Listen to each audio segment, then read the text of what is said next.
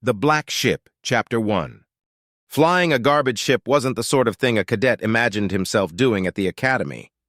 No, those fantasies usually involved a shiny new ship and a grand space battle that the cadets were the dashing heroes of.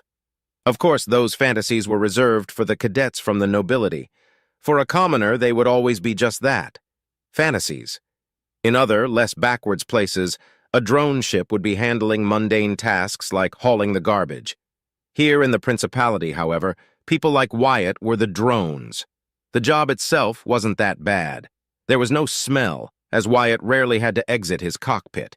He just flew towards the inhospitable rock that had been colonized for the sole purpose of turning garbage like his into useful compost, dropped off his container of bio-waste, and went back to his space station for more. He had done this for the past 2 years now. Not once in all that time had anything remotely interesting happened to Wyatt. He had assumed that trend would hold today, but then his sensors started beeping. Warp signatures detected rang the crackly voice of his ship's archaic computer. Warp signatures? Out here? The Principality was a backwater. Wyatt's post was a backwater of that backwater. For something other than a garbage ship to be flying in the same system as him, and at warp no less, something was going on. Wyatt hit the switch for the external cameras, something he never had any reason to do. "Computer, can you get a visual of the vessel?" Affirmative. Wyatt's screen lit up and he saw a small but familiar outline. "Magnify image." The outline grew, and Wyatt immediately knew why he recognized it. "That's the Royal Yacht!" He was barely able to finish the sentence before his heart sank into his feet as he saw an explosion go off just a handful of kilometers away from the Royal Yacht.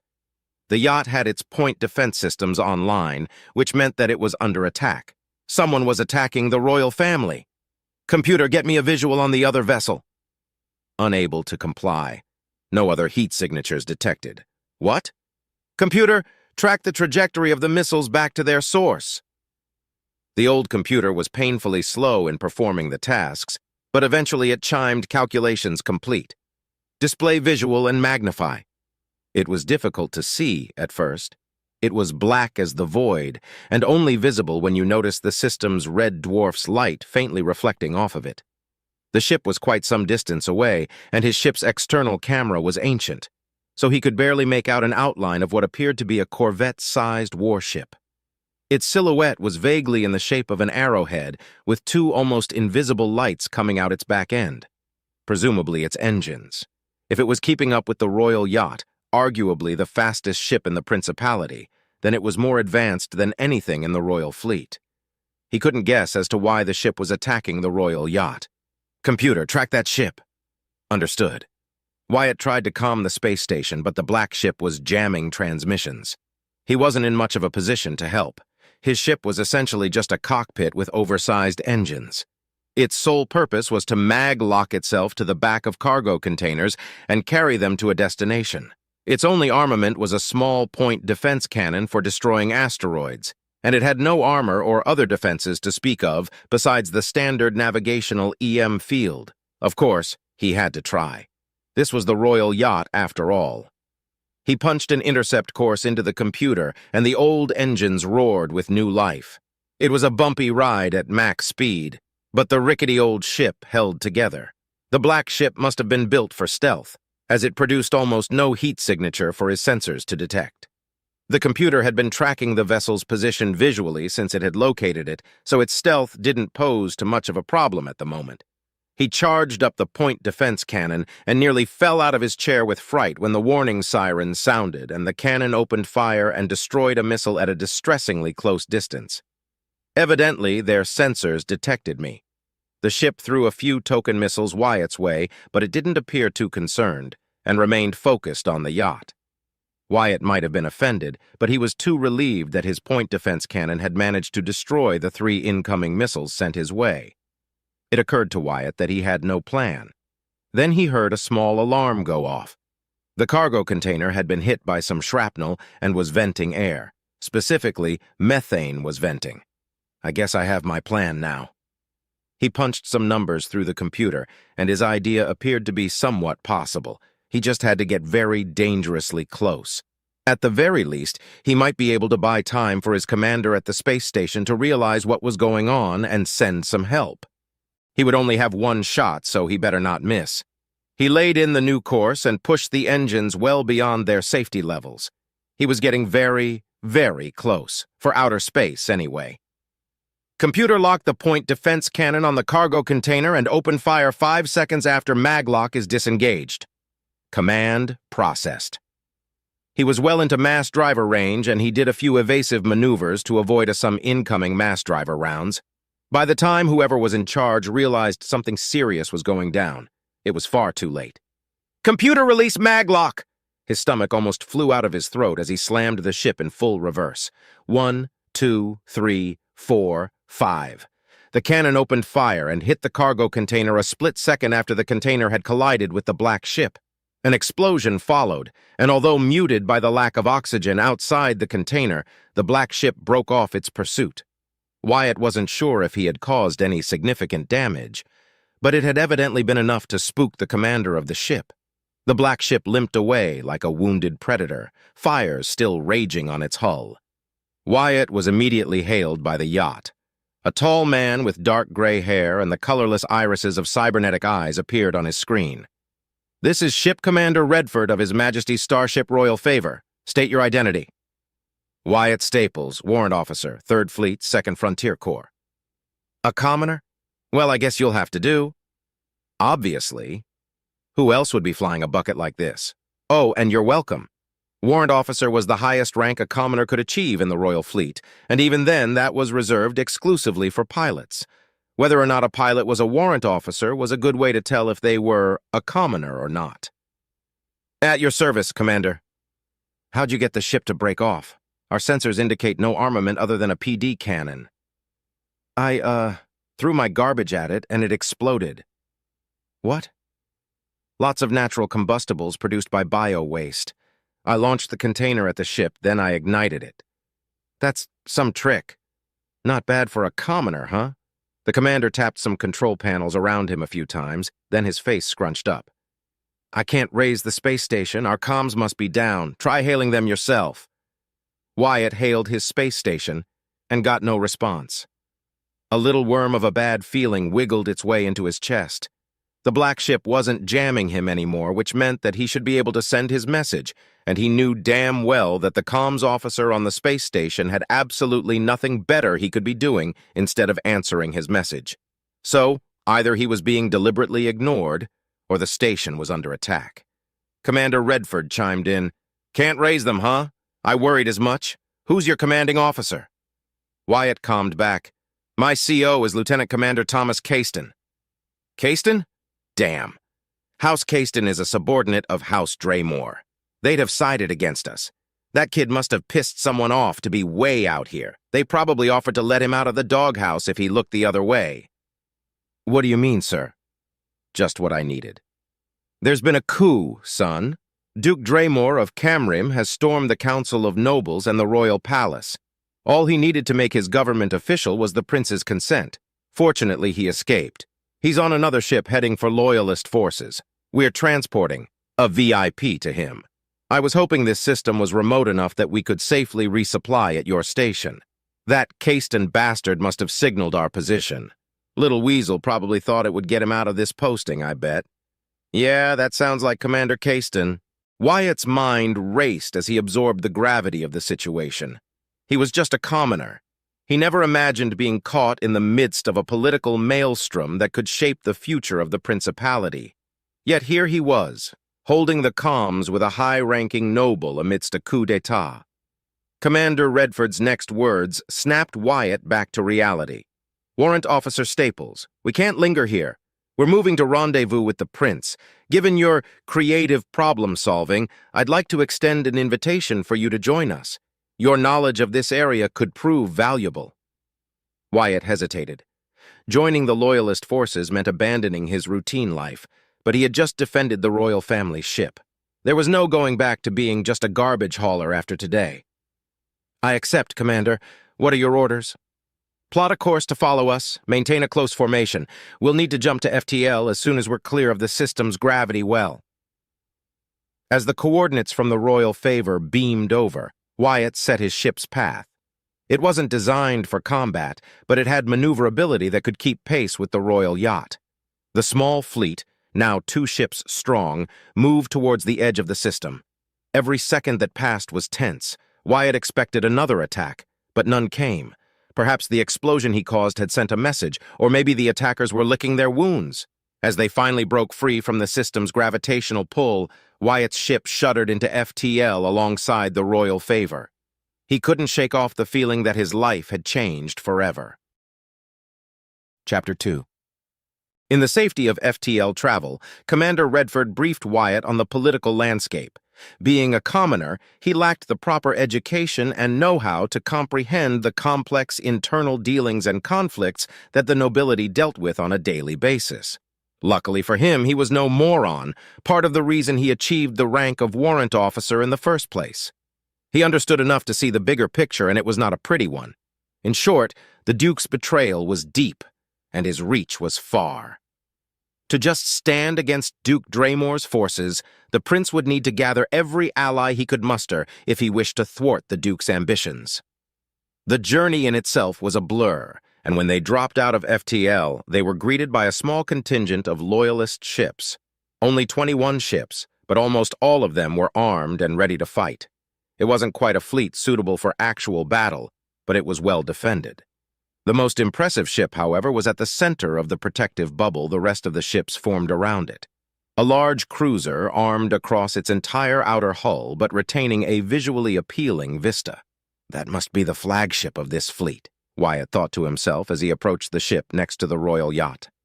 The hangar of the flagship was big and wide enough to allow both ships easy access with room to spare, and soon Wyatt found himself surrounded by more luxury and technological marvels than all his prior years of training and service combined. The personnel didn't pay him any mind as he exited his flying trash hauler, but when Commander Redford stepped out of the yacht, everyone saluted him.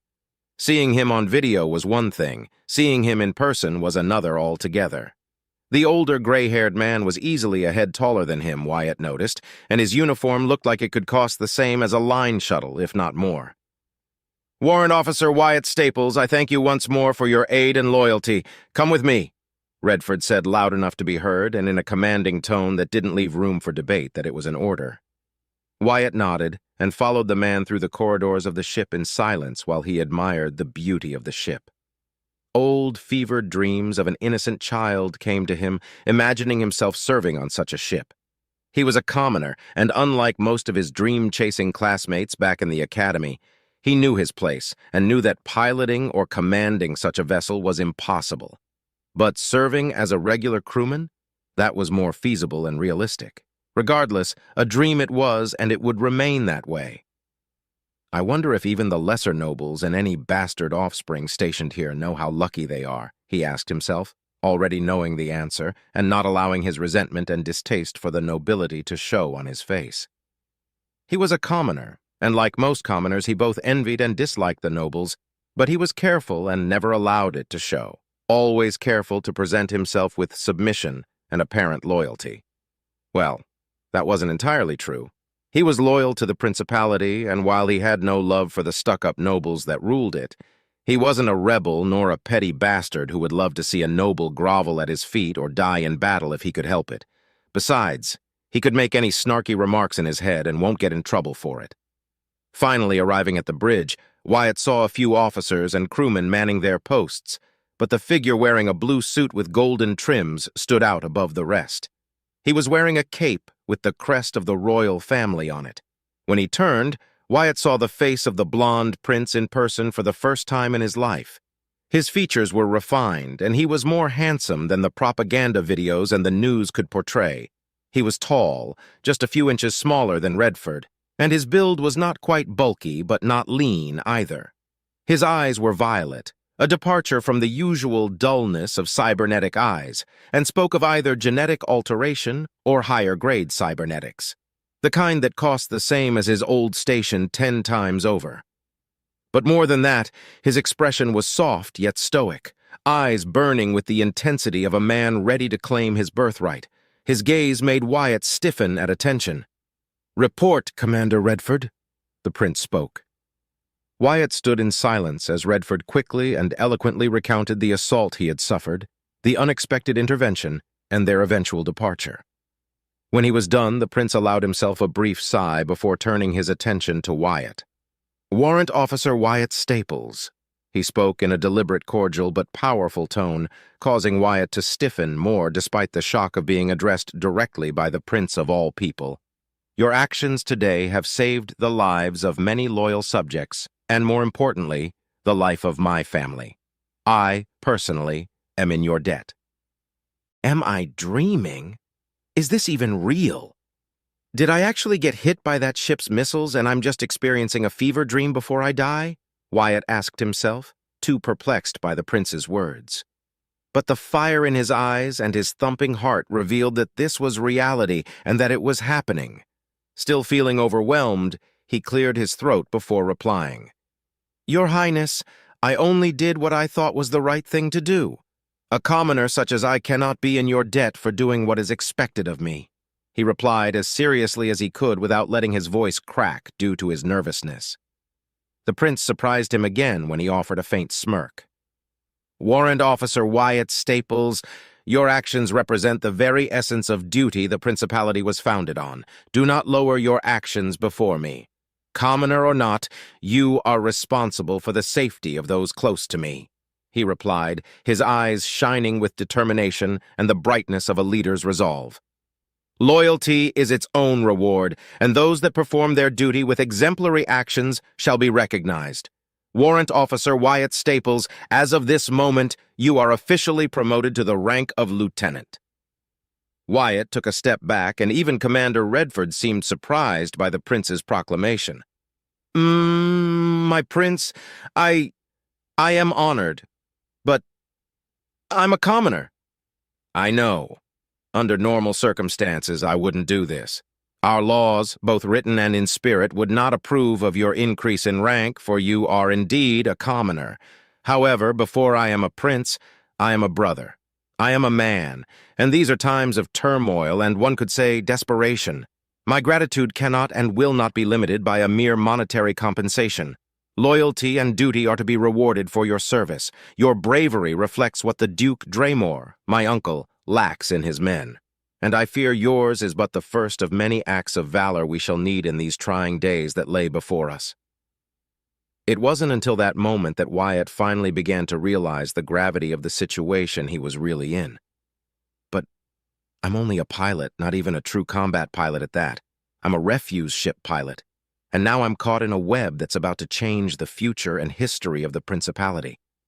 The truth was as clear as the light of a star. His home, the principality, was going to descend into a civil war at worst and a succession war at best. The weight of the realization hit him harder than his ship going at FTL. "Commander Redford, take Lieutenant Wyatt to his quarters so he may rest and suit up properly. Make sure to register him into the memorandum of our ship's logs and personnel," the prince ordered, and turned around. "Welcome aboard, Lieutenant Wyatt Staples." Wyatt didn't really hear the prince and only mumbled something incoherent before Redford gently nudged him over and turned to follow the taller man. When they were far away from the bridge and entered the section of the cruiser that housed the officer quarters, Redford spoke up. "Do not dwell too deeply on such thoughts, Wyatt," he said seriously, his face stoic. Wyatt snapped out of his mind's maelstrom and looked at the gray-haired man, puzzled. "Huh? I know you're scared. You're a commoner. You lack the advantages people such as I possess. And yet, I must urge you to not think too deeply about the coming conflicts," he replied, knowing what was going through the newly minted lieutenant's mind. "Easy for you to say that. You're only worried about your wealth and position," he thought bitterly.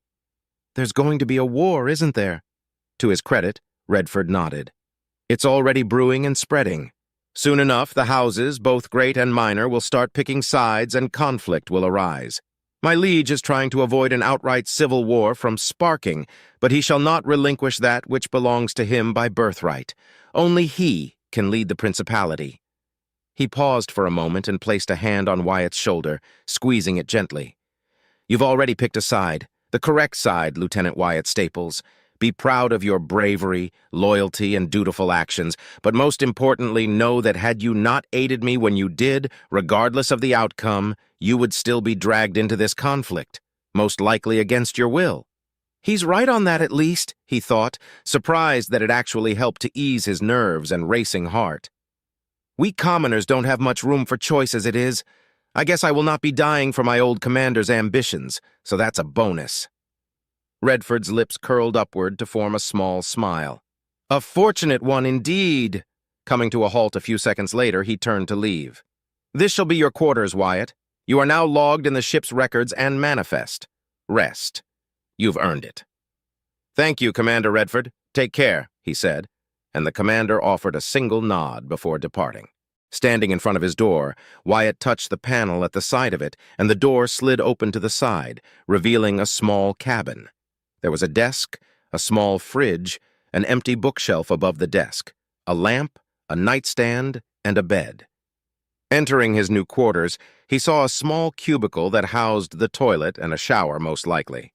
To a noble, it wasn't impressive, but for Wyatt, who had only known the comfort of his ship, communal showers, and a far too small bunk, it was the height of luxury.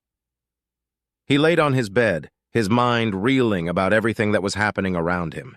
Then, only moments later, darkness took him, and soon he was asleep, the toll finally catching up to him. Chapter 3. After a refreshing shower and getting to put on his new uniform, all that really changed about it was that it was new. It felt great to wear it, and the badges and insignia showcasing his new rank, two realizations struck him. The first was that, besides Commander Redford, he had no idea who else he had saved from that dreadful black ship. The sincere words of the prince were clear enough, though. He had saved a member of the royal family, but who? The prince had 4 younger brothers and 3 younger sisters, if he remembered correctly. Had he saved one of them? 2? All? And who's to say that he had saved any of his siblings? Duke Draymore wasn't the only duke or duchess after all, and the prince had many cousins and other family members. He really didn't care, but he did owe his new position in life to said royal blue blood, so the least he could do was say thank you. The second realization, though, was much more impactful and important. Namely speaking, he had no idea how to be a lieutenant. His officer training was limited, obviously enough, and while he knew the chain of command and more or less what it entailed, he didn't know anything about commanding anything that wasn't his ship's outdated AI. I don't even know who am I supposed to report to or when, he muttered softly. Redford's parting words rang in his mind and fear gripped his heart. Just what was he getting himself into? Willing or not, by choice or by chance, at that moment he longed for the dullness, repetitiveness, and security his old post offered. Now I'm going to fight and likely die for another noble with bluer blood than the insufferable Thomas Cayston, he said to himself, but almost immediately comforted himself with the knowledge that, unlike his previous commander, the prince was a leader at heart, and his presence inspired confidence. A sudden voice sparked in his cabin, and the monotone tone of an AI called out, "Lieutenant Wyatt Staples, report to the bridge," it said, and the connection died. "Guess I better go perform my new duties," he said, and stood up from his bed. Fortunately, the trip to the bridge proved simple enough, and only 2 crew members had spotted him and, much to his surprise, saluted him. Or rather, his rank. It felt odd regardless. When he arrived at the bridge, it was buzzing with activity as staff and crew members moved about performing their jobs. He then spotted Commander Redford and several other men and women of high rank near the prince. Following protocol, he saluted and announced his presence. "Lieutenant Wyatt Staples reporting, my liege." Several eyes turned to him, and instantly he felt like a piece of meat been grated by hungry customers. Disdain, surprise, contempt, and flickering gratitude flashed before the cybernetic and gene-altered eyes of the officers present as they inspected him. Yeah, I'm a commoner. I'm not an animal you can gawk at, you damn blue bloods," he thought with equal disdain toward them. But unlike the nobles, he knew better than to show it. "So it is true, a commoner has been granted a rank far above his station." A red-haired man with a burn scar on his left cheek broke the tension. "My prince, are you certain of your decision? The implications could be—" Bothersome to less open-minded individuals? Or, in other words, I should be kicked out, Wyatt thought, mentally glaring at the red-headed noble. Are you implying that I should not show my gratitude to the man who saved my beloved sister? The prince said in an even tone. The red-haired man laughed, much to Wyatt's surprise. Of course not, your majesty. But now that a commoner has been granted a rank that only those of noble blood should achieve, many others may seek the same elevation for doing piss-poor actions in the near future. Commander William Hempstroke, a blue-haired with equally stunning blue eyes, stepped in, humor in her voice. Is the rescue of a royal princess not enough merit to overlook this one incident? After all, many houses have their origins in the valiant actions of a commoner performing beyond their duty. And even if the prince had not rewarded this young man, I would have made sure to grant him a place within my house for saving the life of my little sister. Suddenly, her eyes narrowed, and much like a hawk, she eyed the rest of her fellow officers. Or does anyone object? An older man with gray hair and wearing an almost entirely white uniform with red trims and more medals than Wyatt had ever seen anyone wear before spoke up next. Enough prattle, everyone. We have more important matters to attend to. My liege, we are ready to depart at your command. The prince nodded once. Then let us go. We cannot stay in this system much longer. Admiral Damien, proceed at your discretion. My liege, the admiral replied. Commanders, report to your ships and stations. You have your orders. Dismissed. At once, every commander present saluted and left, with the exception of Redford. The admiral, for his part, moved to a chair at the far end of the bridge, sat on it, and linked with its systems directly. The only indication that they started to move was a low rumble that was felt rather than heard, and Wyatt wondered where they were headed next. Now left with relative privacy, the prince turned his attention back to him and gestured him to step closer, and so he did. Lieutenant Wyatt, there is someone who wishes to meet you, her savior, the prince said, and then turned to the right. With another motion of his hand, two figures stepped from concealed shadows. Wyatt's eyes grew wide as the flickering effect around the duo died out alongside the stealth field around them. The first figure was a beautiful blonde woman with purple eyes as striking as that of the prince. She was wearing a green dress with golden and white trims. Behind her stood a taller woman with blue hair and blue eyes that had a striking similarity to the woman who had stood up for him moments before. She was also quite beautiful, but her expression was stoic. Unlike the princess, she wore a red armored suit with the crest of her house on her chest. Lieutenant Wyatt Staples, let me introduce you to the VIP that you saved yesterday. My sister, the second princess, Clara Astor. Behind her stands her bodyguard and a close friend of mine, Cynthia Winfield of House Winfield. You've already met her older sister, Commander Juliana Winfield, the prince introduced. It was subtle and he barely noticed it, but Wyatt could notice the pride in the prince's voice alongside his relief when he introduced the two women. Princess Clara was the picture of regal royalty, feminine grace, and superb intelligence behind her fiery gaze. A gaze, he noticed, that matched her brother's. When she spoke, her voice of sing-song clarity carried the intensity of her fiery spirit without losing her elegance. Lieutenant Staples, I was told that it was through your actions that my life and that of my friend and subjects were saved. I requested my brother to see and speak to you in person so I may see and judge the man I owe my life to, she said, offering a kind smile. Wyatt felt his cheeks blushing. His social skills were poor at best, and being under the direct attention of such a beautiful woman was something he was not used to. Still, he managed to stand firm and give her a cordial salute. Your Majesty, I am honored to receive your recognition. To know that your life and that of those accompanying you are safe and sound is reward enough, he replied carefully and respectfully.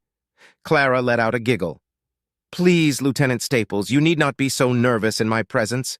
Your gallantry is already enough for me to accept you for the valiant man that you are. Commoner or not, you are my savior. I am pleased that my brother dearest had rewarded you accordingly, even if I myself would give more, but alas, I cannot. Therefore, I can only offer my gratitude and a request to speak my name without those bothersome honorifics. Call me Clara. All my friends do so. Wyatt couldn't help but smile widely and sincerely at that. They were rare, But nobles that were actually worth their salt and weren't up their own asses existed, and he was glad that the princess was one of them. He felt his nervousness ease up and his posture relaxed. "In that case, Clara, please, call me Wyatt. Pleased to meet you," he said, offering his hand. A second later, he retracted it. "Oh, right, sorry." To his surprise, the prince's laughter caught his attention. "You're quite blunt, aren't you, Lieutenant Wyatt?" Wyatt pointed a finger at himself. "Commoner upbringing, my liege." The prince let out a single humorous chuckle before clearing his throat. "As enjoyable as this is, I'm afraid we have other matters to attend to. Lieutenant Wyatt, I summoned you not only to meet my sister, but because I need your input." A second later, a holographic display appeared from the large tactical table at the center of the bridge.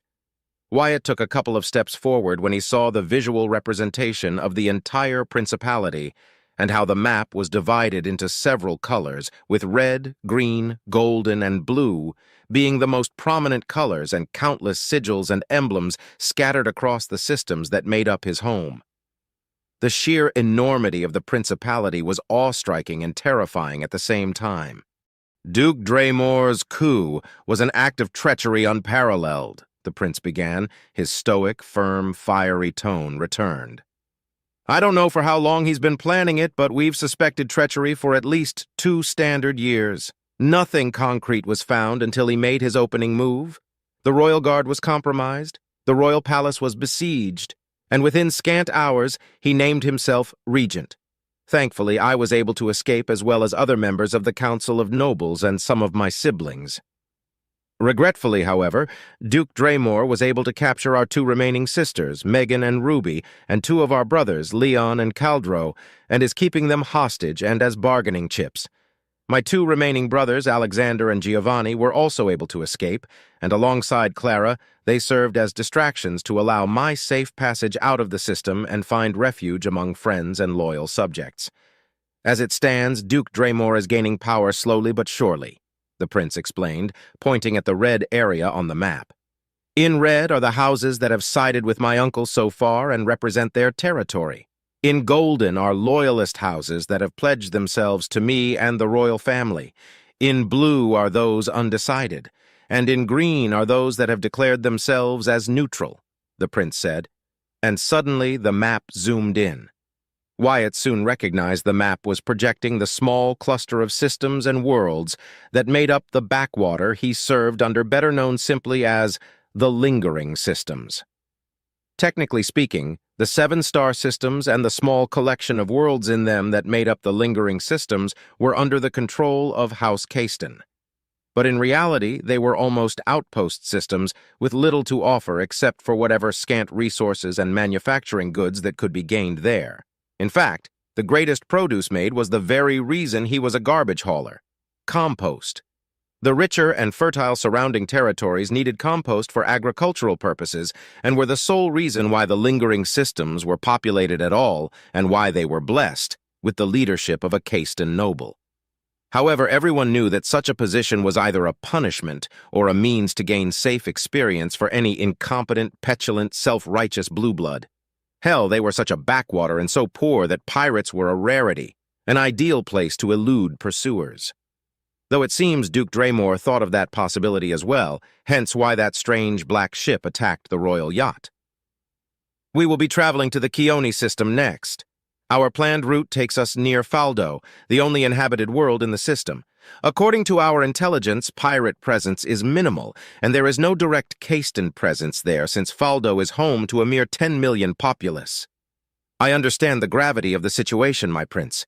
But how am I to aid you? What further input can I provide?" Wyatt asked cautiously.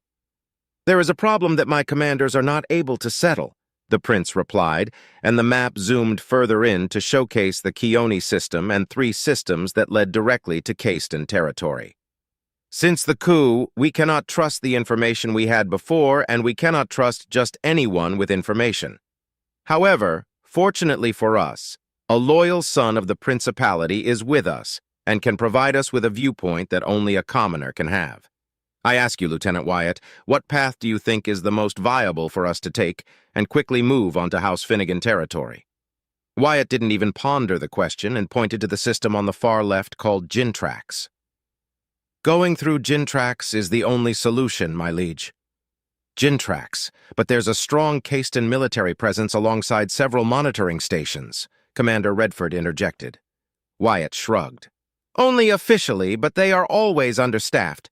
The ships stationed there are little more than outdated, cheap gunships and corvettes at best. And they take forever to answer to any emergency. Besides that, there's Woodshaft. Woodshaft? Clara asked, tilting her head in confusion. It's a smuggler den. Every commoner pilot and serviceman in the lingering systems knows about it and uses it. I've been there only twice, but it offers a path away from Caiston sensors, and if you pay the toll, you can leave the system undetected, Wyatt explained and internally chuckled. Caiston Bluebloods don't care where the money comes from, only that it reaches their grabby, greedy paws, he thought with mirth. Smuggling is illegal, the surprisingly melodic voice of the blue-haired woman, Cynthia Winfield, declared. Maybe, Wyatt replied softly, but it happens. Woodshaft doesn't deal in slavery or narcotics, though. They're smugglers, not pirates, he clarified. After we arrive at Faldo, I'll send out a scout ship ahead to observe Gintrax's activity. If the information correlates, we shall advance as you suggested, Lieutenant Wyatt. Time is a luxury we can't afford much as we stand now, the prince said, crossing his arms. For now, you shall follow Commander Redford's orders and be under his charge. Dismissed. I guess this is really happening, Wyatt thought as he stared intently at the vanishing map. Chapter 4. As it turned out, the arrival at Faldo took 3 days as the fleet had to use sublight speed in order to travel within the powerful gravitational influence of the local star. The scout ship the prince deployed upon their entry into the Kyone system departed from the rest of the fleet and went to Gintrax while the rest moved to resupply at the only inhabited rock in the system. In the meantime, Commander Redford Kalon had taken him under his wing just as the prince had ordered and taught him everything he needed to know about his new duties, responsibilities, and what was expected of him. In short, he was now supposed to lead small groups of Marines and a squadron of fighters, or serve as a division officer in charge of keeping order and solving logistical issues within his division. 3 things he had absolutely no idea how to do. But even if that wasn't the case, being a commoner further limited what he could do. Thus, Commander Redford had simply taken him as his personal aide. Not an inglorious position for a mere commoner, to be sure, but that had just proven that his newly attained rank was just for show. Wyatt waited patiently next to the simulation training chamber his direct officer was making use of while other officers murmured just below his hearing range, but their eyes were on him all the time. I wish I could punch some of these blue bloods right in the face and show them they'll bleed just as well as I, he thought bitterly as he caught a snide glare from a female officer before she entered an empty training chamber. The chime of the training chamber rang, and the door opened on the oval-shaped room. The older gray-haired man stepped out with a disapproving gruff, and Wyatt could see why. On the screen he was monitoring, the result was marked as a failure of whatever GVK 990 simulation was. This was Redford's 7th attempt and his 7th failure. "Do you require anything, Commander Redford?" Wyatt asked respectfully, noticing that the glares and murmuring suddenly stopped the second Redford exited the chamber. "A meal will do," the older man replied. "Come, Lieutenant Wyatt, I'm certain you must be famished." "Sir," he replied, bowing his head and walking next to his commanding officer. As they walked, Wyatt spoke up. "Commander, may I ask you something regarding your training?" The older man exhaled loudly, but only half in frustration. "Is it about the simulation?" "Indeed so, Commander. I must confess I hardly ever got a chance to train in a chamber. Most of my training was conventional, as per the Academy's traditions and requirements, of course, so I am unfamiliar with the training available to the nobility," he replied sincerely. "Why would you allow commoners to get even a glimpse of a chance at showing you up, right?" Redford actually slowed his pace as he turned to look at Wyatt. "How many times have you trained in the chambers?" Wyatt blinked, confused. "A dozen times, maybe 2 or 3 times more." "I do not recall the exact number, Commander, and I was only allowed to run the basic piloting exercises needed for my practical exams." "That shouldn't be the case. More so for a warrant officer. You should have over 1,000 hours of registered simulated training at least to have achieved that rank," Redford asked, surprised and intrigued. I suppose, Wyatt replied with a shrug, but I always aced my practical exams and, let's just say some of my teachers and instructors hated my guts, he replied, embarrassed. Not enough to want me expelled, but enough to try and sabotage me every now and again. Nothing serious, I assure you. Missing items, tarnished uniforms, misconduct reports, regulation restrictions, that sort of thing. Redford frowned slightly. Even if you're a commoner, such actions couldn't be allowed in the academy, no matter the branch or location. Did you not report this misconduct, Wyatt? He nodded. Several times, but since the ones doing the sabotaging were not students, it was swept under the rug every time. So I stopped trying to get justice and decided to just finish my training, achieve the rank of warrant officer, and get a posting where I could serve the principality. Being a garbage hauler was not what I expected, and certainly not in the lingering systems, he said, hiding his resentment. Now that I recall, you mentioned you were part of the 3rd Fleet's 2nd Frontier Corps. As lackluster as the 3rd Fleet is, sending a warrant officer as a garbage hauler seems to me less like a grave oversight on the part of the commanding officers and more like a humiliating tactic meant to punish someone for a grave offense. His furrowed eyes softened. What did you do, Wyatt Staples? I showed them I was a better pilot than they could ever be. That's what I did. I didn't gloat. I didn't rub it on their faces more than once or twice. Even so, my grades and actions spoke for themselves, and they hated me for it. I kicked the ass of every instructor set against me, and I put to shame everything my teachers think they knew about combat. My classmates, both commoners and nobles, knew I was better than them, but they only pushed me aside. Unlike the pricks that wanted to tear me down, he thought angrily, but didn't allow it to show. I only did what was asked of me. Every test they set, I passed. I may or may not have made an unsavory comment about their lackluster performance in comparison to mine, given they were my instructors, but nothing worse than that. I believe my records should be on the 3rd Fleet's data center, he chuckled darkly, although they must now either flag me as a deserter, KIA, or as a traitor. The 3rd Fleet sided with Duke Draymore, after all. Redford's eyes went wide with surprise. How do you know that? He asked hurriedly. No one outside the top chain of command knows that yet? Wyatt shrugged. The 3rd Fleet has always been referred to as a joke, even in the academy. The dead man's fleet, they call it. A leftover fleet without a single battleship in their ranks, and with more outdated ships than actual experience, commendations, and achievements in their history. So either a mutiny happened or the admiral in charge sided with Duke Draymore's faction. Malcontent and a chance to be on the right side of history pushed them to that decision, I think. I didn't know about the coup or any political problems between nobles since I was stuck at my posting until I was lucky enough to lend aid to you, Commander. Even so, the 3rd Fleet is scattered, and I'm sure there will be many deserters, mostly commoners in postings similar to mine, once the news of the coup spread to the public, he replied, not mouthing his last train of thought. Any disgruntled noble would take such a chance to better the standing of their houses, uncaring of how many lives they have to sacrifice. Redford was momentarily stunned, then sighed. You are correct, Lieutenant Wyatt. Admiral Cornelius Tigan sided with Duke Draymore. Luckily for us, the bulk of their forces were out of position and busy patrolling their core territories. Being understaffed, undermanned, and flying outdated ships played in our favor. The fact that you could deduce that on your own with little input means that many more already know, or at least suspect this, and none have been forward to speak out. Most likely, sir, Wyatt replied, still feeling uneasy about receiving direct praise, washed out as it may be.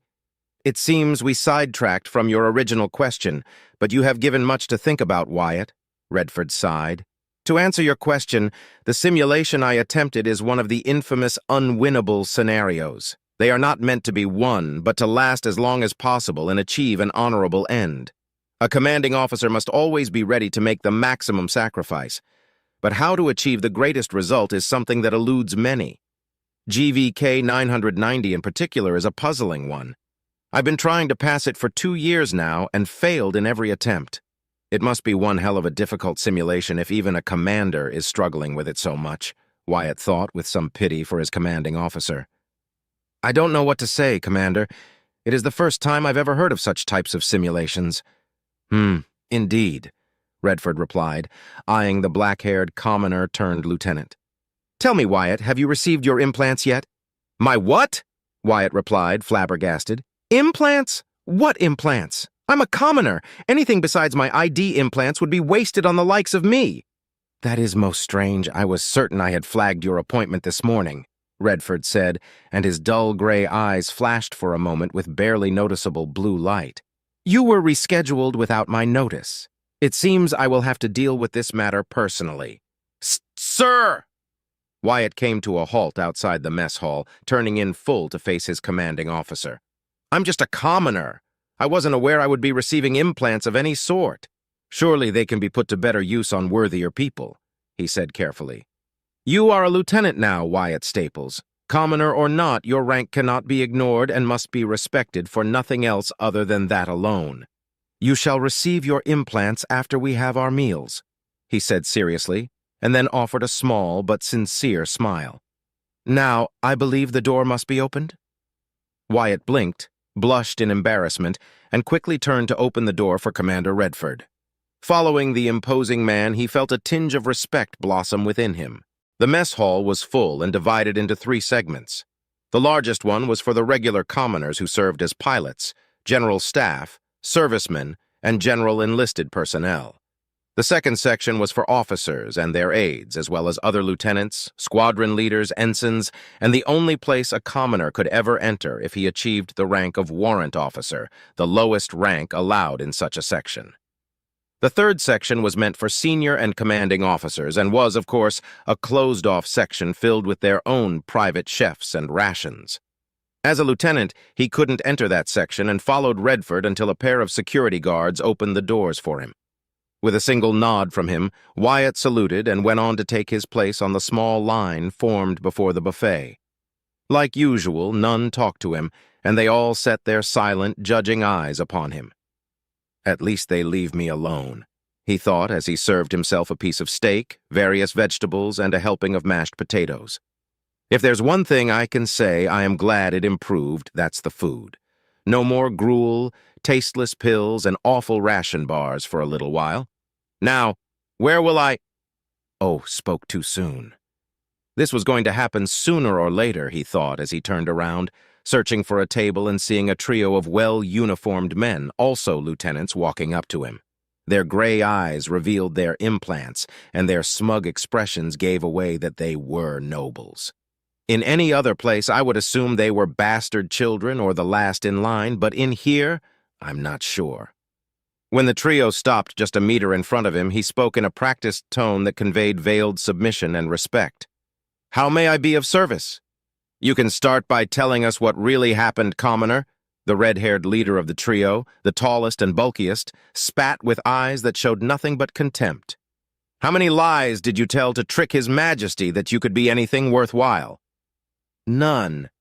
Technically untrue, but also technically true, Wyatt replied without losing his tone.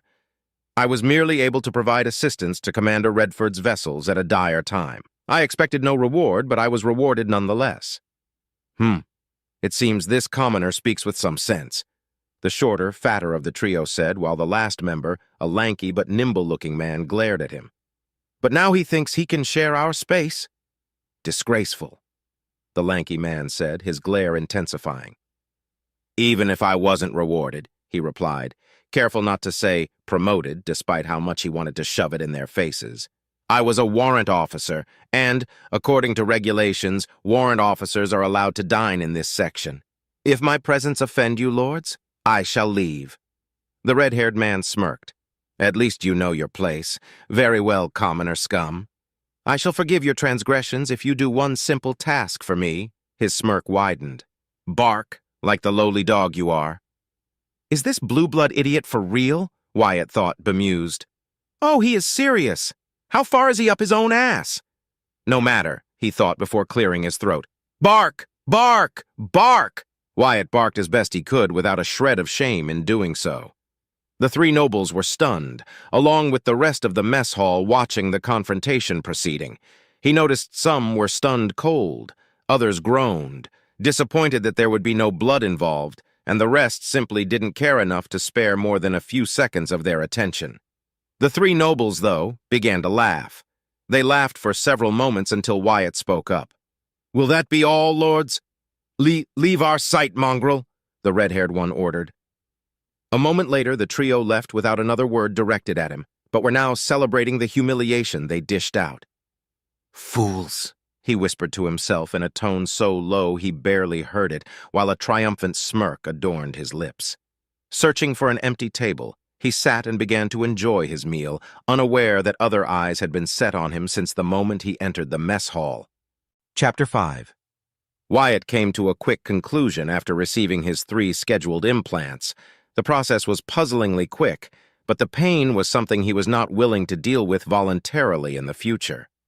Due to the limitations of the medical wing and the current state, he wouldn't be receiving his cybernetic eyes, which suited him just fine, and he was in no hurry to replace his perfectly functioning natural eyes. Nor would he receive a direct uplink to the main net frame, but he didn't care about that one since that particular implant needed either the cybernetic eyes or go through the gene-enhancing program that was available only to the highest echelons of society in the Principality. The implants he did receive were impactful, and he wobbled with every step he took. The first was a series of nano-injectors that now laced his vertebrae and would, over a few hours, make their way to his brain. The injectors would then be ready to dull pain, enhance his reaction time, and combat neurotoxins should that be needed. The second implant was the one he was currently hating the most. At the back of his skull now sat a small biomechanical chip that would allow Commander Redford, or whoever the commanding officer at the time was, to deliver him orders and instructions. He could feel the chip wriggling into position, slowly growing to prevent rejection, and was now messing with his ears, dulling his sense of stability and cutting his hearing range by a significant amount as it latched itself in order to provide its benefits. In short, it was a sort of long-range, one-way radio. He could receive orders but couldn't reply in turn since he wasn't connected to the network. As long as the distance didn't exceed more than 100 kilometers from the nearest network access point, that is. The third implant, though, was the main reason why he would not ever take any further implantations if he could help it. Sure, the first 2 hurt in their own unique ways. His back was killing him, and the nasty headache he was going through did him no favors. But the last one was in a league of its own. Similarly to the nano-injectors on his back, the third implant followed that same process. But instead of connecting with his brain and limiting itself to his column, the rest of his body was the objective. Well, not his whole body, just his bones. A subdermal implant was inserted in his chest, as close as possible to his aorta. Thanks to the local anesthesia and the quick, precise motions of the robotic unit performing the seconds-long surgery, he didn't feel a thing, and his wound was closed a moment later with biofoam. The scar would be gone in just a few days at most. The pain, though, made itself known half an hour later. It began like an itch he couldn't quite scratch, but all over his body and underneath his skin. Then it increased until every step was agony as it rippled across his whole body. It felt like getting pricked by a needle, but unlike a single stab that was barely painful, annoying, and quick to pass, he was enduring hundreds of them at the same time with every movement he made. "Even breathing is a struggle," he muttered as he continued to wobble his way around the hangar, only occasionally hearing the snickering of technicians, mechanics, and the odd pilot that made their way there. "I understand that the ship doesn't have the facilities to do this in private, but their staring is not helping my mood one bit," he thought with annoyance as a fresh wave of pain coursed through his body. He couldn't even hate or blame the medic in charge for anything. She had warned him of what he was to expect and what he needed to do for the implants to take full root. That was the main reason he couldn't sit down or lay on his bed, trying to be still as a corpse in an attempt to lessen the pain. And why he couldn't take painkillers either. He had to endure the process fully awake and on constant move, which, as he was reminded again as he nearly tumbled to the ground for the 7th time since his arrival, his hatred for the second implant increased. The pain of having his bones suffer microfractures every second only to be sealed and put back together almost instantly, he could handle. It wasn't enough to make him scream, but it was a ticking, maddening constant that he couldn't help but wince, groan, and clench his teeth in response to it. But the sensation of impending vertigo and his impaired balance, making it impossible to keep a steady posture or any semblance of rhythm? Yes, he hated the second implant with a passion. As he finished another round, he noticed a vaguely familiar figure enter the hangar. Her red armor and blue hair gave her away as she approached in his direction. The few staring crew members made themselves scarce at her sight, opting to admire her from a safer distance. Damn, what was her name again? Juliana? No, that's her sister, right? Come on, think! Damn this headache! Her name started with a C, I think? Cecilia? Celestine? Cynthia! Yes, her name was Cynthia Winfield. He mentally patted himself on the back for remembering just in time before the blue-haired woman said something he couldn't quite catch. Her voice was still pleasant to hear, but distorted thanks to the implant. Not to be disrespectful, he began, voice entirely too loudly, and stopped for a moment to face her. Grave mistake. As the moment he stopped moving, he felt as if the ground was about to become the ceiling the wall, and his feet his arms. With a mighty groan, he pushed himself to the side, catching himself before he fell and continued walking. Pain rocked his senses, and he gritted his teeth hard in protest, but he succeeded. The sensation of vertigo lessened, and now he could wobble in peace again. After a few seconds, he spoke up as he noticed the blue-haired woman looking at him with a hint of pity and understanding in her sapphire blue eyes. Sorry about that. The implants won't allow me to follow protocol for now, he apologized. How may I? A pained groan cut him off. Be of service? Breathe deeply and don't fight the pain. You're straining yourself that way. Calm, deep breaths. Let your lungs do the heavy lifting, Lieutenant Staples, Cynthia replied, as she walked beside him and spoke louder than usual so he could hear her voice. Wyatt did as instructed, though it was difficult, and the first attempt made his entire ribcage protest in anger. But he didn't give up and continued. It took the better part of 5 minutes until breathing no longer hurt, and much to his joy, the pain lessened considerably. Another 5 minutes later, his vertigo also diminished, most of his hearing returned, and the headache was not as prevalent as before. During that time, Cynthia walked silently at his side as a regal pillar of unshakable duty, and her advice was greatly welcomed by Wyatt, now that he reaped the benefits of it. Thank you, Lady Cynthia. I feel much better now. I suspect that given the condition I found you, you were not told the proper physical steps to aid you in the implant adjustment period, she stated as a matter of fact. Wyatt nodded lightly. I wasn't aware there were any to begin with, Lady Cynthia. I was merely told that I needed to keep moving and that I shouldn't take painkillers. Again, I thank you for your aid. To his surprise, he saw her stoic face turn into a displeased one, frown and all. I will report this immediately. Such gross oversight cannot go unnoticed. She closed her eyes for 2 seconds, then opened them again, her expression returning to the picture of professional neutrality. It has been done.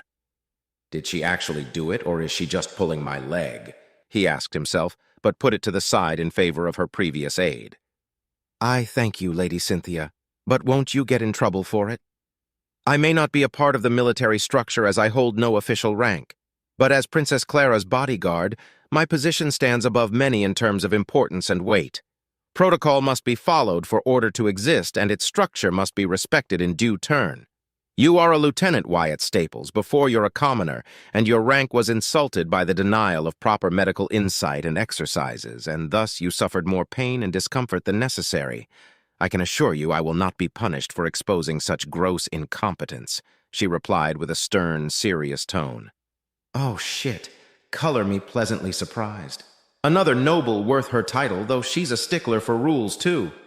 Now I understand why she protested about Woodshaft's smuggling operations. I wonder if Princess Clara has any influence in her attitude and views, he wondered before giving her a faint nod. In that case, I thank you for your aid, Lady Cynthia. You may call me by my name, Lieutenant Wyatt. My princess has bestowed the courtesy of extending you her hand in friendship, and the use of her name without honorifics. You saved my life as well, so I offer the same courtesy, she revealed with a hint of humility. Despite everything, Wyatt couldn't stop a smile from spreading on his lips. Without so much pain clouding his mind and being able to think more or less properly again without the headache, his awkwardness returned as well as a clear reminder of his position. "In that case, Cynthia, you may call me by my name, too."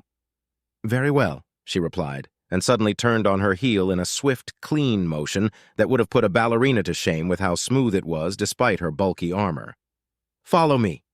My princess wishes to speak to you in private. Commander Redford has been informed, and you have been granted leave until my princess says otherwise."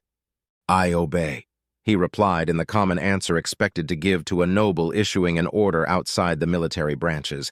And here I thought I would never speak to her again. I wonder what she wants from me. Wyatt followed Cynthia at an even pace, never stopping his controlled, steady breathing. The trip took no more than a few minutes until they made it to one of the commander's quarters, which served as the temporary room for the princess. Outside the door stood 2 black, meter-tall cylinders. He watched as the bodyguard put her hand on the scanner and then introduced a long, complicated code. When she was done, the cylinders turned white and the doors opened. Wyatt advanced as Cynthia stepped aside to give him access to the room. He raised an eyebrow in confusion. "Enter, Wyatt," Cynthia ordered. "You're not coming in?" he asked, just to make sure his assumptions were not mistaken. "Clara wishes to speak with you in private," she replied, and said nothing more. Wyatt nodded, and a ball of iron suddenly manifested itself in his stomach. He'd heard stories and other gossip that when a commoner was invited to a noble's room in private, it was for one of 3 things: murder, sexual reasons, or simple amusement. He wasn't one to believe such hearsay, but now he wasn't so sure about it. Still, he stepped into the lavishly ample room with just some trepidation seeping through his otherwise practiced mask. 3 steps into the room, the door behind him closed with a rasp of metal and a hiss, sealing it behind him. The ball of iron turned into a veritable pit, and he began to sweat nervously. The room was quite ample, he had to admit. There was a large bed on the other end, a large private bathroom to his right, and expensive pieces of furniture set about the place. But his focus was on the blonde woman sitting on a chair in front with a small circular desk set before her, holding a few confectionery treats and a violet liquid he wasn't sure what it was. "Ah, Wyatt, please come sit. I wish to discuss a few things with you," Clara said, offering him a sincere, friendly smile. The pit shrank in since, but didn't leave him. "Okay, Wyatt, play it cool and try not to get murdered. Don't say anything stupid or offensive and you may walk out of this in one piece. A noble is already dangerous. Royalty? Doubly so," he thought as he obeyed and sat on the available chair. Immediately after, small electrical shocks erupted all across his back, arms, and legs, but they were not unpleasant. If anything, the pain was further reduced and was now only mildly annoying. Seeing his puzzled expression, Clara giggled. "I am aware of your current condition, Wyatt. The Dulaxis, Ontoro, and Kinator implants are some of the worst there are. Necessary, but bothersome to deal with. That chair is specially designed to allow your body to work on its own while you are seated. It doesn't replace physical activity, but it makes it far more tolerable for some time." Wyatt bowed his head. "I thank you for your benevolence, Clara. How may I be of service?" "I wish to know more about you, Wyatt. Without access to your records, I'm afraid I know nothing more than what you can tell and show," she said before sipping from her drink. "Do help yourself to some desserts. They are delectable, I can assure you." "Don't mind if I do," he thought, as he reached for a small, round thing covered in white fudge and topped with some sort of red fruit. He ate it, and his eyes widened as the explosion of flavor overwhelmed his taste buds, and only by sheer will of restraint, he stopped himself from scarfing down the entire plate of goodstuffs. He munched on the offered treat slowly, savoring the exquisite sweet thing in his mouth. When he swallowed, a satisfied sigh escaped his lips. "What are these?" he asked, enamored with the sweet things. "Cake, a small version of them. There are also cookies, scones, and chocolate bits. The glass is filled with grape juice," she replied gently. "Go on. You can eat as much as you desire." "I might just do that. What in the blazes is grape juice, cake, and chocolate?" he asked himself before taking 2 of each treat with as much humility as he could muster. As much as he wanted to abuse the princess's goodwill in this particular subject, he knew better. I'm an open book, Clara. What do you wish to know of me, though I assure you I am not remotely interesting in any way? I shall be the judge of that, Wyatt, Clara replied before eating a small piece of chocolate. Tell me, where are you from? I'm from Volantis, Your Majesty, a little colony of no importance in the territory belonging to House Gimor under the supervision of Baron Carlos Arante, bordering Caiston territory, actually. To be specific, I was born and raised in Volantis's capital city, Fire. My family is of little note. My father is an electrical engineer and my mother is a social worker. I have 2 younger brothers, one of whom followed our father's footsteps and the other became a Clixal hunter, he replied honestly. Clara tilted her head slightly. What is a Clixal? It is an avian-like creature, 3 meters tall, fierce, durable, and quick creatures, but stupid. They are a constant problem to the agricultural areas of the planet as they breed extremely fast and eat all sorts of livestock while destroying crops in the process, he replied, before eating a cookie and taking a sip of grape juice. Is this what royalty eats regularly? I wouldn't mind groveling at her feet if it means I get to eat these things every now and again. And the juice?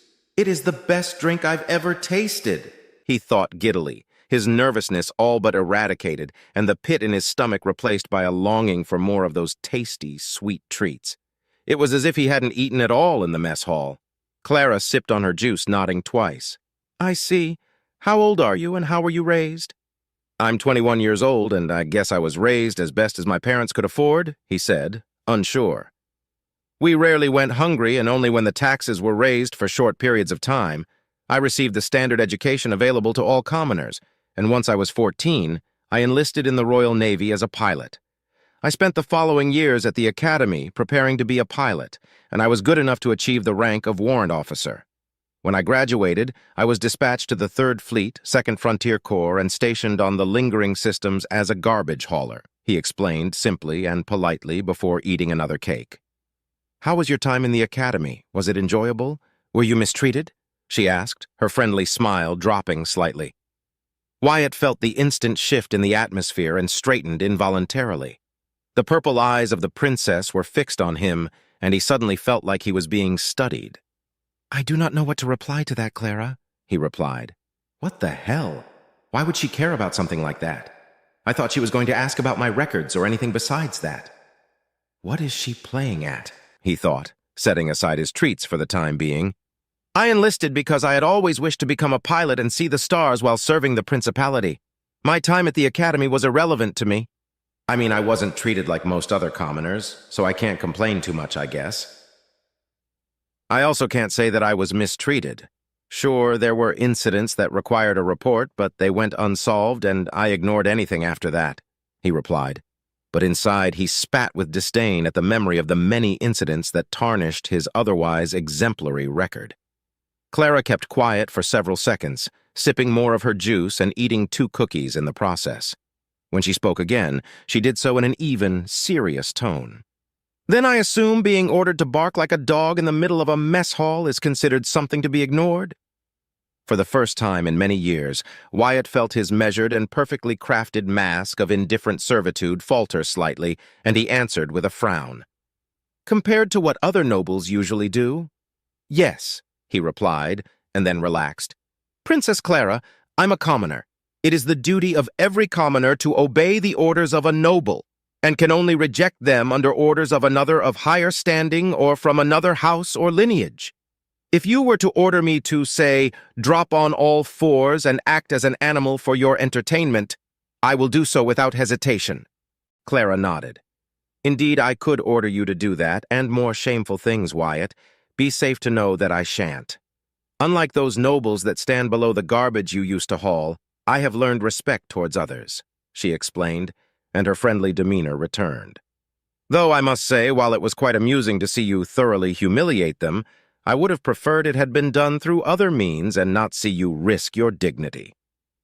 Surprised by her words, Wyatt swallowed as he offered a small smile. One must do as one can, Clara. Clara rolled her eyes and waved a hand in dismissal. Please, Wyatt, I want to know the real you, not this proper and cordial veneer you portray. Speak your mind freely and without restriction. Think of me as nothing more than a friend, as I will do the same.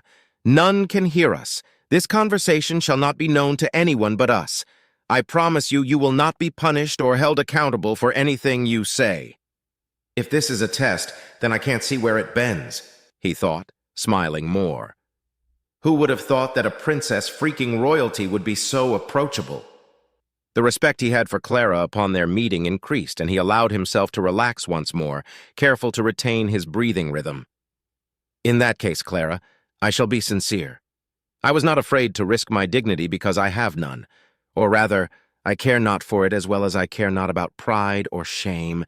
If I can win by sacrificing something that is worthless to me, then I will happily do so." Clara nodded, sipping from her drink again. "Unlike the fools who thought they humiliated you and proudly preened their feathers as if they had achieved something, you showed their incompetence and stupidity. Rest assured they will be punished for their conduct, but not directly." No surprises there, he thought as he drank more of his juice. Noble immunity and their capacity to bend the rules in their favor were nothing new to him. "That being said, I am surprised that you have not expressed worry for the well-being of your family," said the princess. "When His Majesty, the prince, showed me the map, I managed to glimpse that House Guimore chose to remain neutral in this conflict. Guimores have a reputation for being opportunistic. I'm sure they will declare themselves for a side once a clear upper hand is held by one side," he replied calmly, not allowing the bit of worry in his heart to show. Clara tilted her head slightly and pushed a finger up against her chin. "You don't seem terribly bothered about the coup, Wyatt." Wyatt chuckled darkly, his eyes drifting to the cup in his hand. "What other choice do I have? The last great conflict in the Principality was more than 400 years ago. Another coup, unsuccessful but bloody. Trust me, Clara, I am terrified. I will do anything and everything the prince orders me in order to prevent another civil war. But at the end of the day, I'm just a commoner with no power, say, or means to do anything by myself. Not that it matters if I was a noble or even royalty. We are in this conflict together, and the sooner Duke Draymore is put down, the better," he replied sincerely, but internally, he was fuming. Nobles die trying to keep their riches or increase their status and reach. If they can't win, they'll flee. But they always use the lives of the people they are supposed to be in charge of protecting for their own means, and don't care if we have to die in droves as long as it means they win something out of it. Clara's expression fell, and her smile was replaced by a sad one. "That is a grim and unfortunate view on things, Wyatt?" Wyatt shrugged. "Maybe. But it is also true and the only view a commoner can have. At least I am in the Navy and can fight back. Most won't have a chance to do anything at all." "It is sad that what you say is true, Wyatt. The Principality has changed since its founding and not always in the ways that mattered, it hurts me to say. Prince Julius Astor would be ashamed of what has become of it if he were to see it today, doubly so in the case of his progeny." Clara let out a mournful sigh. "Thank you for humoring me, Wyatt. You may now leave, and please, take every treat with you. I have more so they won't be missed." Wyatt stood up slowly, bowed his head, and obeyed with gusto the order given to him, gathering all the sweet, sweet treats on his pocket handkerchief. "I obey," he said, and a second later the doors opened. Cynthia stood by the entrance waiting for him to exit. They exchanged a curt salute and he left. A moment later, Cynthia entered the room and the doors closed again. Cynthia let out a tired sigh and her expression relaxed. "Well?" "He is unlike what I expected, which is a good thing.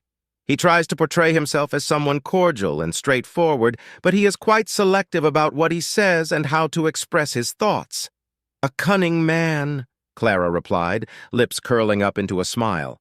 "He is as valiant as I thought, though, and has a good heart. His loyalty, however, is questionable." "Do you believe he may be a potential traitor, turncoat, or spy in disguise, Clara?" Cynthia asked. Clara shook her head gently. "He is no spy, nor do I believe he could be at any point. He's too honest. A turncoat or traitor? Unlikely. I also doubt he'll run away when a chance presents itself to him. His heart beams with the light of a true knight. His actions that culminated in our salvation are proof of it." "I'll keep an eye on him," Cynthia replied. "What about the trash?" "Redford has been informed. Those 3 idiots did it in front of everyone. He shall punish them accordingly, I am certain." Another sip of juice was soon followed by a pleased sigh escaping her lips. "However, I am interested in what he can do as a pilot." Cynthia nodded. His unorthodox tactic drove that black ship away. As Redford stated, a man of his talent was wasted in such a posting.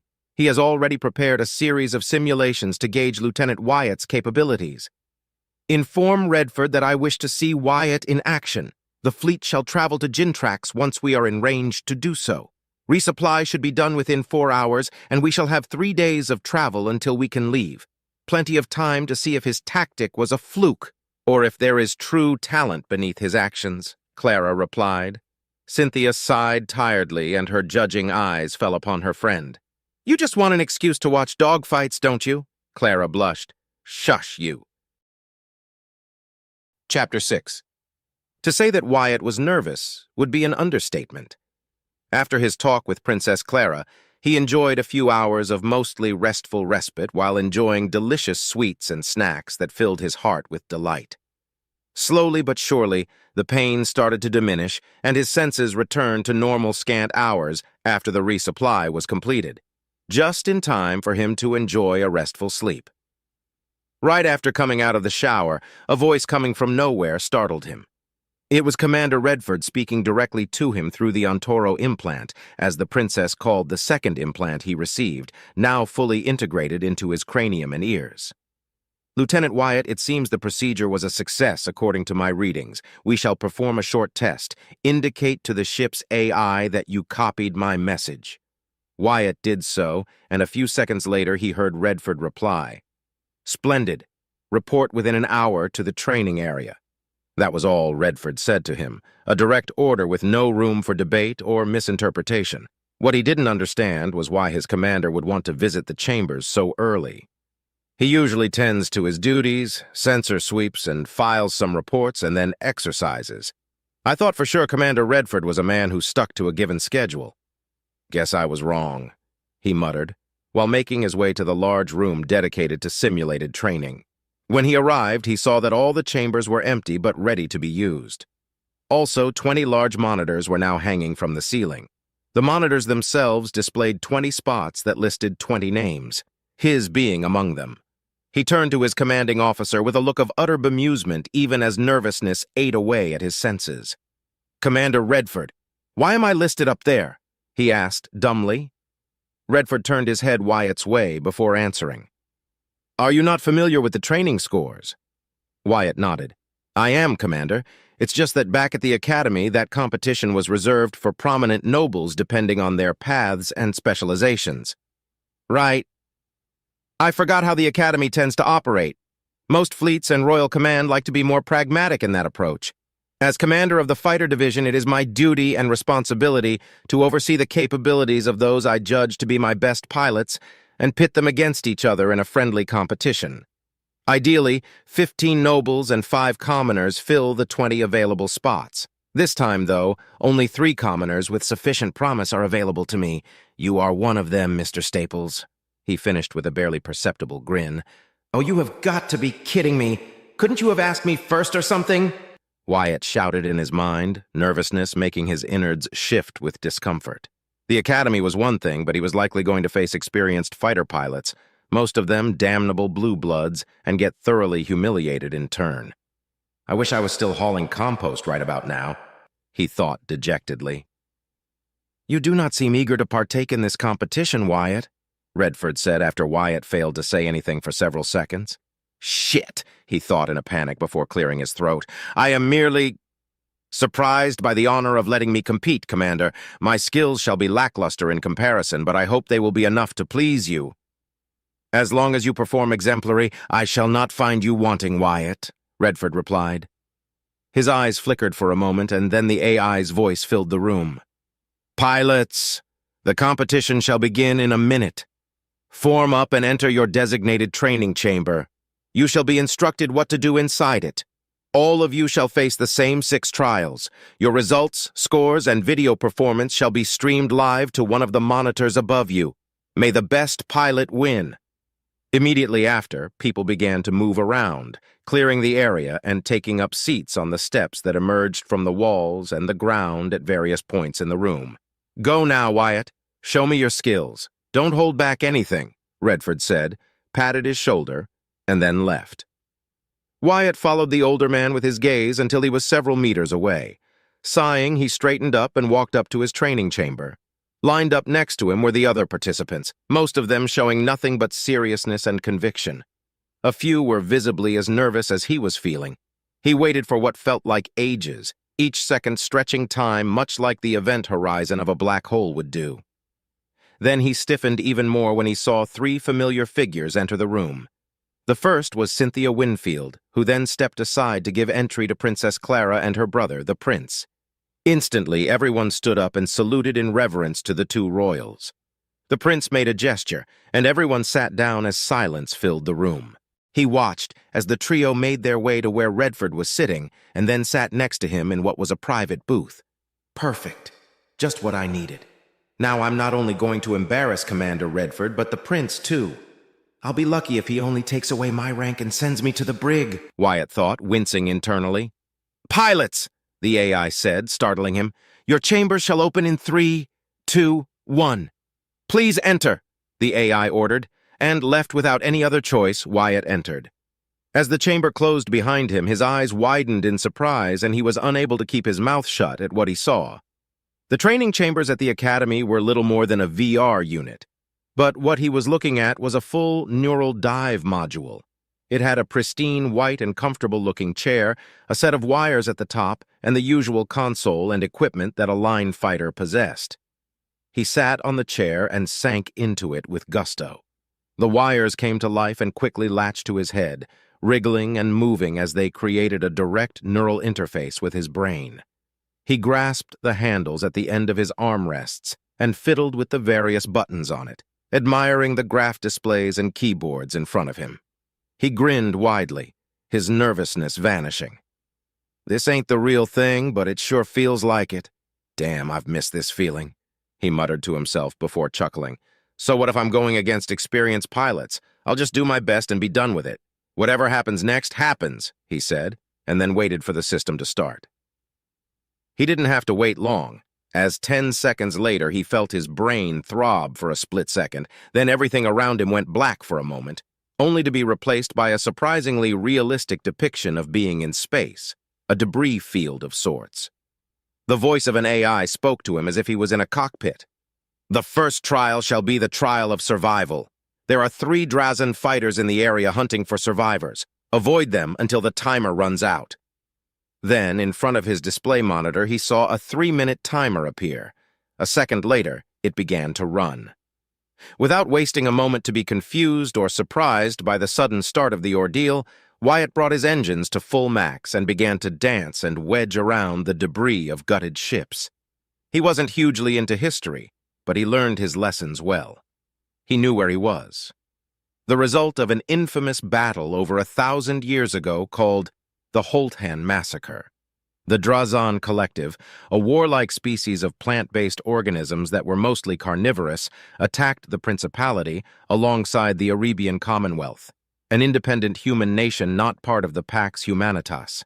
The two allies only avoided an outright invasion to prevent other, stronger human nations, such as the Imperium and the Albion Federation, from assisting the Principality. Their raids were anything but, though their refusal to enter a full-scale war was the sole reason the Principality eventually managed to force a truce with them after this particular battle. While the Principality won a Pyrrhic victory, the Drazan, ever hateful of other species and desiring to take trophies and feed for themselves, hunted down every stranded fighter, shuttle, and life pod in the system after the battle was over. And now he was tasked with surviving that outcome. Far too easy! Wyatt barked out a laugh when he saw the Drazan fighters appear at the edge of his radar and were slowly but surely closing in on him. Checking the graphs and panels quickly, he discovered that he had 2 Hawk missiles available. No flares, no mines, and his twin-linker coil guns were at 20% ammo capacity. He smirked. Alert! Alert! Enemy fighters are within firing range and are engaging. Shields at 98%, the AI warned. Excellent, Wyatt replied, and spared a moment to ponder about something. This chamber is amazing. It even simulates standard G-forces, but I'm hardly feeling anything. So that's what the kinetor implant is for. Huh, I guess the pain was worth it in the end, he exclaims excitedly before yanking to the side as much as the ship could handle, triggering his reverse thrusters at the same time, and finally unleashing his 2 Hawk missiles at the leader of the 3 Drazen fighters. The fighters were also burning at max speed, but they were too close to Wyatt's ship to dodge the missiles in time.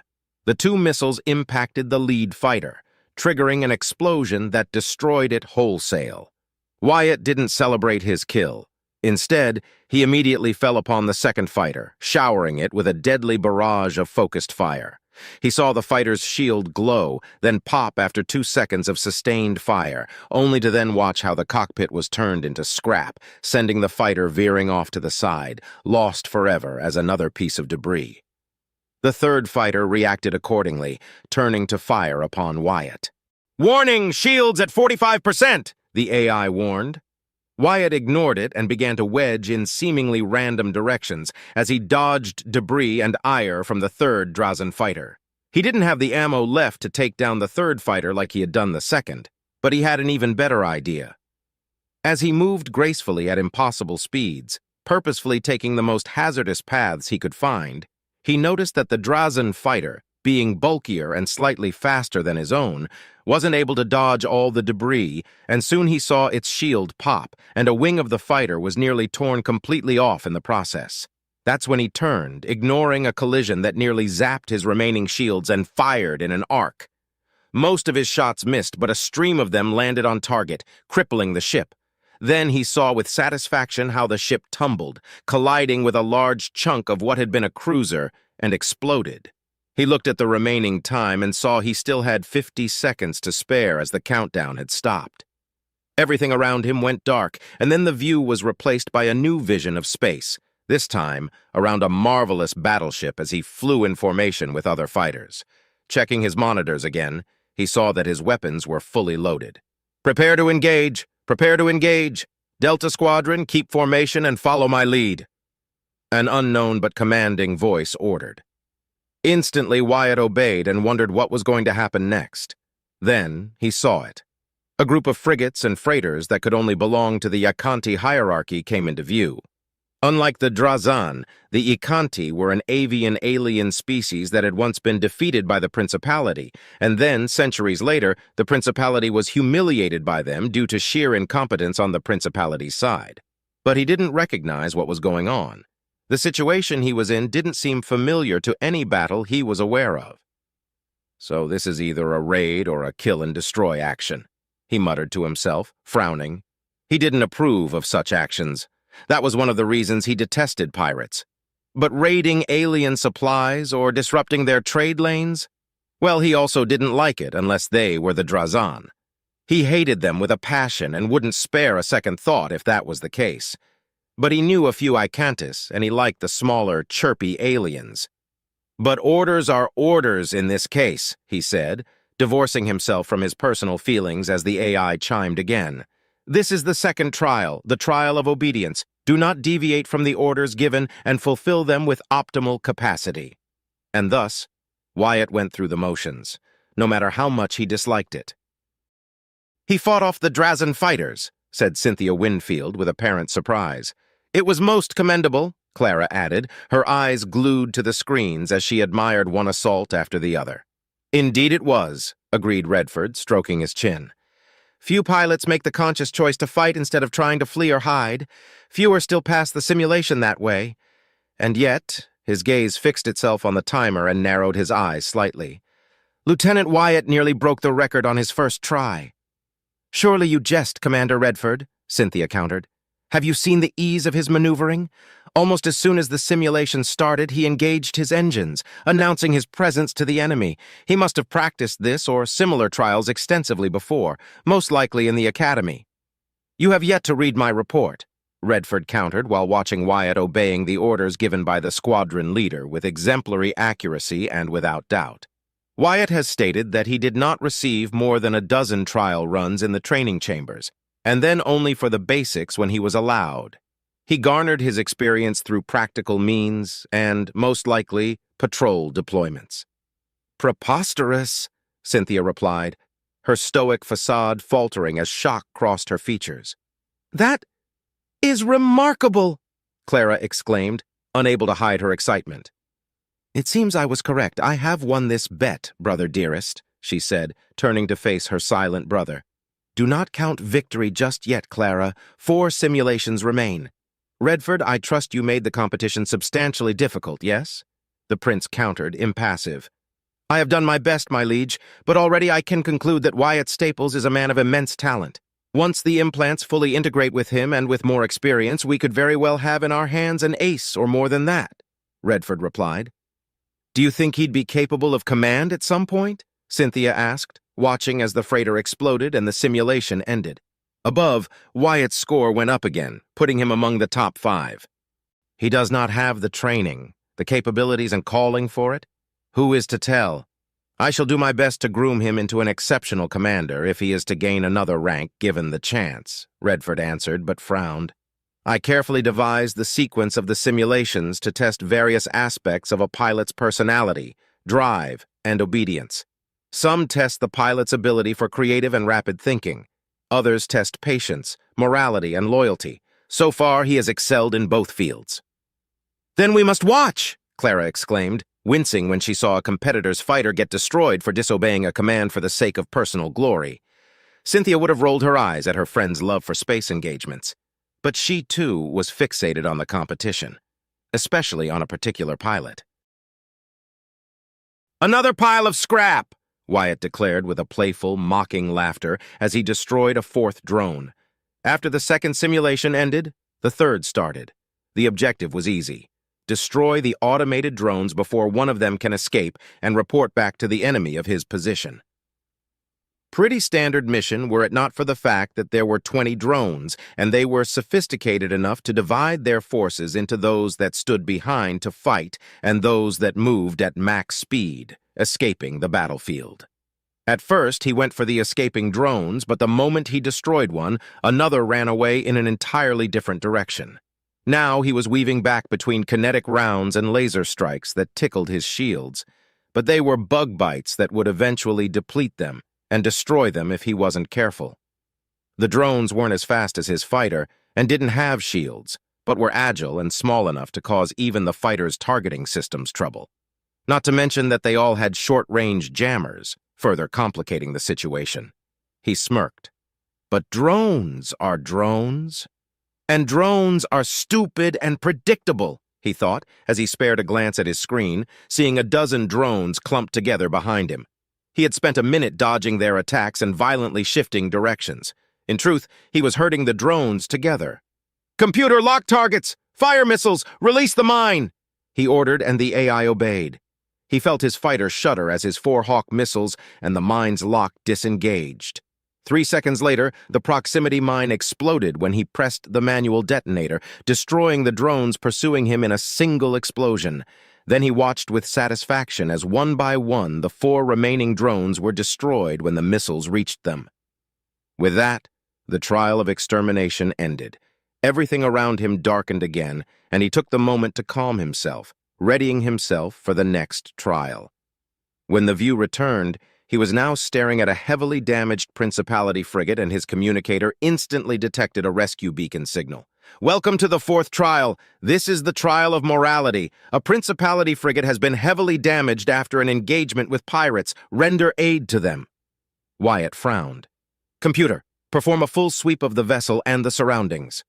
"Performing," the AI replied and remained silent for several seconds. "Complete.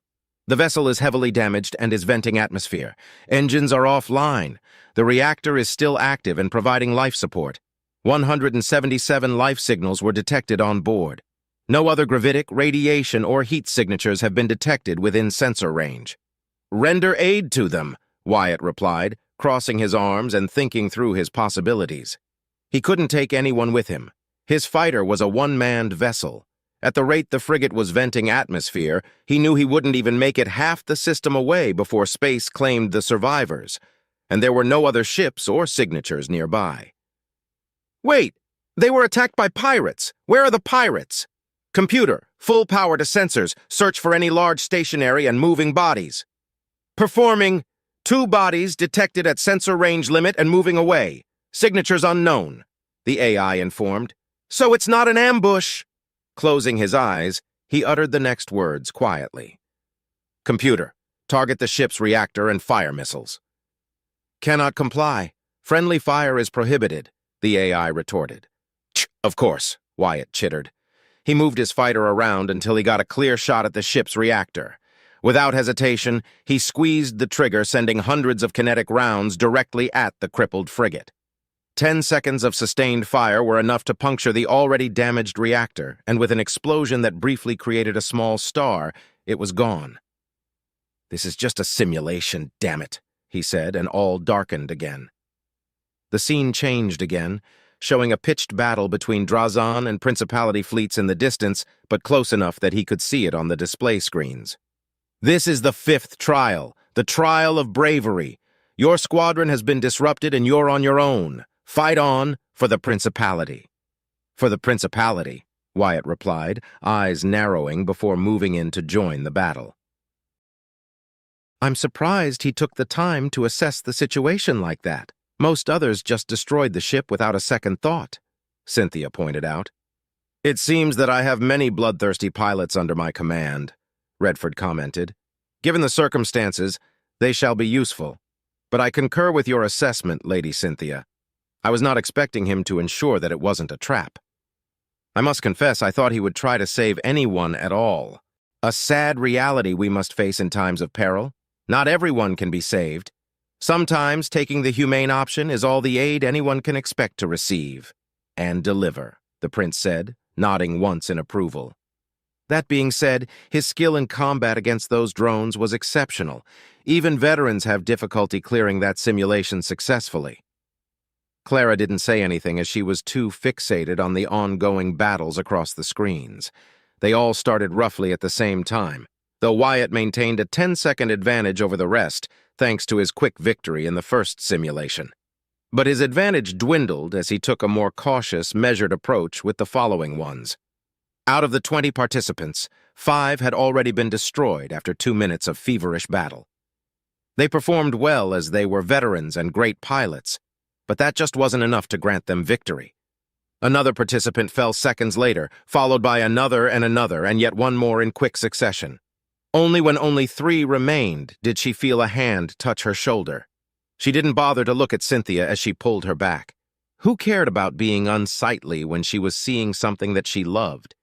She couldn't be a pilot thanks to her status, but she had always loved watching fighter squadrons fly through space and the atmosphere. She had a huge collection of recordings depicting dogfights, and she never missed any of the racing and fighting tournaments. Her love for it was open and on full display, and as she watched Wyatt and the 2 remaining participants do their best in their simulations, she couldn't help but smile when the scripted destruction of the Drazan flagship signaled the end of the simulation. She relaxed in her seat, sighing contently as she watched Wyatt's name go from 4th place to 3rd. Commander Redford, why is Wyatt in 3rd place? His performance so far, in my not insignificant opinion, has been most excellent and above the rest of the participants. He should be at the lead. Clara, Cynthia sighed. Your Majesty, Wyatt is a commoner, Redford answered, saying nothing more. Dejected, the princess frowned slightly. Yes, of course. How forgetful of me. I was so enthralled by the performance that Redford, no. Whatever she was going to say died in her throat when she noticed that every screen was black and all at once came to life to show the same scenario. You didn't, Redford. The prince gave out a dignified chuckle. Clara, calm yourself. It wouldn't be a competition without a true test now, would it? Through her time of service and more years being Clara's closest friend, Cynthia came to know several things about her friend's tastes, hobbies, duties, and more. While she didn't share the burning love Clara had for fighter races, shows, tournaments, and dogfights, she knew enough to recognize the 6th and final simulation Redford had prepared for the 20 pilots. ZTK 990, one of the unwinnable scenarios, she muttered. Redford nodded, his face stoic and serious. Better known as honor in death. This is the 6th and final trial, the trial of glory. Die with honor, the AI said. For his part, Wyatt couldn't believe what he was seeing. It was a lone Principality cruiser. There were no stations, no asteroids, no planets, moons, or anything else he could use as cover. Just pure, open, cold space between the cruiser and his lone fighter. "Die with honor?" he muttered. Then he gritted his teeth. "Die with honor?" he shouted, hitting his armrests at the same time. "A cruiser set against a single fighter? How am I to die with honor? Honor, honor, it says. What the fuck is even honor worth if I'm dead?" He spat angrily. Die with honor. What a joke. Only a petulant blue blood could come up with something so stupid. Die with honor, my ass. "If I have to die, then I'll welcome it. But not like this. Not when I can still do something. Die with honor? Screw that," he chanted, his veins pumping hot iron instead of blood at that precise moment. Then he analyzed his situation. "My missiles won't do anything to the cruiser. At best, the mine could weaken its shields first somewhat. My guns are useless. My only advantage is my size and speed, but that cruiser has enough missiles to swarm me.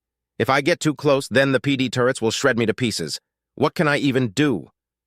As he pondered his situation, he noticed that the cruiser wasn't doing anything. It was waiting for him to make the first move. An eternity passed, or maybe it was just a minute, perhaps more, perhaps less. Time lost meaning as Wyatt tried to come up with any solution whatsoever. Eventually, he smirked. "Die with honor? I rather live in shame," he said, and his fighter began to move. "There goes another one," Cynthia exclaimed, as the 15th participant's ship exploded. "At least this one opened communications first." 9 surrendered their ship and were destroyed for cowardice. 3 more tried to negotiate and were destroyed for insubordination. 2 attempted to fight back and were destroyed for treason, Redford listed. "Make that 10 surrender attempts now," he said as the 16th ship exploded. Clara said nothing as she stared at the screens, and the large, bold word now appearing on 16 of them. Defeat.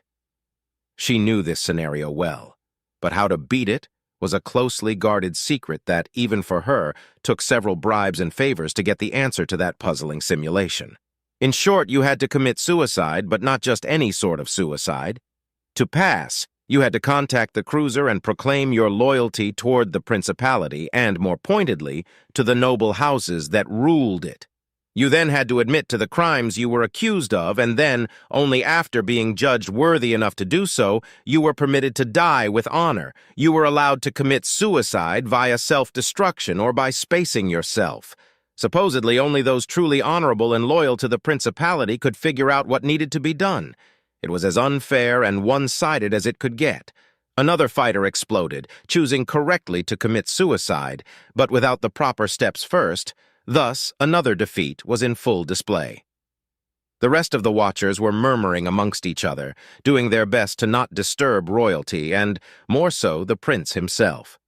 But she could make out faint bets being claimed, jests, and other unsavory comments here and there. When the 18th ship exploded and was shortly followed by the 19th, her sole focus remained on Wyatt's screen. He had not moved in over 3 minutes now, she noticed. "What is he waiting for?" Cynthia questioned. "Surely even he must realize there is no winning this. No matter how talented of a pilot he is, victory is impossible in those circumstances." Redford was about to comment something when all of a sudden Wyatt's ship surged forth, quickly reaching maximum speed. "What is he doing?" he asked, astonished. "Something unorthodox, I presume," the prince said, lips curling into a barely perceptible smirk. Clara watched intently as Wyatt's fighter launched all 4 Hawk missiles, but they didn't surge forth right away. Instead, they formed up below his fighter only for the mine to be released along with its clamp. The magnetic clamp latched itself to one of the missiles, and then they ventured forth quickly. The cruiser then launched its counter-assault in the form of a dozen missiles and a series of kinetic projectiles. Its 2 railguns were just warming up and wouldn't be able to intercept the fighter for a few seconds yet. The fighter weaved and moved gracefully yet violently to avoid the incoming fire, deploying all of its flares to further confuse the cruiser's targeting system. Then, the fighter activated its emergency afterburner and suddenly tripled in speed. "Is he insane?" Redford declared, not believing what he was seeing. In truth, no one watching could believe what they were seeing. The fighter was now going too fast, and thanks to the scrambled and confused targeting system of the cruiser, it failed to take it down as it left a plume of white, hot light behind it. Seconds seemed to stretch for hours until the small fighter, traveling at impossible speeds, enough to liquefy the bones of its pilot, slammed against the shields of the cruiser with the strength equivalent of a nuclear warhead. It was more than enough to knock the shields down, but caused no more than a few cosmetic scratches on the outer hull. Wyatt's suicidal ditch effort had, it seemed, failed. That is, of course, until the missiles arrived 5 seconds after the initial impact.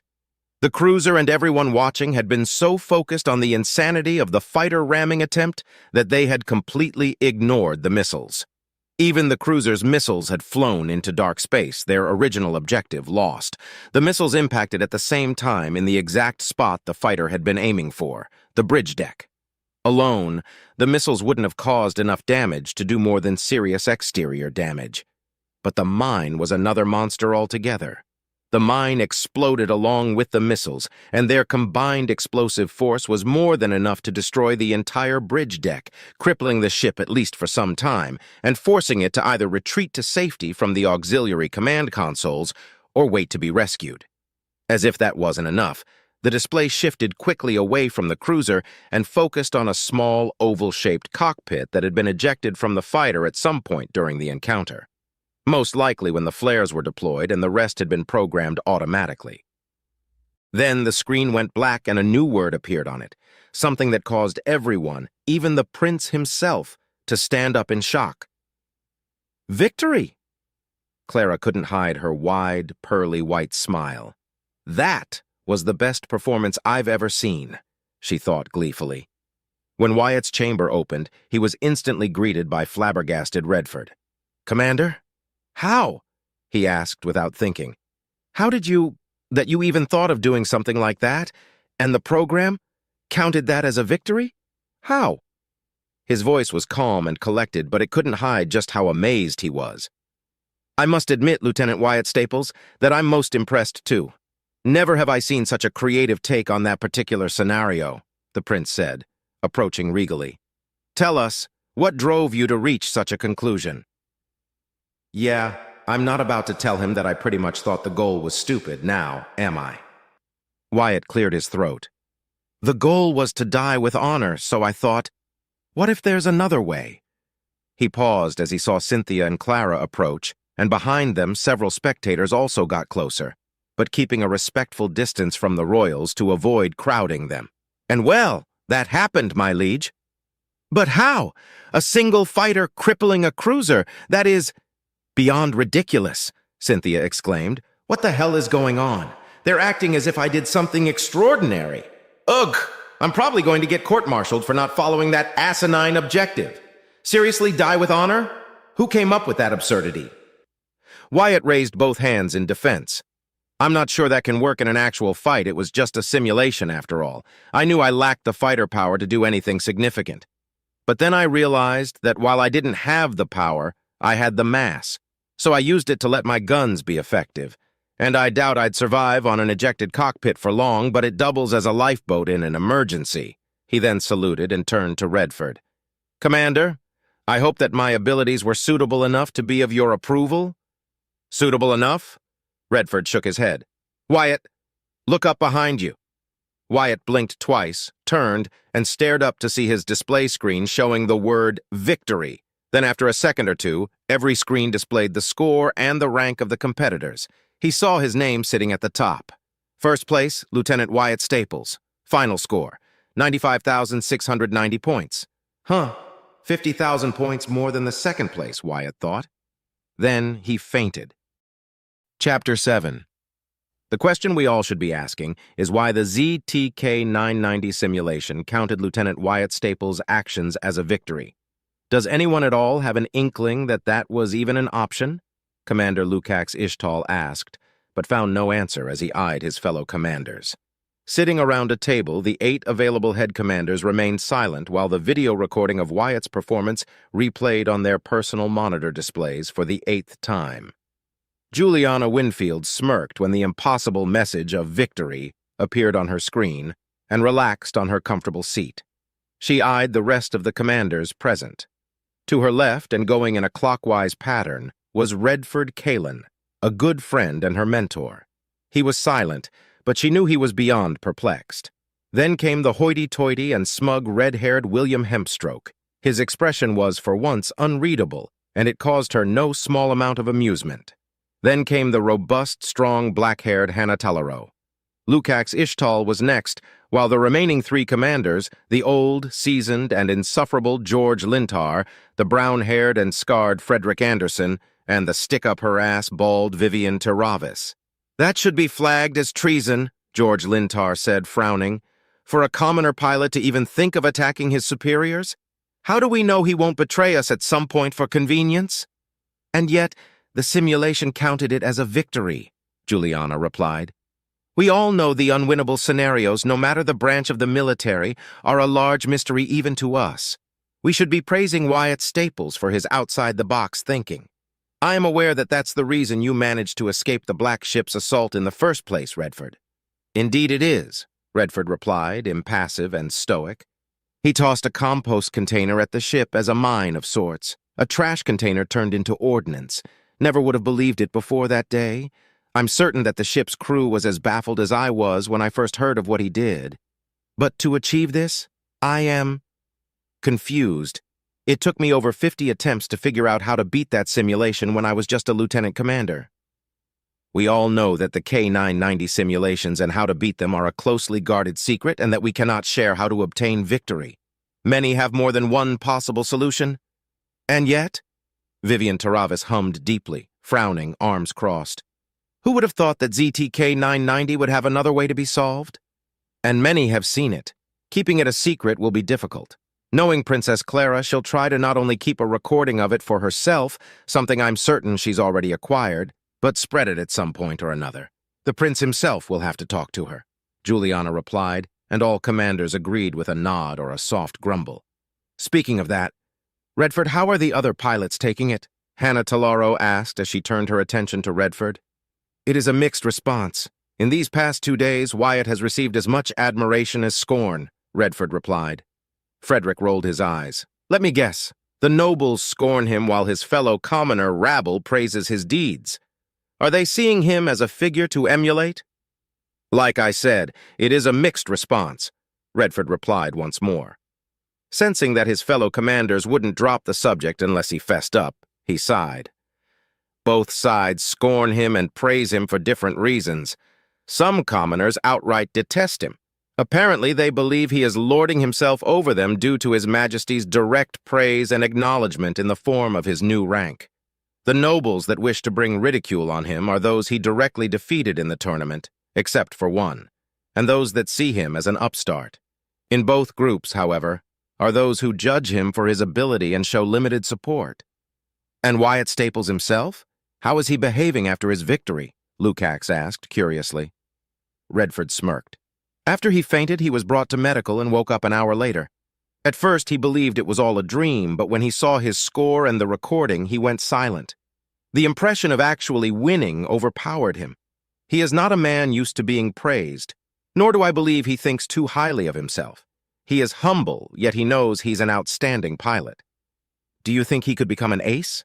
William asked, intrigued. After his display in the simulations, I do not know. Redford leaned forth. His attitude is paradoxical to me.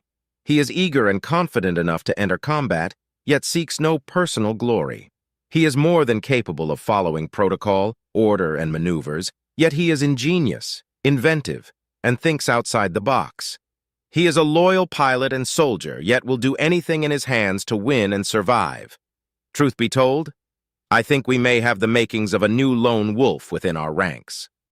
You must surely be joking, Redford, George proclaimed, while William and Frederick nodded in agreement. A commoner cannot be a lone wolf. He lacks the training and the connections necessary to be one. Commoners serve, and nobles lead. That has always been the fundamental cornerstone of the principality. And yet, there have been exceptional commoners who have risen to a noble status, minor or grand, inconsequential or impactful it has happened, Vivian replied, eyes wandering to Redford. House Kalen is one such an example, and no one doubts it's more than 1,000 years of noble bloodline, correct? True, but the sheer thought that a garbage hauler and a lowly pilot could achieve such a status. Preposterous, George countered.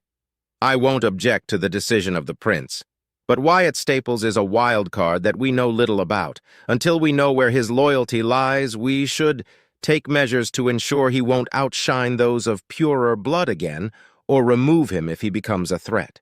I agree, but only after a thorough investigation we will decide what we shall do, Juliana remarked.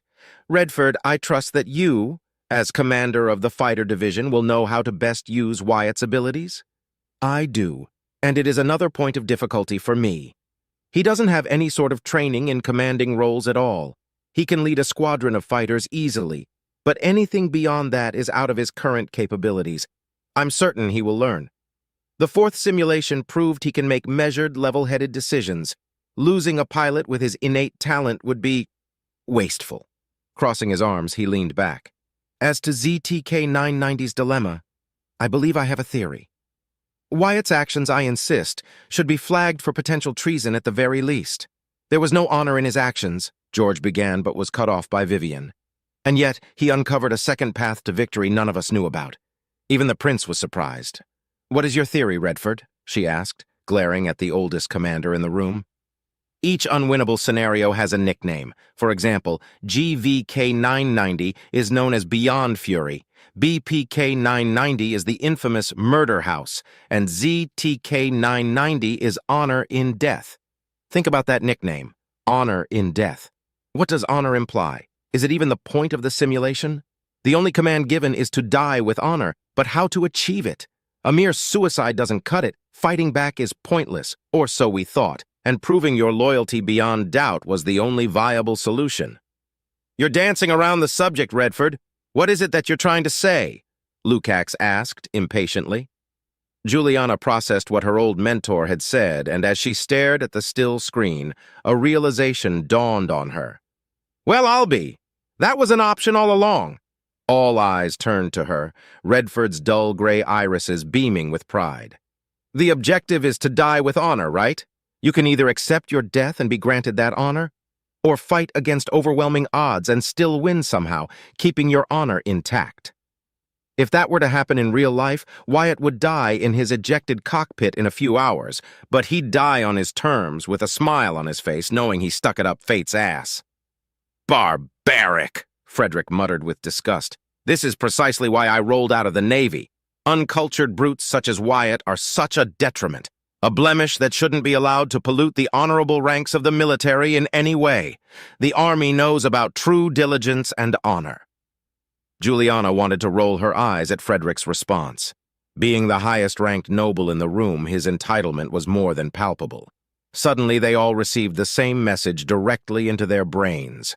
Arrival at Gin Track successful.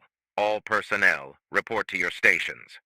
It seems our reunion will have to be concluded earlier than expected, Redford said as all 8 commanders stood up at the same time. Juliana, a word if you will? Juliana gave her mentor a curt nod and waited until the rest left the room. Once their privacy was ensured, she asked with a raised eyebrow, What is it, Redford? I've received reports that state Cynthia has been training with Wyatt. Have you authorized this? He asked gently. Juliana was momentarily stunned, then chuckled full of mirth. No, I didn't. I'm sure Clara has something to do with it. What sort of training is my sister giving your new star pilot, Redford? Hand-to-hand combat, marksman practice, and endurance training so he can get used to the Kinetor implant. He paused, frowning. What they did to him is unacceptable. I must thank Cynthia for filing a complaint herself. Juliana nodded. And you took a gamble by vouching for him to get those implants, Redford. It seems it paid off. Another chuckle escaped her lips. How is my sister treating the budding lieutenant? Don't tell me he is also a prodigy in those fields. Redford laughed. If defeat is a learning experience, then Wyatt has been receiving an intense data stream upload these past 2 days. Cynthia shows him no mercy. Juliana smirked widely. As it should be. Again, Cynthia ordered as she stood over the panting man that was Wyatt Staples. Give me a moment, please. Wyatt begged and was not ashamed to do so. His lungs burned, his muscles were sore, and he was sure he'd sprained muscles he didn't know he had before. 2 days. 2 days of this torture. Training. This isn't training. This is agony, Wyatt thought as his chest heaved with exertion. After his surprising victory and everything that brought with it, he found himself being metaphorically dragged by the blue-haired woman to the gym area. There, she proceeded to teach him several warm-up routines that he found satisfying despite not focusing on his physical training all that much. Then, the terror began. She was a predatory bird watching him obey her commands, push-ups, sit-ups, weightlifting, treadmill running, focused breathing, and more just to test his endurance. It was the amount and the speed at which she wanted her orders fulfilled that were a torment to meet, and worst of all, every mistake was met by a thwack of her rod that hurt like hell, but left no bruises behind. After the endurance training, she wanted to test his hand-to-hand skills, of which he had none. He was never good at fighting with his fists. Martial arts were puzzling at best, and anything more elaborate than throwing a punch, kicking something, or headbutting was beyond his capabilities. As a result, Cynthia handed him his ass every time. Their first duel ended before he knew what had happened. It wasn't particularly fair either, as she never took off her armor, and he was forced to do everything in training shorts, a tank top, and sports shoes. My only saving grace is my skill with the rifle, he thought as he struggled to stand up, knowing he'd be back down before long. He wasn't a particularly good shot, but he wasn't terrible either. He was no marksman or sniper, but he knew how to shoot a gun. Shaking his head, he stood up to shaky feet. He then brought his arms up, his hands curled into fists, taking a defensive stance. Cynthia sighed. Your posture is horrible. Part your feet more, lower your back, and take a firmer stance. Did you learn nothing about combat in the academy? Obeying her commands as best he could, he replied, I was never fond of using my fists to fight. Using something like a plasma cutter, a sword, axe, or any sort of melee weapon only endangers me and those around me. I can still throw grenades and use firearms as you've seen, Cynthia, he replied. Why does this matter anyway? What if you're challenged to a duel, Wyatt, or you don't have a gun in the middle of a fight? You may be a fighter pilot first and foremost, but you are still a pilot, and you may be required to fly other vessels. You need to be prepared, she said, relaxing her posture, and so far I'm not impressed. Now come at me. Challenge to a duel? Why would I ever accept that? I'm not a noble, and even if I was, I would never accept a duel.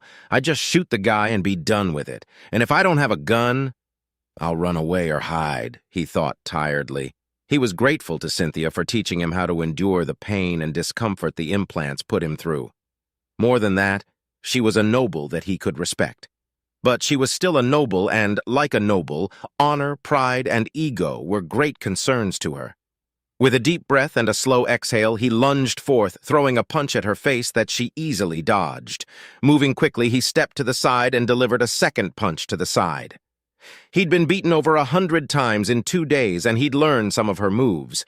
Not that it did any good, and she simply blocked his fist, grabbed his wrist, and the next second he was on the air before hitting the mat with his back again. Gah! He cried out and gasped for air.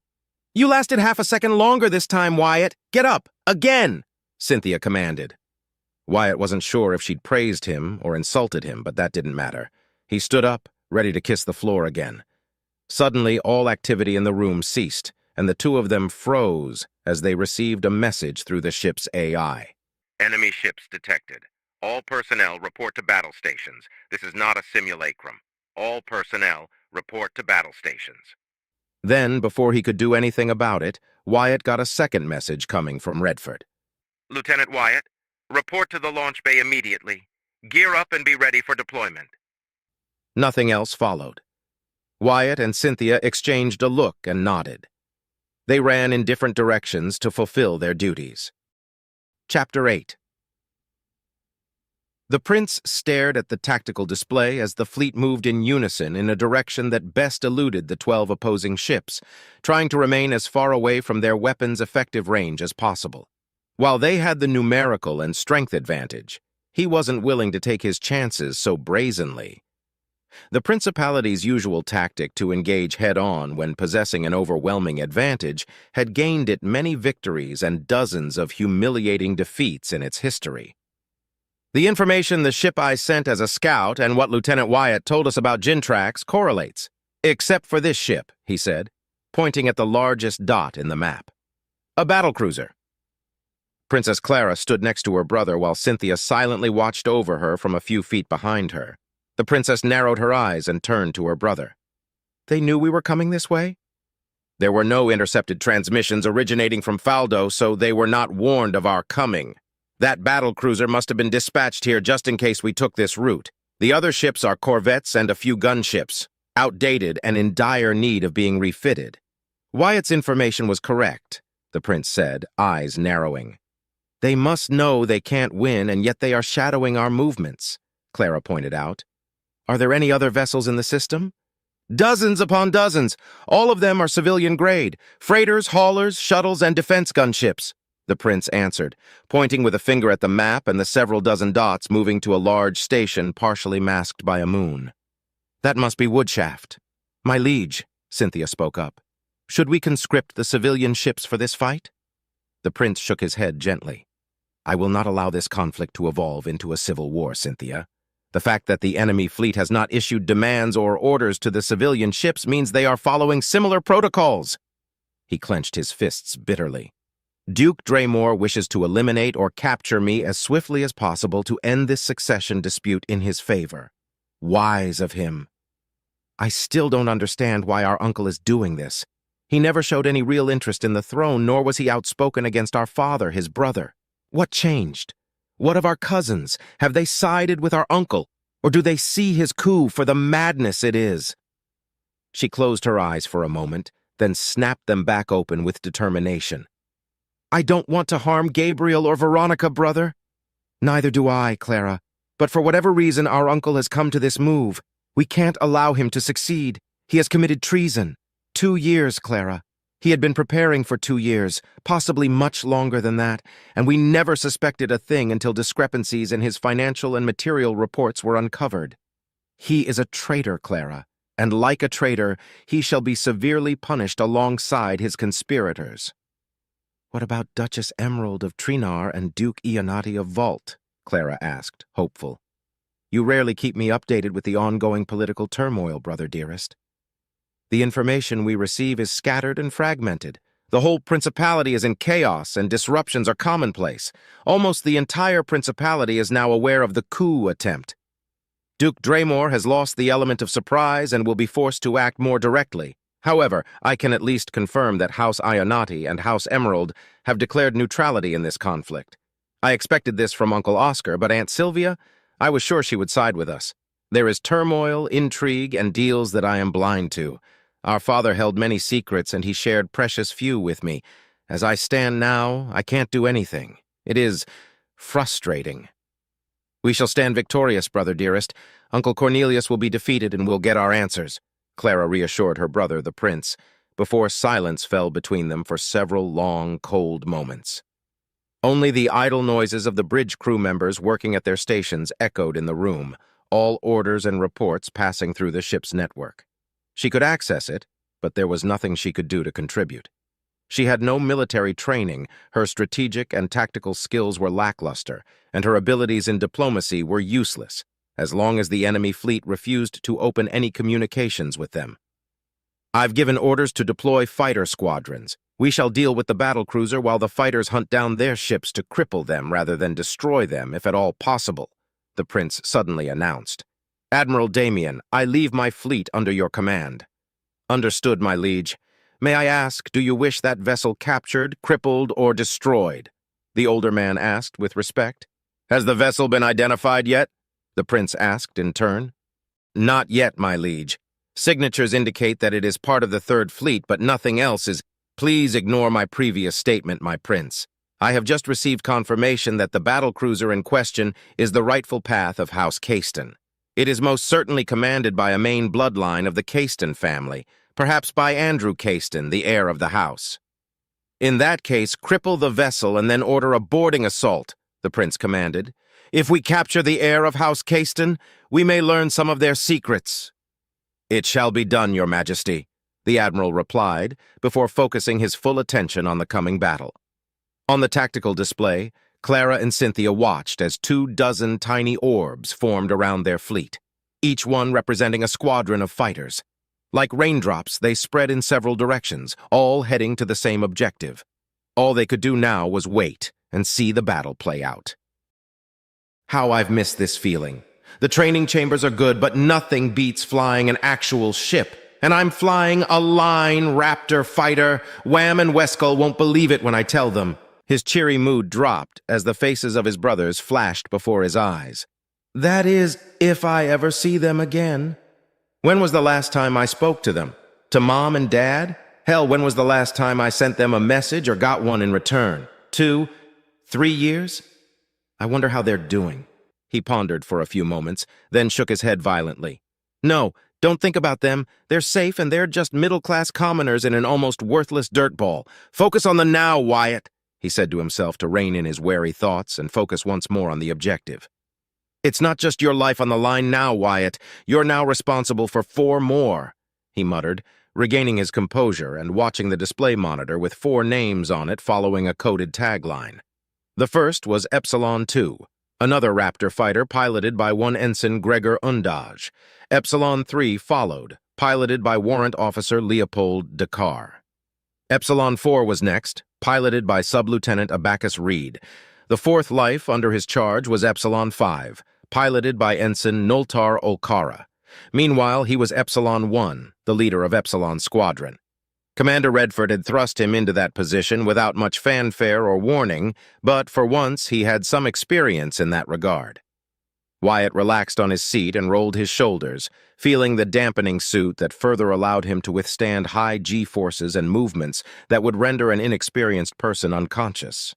Or worse, within moments. It was tight but not distracting or obtrusive at all, but that was not the reason he rolled his shoulders. The reason was that he was no longer sore nor tired after enduring Cynthia's torture session barely an hour earlier. A chuckle escaped his throat.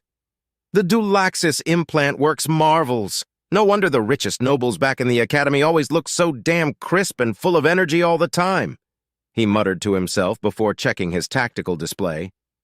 He and his 3 partner squadrons were still far away from their objective, a rundown corvette on the outer shell of the enemy formation. He could already see the few fighters the beast of a battlecruiser had at its disposal deploying, but were not moving to intercept any fighter squadron so far. They would wait within the protective umbrella of the ship's PD cannons and turrets before engaging the stragglers. Simple, but effective. He frowned at the display, seeing the fleets slowly moving and the Prince's fleet peel a few ships, mainly frigates, 2 destroyers, and a light cruiser to start harassing the battlecruiser. Why are they even fighting? Are they just delaying us, or do they have suicidal orders? What's their game? His thoughts were interrupted when his radio chimed in. Epsilon, Nu, and Omicron squadrons, this is Delta 1. Squadron leaders, report in. Epsilon 1 reporting, he replied almost instantly, hearing the other 2 reply shortly after one another. This is Nu 1 reporting. Omicron 1 here. Systems nominal. We have our orders. Cripple our objective and move in to assist where needed after that. This will be a cakewalk. Fly with honor and fight for the Prince and the Principality. Try not to get shot down, Delta 1 said.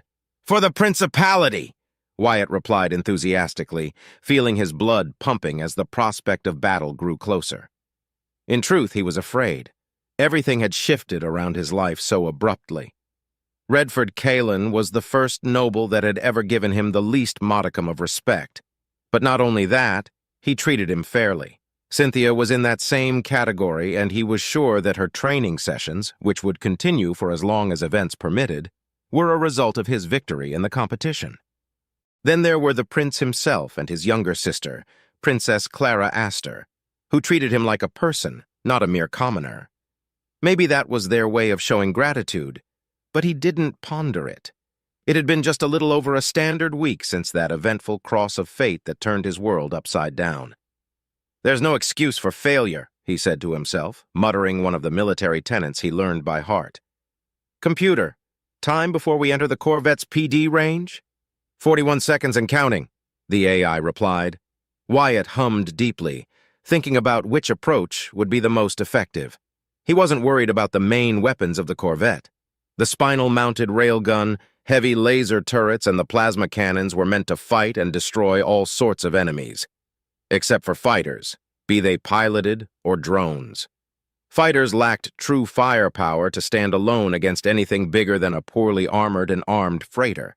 The armor plating was there mainly to hold the ship itself together and protect from micro-impacts. The shields were enough to withstand a few shots, but were, as an instructor once put it, paper-thin.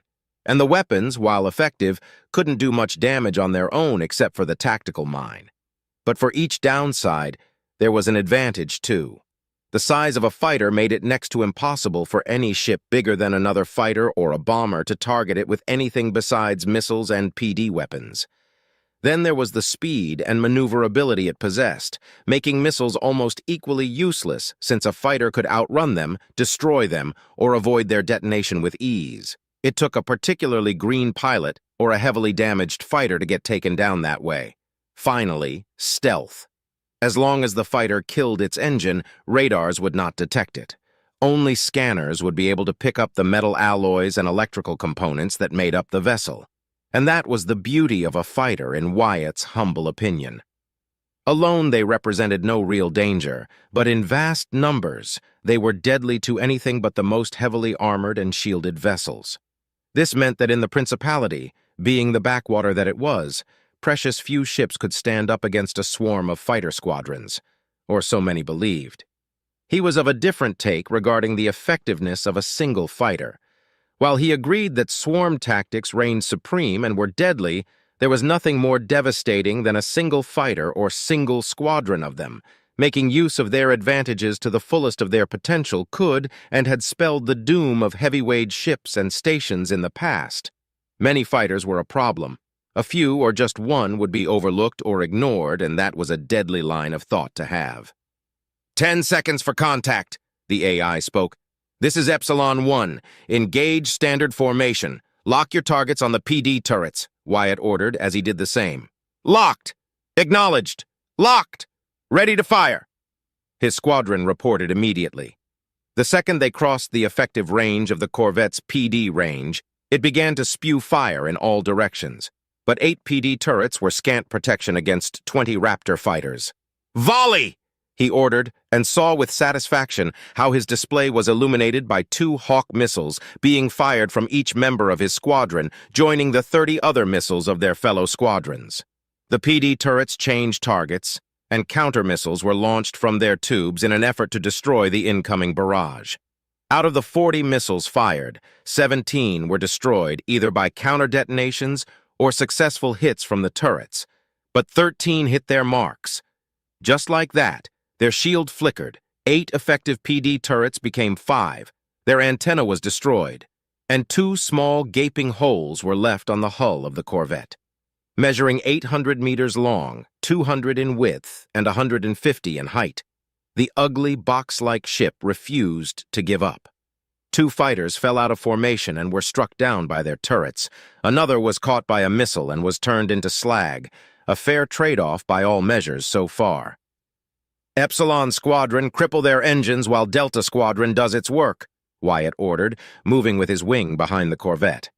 From his monitor, and thanks to the external cameras, the several hundred-kilometer distance between them and the ship was all but inconsequential as they quickly moved into effective range of their coil guns.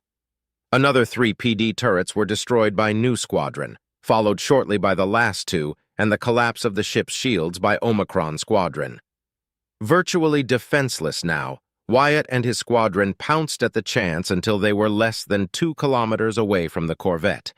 There was no need to get any closer as they could just pepper the engines at a safe distance. So close that if he had a window, he would be able to see the ship with his naked eye. Maintain distance and focus fire on their engines. Cripple it, he commanded and squeezed the trigger. The rattling of the coil guns made his fighter vibrate, and he watched with satisfaction how a deluge of white-hot pieces of accelerated metal slammed against the side of the Corvette's engines, slowly chipping at it and ensuring an eventual tearing effect. Alert! Epsilon 4 is moving out of formation, the AI warned. Wyatt watched his tactical display and saw that indeed Epsilon 4 was moving in closer to the corvette. Epsilon 4, return to formation immediately. What do you think you're doing? I can't stand it anymore. Taking orders from you is humiliating. Why would Commander Redford put you in charge of the squadron?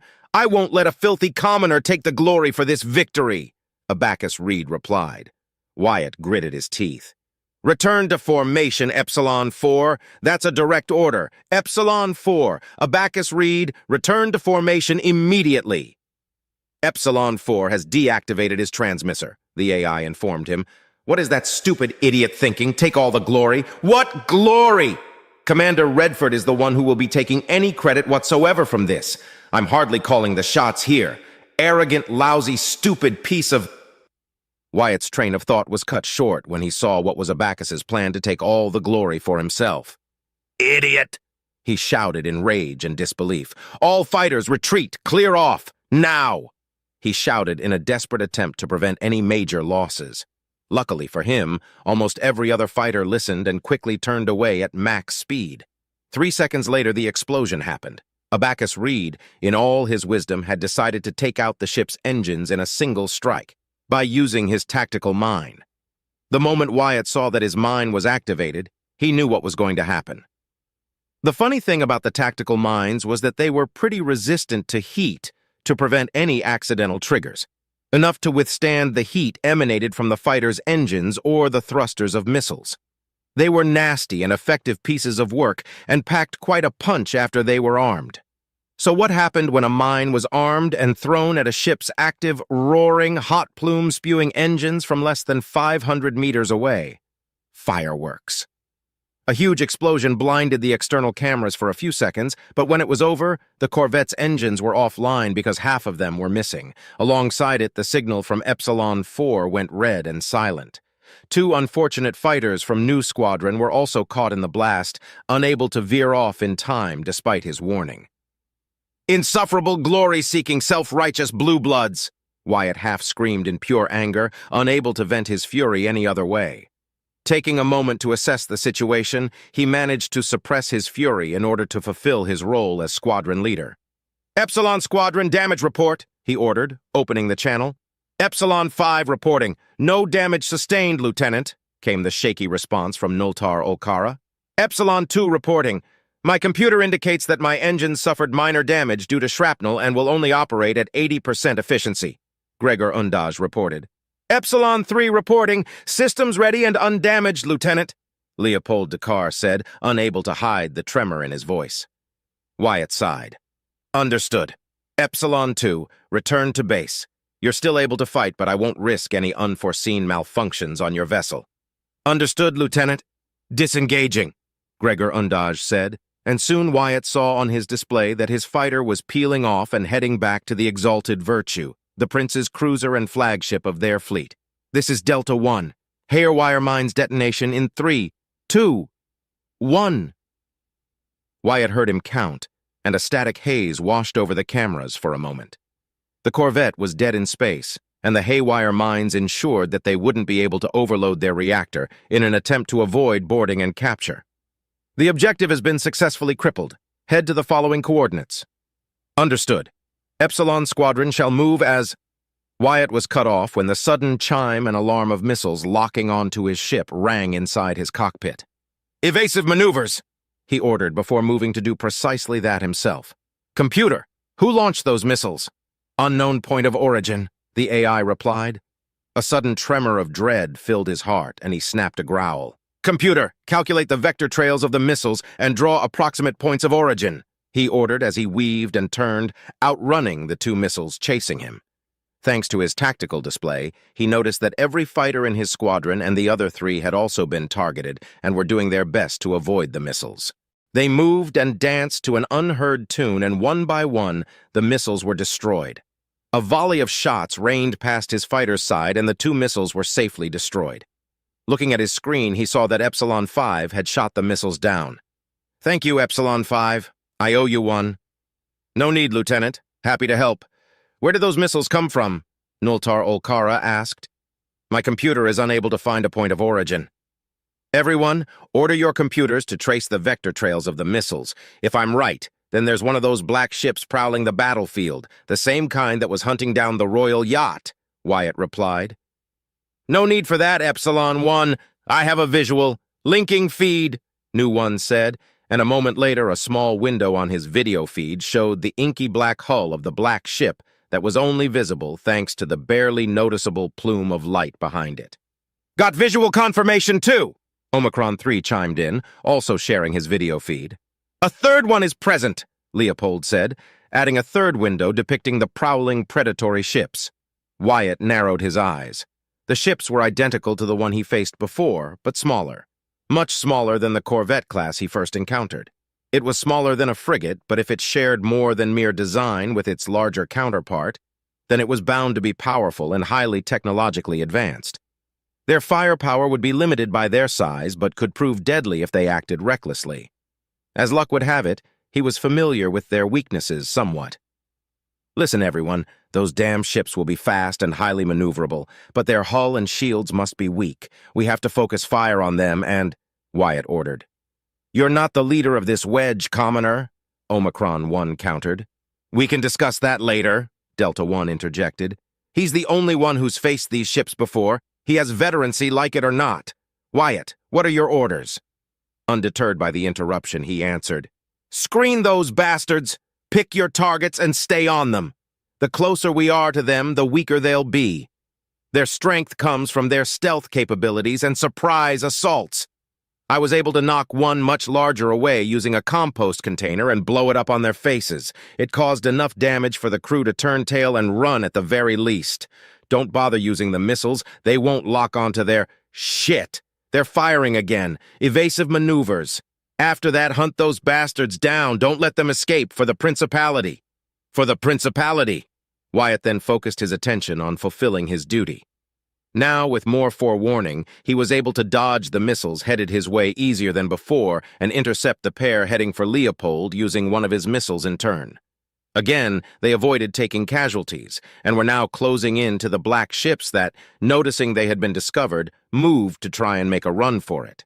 But it was too late for them. If they were anything like the corvette-class black ship, then these ships would also be capable of keeping up with the royal yacht in terms of speed, and seemed to be armed with plenty of missiles despite their relatively small size.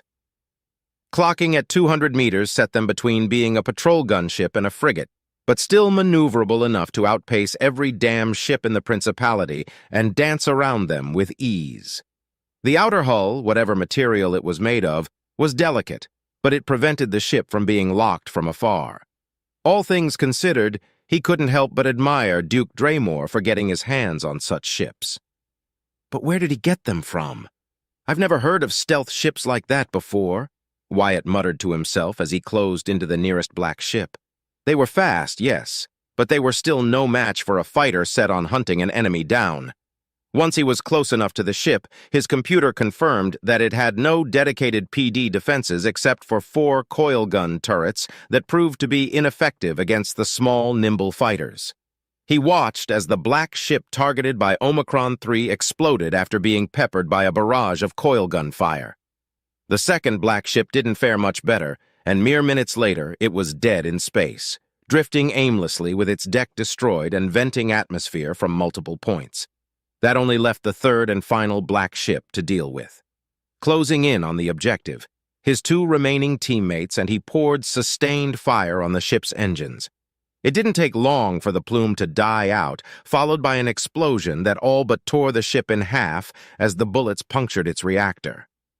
Those can't be the only ones, Delta 1 said through the radio. Well done, Wyatt. Do you know how to detect them before they engage? No. I don't understand how their stealth systems work, but it is highly effective. How did Duke Draymore and his forces get a hold of vessels like that, and for what purpose? Wyatt questioned himself again, unable to come up with a logical answer, and trying to decipher what role, aside from pursuers and performing ambush tactics, those black ships could provide. Figures. An uneducated commoner can't be trusted with any leadership position, Omicron 1 replied. You can't even answer a trivial question decisively. I'd like to see you come up with an answer yourself, Tayo. New One joined the conversation. Isn't it obvious? That damnable traitor has no honor. Who else but a weakling and a backstabber would make use of shameful ships like these? Omicron 1 replied with not a single ounce of doubt in his statement. Wyatt felt like facepalming at the sheer absurdity of what he'd just heard. Victory cares not about honor, you high and mighty blue blood.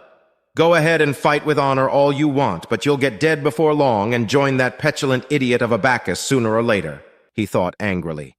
And at that moment lamented the loss of the two pilots that died due to Abacus's wounded pride. Be that as it may, the battle is still raging and we must move to our next objective. Delta 1 cut through before a fight could break out. Wait, I'm getting a report from Commander Redford. Oh no. Another 8 black ships were detected and engaged, including a cruiser-class one. The Pride of Axtal, Raging Absolution, and Justice Herald have been destroyed. Another 2 ships, the Front of Honor and the Peerless Glory, have been crippled. That damn cruiser-class ship wreaked havoc on our formation. 6 of the black ships were destroyed. The cruiser-class and the surviving small one have managed to disengage and are running away. Goodness gracious, a cruiser shouldn't move that fast. Where did those come from? They were waiting for us. How could this happen? Wyatt was paying no attention to the discussion taking place as his mind connected the dots. The Casten's fleet movements now made sense. They were drawing their fleet into an ideal ambush where those black ships were waiting. Expanding his tactical map, he saw that the original Casten fleet, aside from the now heavily damaged battlecruiser, was either destroyed or crippled. Another dot vanished from his map. A destroyer had been struck down by the largest black ship as it retreated to safety. Computer, calculate that ship's possible vector route and destination. Calculating, the AI replied, and 3 seconds later it showed 4 possible routes, with the most likely being the one closest to his current location. Everyone, head to the marked location, half thrust and with minimal output. They want to play hide and seek? Then so shall we, sharing possible paths and coordinates, he said, sending the results from his computer with the rest of his comrades. Interesting. What do you have in mind, Epsilon 1? Delta 1 asked. Epsilon, Nu, and Omicron squadrons still have our tactical mines. 8 tactical mines in total. We'll set a trap using the mines to block that vector, and we will lie in wait further out. If that cruiser-class ship heads to that vector, we should be able to cripple it or destroy it. We can't let that thing escape to hound us again if we can help it, Wyatt said, and for once none argued against him outright. A few seconds of silence later, a voice came through the speakers. And if the mines fail to take it out? Leopold asked. Then we'll use our remaining missiles. We won't be able to lock onto the ship, but we can set them on a predetermined course. Even if the mines fail to take the ship down, they will cause severe damage. The missiles will then either finish the job or ensure that ship won't be a problem in the future. Hopefully, Wyatt said, admitting that his plan was far from perfect, but desperate times called for desperate measures. And if the ship heads to another vector? Omicron 1 countered as the marker for the black ship blinked out.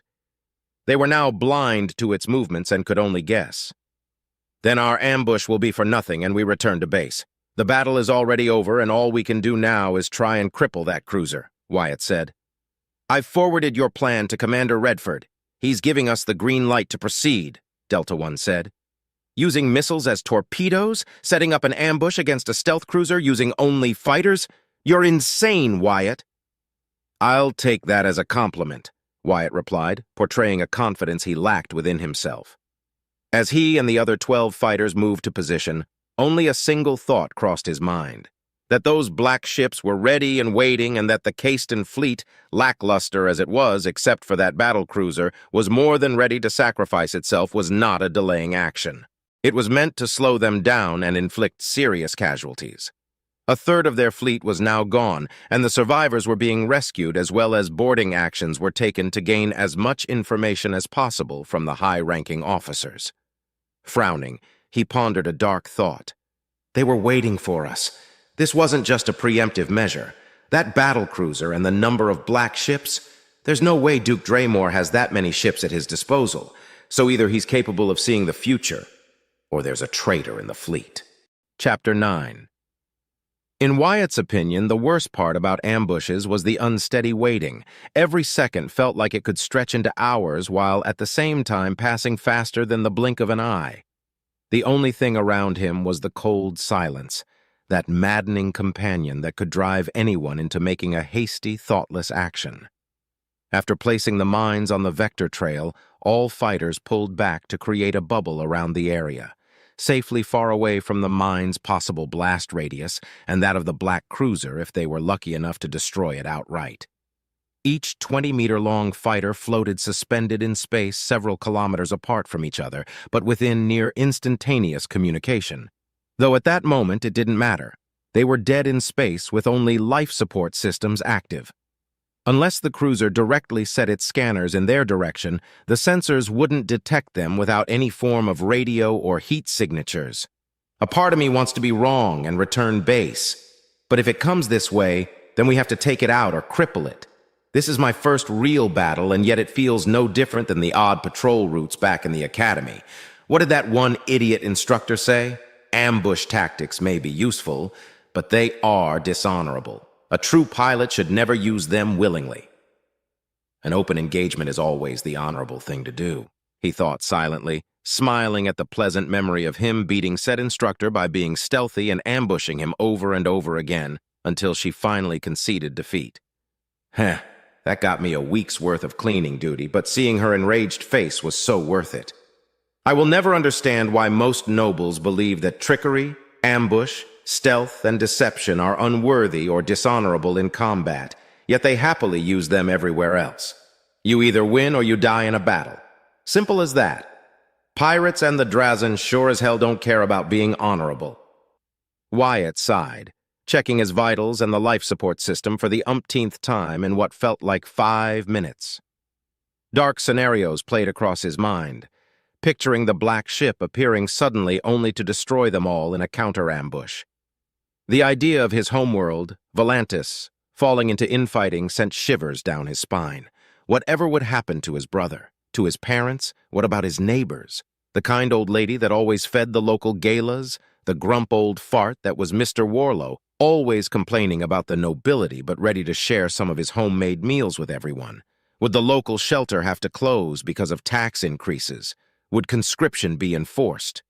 Stop thinking about it, Wyatt. Stop it, he muttered to himself, hands shaking slightly. They'll do their part. They'll survive. Trust the prince. Duke Draymore will be defeated, and peace will come back to the principality. They'll be fine. They'll be fine. This isn't a civil war. Yet, he grumbled, clenching his teeth tightly. Why must you always be such a damn pessimist? He asked no one. Then he chuckled darkly. No, I'm a realist. I'll leave the doom and gloom thinking to someone else. Until things become clear, I'll do my best to aid the prince in achieving victory. But I do wonder, though, why did Duke Draymore stage a coup in the first place? Most nobles are power-hungry, glory-seeking, and self-righteous by nature, but Duke Draymore was always portrayed as a level-headed noble.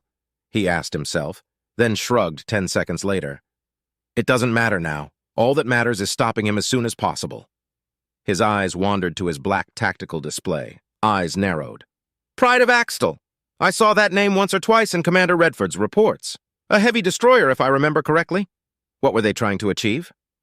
Humming deeply, he crossed his arms. I'm sure the prince is going to order boarding teams to capture any survivors and find out how and why there were so many ships waiting for the fleet's arrival. With any luck, he won't blame me for this debacle, and if he does, well, I just hope it ends quickly. Several more minutes passed in relative silence as he tried his best to remain focused and calm until the AI chimed. Alert! Proximity sensors have detected a faint heat signature approaching quickly. Wyatt felt his heart jump to his throat as he placed his hands on the controllers. Activate external cameras only. Focus on the heat signature, he ordered, and a few seconds later his display monitor showed the smooth black exterior of the black ship that faintly reflected the light of the distant star, masking it as a mere reflection to all but those who knew what they were looking for.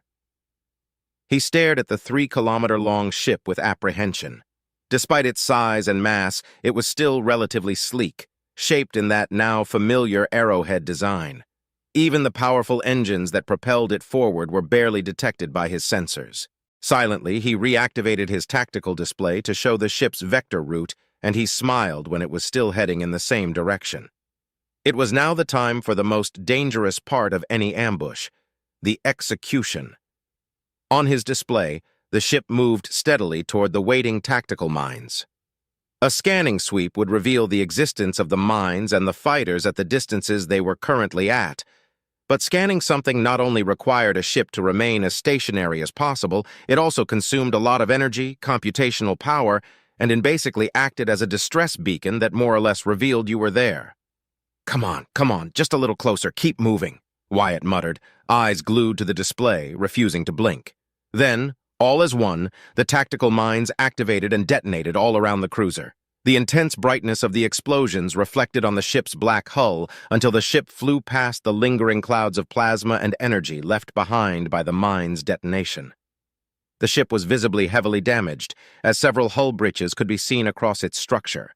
Atmosphere and internal fires were being sucked into the vacuum of space as it moved, and its engines were considerably weakened, but not disabled. "All squadrons, engage!" Delta One ordered as communications returned. With a single command, Wyatt brought his fighter to life in full and turned to pursue the ship. The mines didn't slow it down. Nothing would until something forced the ship to slow down or was captured in the gravitational pull of a stellar body. But now it would be unable to keep its acceleration up anymore. Even better, the explosions had forced it out of its original route, making its escape an even less likely scenario. "Epsilon Squadron, prepare your missiles for a volley," Wyatt ordered as he ran quick calculations that would hit the damaged ship without the need to lock onto it. "New One reporting, we're ready. Omicron 1 here, ready. This is Delta 1. On your word, Epsilon 1. Wyatt felt his throat dry all of a sudden as the idea of sinking the ship crossed his mind. He'd killed before, pirates mostly, and a few Drazan raiders, and he shed no tears for them, but this was different. How many people were on that ship? How many had died already because of his plan? How many more would die? Hundreds? Thousands? "Epsilon 5 reporting, Lieutenant. Ready to fire," Noltar Olkara said. "This is Epsilon 3. Ready." Leopold Dakar's voice came through a second later. Wyatt shook his head, dispelling his doubts. The nobles and commoners aboard were his enemies. They sided with Duke Draymore, and thus they were traitors to the Principality and the Prince. He wasn't stupid either. He knew that most commoners aboard the cruiser, and in every other enemy ship for that matter, were only following orders, unable or unwilling to go against their superiors, or, like himself, found themselves embroiled by forces beyond their control. But like them, he had a duty to uphold, vows to honor, and orders to follow. It wasn't personal nor vindictive. It was simply the nature of battle. One side wins, the other side loses. You either live or you die. "Volley!" he commanded, and the missiles were released. He watched from the tactical display as the volley of missiles lunged forth unimpeded and without changing direction. All the while, he and what remained of the wedge moved in random directions outside the range of any possible PD turrets and other countermeasures the cruiser was equipped with. A wise choice, for as soon as the missiles entered the effective range of the cruiser's theoretical defenses, Wyatt detected no less than 20 PD turrets coming to life across the undamaged hull's structure. A dozen counter-missiles were also launched, but explosions followed soon after from the launch tubes. The tactical mines had done their job and had vastly limited the capabilities of the cruiser. And yet what survived made his stomach clench in worry. "I would not want to fight one of those things head-on, not by a long shot," he said as he noticed that the cruiser fired almost blindly at the incoming barrage.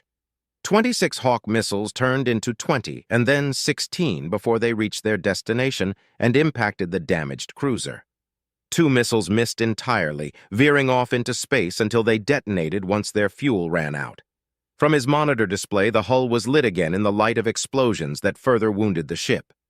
One explosion, though, outshone the rest, and a good chunk of the ship suddenly disappeared in a great ball of fire and superheated metal. One of the missiles had entered through one of the gaping holes on the cruiser and had struck an ammo storage unit. The cruiser's engines died, and the ship stumbled freely across the cosmos like a corpse. "Delta 1, should we move in and finish the job?" Wyatt asked, relieved and happy that his plan had worked as well as it did. "No, I won't risk it. We don't have any missiles left, and we don't know if they are just playing dead, waiting for us to come in close. I'm trying to scan that monster, but my targeting and sensor arrays bounce off its hull even as damaged as it is now. Where did that treacherous bastard find these ships anyway?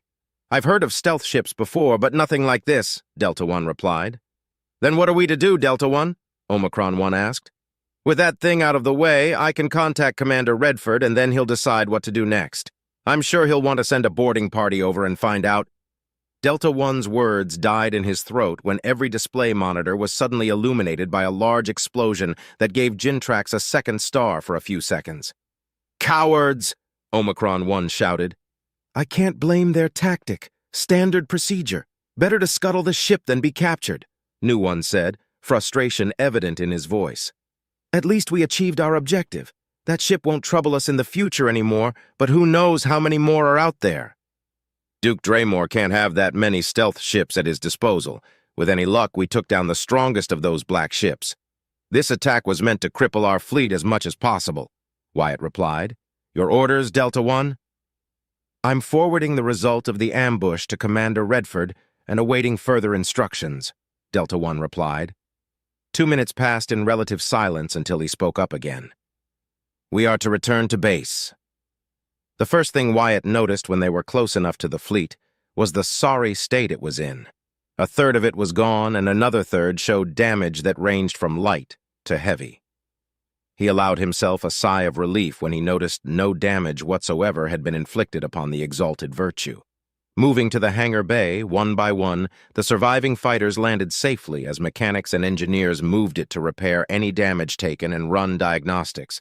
Unhooking his helmet and opening the cockpit, he received a message from Redford. Wyatt, Captain Salazar Reed is heading to the hangar. Do not fall to any provocations. I am on my way. Wyatt suppressed a growl of annoyance, but was thankful that Commander Redford had warned him. I bet the captain will try to blame me for the actions of that idiot. Wouldn't be the first time I'm used as the scapegoat for some petulant noble's misdeeds. Let's get this over with. As he stepped out of his fighter and joined the rest of his squadron, lining in wait for the commanding officer to render a personal report, he saw a fuming, brown-haired man in his 50s, his dull gray eyes showing nothing but contempt and fury as he approached, flanked by a detachment of Marines behind him. His uniform gave away that he was with the Marines, and he was not happy at all. Sparing a quick glance at his comrades, Wyatt saw that they were not at all surprised to see the man heading their way. Ensign Gregor Undaj was the shortest of the group. His slightly grayish hair and his chubby physique made him look unthreatening, but his posture was firm and proud. Warrant Officer Leopold Dakar had short black hair, his eyes brown as he was a commoner like he was, and was pretty average in both appearance and build, though the nasty scar on his neck and left cheek was pretty notable. Finally, Ensign Nultar Okara, his hair was shoulder-length and with a greenish hue. He wasn't particularly handsome either, as his factions were sturdy and devoid of any grace, but the smirk on his lips and his posture were more relaxed than the rest. Lieutenant Wyatt Staples, Captain Salazar Reed called a good 10 meters away, gaining some attention as he stepped forth with heavy, angry stomps. Sir, Wyatt saluted, followed by his companions. The 2 surviving pilots from New Squadron, the 3 from Omicron, and the 4 from Delta also saluted, but kept their mouths shut, watching in silence. Explain to me why my younger brother is dead, Salazar demanded, throwing any sort of protocol out the airlock. Your idiotic and lackluster commanding skills have caused my noble house dearly. Explain yourself now, commoner filth. Sir, Wyatt replied, not bending nor backing away from the accusation. Inside, he was fuming, but it was a manageable anger. He'd dealt with stupid accusations before, though none involved a dead noble. I regret to inform you that I did everything in my power to prevent the unauthorized and disruptive actions of Abacus Reed. Alas, the sub-lieutenant did not heed my orders and acted on his own accord, sir, said the lieutenant, putting extra emphasis on Abacus's faults. Salazar gritted his teeth and clenched his fists in rage. Liar! My brother would never do something so stupid as to break formation. Surely you ordered him to perform a suicidal action? See? This is what happens when an unworthy commoner is given any sort of important leadership position. Abacus should have been the leader of your squadron after the death of the previous leader, but no! He was disgraced and shoved aside in favor of a commoner that got him killed. I shall not stand for this insolency. You shall be severely punished for the disgrace and dishonor you've brought upon the noble House Reed, Wyatt Staples. Even though he couldn't see them, he knew that the other pilots were likely biting down their tongues. Noble standing and military rank made for a convoluted mess of protocols, honorifics, rules, and exceptions that he couldn't be bothered to learn whatsoever. But he knew that no one was allowed to speak out against an officer of higher standing, much less so a noble, unless directly spoken to. I tried to save your stupid brother, you arrogant blue blood, but I have to stall for time now. What can I do? Wyatt thought, and a second later an idea popped into his head. Falling to a knee, he bowed his head before the Salazar. I dare not insult you or your noble house, Lord, but I must object to your decisions, Lord, he said, avoiding saying threats. Your brother, Sub-Lieutenant Abacus Reed, acted on his own accord and against my orders. His actions caused the deaths of 2 pilots from New Squadron, and all of us have both visual and audio recordings to prove that what I say is true, Lord. I once more lament the loss of a precious life of House Reed, but I am faultless in this regard, Lord. You won't get more than that from me, you damnable blue blood. Your stupid brother killed 2 other good pilots and nearly cost us more. You and that worthless pride and ego will have to accept reality, he thought, never allowing his feelings to show. Falsehood, surely, Salazar replied with a growl. Then again, what can anyone expect from a lowly commoner? You know nothing of the virtues of honor, glory, and respect. I shall have you flogged for daring to lie to me, you— He's not lying, Reed! The voice of Nulter Olkara suddenly cut through, and all eyes shifted to him. Your stupid brother couldn't handle being under the command of a commoner and got himself killed, taking another 2 with him for it. Olkara, you dare insult the memory of my brother in such a manner? Salazar countered, fuming and ready to throw a punch. What's more, you dare speak out of turn and to a superior officer? How am I to do otherwise when your claims are not only unjust but false? We have the evidence, we have recordings. Accept reality and swallow your pride for once, Reed, Nultar said, eyes narrowing. Then he smirked mockingly. Not that you much of it in the first place, now is it? Wyatt stared dumbly at the interaction of the 2 nobles. He'd seen a few confrontations before, but none had been so brazen as the one happening before his eyes. As soon as Salazar reached for his holstered pistol, though, his escort tensed, and Nultar's eyes focused on the offended noble. Commander on deck, a voice announced. Like that, every shred of hostility was dispelled as Salazar had to turn around to salute Commander Redford, flanked by 2 Marines. At ease, Redford commanded, and everyone obeyed. Captain Salazar, may I inquire why you're hounding one of my pilots? Commander Redford, Salazar began, undeterred but showing respect to his superior. Lieutenant Wyatt's actions resulted in the death of my brother. I claim retribution by right of honor. Denied! Redford's single utterance was heavy and left no room for debate.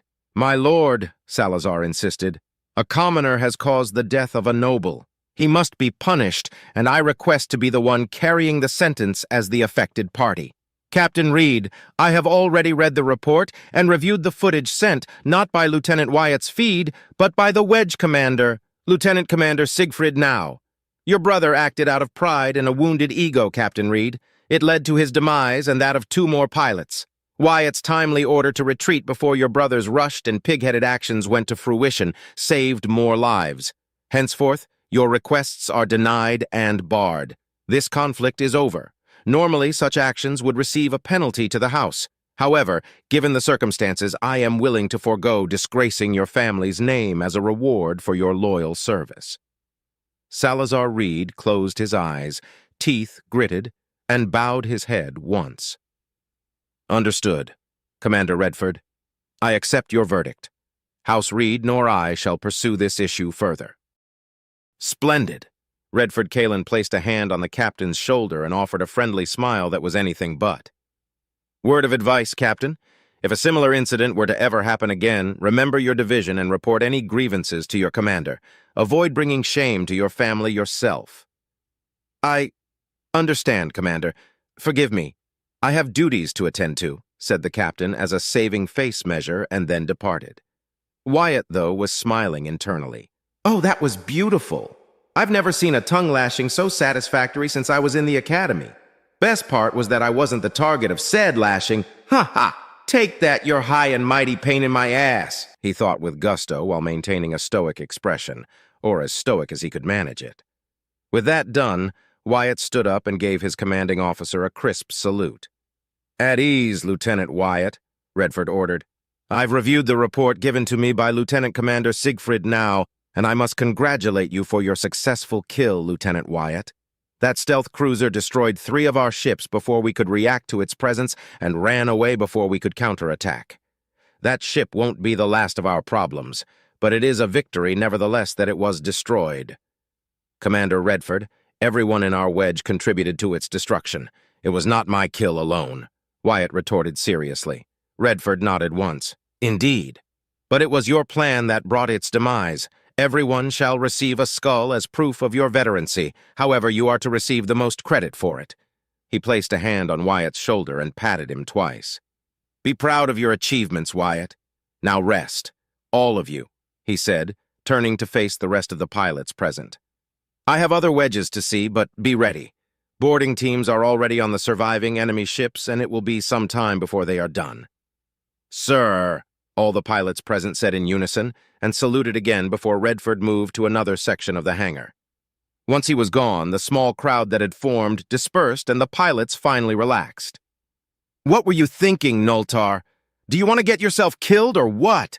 Leopold asked, punching Nultar's shoulder. Gregor rolled his eyes.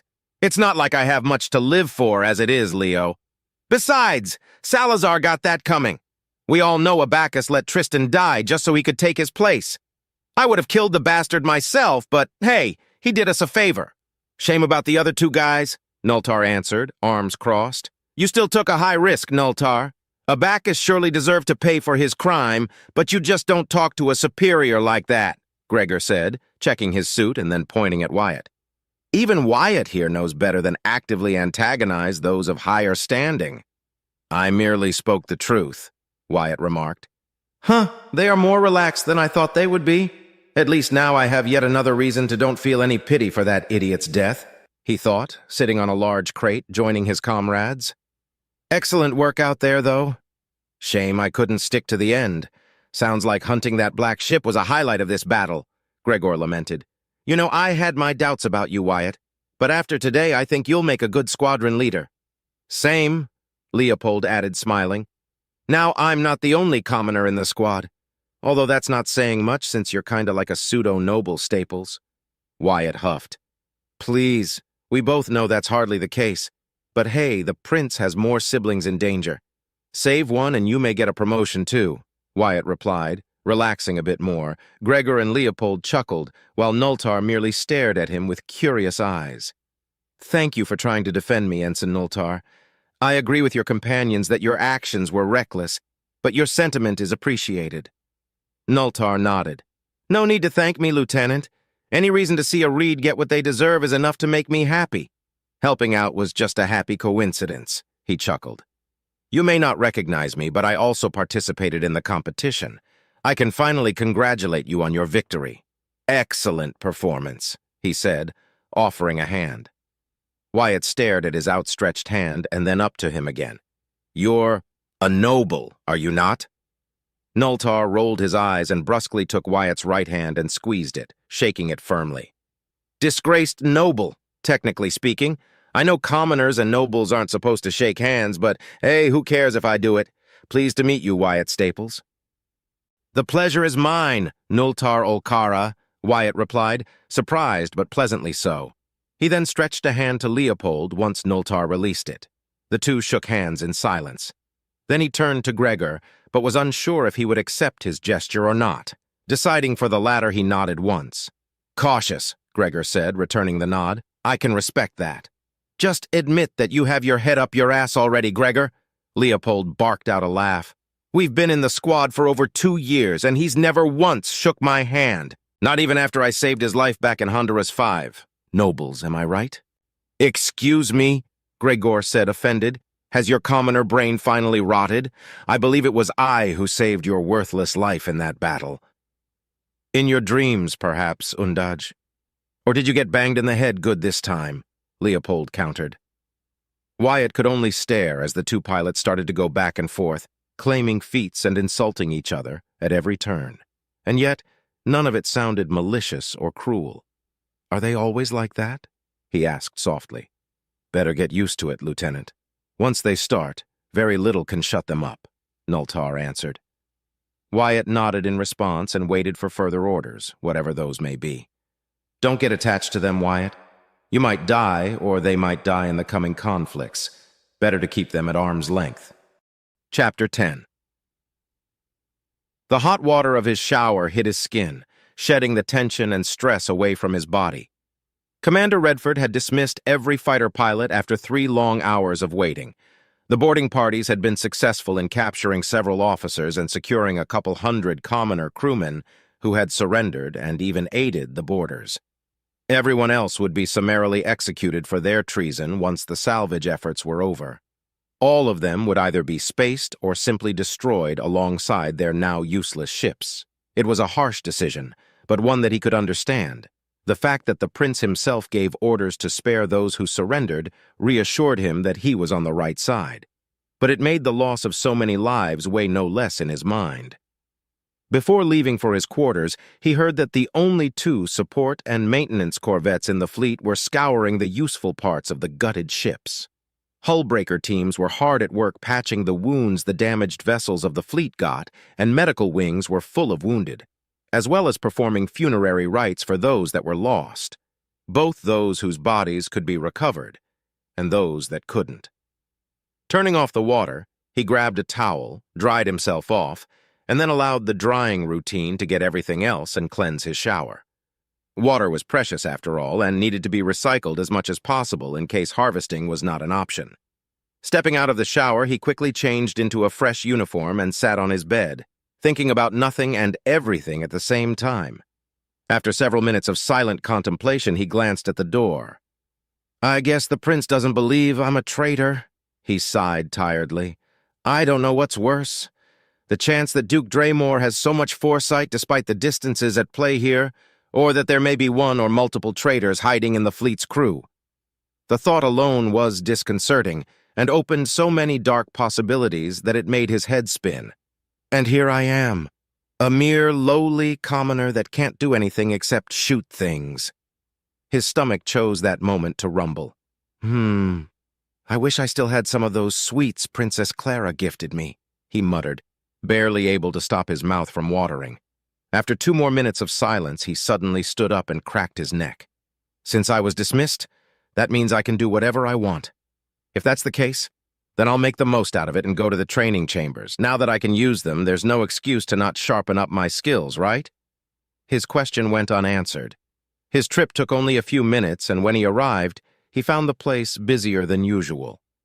Several judging eyes fell upon him, and murmurs became more prevalent. Mixed within those glares, there were also eyes of approval and even some mild admiration. It was an odd mix, but the latter was surpassed by the former. Still, he found an available chamber and opened it. He was about to enter it when a hand grabbed his shoulder and shoved him aside, almost making him tumble. Turning quickly, he saw that a tall, black-haired man had been the one responsible. His tank insignia put him as a lieutenant commander, a noble. I'm terribly sorry, Lord. Did you want to use the chamber yourself? Wyatt asked, saluting the noble in question, while his mask was strong, hiding his annoyance. The noble in question lost the smug smile he had after hearing his response and turned to face him. So you are Wyatt Staples. You are lackluster, to say the least. I was expecting someone more statuesque, impressive, in words you can understand, for someone who has gained so much attention since your promotion. I believe I am at folly for expecting anything dignified from a mere commoner. I am not surprised in the least by your persona, Wyatt Staples. And you're not exactly a shining beacon of exemplar model either, Blue Blood, he thought, his mask never crumbling. I aimed not to fill expectations, Lord. I am a simple pilot, nothing more, nothing less.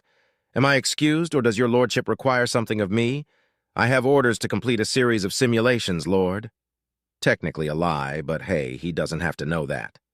Seemingly frustrated, the noble, who was a good head taller than him, leaned over, making use of his bulkier frame in an attempt to intimidate him. Be aware of this, commoner.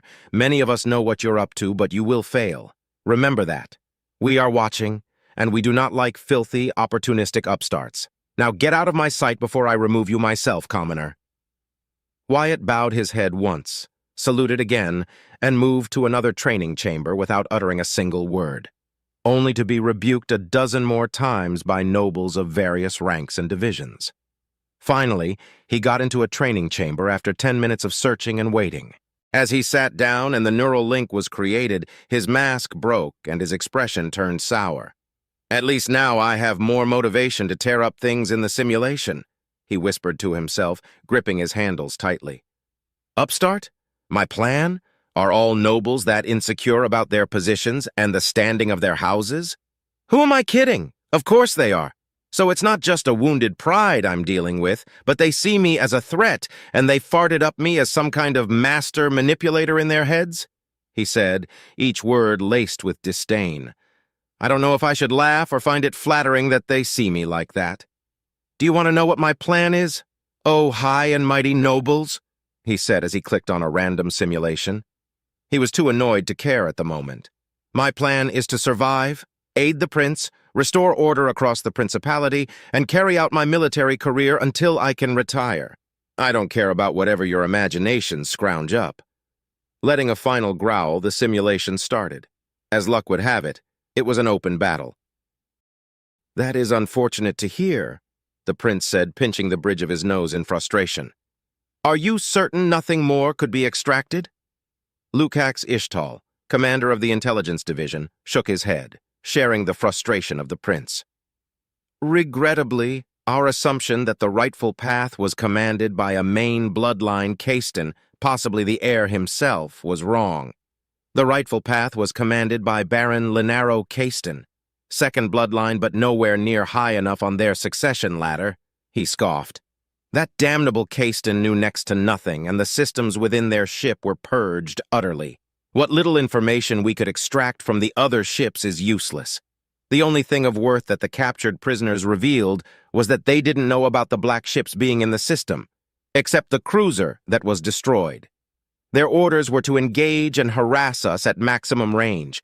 They were used as decoys to allow the black ships the chance to pounce on us.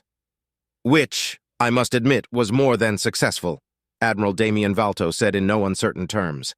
Every ship targeted was a ship of the line. That leaves us with only 3 ships as the fighting backbone of our fleet, 2 destroyers and the Exalted Virtue itself. The rest are support, cargo, and transport vessels, defended, armed, and ready to provide light assistance, but nothing more. It is imperative that we travel to House Finnegan territory as soon as possible, my prince. I concur with our esteemed admiral, Vivian Taravis, commander of the logistical division, said, gaining the attention of her fellow commander, the admiral, Princess Clara, and the prince. The supplies we picked on Faldo are intact, and our transport shuttles suffered no significant damage. However, we lack ships. We need more, and we need any spare equipment we can salvage if we are to see Marchioness Amelia Finnegan. We don't know if another assault is being prepared by the traitors or if they have the capabilities to do so soon. We are almost blind and deaf thanks to the jamming outposts of House Caiston. Once we leave Gintrax, we will know more about the current situation across the Principality. For now, I suggest that we conscript the best and most capable civilian-grade ships in this woodshaft. Perhaps there will be mercenaries we can call to arms, Gregor Lintar, commander of the Communications Division, offered. I believe we don't have an alternative in this case, as much as it pains me to admit it, Commander Redford said, looking at the prince. We lack fighters, my prince. We have many pilots, and despite our recent losses, some of which are more regrettable than others, my fighters are ready to fight for you until the end. Nevertheless, we can't rely on them to bring us victory without proper support and numbers at our side. Juliana Winfield, commander of the Marines Division, nodded in agreement. My Marines are eager and ready. The boarding assaults only saw a few deaths among the commoner auxilia, and just 2 proper Marines fell in the process. For proper assaults against traitor stations and, Prince forbid, battleships, I will need more. The prince wore an unreadable expression before giving his answer. I was afraid that was the case. This ambush cost us dearly, but between the black ships destroyed and the battlecruiser, we inflicted more damage to them than they did to us. Redford, I take it your report was correct and was in no way motivated by favoritism? He asked, though he already knew that wasn't the case. Redford nodded once and noted that George Lintar, William Hempstroke, commander of the Mechanized Division, and Frederick Anderson, commander of the Infantry Division, tensed slightly. His other fellow commanders, except for Juliana, remained stoic and focused on their respective duties.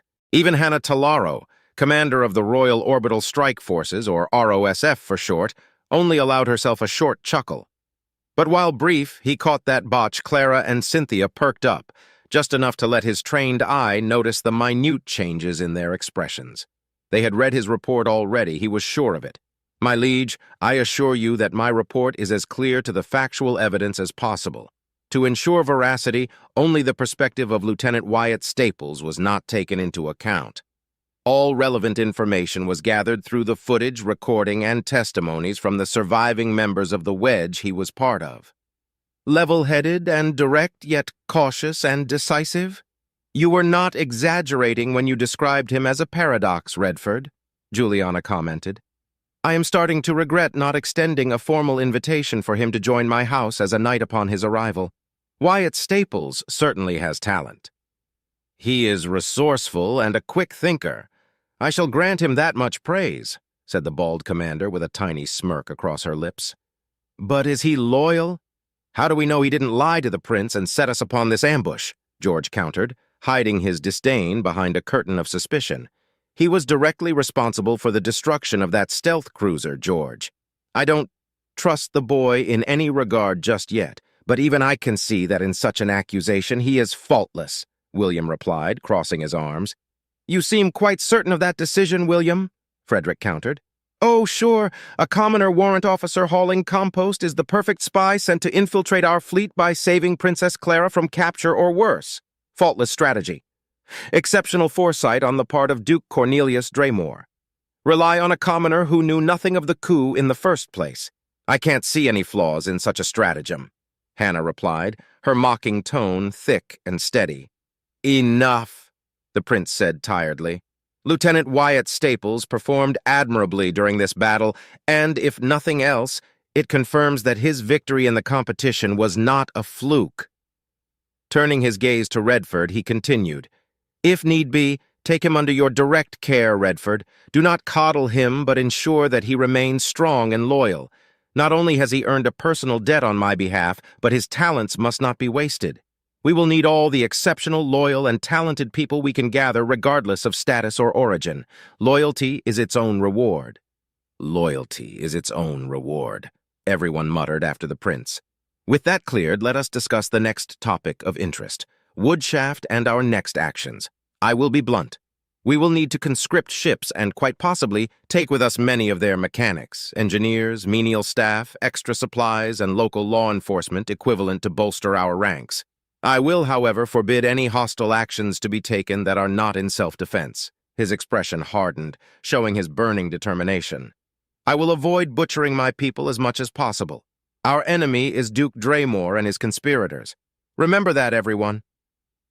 Everyone was silent for several seconds until Clara spoke up.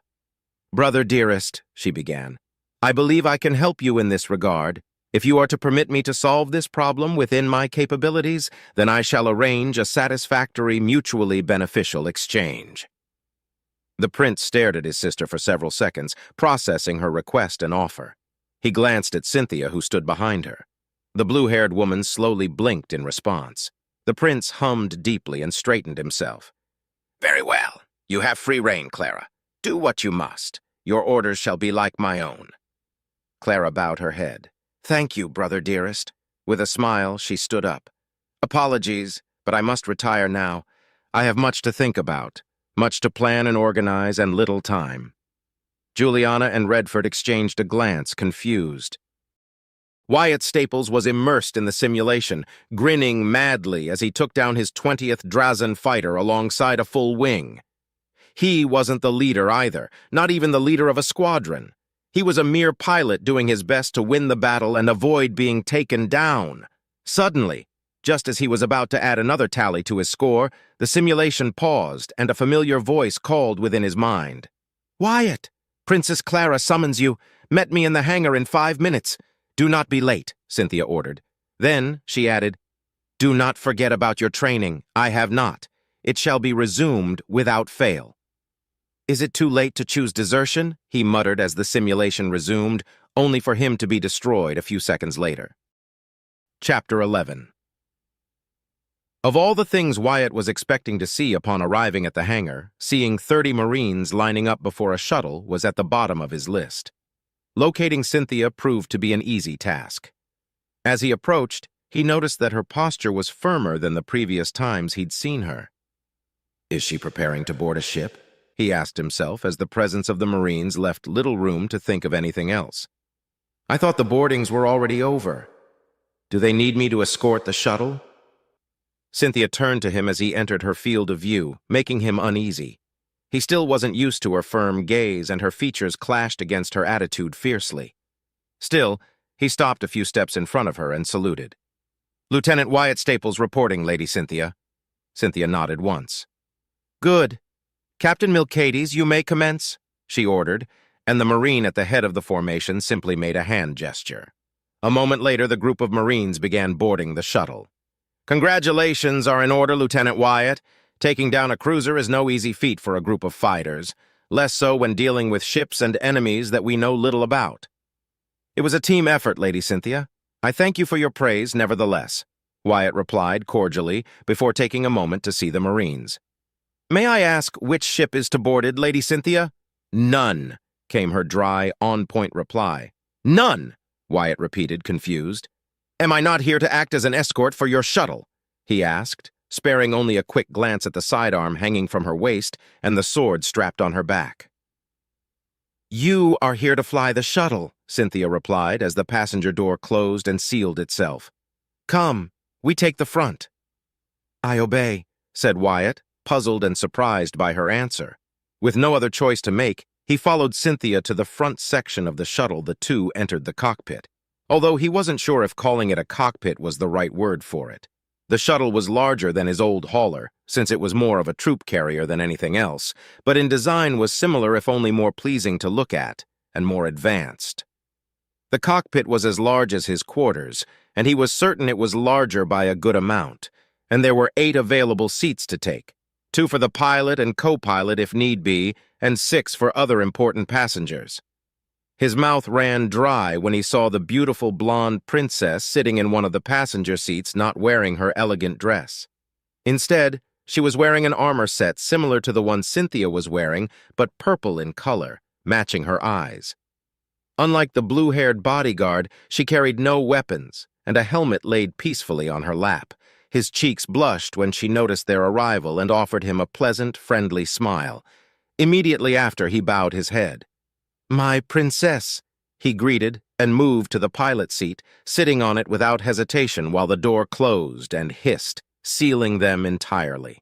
The next few minutes passed in silence while he ran diagnostics, checked the integrity of the outside cameras, and waited for the mechanics and technicians to give him the clear for takeoff. "Are you always so quiet, Wyatt?" Clara asked softly all of a sudden. "Only when performing routine diagnostics, Clara," Wyatt replied curtly. Several seconds of silence passed until Clara spoke up again. "Does my presence make you nervous, Wyatt?" "What do you expect me to answer?" "Yes, of course you're making me nervous. For starters, why are you here? Why am I here to fly this shuttle? Where are you going? What's with the Marines? Knowing what's going on usually helps, you know." He thought in a panic, but his face remained professional. "Never, Clara. I'm just surprised and confused as to how am I to serve you." Clara let out a dignified huff. "Please, Wyatt, you don't have to be so formal, remember?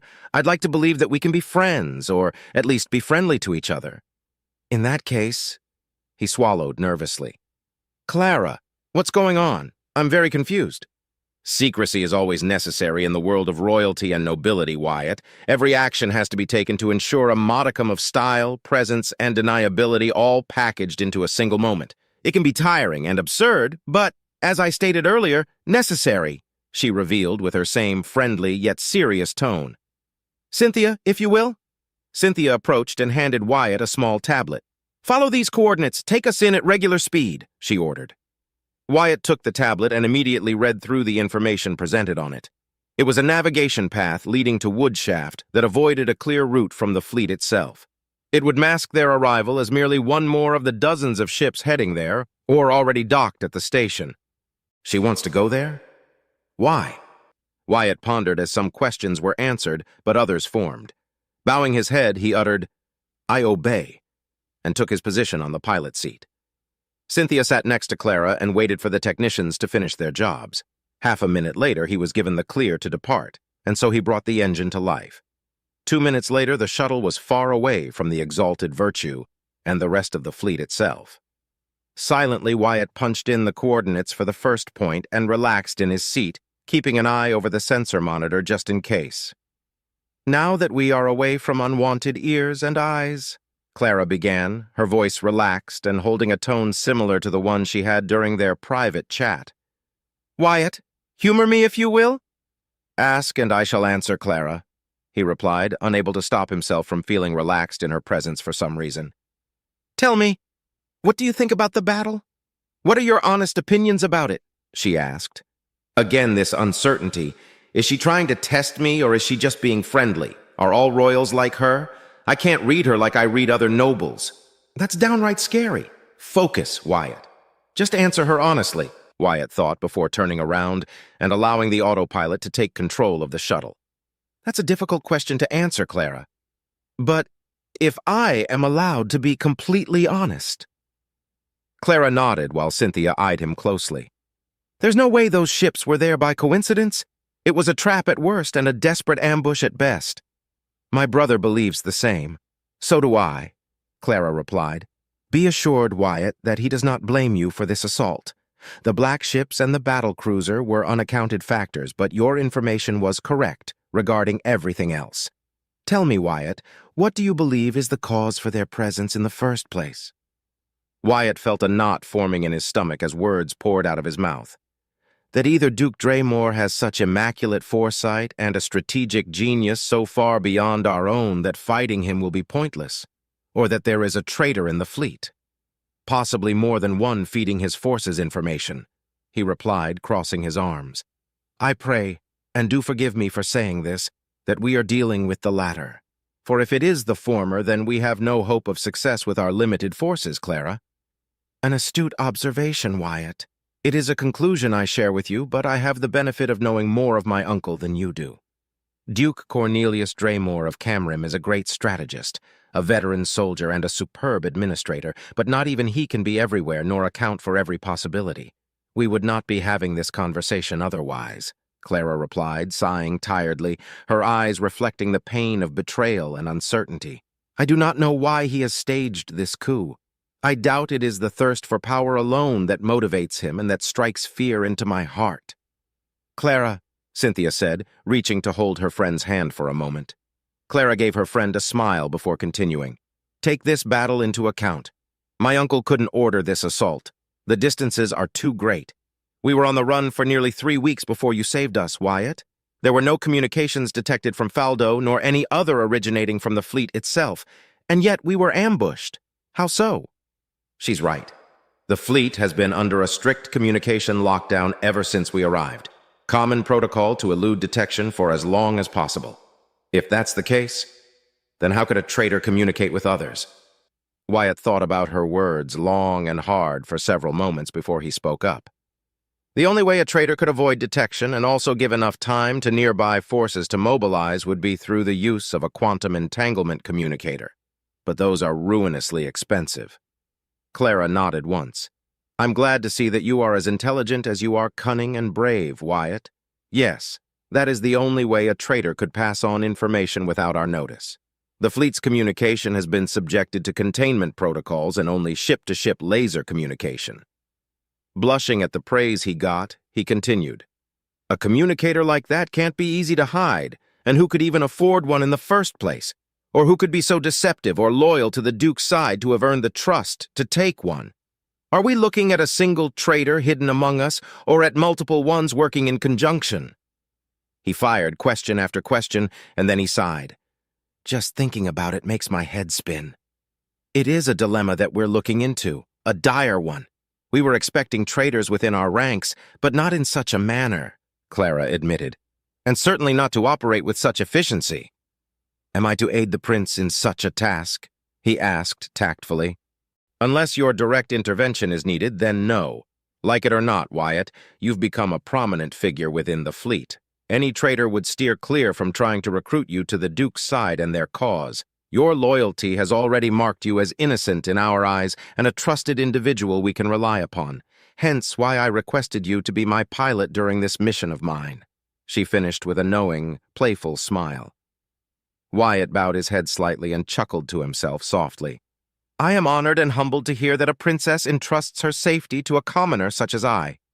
Think nothing of it, Wyatt, Clara countered with a wave of her hand. Now that such a bothersome topic is out of the way, I shall inform you of the reason I am heading to Woodshaft. Simply put, I shall arrive incognito and arrange a meeting with whoever rules the station. I will then handle negotiations that should gain us as many capable ships, crews, and extra supplies as can be gathered and spared, as well as passage to House Finnegan territory. And you, she said, pointing a dainty, armored finger at him, will be our guide. Wyatt nodded. Makes sense. I'm the only one in the fleet who even knows about Woodshaft. I shall do everything in my power to aid you, Clara. I am pleased to hear that, Wyatt. You can begin by telling us why the station is called Woodshaft in the first place, she asked, leaning in curiously. Next to her, Cynthia shook her head while a faint smile spread across her lips. It's not an exciting story, but I obey, replied the lieutenant. Over 1,000 years ago, there was a military station that was decommissioned but never dismantled. A group of pirates called the Woodshaft Plunderers took over the station and turned it into their base of operations. They thought that, since the station was there to oversee the common exit and entry FTL jump points between Caiston and Finnegan territories, then they could get a fortune by performing repeated raids on passing cargo freighters and other ships. They were right, but not in the usual way pirates tend to operate. I thought you said Woodshaft wasn't a pirate den, Cynthia remarked, crossing her arms. Don't jump to conclusions so easily, Cynthia. Let him finish. Go on, Wyatt, Clara interjected, eagerly waiting for him to continue. Nodding and smiling internally at Cynthia's impatient outburst, he continued. Turns out that the reason the military station was decommissioned was because the threat of Drazen raids had been all but neutralized, and more civilian ships could transit the system. More than any pirate group could ever hope to hit. So the leader at the time decided that instead of raiding ships, they would simply demand a toll for safe passage. It worked. A little too well, in fact. Within 2 years, the pirate group disbanded and instead became a criminal syndicate that focused on smuggling, trafficking, and information brokerage.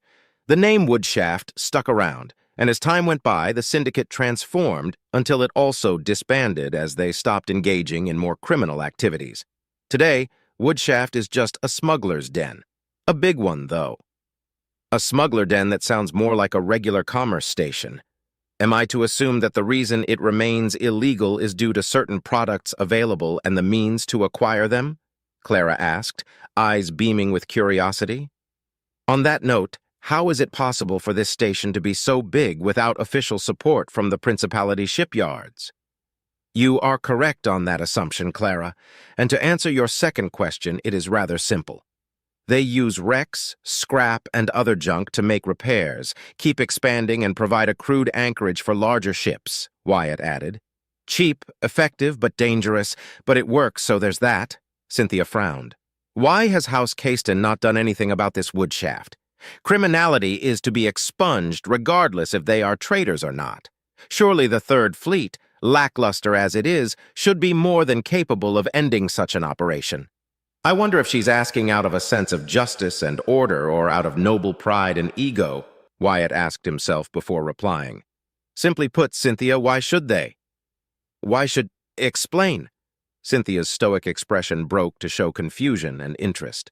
Woodshaft's overseer, whoever they may be at any given point in time, have a treaty with House Caiston. They get a share of the goods and profits, and in turn, they allow Woodshaft to operate freely. Woodshaft isn't defenseless either, but instead of wasting resources on removing a good source of income, illegal as it may be, the Castons and other minor noble houses benefit from it, not to mention commoners and other organizations. He shrugged. They're smugglers and petty criminals, not pirates. Such minor offenses can be overlooked as long as they don't call upon the ire of the Catons or other prominent houses. It is disgraceful regardless of any pittance the Castons and those lowly nobles receive from such activities.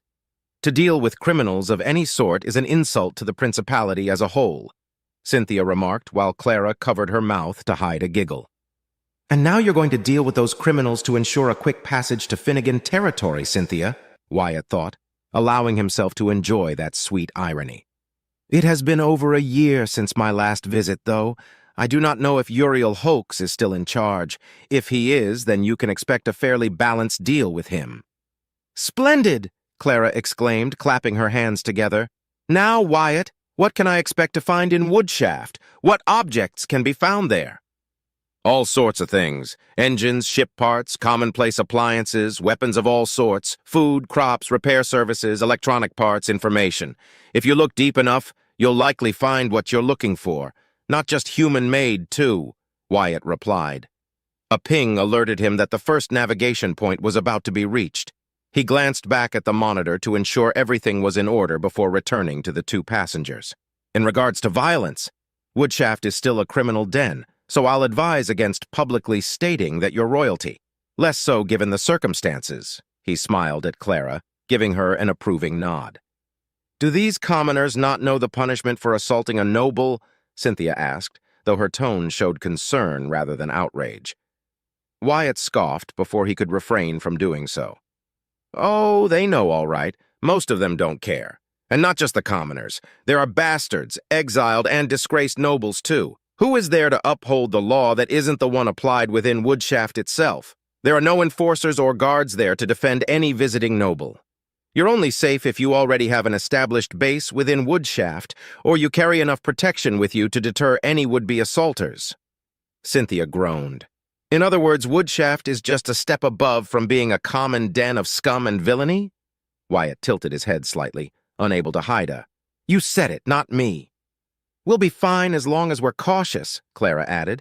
I wish to deal with this overseer regardless of anything, although you've opened my eyes to new perspectives, and now I can adjust my plans accordingly. Thank you, Wyatt, she said before leaning back on her seat. There's something I've been wondering about, Wyatt, and I wish for you to give me an answer. I ask you not as a princess, but rather as a friend. You are not forced to answer if you don't want to. We both know that that's a lie, Clara. You're pleasant and amicable, and I can respect that much. But you can't expect me to believe those words, he thought as he bowed his head in return. The last time we spoke, you mentioned that the reason you became a pilot was due to your desire to see the stars and serve the principality. Does that mean that you desire glory? Renown? Clara asked softly but firmly while her purple eyes pierced his brown ones. Wyatt sighed tiredly and pointed a finger at himself. Clara, I'm a commoner. Not even one of high standing. I do not need glory or renown outside of what I earn for myself. I do not seek it nor crave for it. And yet your actions so far have claimed much of it. Finding a new way to beat ZTK 990 and being the one responsible for destroying that stealth cruiser on top of saving my princess's life? I do not know if I should be reassured that you're an honorable man or worried that you seem to lack ambition, Cynthia pointed out. Ambition. What a funny word, Wyatt retorted. I won't deny that ambition, when it is measured and focused, is a good thing. It was what led humanity as a whole to the stars, and what eventually founded the principality. I know my place in the world, Cynthia. I do not lack ambition. I simply know what I want. What is it that you want, Wyatt? What great ambitions do you desire fulfilled? Clara asked pointedly. Serve fully within the military until I can retire with honors and reap all the benefits that come with it. Marry, have kids, enjoy my life, and be content with what I was able to achieve, he replied honestly. But inside, he wanted to kick his own ass. Why? Why am I being so open with them? I've never felt so comfortable sharing this with anyone but my brothers before. I don't even know them that well yet, and one's a noble and the other a princess of the principality. But I can't help myself. Have I craved for someone to hear my sincere thoughts all this time?" Clara's expression dropped, and a faint sadness crossed her features. "Is that all you aspire to achieve, Wyatt?" He shrugged. "It may sound selfish or pointless to you, Princess, but to a commoner like myself, the prospect of having security in life is a most valued treasure. I could have entered a merchant piloting school or become a scavenger to see the stars. But serving the principality was by far the better option. I proved my worth, and despite my posting, I never complained. The benefits of an eventual retirement were too good to pass up." "You wished to serve the principality for your benefit?" Cynthia asked, perplexed, as if that was an option that had never occurred to her before. "What's not to like about that?" Wyatt replied. "The healthcare program alone is worth it. Add to that a stable pension, military service rights, protection, preferences, and the right to pass on my career to my offspring are some of the best things a middling commoner can ever hope to achieve. If all I have to do is serve my nation faithfully and to the best of my abilities in return, then I'll happily do it." His shoulders slumped and cracked his neck in frustration. "Or rather, that was my plan until this coup began. Now I'm not sure. There's no guarantee that I'll survive long enough to see the end of this conflict. I shall stand by the prince's side. That much I can assure you, Clara." Clara blinked twice, then tilted her head to the side as she tapped her chin repeatedly. "Wyatt, be honest with me. Do you hate the nobility and, by extension, the royalty?" "Clara," Cynthia exclaimed, flabbergasted, "this is it? This is how I die? If I talk out of my ass, I'm dead. If I lie, I'm dead. If I tell the truth, I'm dead," he thought as a tiny smirk spread across his lips. Despite the dread pounding in his heart, he felt a wave of humor and relief wash over him. Steeling his heart, he made his decision. "I obey," he began. "I won't lie to you, Clara. I hold no love for the nobility. I certainly envy certain aspects of being a noble. What commoner doesn't? But I'm not a blind idiot either. I know the struggle of nobility, their role, and the dangers involved with it. Most nobles abuse their positions and love to put commoners down just to get a kick out of it. Regardless of every reason I have to dislike nobility, I do not hate anyone who does not deserve it. Same goes for respect. Royalty, however, is a different story. So far, I can only feel respect and admiration toward the prince and to you, my princess." Clara nodded, beaming with a sincere smile. "Would you like to become a noble, Wyatt?" "Good heavens, no!" Wyatt barked out a laugh. "I know my place in the world. I'm a pilot, and that's all I'll ever be." "You shouldn't put yourself down like that, Wyatt. You may lack the knowledge and education needed to be one, but with your current skills, you could become an exceptional knight," said the blue-haired woman. "My sister is considering offering you a vacancy in our house." Knighthood? The unofficial and honorary noble title that a commoner can achieve either through merit or by buying the title, Wyatt thought, as if a long-lost dream had come to slap him across the face. "If Lady Juliana offers me such an honor, I don't know if I could accept it. I've never aspired to be more than I am. Many would crave such an opportunity, but not you," Clara interjected, her expression shifting to one of understanding. "Commoners, nobles, royals, we all have our roles to play and rules to abide by, limitations to endure, fates to fulfill." In that regard, I can't deny that she's right, he thought in agreement. "Many commoners believe that nobles can do whatever they want. It is partially true when seen through a single perspective, but nobles also have to worry about more than their own lives or that of their family," he scoffed. "But not having to worry about your next meal, the damn taxes rising, offending someone by breaking a petty rule, or not kissing someone's ass enough must be nice." Clara and Cynthia nodded, much to his surprise. "Each of us lives within our prisons," Clara said. "Gilged or ironed, it matters little." 2 minutes of cold silence passed between them until Wyatt spoke up again. "How about we break some of those bars?" he asked, smiling.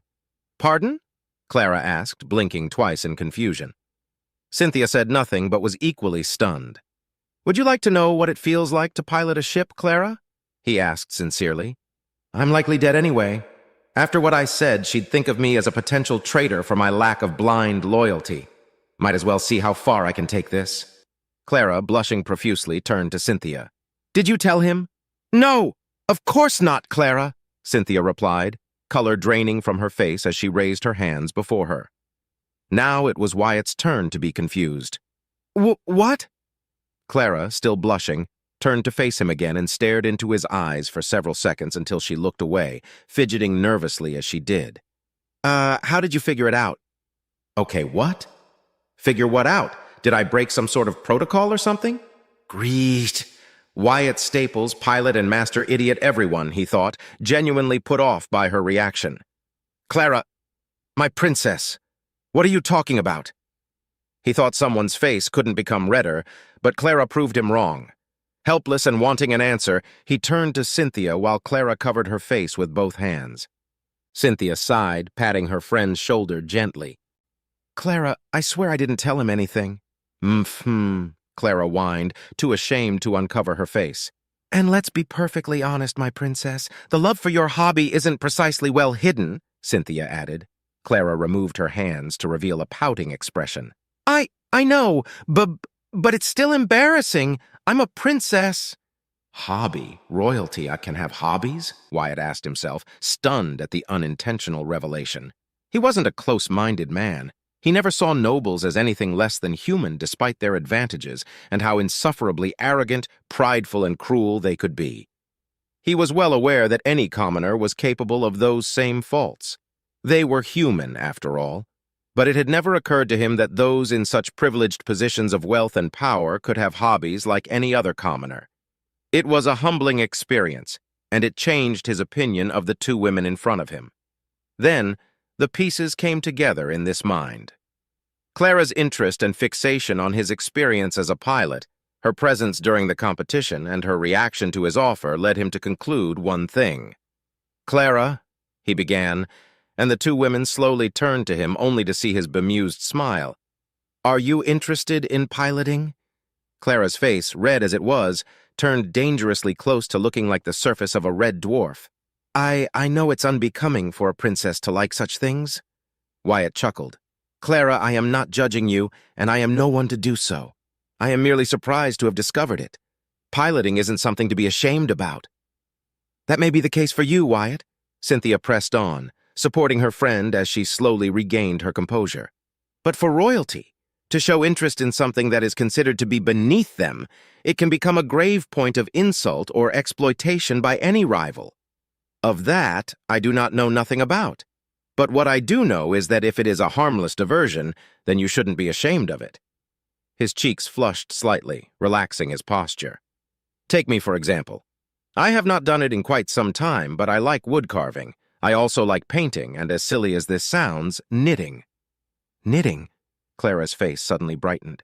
"You know knitting?" "Mom always wanted a daughter, but she only had my brothers and me. She used me as a knitting partner in preparation for her future daughter. But she never came, and I ended up liking it. It's relaxing and peaceful," Wyatt replied. "It's only fair that I share my own embarrassing secret since I pretty much discovered hers on accident," he thought defeatedly. "It seems we have that in common," Cynthia said, joining the conversation with a mild blush present on her cheeks. "I, too, enjoy knitting, and not only because every lady needs to learn it for the sake of etiquette." "In that case," Wyatt clapped his hands and stood up, "to celebrate this embarrassing moment, why don't you take on my offer?" Clara looked apprehensive at first, but then slowly stood up and made her way to the pilot's seat. Wyatt stepped aside, giving her all the room she needed to sit down and sink into the seat. He froze for a moment when he saw the wide, vivid smile of the princess as she shakily put her hands on the controllers with a familiarity that was both fearful and longing. She knows how to hold them, but she's clearly a novice. What sort of piloting is she interested in? Going against his better judgment, he placed a gentle hand on her shoulder. She wouldn't feel it through the armor she was wearing, but the pressure was enough for her to turn at him with wide, worried, excited eyes. "Do you have any experience whatsoever, Clara?" he asked cautiously but firmly. She shook her head. "All my experience comes from watching videos of all sorts regarding fighter engagements, shows, tactics, and model rundowns. This is my first time touching the controllers of a real spacecraft," she confessed. "You're interested in fighters?" he asked, letting go of her shoulder and taking a seat on the co-pilot's seat. Yes, she let out excitedly. Larger ships may be powerful and other vehicles better armored or more versatile. But the nimbleness of a fighter can't be matched. The speed, the grace, that wonderful sensation of freedom and the strain a pilot experiences when flying one in the vast expanse of the cosmos, it must be an exhilarating experience. Wyatt smiled sincerely. Clara Astor, second princess of the principality, had described the reason he loved being a pilot. Even if it costs me my life now, I don't care. I'll let her experience some of that joy herself, he thought, unable to look away from the beaming princess. It isn't like that all the time, Clara. Being a pilot is more than just enjoying the ride. You have to be aware of every detail and information available to you. A single mistake can cost you dearly. As the ancient saying goes, before you run, you must learn to crawl. For a pilot, before you learn to fly, you first need to spread your wings, he said, and before Clara's expression could drop, he continued. Computer, disengage autopilot. Disabling, the computer replied. A second later, there was a shudder before Clara yelped in surprise, and all she learned through countless hours of watching all manner of videos and guides on the subject came to the forefront of her mind. With a firm hold, she stabilized the shuttle's path, and calm returned. How unfortunate, Cynthia called out from the back. It seems some debris hit us. Unfortunate, Wyatt repeated, quickly marking the incident as such. Now, take it easy and just follow the path. Take note of your sensors and be ready to take any course corrections if need be, Wyatt instructed the nervous but smiling princess. It may not be a fighter, but this is the best that I can do for you, Clara. Thank you, Wyatt. Sincerely, thank you, Clara replied softly, her sing-song voice showing nothing but gratitude. Tell me, is it that much different when you're engaged in battle? Wyatt nodded. Incredibly so. The world around you doesn't matter anymore. Just the now, your enemy, your allies, and the chance that you may die. It is always a possibility. The rush of combat is hard to describe, truth be told, but once you dominate it, you will become a great fighter pilot. During the competition, we noticed that you were eager to engage the enemy. Do you enjoy battle, Wyatt? Do you seek the glory of defeating your enemies? Cynthia asked. Wyatt went silent for a few seconds, his mind calm and focused and debating if he should tell them or not. Opting for the former, he let out a soft sigh. I do not seek glory, but I enjoy the thrill of battle against the scum that tried to harm me and my home. I've seen what the Drazen do to their prisoners. Pirates are only a step above and just as bad in most cases. I feel a sense of accomplishment and the vindication that I put down an enemy of the principality for good. He paused for a moment. And yet, I would be happy if I never engaged in battle again. That's why I didn't complain about my posting as a compost hauler, no matter how monotonous and boring it was. The satisfaction of a job well done is what I take pride in at the end of the day. Loyalty is its own reward, Clara muttered. But loyalty to who and to what? Wyatt thought as the travel continued. Much to Wyatt's surprise, he only intervened one time and spent the rest of the time teaching Clara how to sit properly, how to read through the display monitors quickly, and what information was relevant and which she could safely ignore. The fact that he was more or less instructing a princess how to fly a shuttle wasn't as mind-blowing as he thought it would be, but he enjoyed the experience. They switched places only when Woodshaft was mere minutes away. A ping signaled the station was trying to communicate with them. Wyatt opened the channel, and a feminine voice, gruff and throaty, came to life. Transport shuttle, the fuck are you? She asked. Woodshaft, transport shuttle D-22 requesting permission to land. I repeat, transport shuttle D-22 requesting permission to land, Wyatt spoke to the communicator. Cargo and business? An escort of Marines, and we seek diplomatic dealings with the overseer, he replied, internally wincing as he followed the orders given to him. You with the dim-witted Castons? Negative. Then welcome aboard, but no funny business. Land on hangar B-11. Someone will be waiting for you to take you to Uriel Hulks. With that, the connection ended. Such improper conduct! So crude! Cynthia exclaimed, outraged. Not a single show of respect for protocol at all. Disgraceful! Honestly, what did you expect from a criminal stronghold? Juice and sweets? He asked himself, finding the situation funny. Following the instruction previously given, he flew to the B-11 hangar and landed. After pressurization, he stood up and the shuttle's engines died out.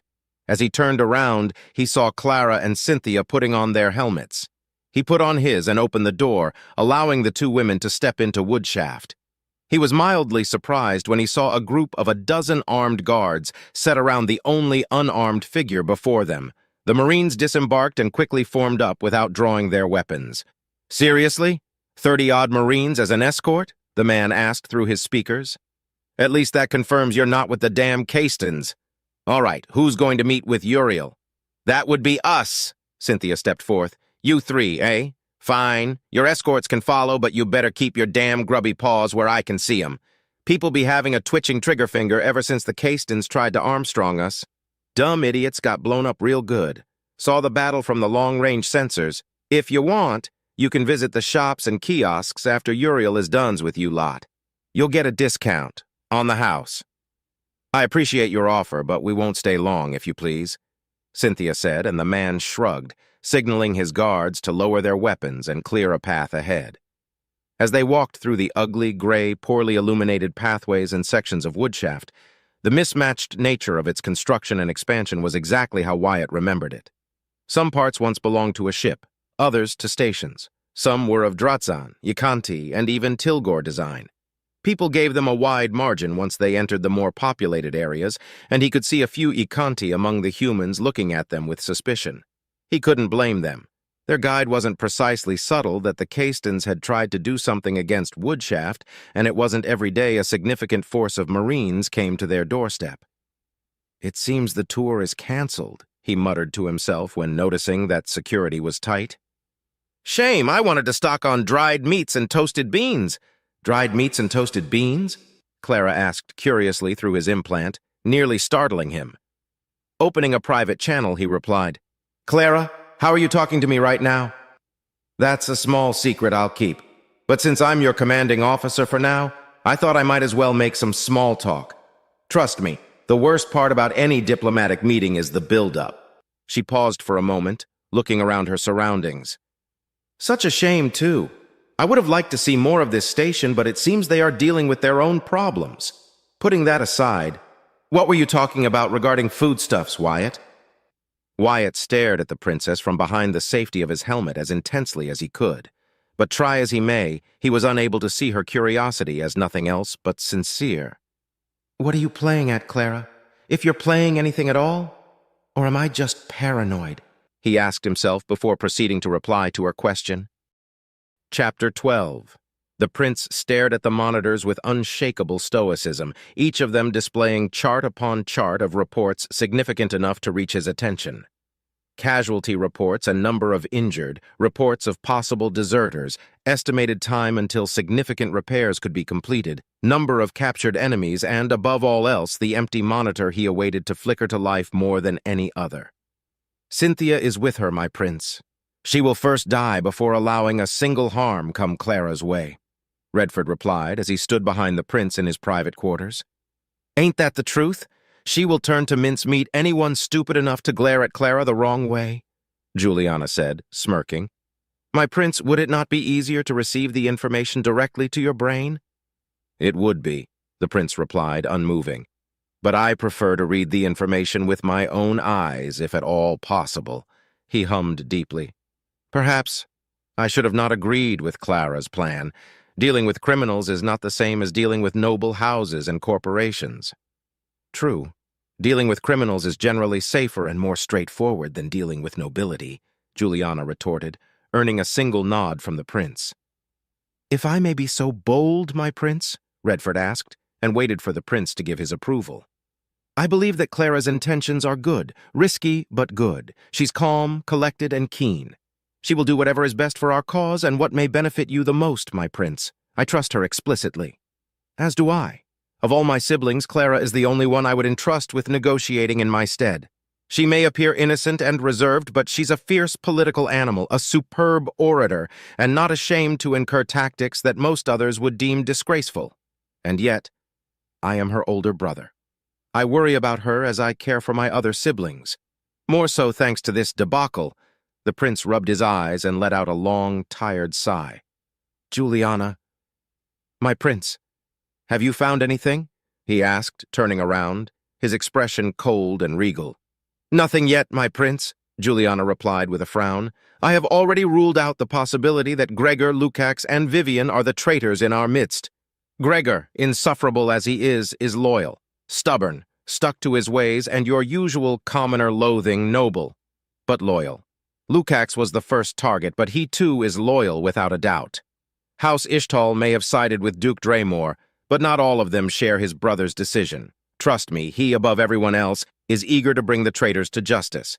And Vivian led an exhaustive investigation that ended not 10 minutes ago.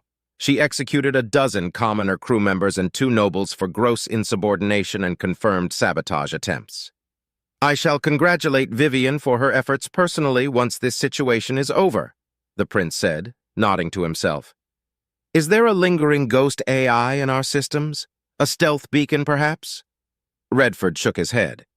"Thankfully, that is not the case. The system was checked thoroughly, and all of our AIs have found nothing. They searched through the code, the channels, and dismantled everything segment by segment, but they couldn't find garbage data, any errors in processing, unexplained energy consumption, or dents in their firewalls. In regards to cyber warfare, we are at top efficiency." The prince remained silent for half a minute before speaking once more. "Any ship we have not detected?" Redford shook his head again.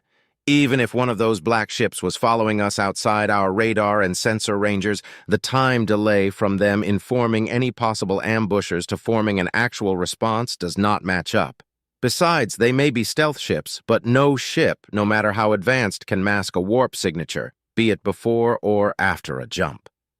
"I had hoped against hope that I was in the wrong," the prince replied. "My uncle, he has proven to be more cunning than I realized. My greatest worry may be the risk of our nation entering into a civil war that will leave us fragmented and weaker than we already are. But my second concern is these black ships. Who made them? Is another human nation backing my uncle? Did he simply buy them? How many of these ships are at his disposal?" "I wish I could answer those questions, my prince," Redford replied. "Such is the burden of the prince," the prince said weakly. "Juliana, you may commence doing random inspections. Start from the bottom up as regulations dictate, but move quickly. Inform Lukacs to ease the process and find that damnable QEC. The sooner we find it, the better." "What of the traitors?" Juliana asked. "Interrogate them. Then execute them. I will not tolerate traitors within my fleet, no matter who they are," the prince ordered with deadly seriousness. "It shall be done," Juliana replied, smiling. "In the meantime," Redford spoke up, "I shall conduct a personal investigation, my prince." "Regarding?" the prince asked, raising an eyebrow. After Clara departed, a few technicians informed the staff master that they found hampering and signs of sabotage among a few fighters. The sabotage was so minor that it could have been explained as mere stress use. However, the number of damaged fighters was too great to be a simple coincidence. In addition, one vessel showed more signs of sabotage than the rest. "Let me guess. Wyatt Staples' fighter?" Juliana asked, her smile vanishing. Redford nodded. "I think I will have a pleasant talk with Salazar Reed." "Why do you assume it was him who caused it?" Redford asked. "After the stunt he pulled, you doubt it is not him?" Juliana growled. "I always advised him to control his idiot, glory-seeking brother better, but he never listened. So his brother, a stupid death like the stupid fool he was, and he blames an innocent just to sate his ego and thirst for compensation. I do not doubt that he's responsible for that sabotage attempt." "I do not believe he's behind it," Redford countered. Before Juliana could speak, he continued. "After I dismissed him, he returned to his quarters, and after a 2-hour break, he went to the gym and was there venting his frustrations until half an hour ago. There were no messages delivered from his person to anyone else in that time frame." Juliana's smirk returned, and she crossed her arms. "Do you make a habit of keeping an eye on officers from other divisions, Redford?" "Only on those that may cause a threat to my pilots." Redford replied with a passive expression. Whoever is responsible for these sabotages is likely linked to the traitors we are searching for and are now targeting Wyatt. I'm afraid that his recent exploits have marked him as a potential threat. The prince nodded in agreement. Why let a small nuisance today become a major threat tomorrow? Do you think these attempts will persist in the future, Redford? If left unchecked, I'm sure they'll escalate. Do I have permission to proceed, my prince? You do, the prince replied, turning to face the black screen once more. Our forces are limited. We are scattered, disorganized, and incommunicated. We can ill afford to lose talented individuals, less so to the one I owe a debt of gratitude. Ensure that his life is not at risk outside combat. I may not be able to show preference, but I will not stand watching and do nothing. My prince, the two commanders said at the same time. Wait here, the man leading the welcoming party said as he opened a door and closed it behind him. The guards on both sides stood silent, though the Marines proved to be the true professionals while the woodshaft guards shuffled every now and again. Wyatt stood next to Clara while Cynthia took the head of their little group, making it as if she was the most prominent noble present. Clara had asked him several questions regarding anything and everything she could think of asking. Why did he want to buy dried meats and toasted beans? What did they taste like? What did he usually eat? Did he miss his old job? What was it like hauling a garbage hauler? And many more trivial questions. He answered all of them, of course, and he was glad that he could ease her nerves even if just a little. But after their guide announced that they were nearing their destination, she politely ended their private conversation, and all that was left to do was the wait. He looked at the princess and noticed small details about her. She was constantly clenching and unclenching her hands. She bobbed her head up and down slowly, as if she were muttering something only she could hear, and her posture was rigid like a slab of rock. Cynthia, on the other hand, was staunch and firm, unshaken, unbreakable. And here I am, trying to prevent my heart from bursting out of my chest. Clara was right. The buildup is killing me. Is this what diplomats deal with all the time? I suddenly am less envious of their cozy posts, he thought to himself. 10 seconds later, the door opened and their guide returned. All right, you three may enter. The Marines must wait here. Uriel says you can keep your guns, but if you draw them, you'll be a goner, understood? Crystal, Cynthia replied. The guide then fully opened the door, allowing them entrance to the sealed room behind it. The blue-haired woman signaled her companions to enter after her, and they followed. Once inside, the guide closed the door, and a cleansing process began, followed by a pressurization period. Then, the door in front of them opened to reveal a large room. Stepping into the room, Wyatt immediately recognized it as a heavily retrofitted deck that once belonged to a cruiser.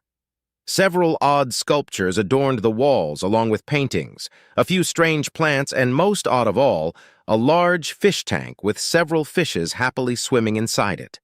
Then in the middle of the spacious room, a desk stood in the middle as several screens dangled from the ceiling, all of them pointing at the lone figure sitting at the other side of the desk. The clanging of the door closing behind them made the lieutenant turn back, only to find that their guide was not to join them. Turning his attention forward again, he focused on Uriel Hoax. In truth, this was the first time he'd seen the man directly. He saw him once in a video recording, but that was it. All he knew about the black-haired man was that he was cunning and brutal, but reasonable and a surprisingly fair dealer, as long as you played by his tune. Seeing him in person further confirmed that.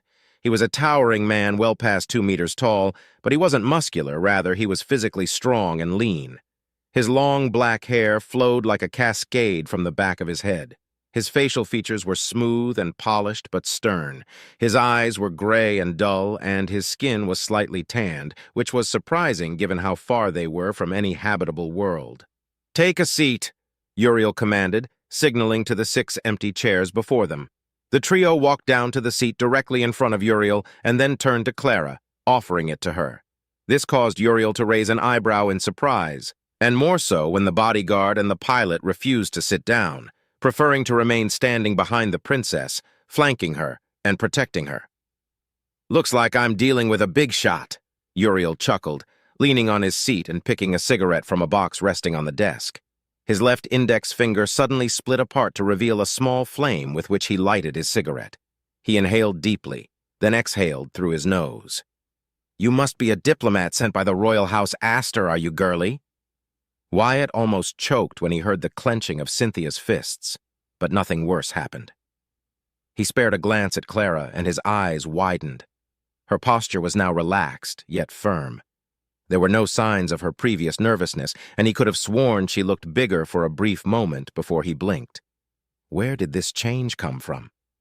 "I'm afraid you're not dealing with a mere diplomat or a speaker, my dear Uriel Hoax," Clara replied with a serious, icy, dignified tone.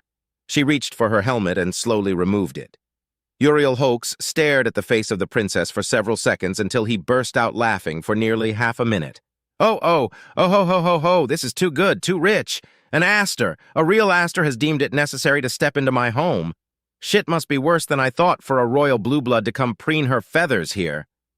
He's not entirely wrong, Wyatt thought while glancing at Cynthia, who was struggling to keep her cool if her shaking fists were any indication. "As it is, yes, you are correct. The situation across the principality is dire. However, my presence here is not a display of weakness, but rather a show of force and respect, Uriel Hoax," she said sternly, her face stoic, unmoving, and firm. "Seriously, where did this Clara come from? I thought she was too delicate for something like this. But here she is, standing her ground like I've never seen anyone do before." She's terrifying, Waite thought, but also did his best to maintain his composure. "A show of strength?" Uriel chuckled, and his laughter finally ended. "I saw the battle play out from here, Princess. Yes, you gave the Caiston a pummeling, and I'm mighty happy that you did, but you also got your teeth kicked in. Where's this so-called show of strength coming from?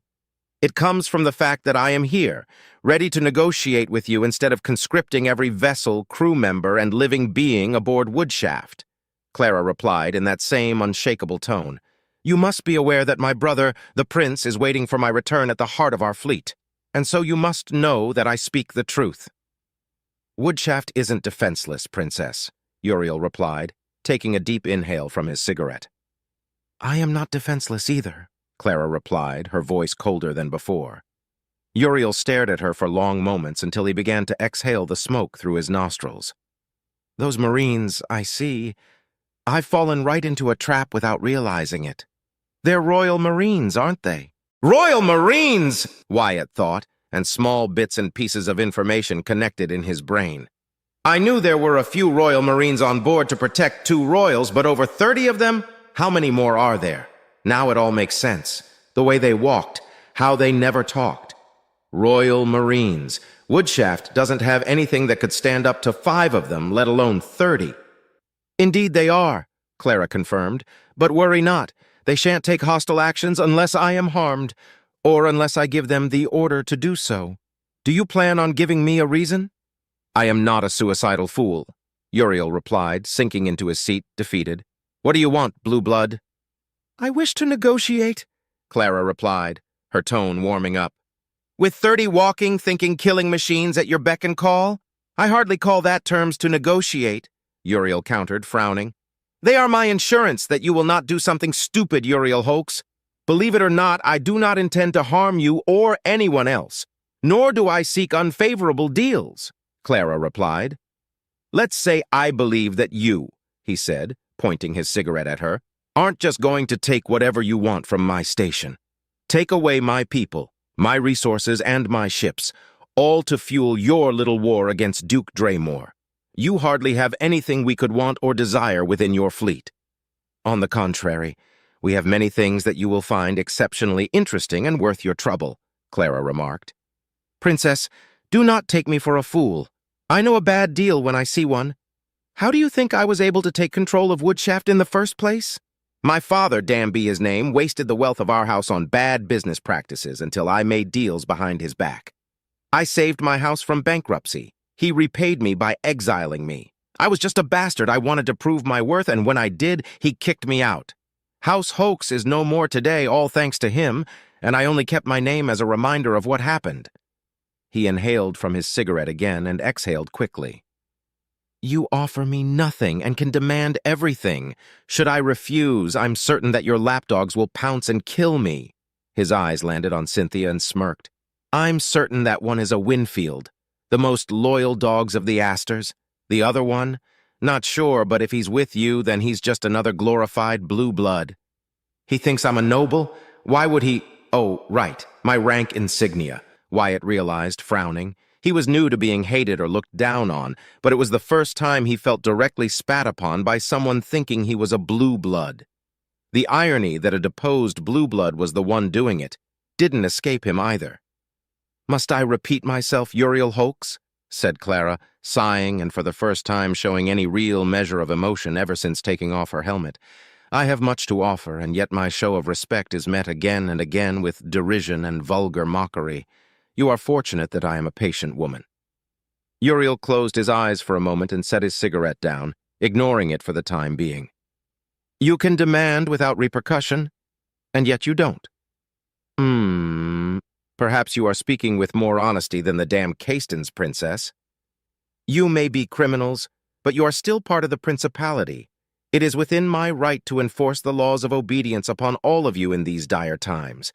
However, what would that gain me? Hatred, resentment, invalidation, and festering thoughts of treason. Instead, I offer you a peaceful transaction, unlike House Caston apparently tried to do," she replied.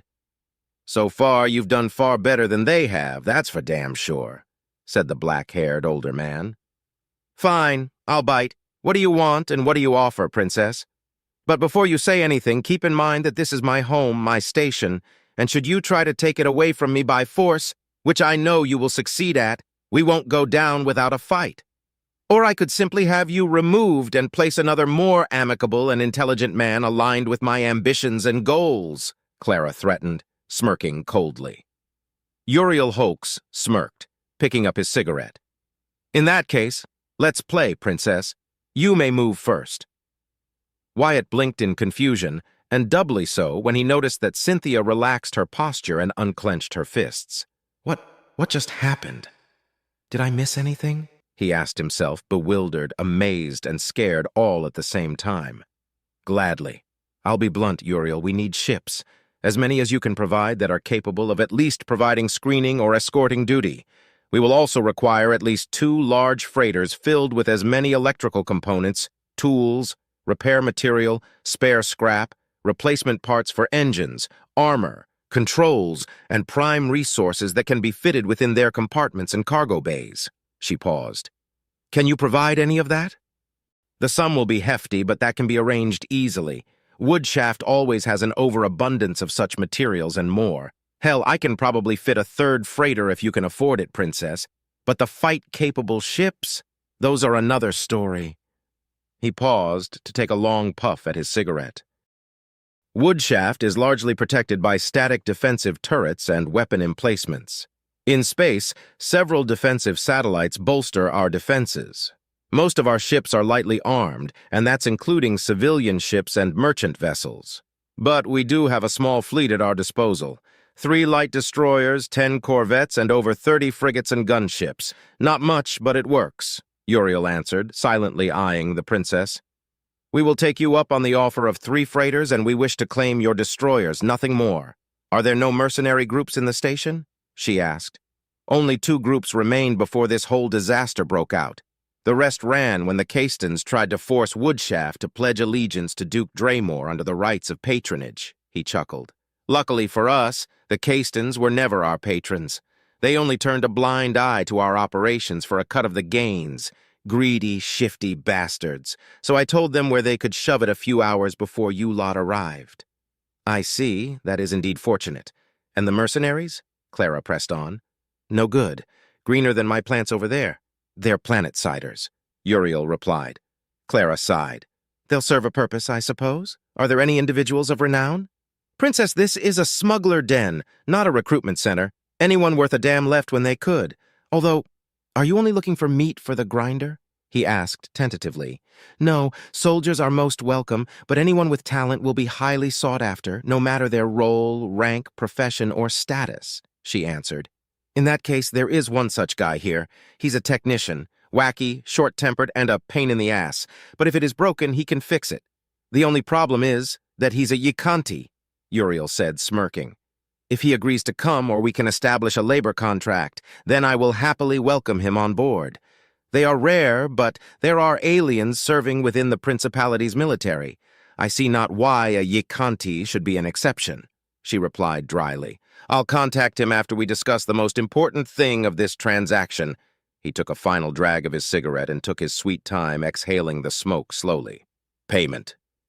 Certainly, Clara agreed and brought up her left arm. A section of her armor beneath her forearm parted open, and a scroll of paper and a data chit emerged from it. She took them and then placed them on the desk. This paper, she began, tapping at the paper twice, grants Woodshaft full salvage rights to the vessels that survived the battle on the Caiston side, which includes the battlecruiser. Uriel's eyes went wide at the declaration and reached for the paper, reading it quickly. Why don't you claim it? He finally asked after a minute of silence. The vessel would be a fine addition were it not for how heavily damaged it is. It would take us considerable time to repair it, scour for sabotage attempts made by Draymore loyalists, and bring it back into full service. Time is a luxury we can't ill afford right now. Instead, we'll let you keep it and the other remaining vessels as prized salvage in exchange for the requested supplies. She paused for a moment, then continued. That includes, of course, the lives of those trapped in those vessels. What makes you think I care for the lives of the blue-blooded scum that tried to seize my station in the first place? Uriel asked, eyes narrowed. Do with them as you wish. I care not for the lives of those traitors, but what about the commoners, those forced to serve against their will? Some have gladly joined our side, but the rest? Are you going to abandon them to their fate for the decisions made by true traitors? Clara asked, slightly leaning forth, her purple eyes piercing Uriel's gray ones. She's treating lives as currency. That is, I don't know how to feel about that, Wyatt thought, only slightly turning his head at Clara. On one hand, it left a bad taste in his mouth that the otherwise amicable princess was so casually treating thousands of lives like that. But on the other hand, he recognized it as a merciful act. The ships and the crews would be destroyed regardless, so now she was using them in her favor and potentially saving those lives. Inside, he felt another notch of respect grow for the princess. As part of the main Astor bloodline, the lives of every commoner and lesser noble were hers to do as she pleased. And yet she chooses a path of mercy that benefits her, but mercy nevertheless. Deciding to trust what little he'd seen of Clara so far, he relaxed and continued to pay close attention to the exchange. Clever, princess. My implants and my education were all I got from my worthless father. I've always seen myself as a commoner more than asshat noble. Leaving those men and women to die. He hummed deeply and tapped at his desk a dozen times before continuing. The battlecruiser alone covers the cost of what you desire, even with what you already scavenged from it. Naturally, Clara replied, not missing a beat. But the lives of so many people? Very well, princess. You have yourself a deal. The freighters and the destroyers are yours. Will they be crewed by your people? He asked, raising an eyebrow. Hopefully that won't be the case. We are stretched thin as it is, Clara replied, now turning to the data chit. Will you inform the mercenaries and that Yikanti technician of my offer? Already done, Uriel replied, smirking. Jincho already accepted. So have the mercenaries. Should I tell them where to meet you? After we are done with our business here, Uriel. For now, let us move to our second topic of discussion, said the blonde woman. Ah, Uriel let out, eyes narrowing. So that's why you offer me the survivors. You wish to take personnel from Woodshaft, but since you don't want to resort to conscription, I assume you have another offer on the table? Clara nodded. Within this chit is an authorization and royal warrant that'll give Woodshaft complete and total autonomy under the banner of House Astor itself. We won't be your patrons, but Woodshaft shall enjoy our protection, credibility, and legality needed to operate freely, without having to pay fees outside a binding contract of loyalty, she replied, stoic and firm, while Uriel and Wyatt mirrored the same shocked expression. It also confers the overseer of Woodshaft the right of succession, be it a bloodline or by mentorship. I'm certain you can appreciate the security of not dealing with potential usurpers taking away your throne at any given moment. She tapped the chit again. Additionally, it also offers every soul currently living and operating in Woodshaft a royal pardon for minor crimes committed and an invitation to join our cause and end the threat of Duke Draymore. Clara paused for a moment. In exchange, we need an alternative jump point for us to use leading into Finnegan territory. Unless, of course, you can assure me that there won't be Caiston or Draymore loyalists waiting for us on the other side of the regular route already? Uriel looked at the chit with incredulous eyes, then up at Clara, then down at the chit again. Finally, after what felt like an eternity, he leaned back on his chair and let out a long, hard exhale. It seems I am checkmated. That offer is too good to pass up, he smirked, leaning forth and staring into Clara's eyes. I'm surprised you didn't try to offer me a noble title, Princess. Otherwise, I would have rejected you on the spot. Not only a pretty face, but a brilliant mind behind those cold eyes. Then he raised a finger. However, I have one condition you must agree with before I accept. Checkmated, but not powerless yet. If we are to start this relationship on the right foot, then let's rub our shoulders a little more, shall we? It depends on what you have in mind, Uriel, Clara retorted, unflinching and unwavering. Wyatt was at a loss for words, but thankful that he was given the chance to see Clara in action. Is this the sort of thing a princess deals with? Let me shoot at pirates any day before I get to handle this sort of stuff. You have a way with words, son. Maybe you should consider joining the diplomatic corps instead, or needlessly risking your life, he thought, remembering the words of his father back on Volantis.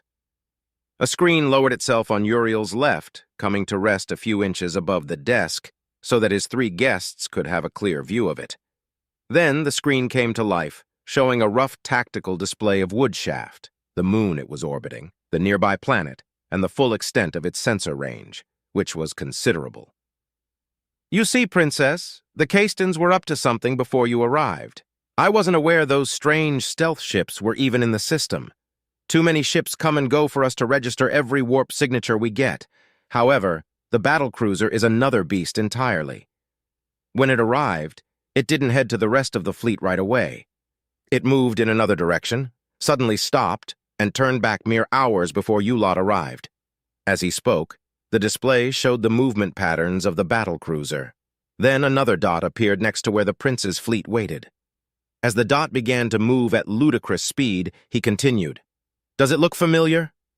Wyatt stared at the moving dot, made a quick note of its point of origin, the vector it was heading, and spoke up out of instinct. That's the black ship that survived the battle, isn't it? Give the lapdog a prize. Yes, that's precisely it. Now watch closely, Uriel said in a playful tone. The dot on the display kept moving, and soon reached the same vector the battlecruiser was heading towards, quickly matched it, and moved forth until it finally came to a halt, only for it to vanish. Roughly 20 minutes ago, the trail died. How were you able to track it in the first place? All of our sensors bounce back unless we are close enough for the cameras to detect the plume of the engines, Wyatt asked, surprised and eager to know if there was a way to counter those ships. You're right.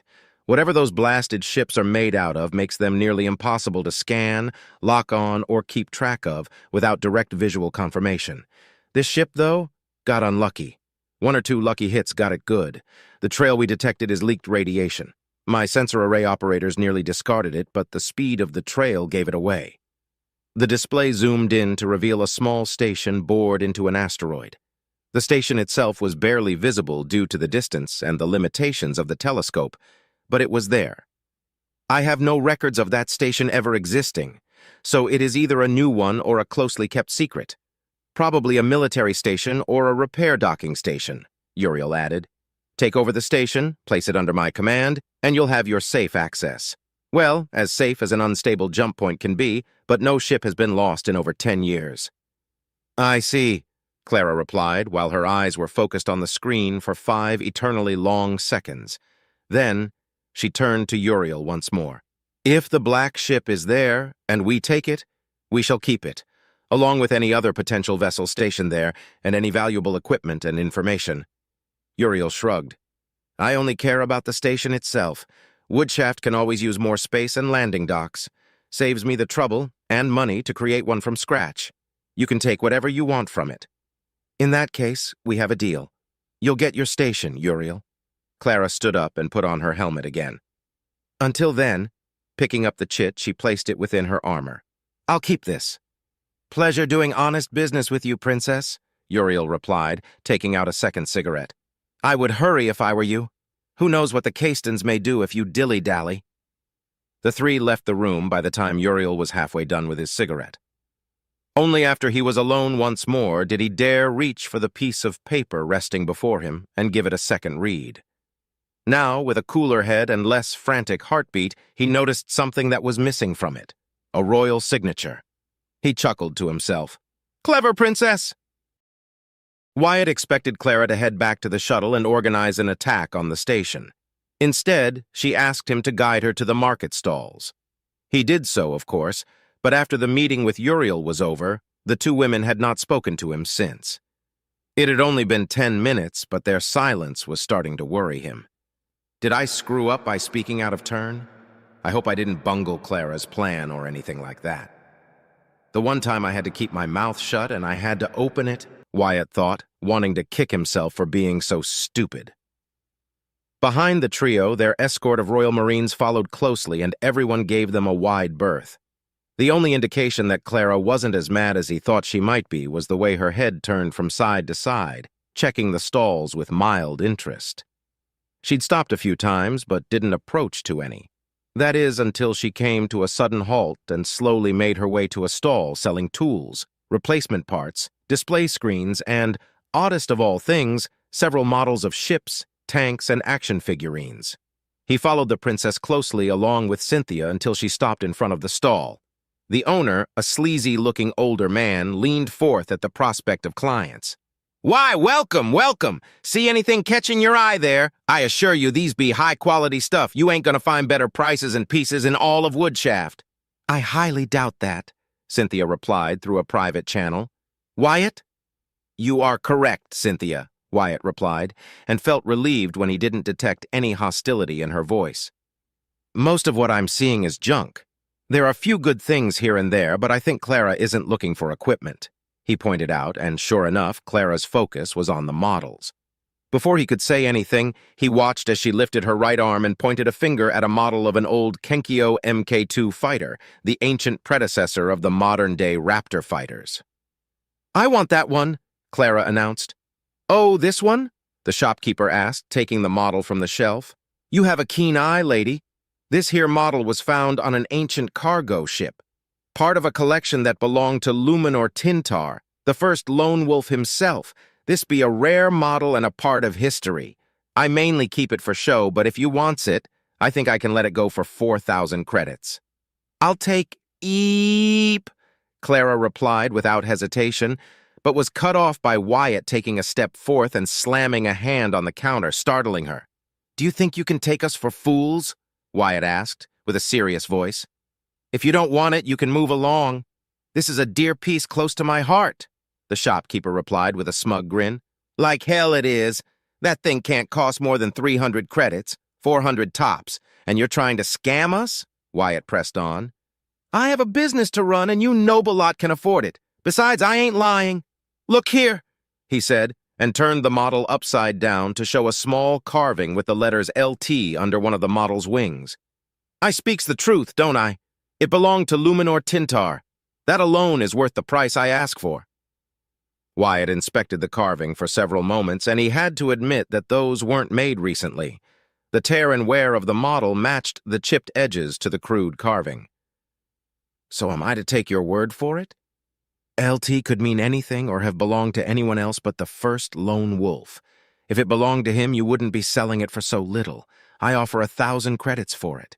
3,000, 1,200, 2,000 and a half, 1,300, 2,000, 1,500, and that's my final offer, Wyatt leaned forth. Unless you think you can get lucky and have someone buy it for that much ever again. The shopkeeper smiled widely. Deal. For a noble, sir, you know how to haggle. I can respect that. Here you go, he said, handing Wyatt the fighter model. In turn, Wyatt took out his credit chit and presented it to the shopkeeper, who also brought up his. The two touched, and a second later, the transaction was over. "If you need anything else, you know where to find my stall," the shopkeeper said, unable to hide the joy of a good profit. Wyatt stepped back, and with him the two women. Once they were several meters away from the stall, he turned to Clara and presented her with the model. "Here, it's yours," he said through a private channel. "Wyatt, 4,000 credits are nothing to me. I could have easily paid for it," Clara replied, using the channel instead of talking directly through his implant. He shrugged. "Maybe. But everyone here is a ravenous clixel and will lie, cheat, and betray one another for a chance to earn a single credit more in any deal." He paused for a moment. "Besides, think of it as my way of saying sorry for meddling during your dealings with Uriel." "You think you overstepped?" It was Cynthia who spoke up, confused. "Do not know the roles of a diplomatic entourage are to play?" "There are roles for that?" Wyatt asked, baffled. Then the soft giggling of the princess cut through the channel. "Oh, Wyatt, I was surprised you spoke when you did, but I am thankful that you did so. Truth be told, I had no idea what he was showing us initially. You saved me from a rather embarrassing moment of having to ask Uriel what it was." "Thank you, Wyatt," she replied and reached for the model, clutching it delicately in between her hands. "I've been looking everywhere for this model. They are so rare. Once you safely return, I shall pay you back for it." "Think nothing of it, Clara. Since you gave me those sweets, giving you something in return is the polite thing to do," he replied. "In that case, I shall not insist." "Thank you once more, Wyatt," Clara said. "Cynthia, I have decided on our course of action. We'll return to the shuttle, and from there you will proceed." "My princess," Cynthia replied, turning to face the Royal Marines. Wyatt didn't hear what she told them, but they all simultaneously saluted and turned around. As they followed their escort, something Clara said finally clicked in. "Wait, did she say once I safely return?" This part contains depictions of blood, death, and violence. Please consider now if you would like to change the video. We will now continue. "Are you nervous, Wyatt?" Cynthia asked. "Yes," Wyatt replied from his seat.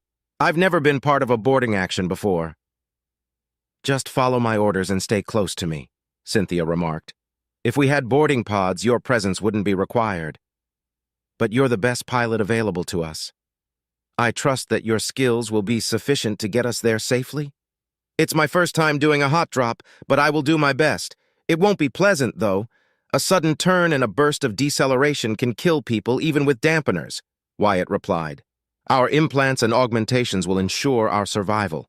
Were it not for the Kinator implant you received, I'm sure Clara wouldn't have tasked you with this important role. Do not worry. I received strict orders to protect you as if you were my princess herself during this mission."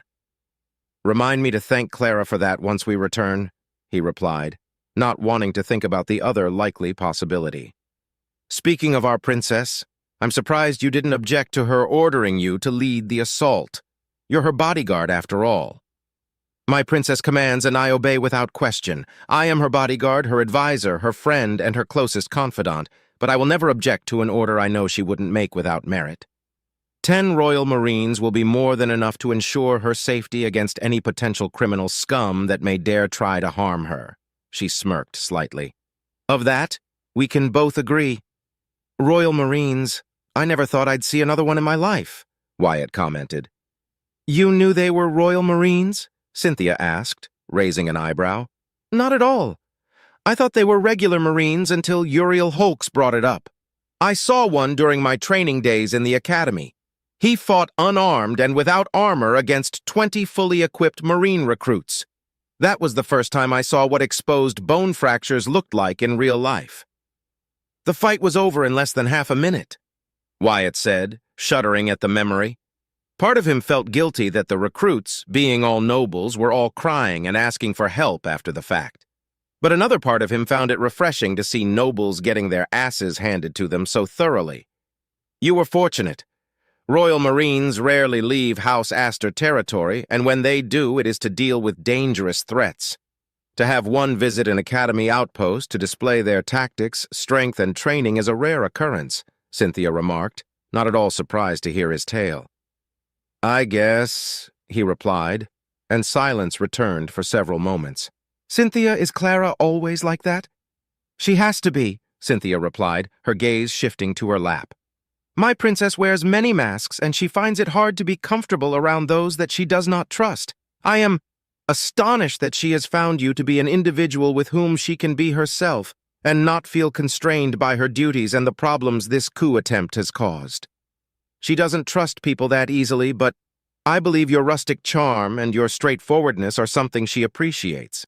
As a matter of fact, I too like those aspects of your personality. How do you know I'm not just trying to gain Clara's favor through a convincing act of friendliness? He asked seriously. Because Wyatt Staples, you'd be dead by now if that was the case.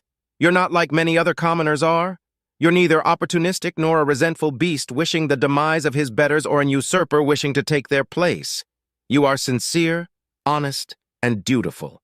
You'd be surprised how few people can fit that description. Her expression softened and turned to face him, offering a sincere, beautiful smile that made him blush. Thank you, from the bottom of my heart, for doing what you did when we were at the market stalls. With that final act, I know I can trust you as an ally, and, if you'll have me, as a friend. Wyatt blinked, confused, and his blush vanished. I don't understand. I just intervened because that guy was trying to scam her. And yet you stood up for her to defend the honor of my princess. It is not the same as saving her life, but what you did was a noble act, silly as it may sound. She paused, and her expression returned to her usual stoicism. We all wear our masks, after all. Some do it better than others. But Wyatt noticed that an invisible barrier had been shattered. He no longer saw that cold, near-emotionless, but admittedly beautiful face of Cynthia Winfield. Now he saw emotion in her features, and a small dose of respect directed at him in those blue sapphires she called her eyes. At that moment, a part of him felt guilty that while he was honest with them, he wasn't entirely so. He also hid behind a carefully crafted mask that he rarely took off. Left without further explanation and still wondering why helping Clara get a simple model would mean so much to both women, Wyatt focused his attention on the task at hand. Several minutes went by until he straightened up. Activating the intercom, he spoke. Everyone, prepare for a hard turn. Hot drop in T-minus 10 minutes. Are we close? Cynthia asked before putting on her helmet. Wyatt strapped in and put on his helmet too. Killing the engines in 3, 2, 1. At that moment, the lights dimmed and only basic navigational sensors, a display monitor, and life support remained active. We'll be breaching their sensor range in 20 seconds. After that, well, let's hope they don't activate their scanners or we'll be blown out before we know what hit us. A second later, the ship groaned, and everyone on board jerked to the side violently as the shuttle made a hard 180-degree turn and stopped just as violently. The following minutes were tense, and Wyatt never took his attention from the tactical display, watching how they were slowly approaching the station. A minute before impact, he activated an external camera to get a better view of the quickly approaching station. All in all, it didn't look to be that special. A common, hollowed asteroid barely big enough to house an outpost station meant for quick repairs, refueling, or a transitory harbor. But the 3 ships docked to it were another story altogether. He noticed that one ship was a corvette, a standard model but heavily cannibalized. The black ship that escaped was there, and he could faintly see the damage it had sustained. The 3rd ship was an oddity, though. It shared the same surface the other black ships had, but the design was different. Instead of being an arrowhead, it was more akin to a spear tip, with 2 wings extending near its rear. A chill ran down his spine at the thought of having to face another type of stealth ship. Furthermore, he noticed that the monster was around 1,800 meters in length, making it a full-blown destroyer in size alone. Hot drop in 10 seconds, Wyatt announced, feeling every muscle in his body clenching up in preparation. He gave Cynthia one last glance and she returned it, nodding once at him. Prepare for hot drop, he announced, and the engines came back to life in full force and well above safety parameters. The entire ship protested against the sudden change with a growl of metal threatening to bend and break. Wyatt and Cynthia sank into their seats, the kinetic dampeners doing all they could to withstand the enormous strain of G-forces shifting violently. Wyatt felt lightheaded, consciousness threatening to leave him, and his whole body ached with pain from the ordeal. He was sure he would have fainted right from the start were it not for the kinetor implant.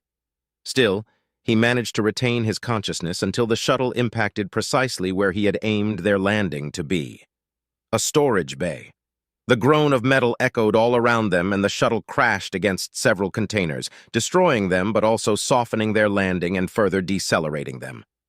The engines died 5 seconds after their landfall, and the shuttle came to a crashing halt when it collided against a wall. Not a second later, Wyatt heard the faint sound of the shuttle's doors exploding outwards, and a deluge of gunshots following next. "Come, Wyatt. Stay close to me and move out. We have a station to take," Cynthia called out, removing his straps and helping him to his shaky feet.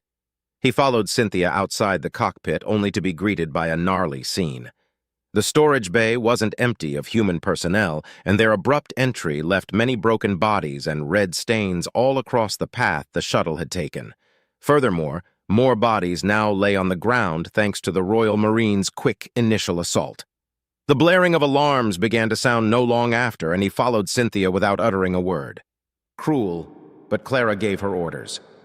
No prisoners, no survivors, he reminded himself, knowing it was a necessary, if sad, conclusion.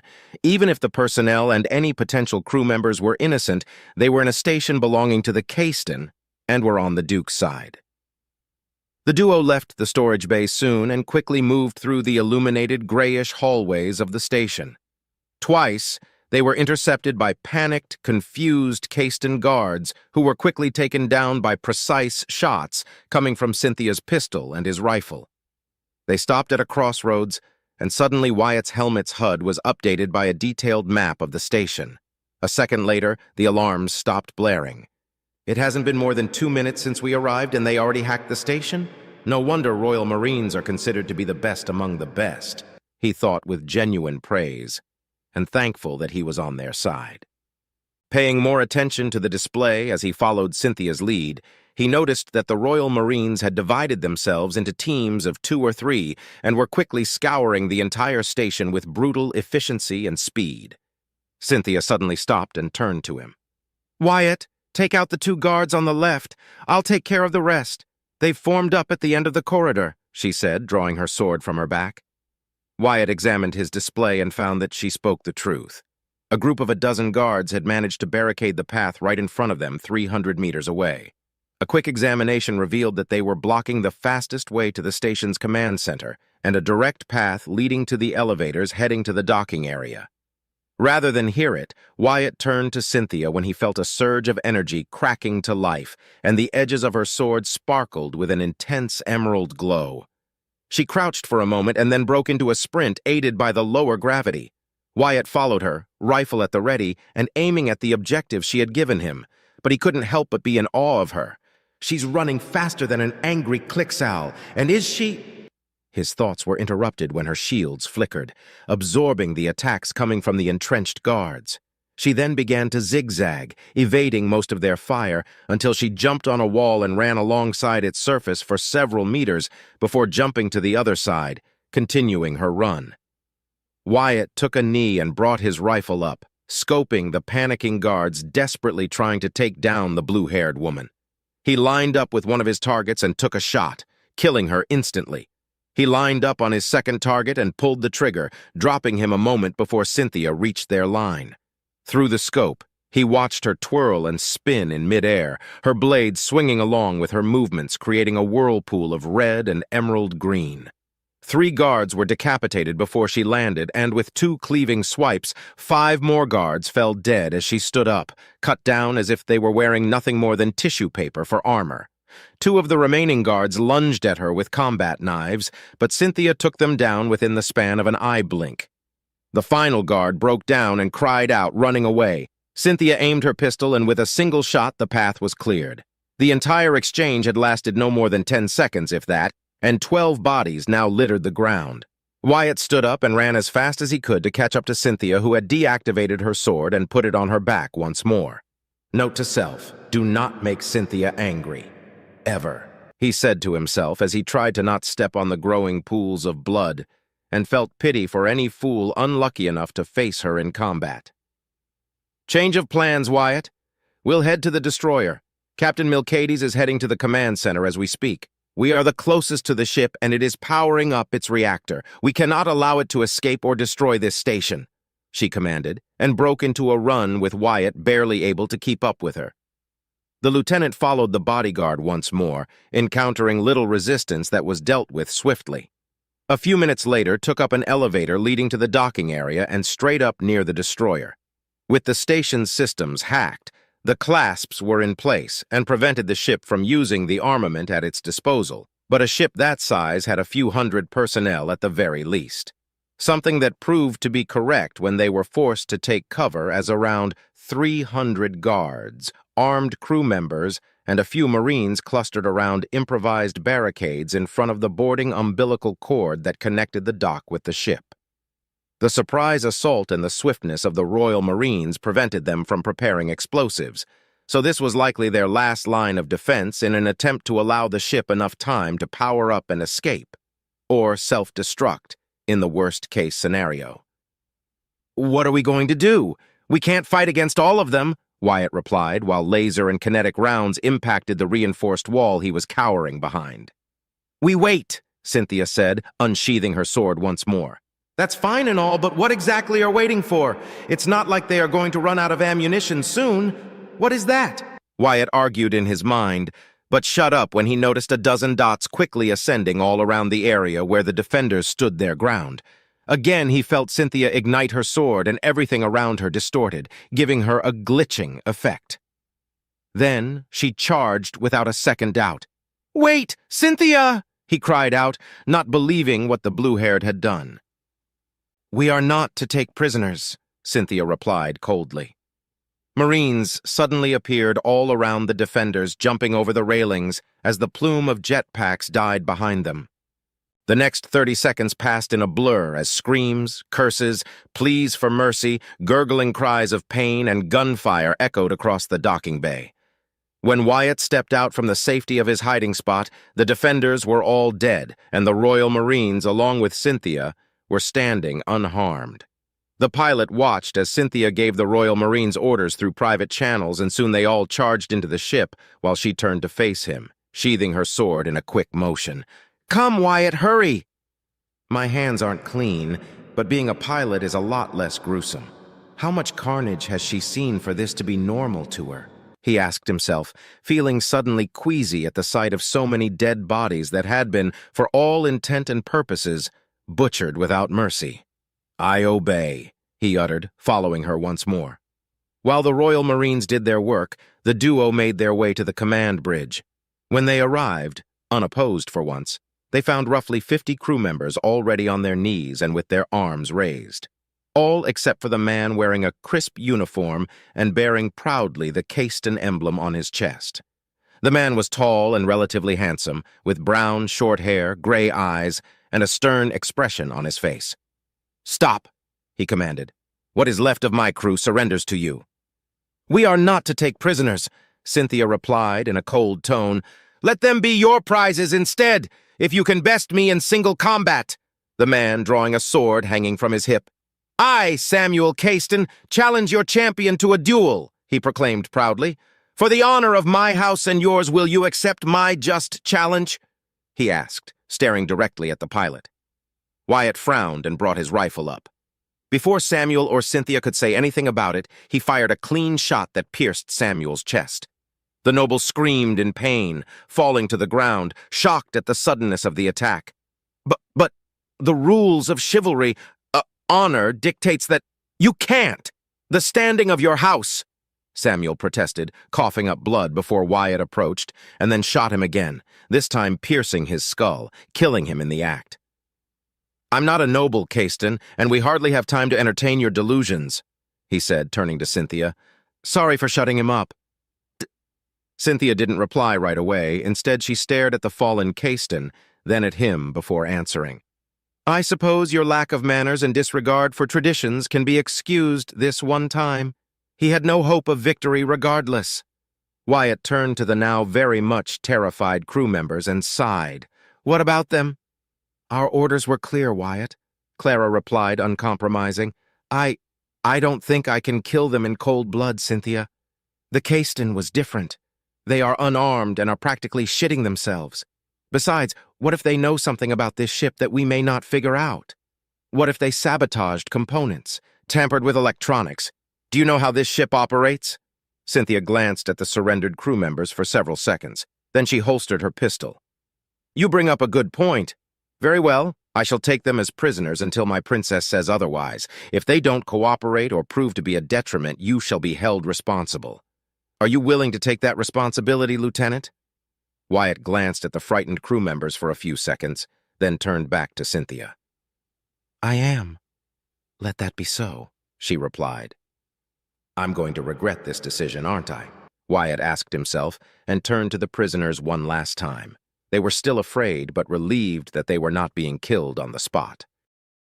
Chapter 13.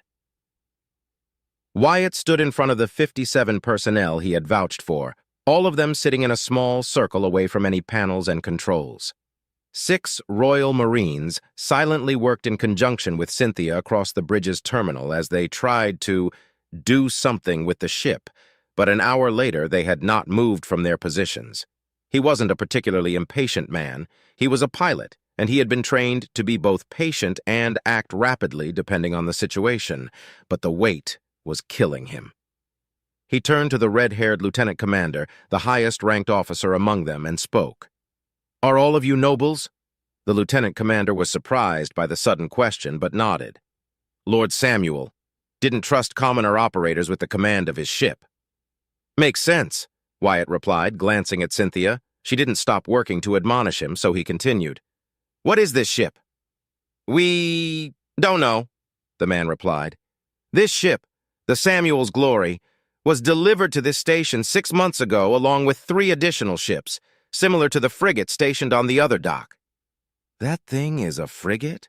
Wyatt asked, surprised. I thought that given their size, they would be heavy gunships. You fought them?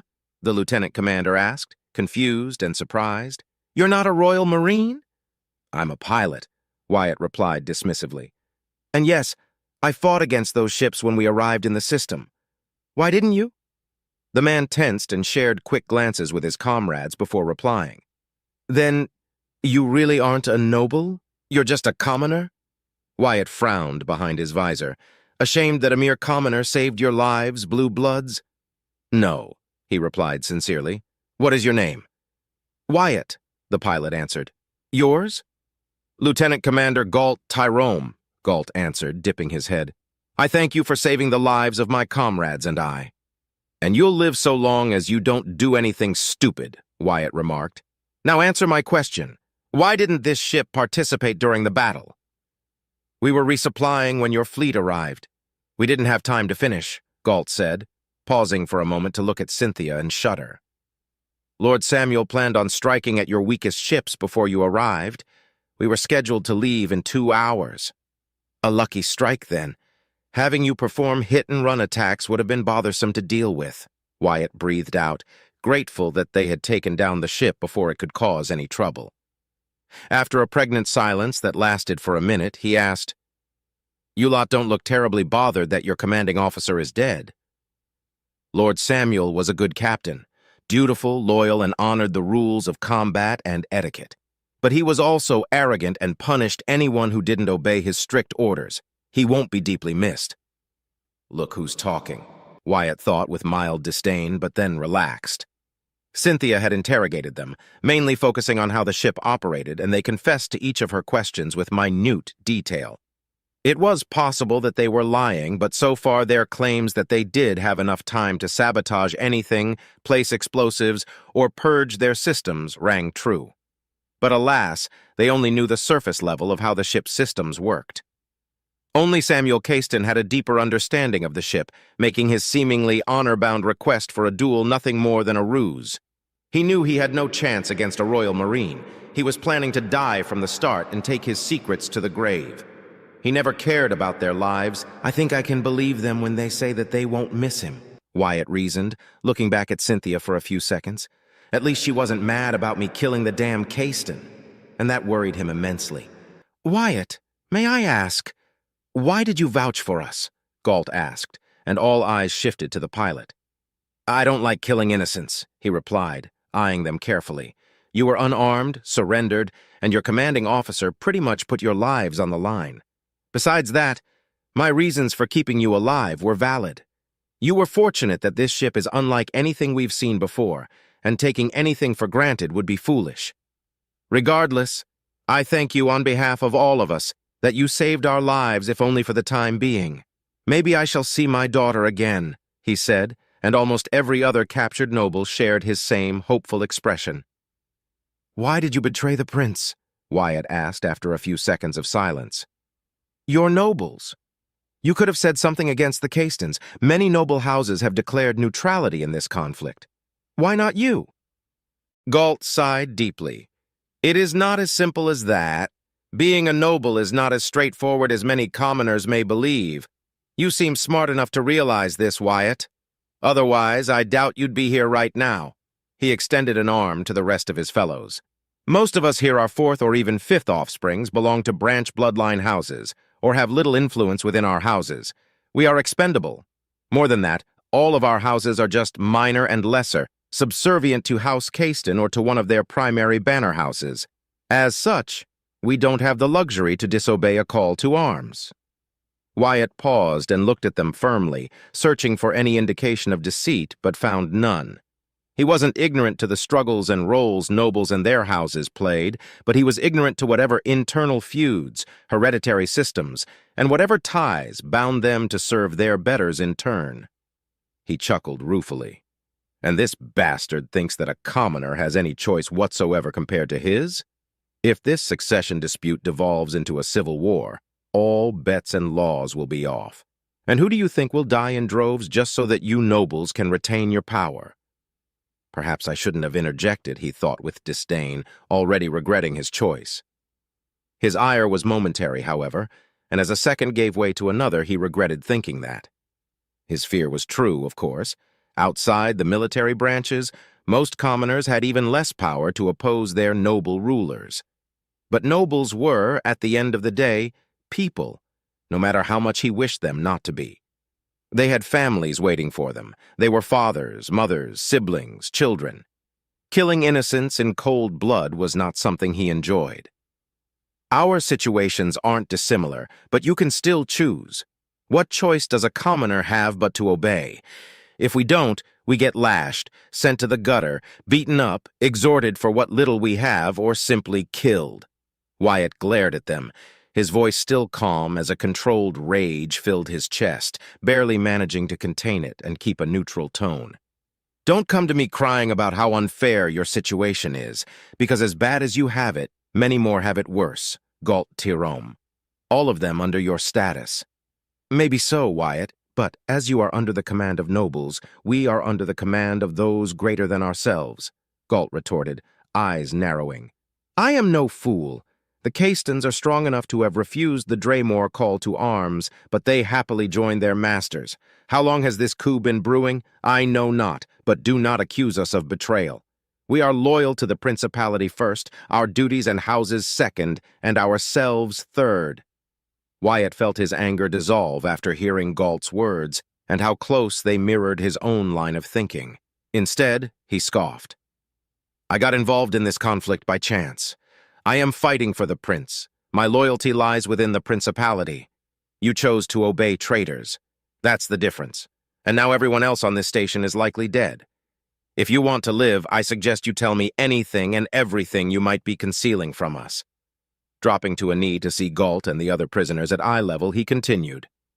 Unless your honor and loyalty towards a house that dragged you into this position is more important than your lives and those waiting for you back home. Your mental games won't work on any of us, commoner scum, a woman said abruptly. You may be wearing a lieutenant insignia, but you know nothing of true honor and duty. Even if we knew anything else, we wouldn't tell you, she finalized with a glare that showed nothing but contempt. You're nothing more than an ignorant, uneducated wretch who knows nothing more than to wait to be fed by your overbloated master. I know I am better than a filthy traitor, Wyatt said, raising his rifle and aiming it at the noblewoman. The prisoners flinched, and Galt moved in front of him, protecting the woman. Please, Wyatt, we truly do not know anything more. I swear upon my honor and that of House Timor that I speak the truth. The only one that knew anything more intricate than the basic functions of the ship and the operation of its systems was Lord Samuel Caiston, Galt pleaded.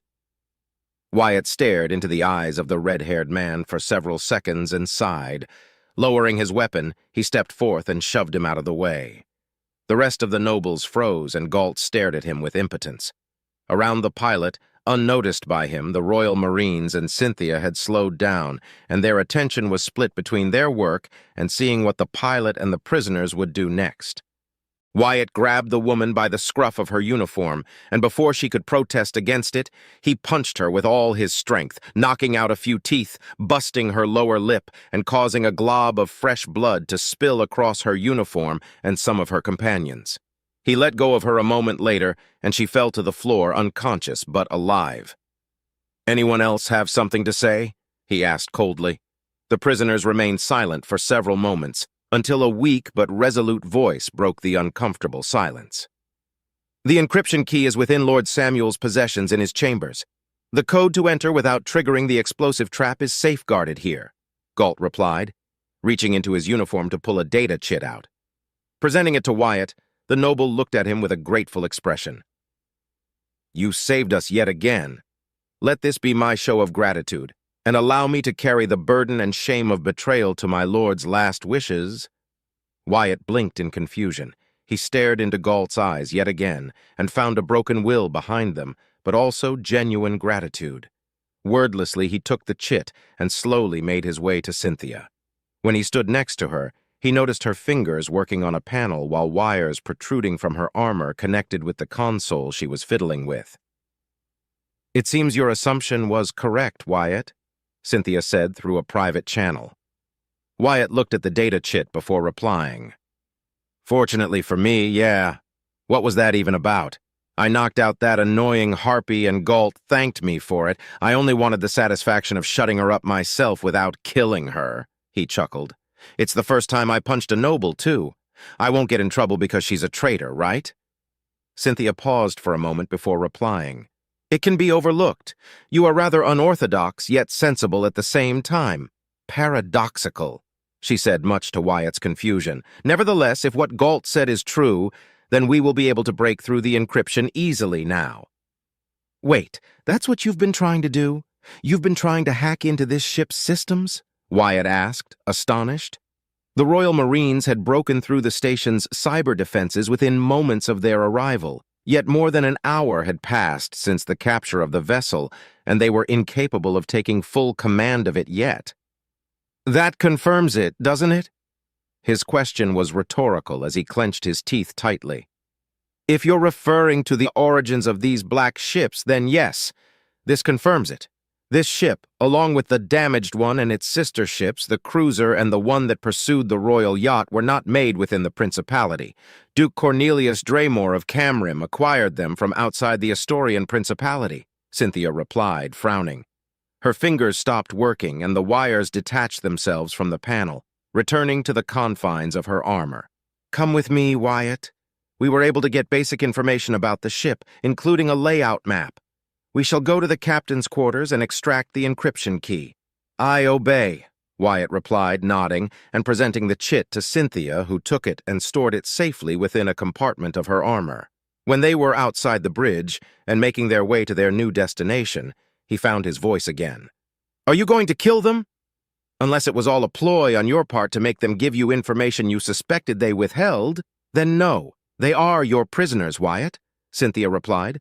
"My prisoners? Hardly. They are at your mercy, not mine," he said back.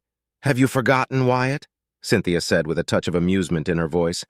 "I said that I would protect you as if you were my princess herself. That includes listening and considering your requests." "Such as taking them as prisoners." "And their actions are my responsibility," Wyatt said, feeling a headache forming. "That's just fantastic.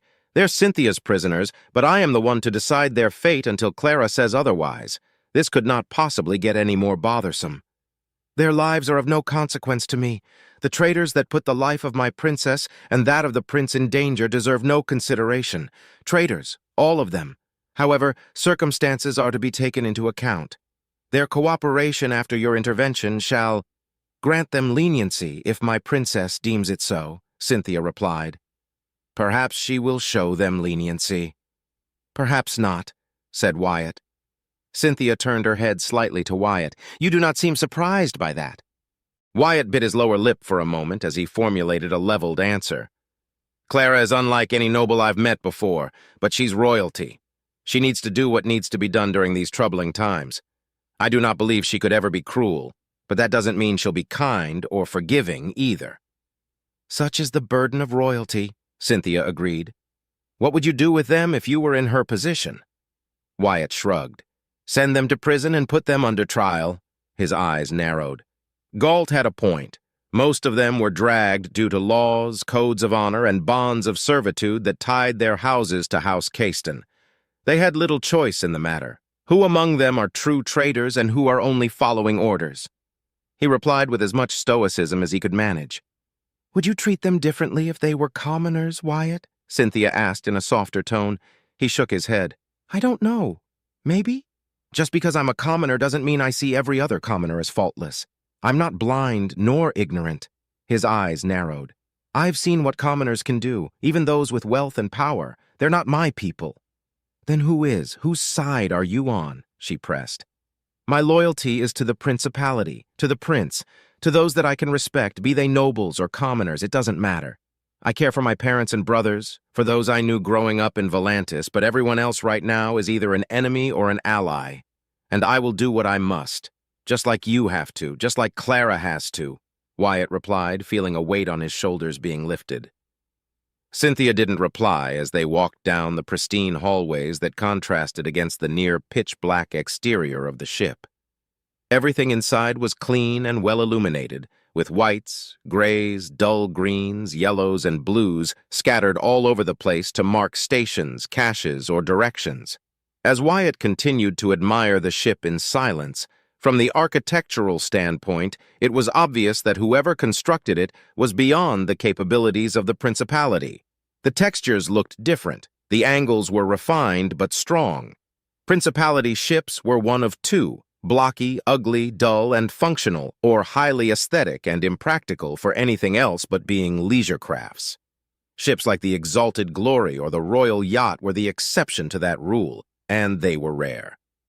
This ship is both beautiful and well made. I wonder who made it and how Duke Draymore got his hands on them. I don't even want to imagine how much they cost, Wyatt thought moments before arriving at their destination. Stop! Cynthia commanded, stopping right in front of a sealed door. I'm detecting a series of explosive traps, she said, and took the chit out.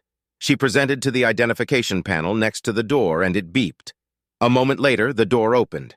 Stay here, Wyatt. I'll retrieve the encryption key, she said, and entered the room. Wyatt obeyed and waited. He expected to hear things shattering or being ruffled about, but all he heard were the steps she was taking and things being moved aside. Finally, he heard a loud click, followed by something heavy opening. A few moments later, Cynthia walked out of the room with a small black box in her right hand. Is that the encryption key? He asked, never before having seen one in person. It is. From what I'm reading, it is no wonder why we couldn't break through the ship's encryption algorithm. The sequence keeps shifting, rearranging itself in random patterns every time it is tampered with. It makes it not only near impossible to predict, but also time-consuming, forcing us to start from the beginning, trying to search for the correct algorithmic pathway, she said with mild frustration. Assuming that I understand what you're talking about, does that mean it is difficult? He asked. Cyber warfare and security were not his forte. Cynthia nodded. Incredibly so. The encryption sequence is long, and with every failure it rearranges itself to a new sequence. It is vexing, to say the least. A dozen dedicated hacking AIs working together non-stop would be able to break such encryption within a week, I think. She raised the box slightly. With this, that won't be a problem anymore. What about the other ship? He asked, as the two resumed their walk back to the bridge. I already ordered the other Royal Marines to search for a similar chit on the officers' bodies. They found one and are on their way, she answered. Uriel Hoax will be happy to have his station then. Do you think Clara will be pleased with your victory? He asked. Our victory, Cynthia corrected. I believe she will. Despite your breach in her original orders, I am sure she will forgive your transgression in favor of gaining such a marvelous ship. Should I be afraid that I don't know if she's being serious or not? He asked himself before replying. That aside, do you know how to pilot a ship? Do the Royal Marines? Cynthia hummed softly. We can if need be. As good as their training is, their focus is to be elite shock troops, infiltrators, and line breakers. Space warfare and piloting are skills that are best served by other dedicated servicemen. Why do you ask? Because the shuttle got wrecked by the hot drop and this station doesn't have a hangar. It was never meant to be found, I think. No shuttles, no fighters, no lifeboats. You're going to have to fly those ships out of here if we plan to go back, or take a shuttle if there are any available on these ships, he explained. It was an intense entry, Cynthia agreed. Once I have full access to the ship's systems, I'll know for certain everything about it. About that, I was wondering something. Isn't it strange that this ship doesn't seem to have an AI? He asked. There was one. We managed to isolate and destroy it. Principality Standard Navigational and Communications AI, Cynthia replied nonchalantly. Whoever made this ship didn't bother to install an equally advanced AI to operate basic functions. I doubt we could have contained it as easily otherwise. Thanks for the terrifying thought, he replied with a sigh. Who do you think built these ships? I think either the Imperium or the Qin-Shu Commonality are responsible. They are far more advanced and relatively close to the Principality. Cynthia nodded. I believe the same. Our answers, however, shall be answered soon. The rest of their trip back went in silence, and when they arrived back at the bridge, they found the Royal Marines no longer working at their station and were now maintaining an eerie watch over their prisoners. Wyatt followed Cynthia until she made it to the same console she had been working on before. She placed the box in a compartment beneath the console, and wires extended from her bracers once again, connecting to it. A full minute passed until, suddenly, the lights dimmed to the point they nearly died out, but a few seconds later, they went back to normal. Ah, damn it all, Cynthia cursed weakly through their private channel. Wyatt approached before replying. What's wrong? I have full access to the ship's systems and records, but everything previous to its arrival to Jintrax was completely purged. We don't know where it came from or where it was built. This ship is also different in purpose. According to the information the other team recovered from the smaller black ship, this is a true warship. And it shows, she said, impressed. A true warship? Isn't this a different model of stealth ship? He asked himself before speaking. What about the cruiser class that took part in the battle? No records exist. It is safe to assume every one of these black ships only contains information about itself, and we have to correlate data based on that. It may not give us all the answers, but it will be a start. This destroyer class will be useful to our cause. The frigate class will be dismantled. It is too damaged to be useful to us, and we can't repair it. Whatever secrets the technicians and mechanics can discover from plundering its carcass will be extremely useful, Cynthia replied. Establishing connection with Woodshaft. Established. Wyatt watched in silence as Cynthia killed their private channel to open a new one. He raised an eyebrow when she froze, looked to one side, then the other, then froze again. Half a minute later, she glanced at him for a second or two, then returned her attention to the console. He waited patiently, ready to assist the blue-haired woman in anything for what felt like a short eternity, until her voice broke through the silence, startling him. Wyatt, I require your help, Cynthia began, opening their private channel again. Place your naked hand on this panel. I obey, Wyatt replied, taking off his right gauntlet with a hiss. He placed his hand on the smooth, cool panel. A moment later, he felt something hot against his palm, almost to the point of burning him, but not quite there. It wasn't pleasant, but he managed to withstand it. Several moments later, the heat died out. Now take off your helmet and give this ship a new name. Samuel's glory is no more, she said with a hint of disgust in her voice. Why don't you give it a name yourself? He asked, confused, but sharing her disgust for that awful name. I'm not particularly creative, she replied. What is she playing at? He asked himself, but decided to obey her command regardless. He took off his helmet and hooked it to the maglock on his back. Cynthia pointed to the small microphone that sprouted from above the panel he was touching. What could be a good name for a ship like this? I don't want to name it something pretentious like the honor above all or the unyielding loyalty. I never got the appeal for such names, he thought as he mulled over what a good name could be. He always preferred short, simple names, especially the offensive and dangerous ones. That was one of the reasons he loved Raptor fighters so much. The name reflected what they were and their function. Deadly, simple, effective. Deadly, simple, effective. Deadly, simple, effective, he repeated in his mind, and a moment later he grinned. Who says a name can't have some irony to it? He leaned forth and licked his lips. Noir Navio, he said decidedly. Turning to Cynthia, he couldn't see her expression, but he could feel her unamused, judging eyes on him. With a clank that was felt rather than heard, the clasps were undone. The ship was free to move whenever they wished. Putting on his helmet and gauntlet, he watched as Cynthia disconnected from the console and moved to the captain's chair. Really, Wyatt? Wyatt shrugged, glad that he could hide his wide smile. Chapter 14. Clara sipped from her drink and did her best not to wince at the sour taste of it. After Cynthia, Wyatt, and the Royal Marines departed, she moved to a private booth that Uriel Hoax reserved to wait for her strike team's return. Said man was sitting across her, generously drinking a bottle of beer. The princess had gotten the message from Cynthia minutes ago that the mission had gone smoothly despite Wyatt's intervention. She had yet to inform Uriel about it, but she was sure he already knew about the connection that had been established to Woodshaft's channels. Around them stood the remaining 10 Royal Marines, silently and dutifully watching over her safety. I'm surprised no one has attempted to kill me, Clara said, putting the sorry excuse of tea she had been drinking. Mass-produced, cheap, poorly prepared, and bland products were definitely not her favorite treats, and she regretted not bringing some of her sweets with her. No one would be so stupid to try unless pressed, Uriel replied before taking another large drink from his beer, finishing it and setting a 6th empty glass bottle on the table.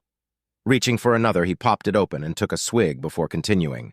Or, if they were so incredibly out of their goddamn minds as to think that to be a good idea. Relax, princess. My home is yours. Clara politely set aside her half-finished tea and smiled at the long, black-haired man. I was wondering when you were going to mention it. It is impolite to keep a lady waiting, Uriel chuckled deeply. And it is equally impolite to keep secrets from your hosts, little princess.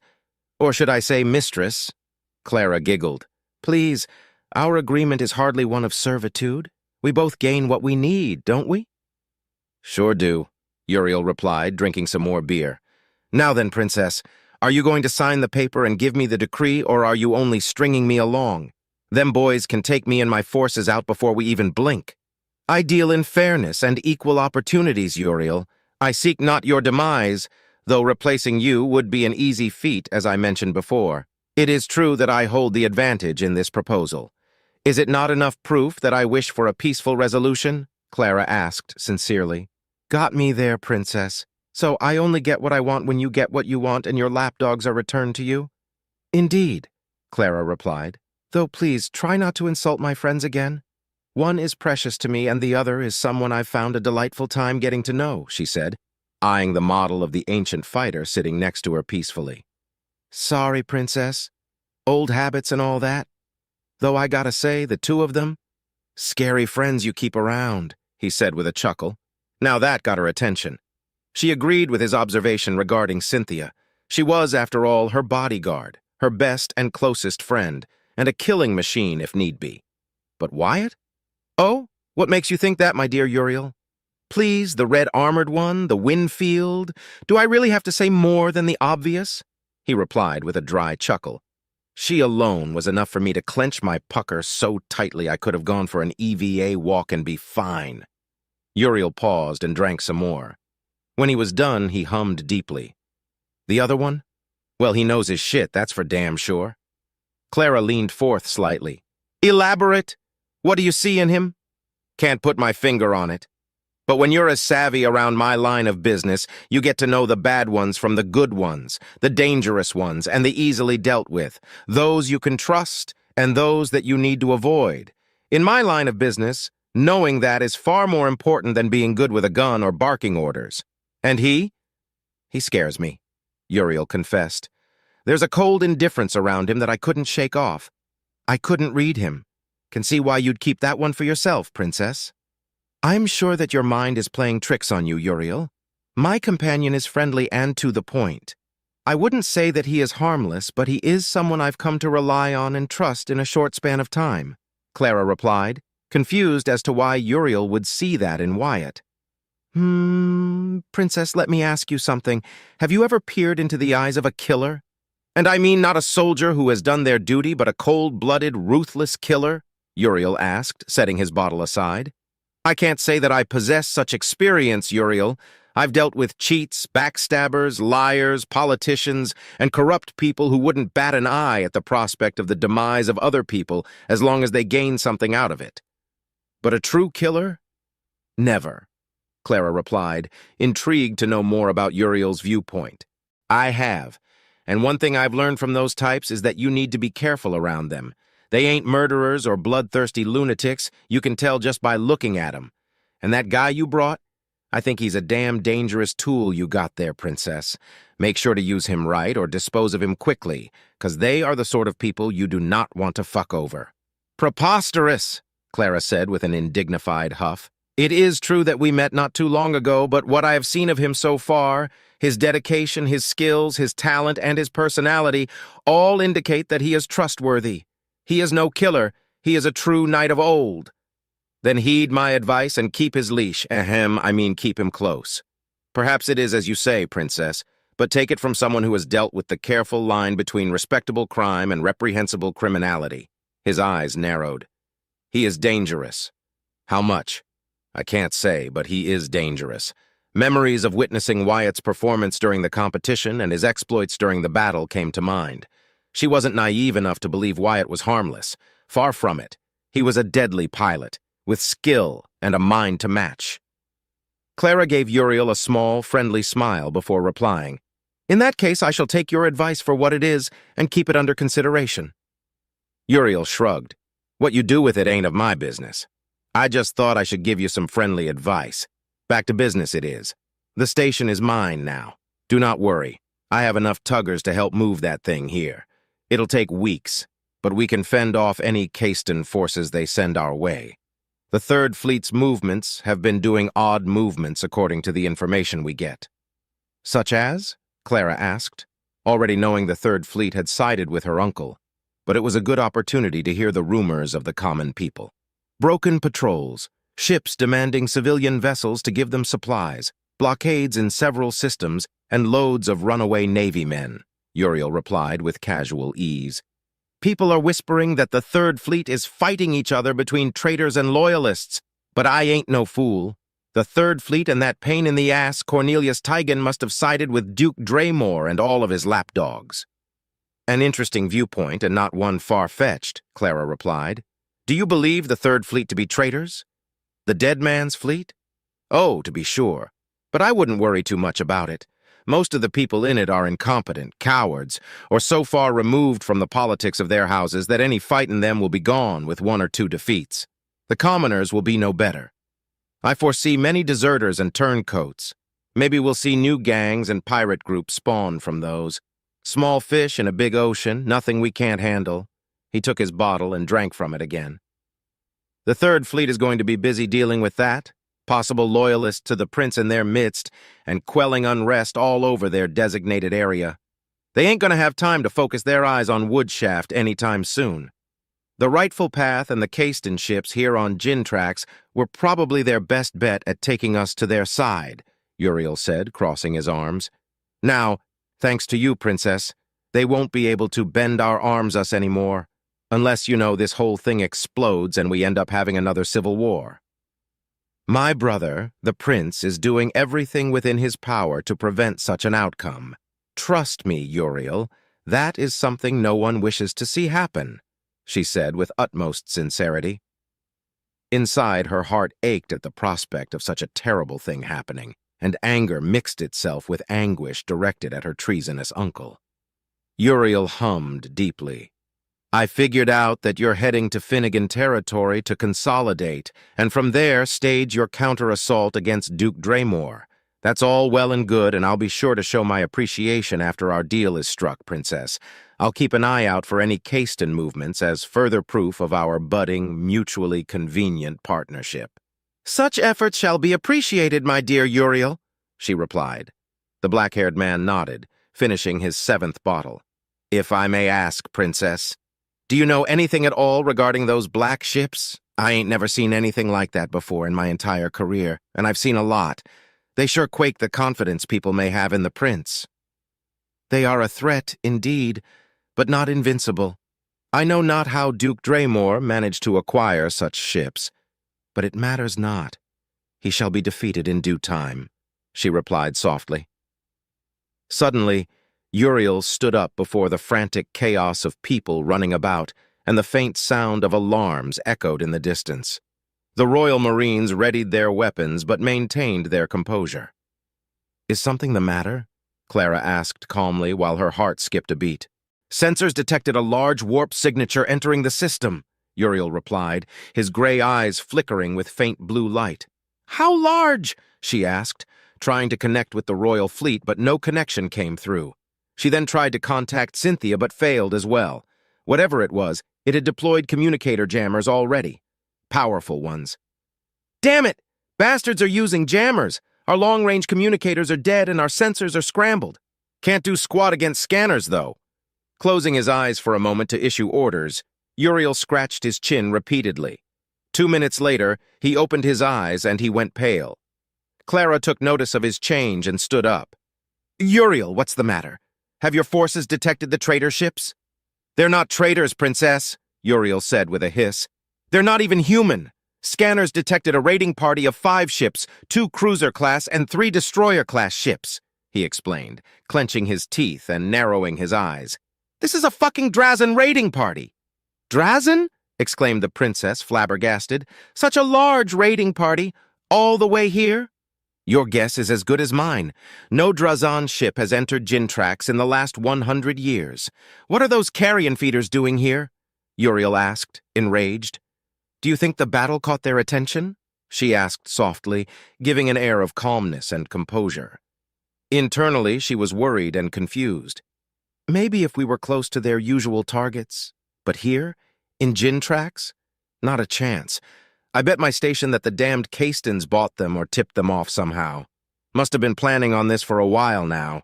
A straggler ship or a desperate fool I could understand, but such a heavy raiding party? They ain't here because of coincidence, damn it! Would House Caiston do something so reckless as to invite the Drazen to their doorstep? Clara questioned.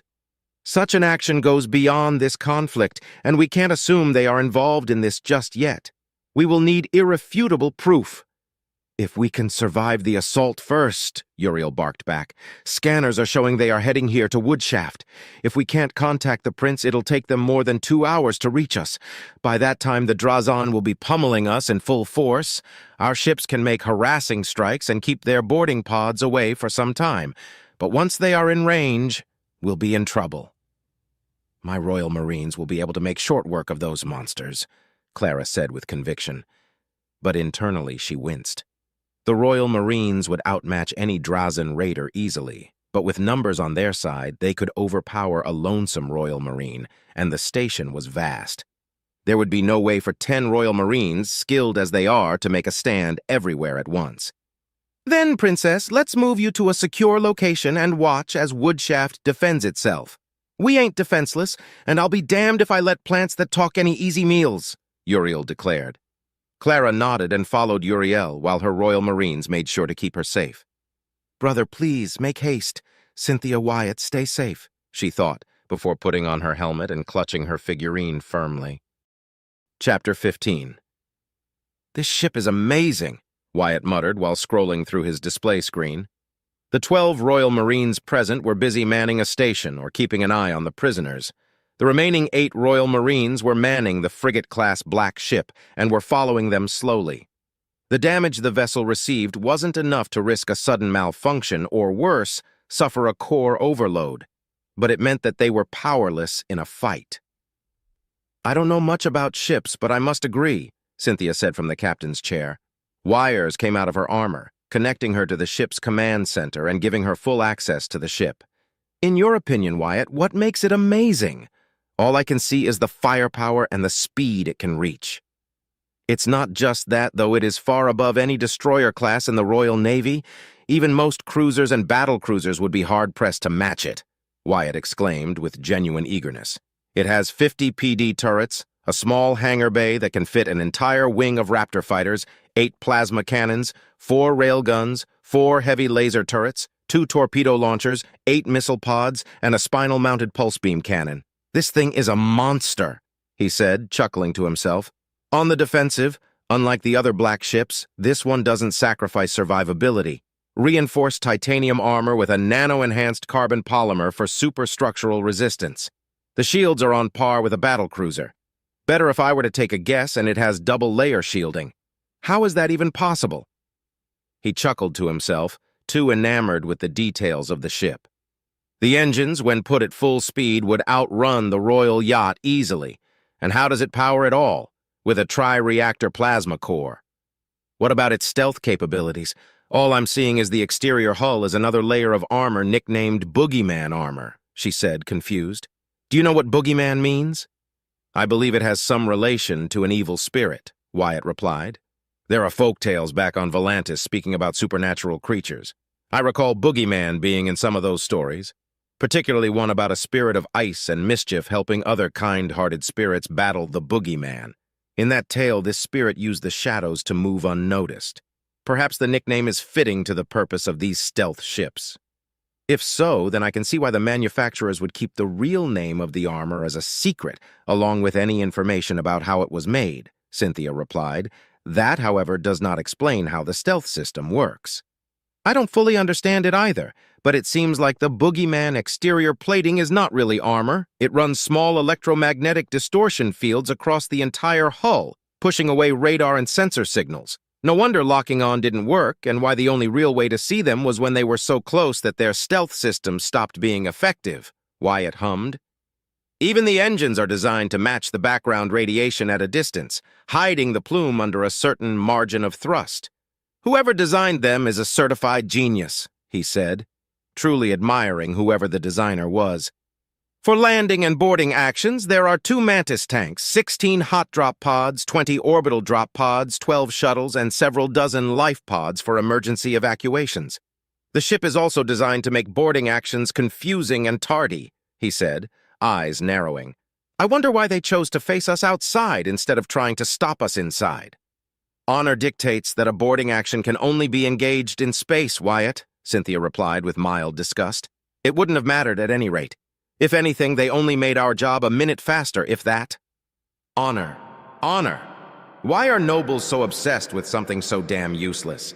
Honor won't help them when they have a gun pressed against their thick-headed skulls, Wyatt thought with disdain as he glanced at the bloodstain left behind by Samuel Caston's corpse.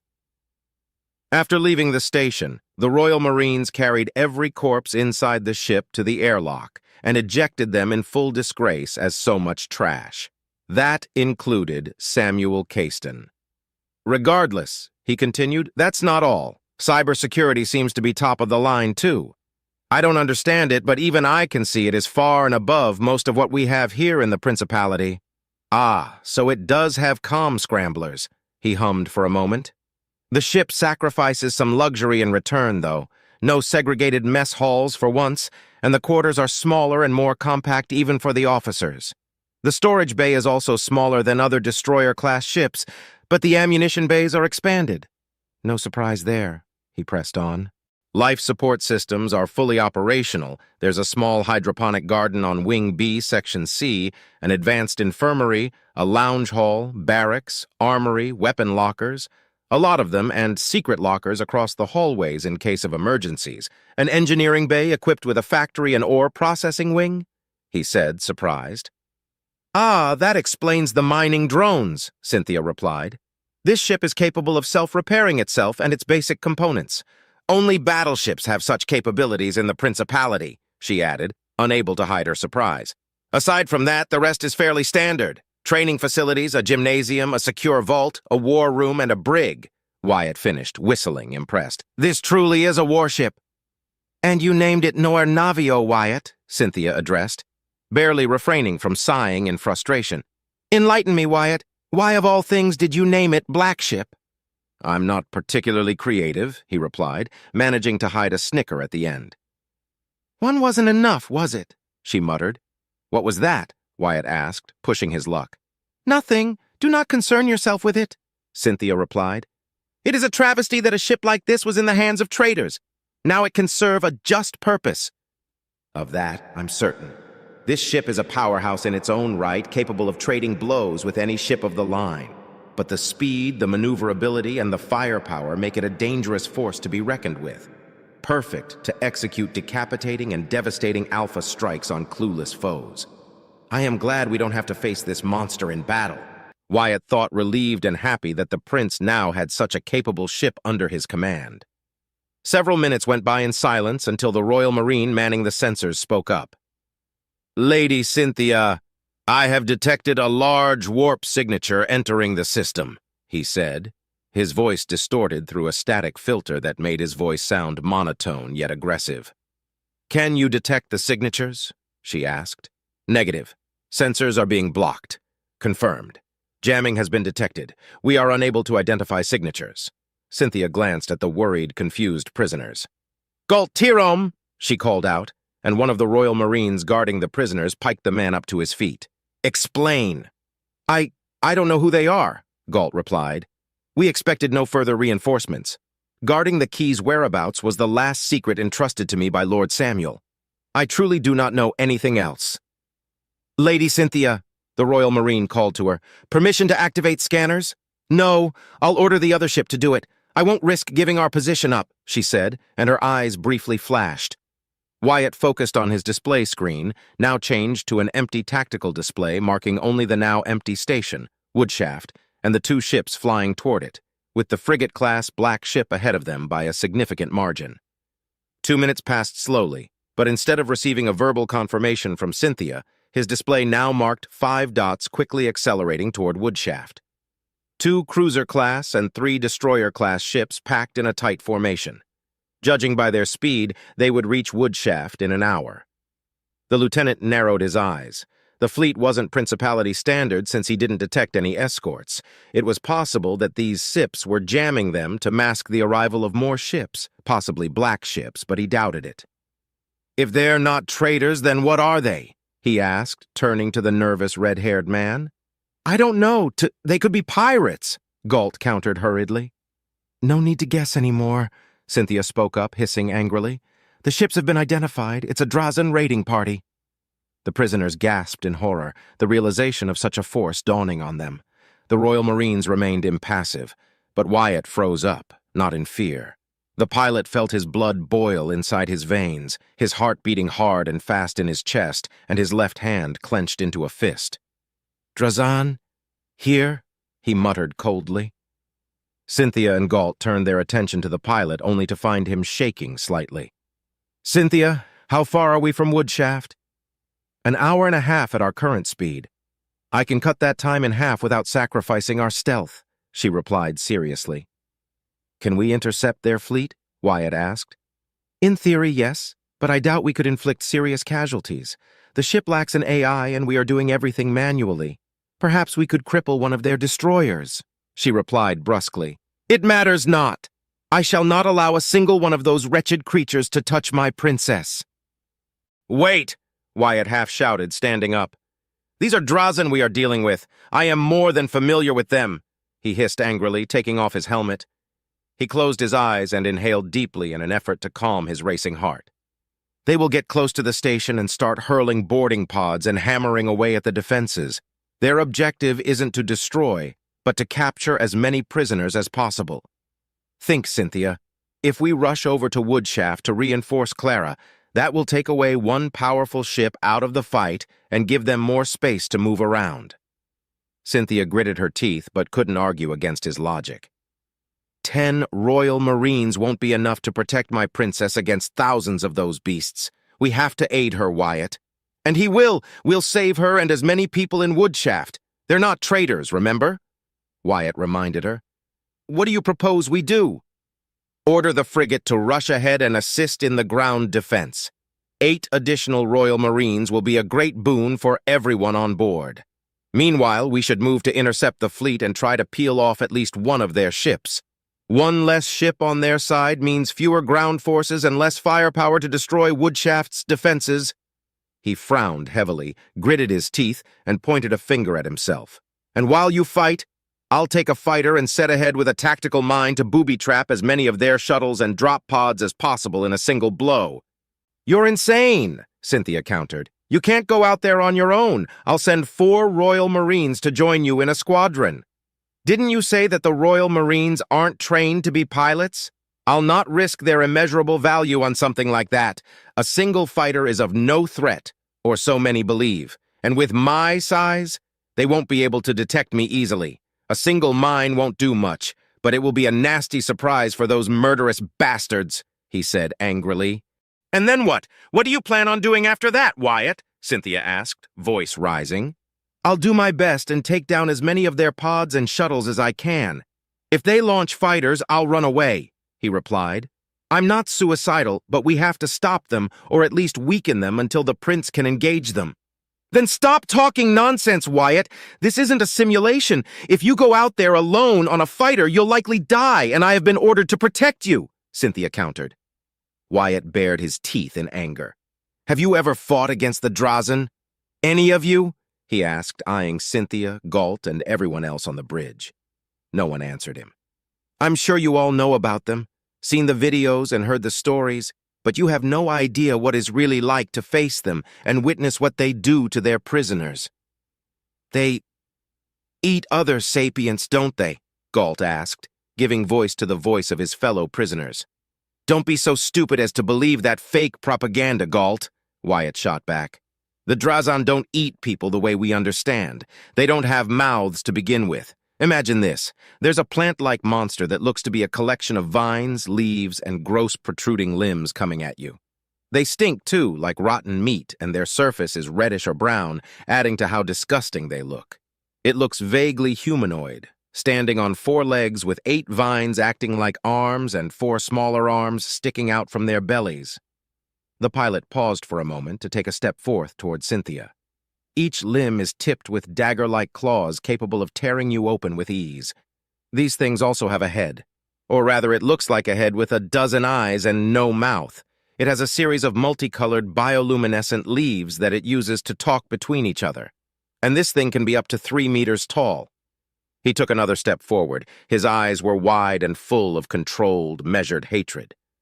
And worst of all, you can look into its eyes and understand that it knows you're sapient. A sophont just like it is, and that last glimmer of hope that you think you have of appealing to its humanity is gone. Another step. The Drazen don't have humanity. They don't understand it. They don't care for it. To them, you are either food or a tool to get more food. Do you want to know what they do to their feed, the prisoners they capture? Another step. Galt took a step back, frightened by the pilot's cold, focused words. Cynthia remained immovable, and the Royal Marines listened closely, ready to interject. They kill the old, the sick, and the disabled. They're not even cruel about it. They aren't sadistic beasts. They are much worse, because the way they kill their feed is by draining their fluids out. Blood, piss, water, bile, everything. Another step. They then mix it with dirt and other materials for the next step. After that, they chop you up without care. Meat and organs are turned into mush. Another step. Your bones are turned to dust, and they mix it all together before they reveal their real head, hidden behind their reinforced chest. Another step. Their true face has no eyes. It's just a bulbous thing similar to a mushroom and a tiny mouth. Only after that, they begin to eat their feed, slurping it with detestable gusto. One final step put him in front of Cynthia, his face reflecting on her helmet's visor. That's what is coming to Woodshaft. They take prisoners alive and dead alike, but they prefer living ones because, to them, we are cattle, nothing more. He chuckled darkly. Oh, sure, they can be negotiated with. They're not stupid, but they don't respect anyone that isn't them, and they only care about their survival. But what do you think they do to the young and the fit? Slaves? They don't need them, but feed makes more feed. With a final snarl, he pulled back and he sighed deeply. I'll be damned if I don't do everything in my power to stop the fucking Drazen. Eyeing Galt, he noticed the noble nearly emptied his stomach. Some of the prisoners were not as strong. He looked at the noble for long moments, then pointed at him. Were you truly ignorant of the Drazen, Galt? Yes, Galt replied, managing to stop himself from gagging. I knew that Drazen were dangerous, but nothing like what you described. Even so, I wouldn't have participated in any scheme regarding those beasts. Less so now, thanks to you. Shaking his head, he pressed his uniform, fixed his badge, and saluted. On behalf of the House Tirome, I, Glat Tirome, request that I and my crew assist you in this dire situation, Lady Cynthia. Cynthia finally moved after Wyatt's retelling and turned to Galt. Do you think we are foolish enough to trust you, traitor? I went against the last command of Lord Samuel. I have tarnished the dignity and name of my house for such an action, bringing it shame. But I can live with that shame if you allow us to aid you, Lady Cynthia. Please, there are countless people in Woodshaft, Galt insisted. Before Cynthia could speak, Wyatt beat her to the punch. Do you expect me to believe that you want to save petty criminals and smugglers, most of whom are commoners and disgraced nobles at best? Galt's eyes turned resolute and his voice filled with conviction.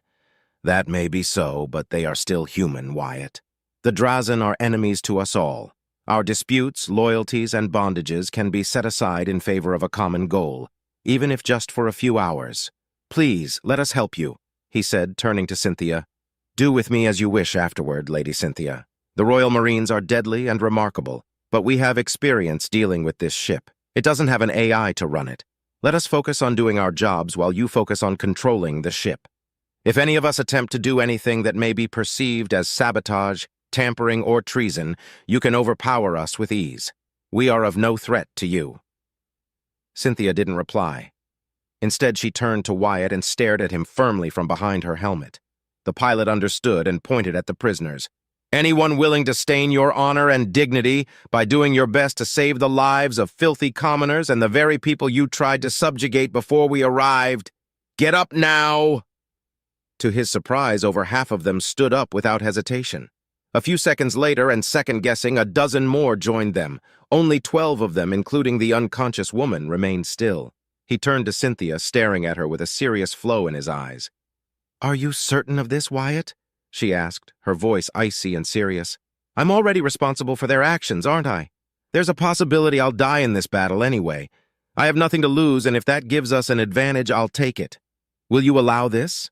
Wyatt asked, lowering his arm. Cynthia closed her eyes behind her helmet and smiled softly. Then she spoke. As long as you know it is your responsibility, then I shall allow this. Galt Tirome, your standing companions are henceforth conscripted temporarily to serve the Principality and His Majesty, the Prince. To your stations. Ma'am, Galt Tirome said, saluting enthusiastically before running to his station. The other crew members also joined him, taking a seat in their respective stations without interrupting the Royal Marines already manning a console. Then I shall go too, Wyatt said, hands trembling. Do you have experience in naval command? Do you? Cynthia countered. Probably less than what you have, he replied before putting on his helmet. Opening a private channel, he continued. After I leave, we won't be able to communicate. Where's the frigate? Burning at full speed toward Woodshaft. We were close enough for our short-range connection to partially work, Cynthia replied. Are you sure you want to do this, Wyatt? Fuck no, he answered sincerely and chuckled. But I don't see any other alternative. All we can really do is weaken the Drazen and give Woodshaft the best fighting chance possible. If I die, could you inform my family that I died making them proud?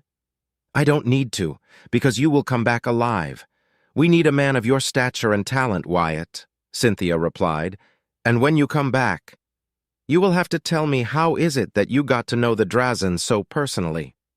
If I come back, I will. It's not a pleasant memory. But I shall obey, Wyatt replied. What do you know about Drazen ships? Very little. Alien interactions were not a central part of my education and training, Cynthia admitted. Any advice will be most welcome. Target their biggest ship if at all possible. Aim for their hangars. Drazan ships place their bridges near the center of their ships and their engines are well protected. Their shields are poor, so use missiles and railguns to wither them, then punch them. They are also slow to change their direction, but they mount retro-propulsors on the front for quick deceleration. You are quite knowledgeable about the Drazan, Wyatt, Cynthia said, engraving the information given into her mind. More than I would like. I hate those damn plants, he said. Then he turned to leave. Good luck, Cynthia. Stay safe, Wyatt, Cynthia replied. Wyatt then broke into a run, heading to the hangar bay as quickly as he could. Thanks to his helmet, the map of the Noir Navio was in full display and the quickest path was highlighted. It only took him 10 minutes to reach the hangar. Despite his hurry, he took a moment to admire the beauty of it and the 30 Raptor fighters stationed in it. Despite being able to hold 100, it was obvious that aside from the ship and the weaponry, everything was to be provided by its new owners. Then the Castons, now the Prince. He shook his head and boarded the fighter closest to him. Luckily for him, it was fully loaded, equipped with a tactical mine, the missiles were stocked, and the flares and ammo were full. Turning it on, the hangar bay's door opened smoothly to reveal the blackness of space. The clasps were unlocked and he hit the thrusters. His tactical display showed the stationary position of Woodshaft and the predicted movements of the Drazan. If there was one thing he was glad to know about the Drazan, that was the fact that they rarely changed their tactics. Computer, calculate the possible fleet's movements. Calculating, the fighter's AI replied. 2 seconds later, the path remained the same with only one possible alteration. Wyatt thought and paused for a moment to look at his trembling hands. His heart was beating hard. He could hear white noise and his stomach was doing somersaults. What am I doing?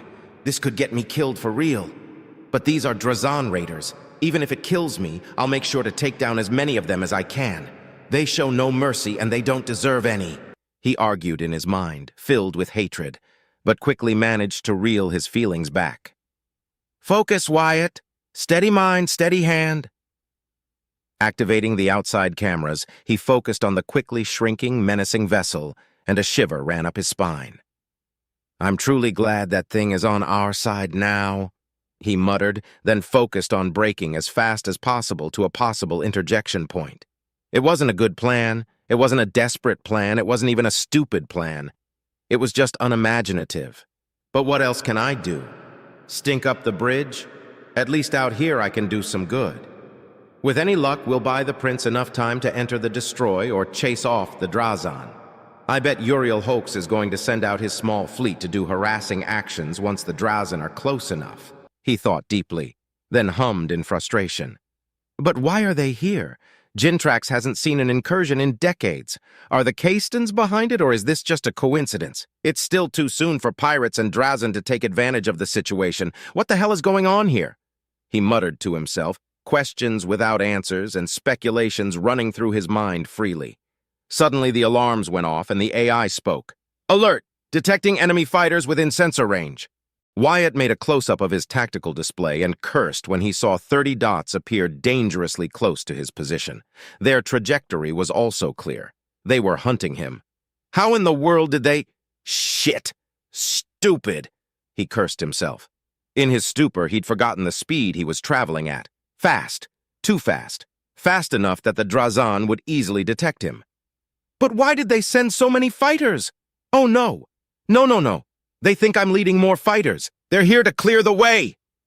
Clutching his controllers, he gritted his teeth when the AI alerted him a second later that missiles were locked and headed his way. That's how you want to play, eh? He shouted at the screen, the external view shifting to the barely visible fighters heading his way. The shroud of fear and dread vanished from within him, replaced only by righteous fury, and a controlled, calculated, focused rage. Launching one missile to intercept, he pushed the fighter to the max and slowly turned to meet his enemies. The missile exploded, causing a series of smaller explosions to follow suit. As he approached the screen of Drazan fighters, Wyatt saw that all of them unleashed a barrage of missiles, and so he unleashed his flares until they were empty. Computer, active the tactical mine. No automatic trigger, only manual detonation, he ordered, and a ping later his order was carried. Predictably, the missile's targeting systems were confused and scrambled. Some exploded outright before they reached him, while others veered away. forever lost until their timers ran out. Closer and closer they got at tremendous speeds until he was about to enter the effective range of their conventional weapons. His chest hurt, and the pressure of such intense G-forces threatened to crush him. Wyatt smiled widely, undeterred, and with the press of a button, the mine was detached and tailing behind him. Then he took a nosedive so intense that nearly knocked him unconscious. It was almost as bad as the hot drop maneuver, but it served its purpose. With another press of a button, the mine detonated. Wyatt didn't stop to count and instead focused on what to do next. His shields received impacts and were quickly depleting, so he began to barrel roll and weaving erratically to evade enemy fire. His senses were in a haze, but he was still able to focus on 3 targets. Locking on them, he released his missiles instead of launching them, allowing them to float in space until the Drazan fighters flew past them. Then, the missiles activated and gave chase to the bulkier, slower, less maneuverable fighters. 10 seconds later, 3 more fighters were gone, their shields ruptured by the force of the explosion and still far from recharging. Wyatt smiled even as a trail of warm liquid touched his lips and cheeks. Licking it away, he hit the reverse thrusters without turning off his engine and at the same time swung to the side. He could hear his fighter's hull protesting against the highly dangerous maneuver. Wyatt sunk against his seat, the dampeners put to their maximum strain, but he still managed to retain enough consciousness in him to squeeze the trigger. Then he was behind a Drazan fighter, destroying it after 2 seconds of sustained fire. Then he destroyed another, and a fourth one in quick succession in the span of a few seconds. He stopped rolling and stabilized his fighter when he noticed that not a single dot remained on his tactical display. His ears were ringing, his vision was blurry, he tasted metal, and he felt as if his head was about to kill him. He had let his instinct, intuition, training, and fury take hold of him, and he just went with it. Now, he was paying the consequences of his actions. "I'm pretty sure I only survived thanks to the implants. He chuckled weakly, smirking. "Pretty sure I broke something." He coughed, staining his chin with blood. "Took them down, though. I should go back to the ship. I can't do more now," he said, and looked at his tactical display. He quickly found a possible destination of the Noir Navio since it was already outside his sensor and visual range, and with the scramblers and jammers of the Drazan, he couldn't contact Cynthia. Bereft of options, Wyatt clenched his teeth and kicked the engines to maximum, ready to return to the ship.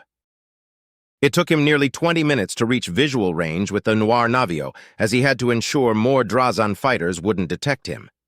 He had more than half the ammo left for his coil guns, but without a mine, missiles, or flares, there was nothing much he could do. His desperate and sudden maneuvers had put a real strain on the fighter, and the AI kept reminding him of several minor damages and that he should return to base immediately, not to mention the wounds he had sustained. When he was 10,000 kilometers away from the ship, his short-range communicator cracked to life. "Wyatt, is that you?" Cynthia asked, unsure. "Yeah, it's me," he replied, trying to maintain his composure. But his chest hurt. The world around him was spinning, and he felt lightheaded.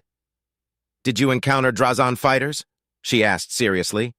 "A few, yeah, nothing I couldn't handle, but my plan was ruined. I had to use my missiles and the tactical mine to drive them off," he said, wincing. Technically, he wasn't lying, but there was no need to worry Cynthia with his pointless problems. "I understand. Come, enter, and join me on the bridge," she ordered. Wyatt saw the hangar opening as he approached, slowing down as he did so. Landing without support proved to be difficult, but he managed to land and station his fighter safely. He opened his cockpit and stepped out, only to fall on the 5th stair, landing on his back. He laid there for a moment, dazzled, before struggling to get to his feet again. He coughed violently, his lips and chin staining with fresh blood. "Definitely broke something!" With a wheeze and a snarl of pain, he stood upright. He turned to see the fighter, and his eyes widened when he saw the real damage it had taken. While the majority of the damage was bound to be internal, the wings were slightly bent and out of alignment. There were hull ruptures all across its surface, and the impact of high-velocity shots marred the otherwise pristine paint of the Raptor fighter, painted with the Caiston colors. Letting out another snarl of pain, he turned around and began to walk, making his way back to the bridge. "Cynthia?" he asked warily, opening a private channel as the hangar doors closed. I am here, Wyatt, she replied in her usual serious tone. How far are we from the Drazan ships? He asked. We are still moving blindly to a predicted vector. We should have visual confirmation in the next 10 minutes, she replied. Are you injured? You sound winded. The fight was intense, had to do a hard pull. He winced again without muttering his discomfort. Damn glad Commander Redford got me those implants now. Pretty sure I wouldn't have been able to beat those fighters otherwise so easily, he ended with a cocky chuckle. I would have died without the Kiniter and Dolaxis implants after I pulled that crazy movement, he thought, wincing again. As long as you are certain that you are fight-worthy, then I shall not press the matter, Cynthia replied.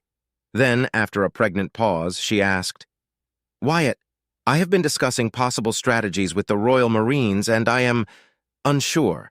I am not trained for command outside leading small strike forces. You are the expert when it comes to space warfare compared to us. I will need your input. She paused again, her voice relaxing. Truth be told, I am relieved you returned to us soon safely. Yeah, I'm just bruised like cowkie meat ready to be grilled, he thought with dark humor. I'm a pilot, Cynthia. Before this, I wasn't even trained to be a real fighter pilot, but I was good enough to earn my place in patrol duties. But I will, he clenched his teeth, suppressing a cough and feeling his blood stain and wash through his teeth. I will do everything in my power to aid you. I am relieved to hear that, she sighed. To be honest, I am terrified. I'm not like my sister, Juliana. The responsibilities of command are beyond my capabilities.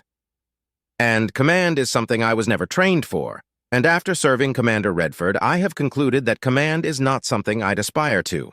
Nobles lead and commoners obey. That is the imperative rule of the Principality, he replied, each step an effort as his head pounded and everything around him kept spinning. Regardless, I will welcome your aid and input, Wyatt, Cynthia replied. Wyatt was about to reply when a sudden realization entered his mind. Cynthia, have you asked Galt for advice? He's the lieutenant commander of the ship and Samuel's direct assistant. Surely he must know. I'd rather not trust a traitor and possibly give him any sort of command over the Noir Navio, she declared seriously. Would you trust him? No, I can't say I would, under other circumstances. But Galt seems to have common sense. And he's already putting his neck on the line assisting us against the Drazan, Wyatt countered. You can't possibly suggest that I should trust his tactical advice, she rebuked. All right, let's have a test. Tell me, what is your main plan to attack the Drazan ships? He asked. According to your previous advice, move in close to the largest vessel and engage it with a barrage of missiles and torpedoes to take down its shields. Then attack using the plasma cannons, the railguns, and the laser turrets. Finish it off with the pulse beam cannon, Cynthia answered. It is the one strategy that we have agreed upon so far. I know you're not familiar with space combat, but sweet mercy, woman, what? All right. I did say that you should target the largest ship, but not in a direct confrontation, he thought, dismayed. His side protested, and he let out an involuntary groan of pain. I suspect that means you do not approve? Cynthia asked, taking the groan as his answer. Your plan has many flaws. Mainly speaking, you're making the mistake many make. You think that ships are going to slug it out on equal terms, he explained. Every ship has a purpose and a role to play in and out of battles. This isn't a battle cruiser. This is a stealth destroyer, Cynthia. You've got to exploit its advantages in your favor. He paused for a moment, leaning against a wall as his vision dimmed for a second. Space combat is tri-dimensional. Take advantage of that fact. But the protocols of space combat do not matter against the Drazan, he snapped back, punching the wall. You have to play dirty against a superior foe or any enemy whatsoever. As long as you can remain hidden from their sensors, they won't be able to fight back immediately. Who knows how many more fighters they have? The ship has many PD turrets, but it won't be able to do much against hundreds of those bastards. He paused to gather his strength and continue on his way to the bridge. Then, what do you propose? Cynthia asked, her voice stoic and firm. Tell Galt about your plan as a hypothetical. If he agrees with you, then you can't trust him. He'll only care about kissing your, staying in your good graces. If he argues about decorum or the rules of engagement, then he's just incompetent. But if he tells you something similar to what I told you, Then you can trust him when he says he knows more about what this ship is capable of doing, Wyatt explained. Just ask him. We have nothing to lose and little time to spare. Cynthia let out a deep hum before replying. You're serious about this, she stated in bewilderment. You are full of surprises, Lieutenant Wyatt Staples. Very well. I have put my trust in you before. So has Clara. I shall do so again and take this risk. Wyatt didn't reply, but continued to walk as fast as he could. After several moments of walking through the empty, silent hallways, he heard Cynthia's voice come to life. I asked Galt Tyram, and he replied that such a strategy would put us at great risk. He then proceeded to describe that we should make full use of the Noir Navio's capabilities to strike in surprise and cripple or destroy one of their ships in an alpha strike. She chuckled deeply. Are you certain that you are not capable of command, Wyatt? Wyatt laughed. That's what I would do if I was in a fighter. Are you seeing a destroyer as a fighter? Cynthia asked, surprised. Not quite. I just don't like fighting fair. That gets you killed, Wyatt replied, unable to filter his words properly, but not really caring about it at the moment. And by any deities out there, the Drazen don't deserve any fairness whatsoever. Why not advantage of everything this ship was designed to do and is capable of performing? I understand, Cynthia replied wisely. Do you?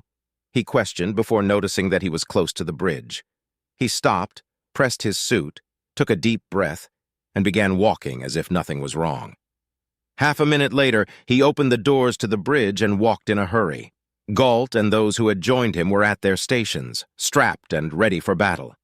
The remaining prisoners were also strapped to empty seats, bounded.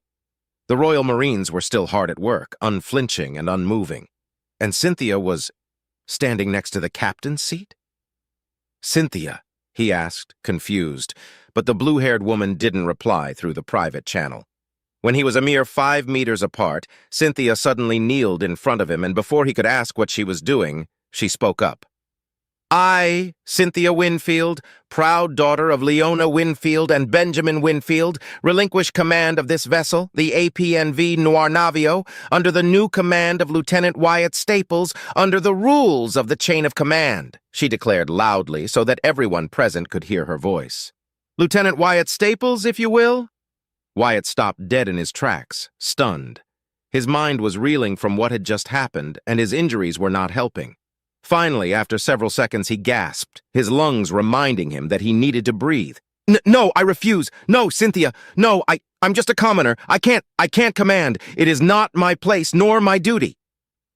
Cynthia took off her helmet, eyeing the trembling pilot with a firm, stony stare. You have no real option on the matter, Wyatt. Desperate times call for desperate measures. Besides that, you are the only Royal Navy personnel on active duty aboard the ship. She smirked. You outrank any of us. The Royal Marines are not part of the Navy. They serve House Astor directly, me included. I serve my princess. And the rest? They are prisoners and traitors, powerless. Wyatt had to take a step back, failing faint. She was right. He knew that she was right, and he knew that was a damn poor excuse to suddenly thrust him into a commanding position. Leading a squadron of fighters was one thing, but to be the acting commander of an entire vessel was another thing entirely. Why are you doing this?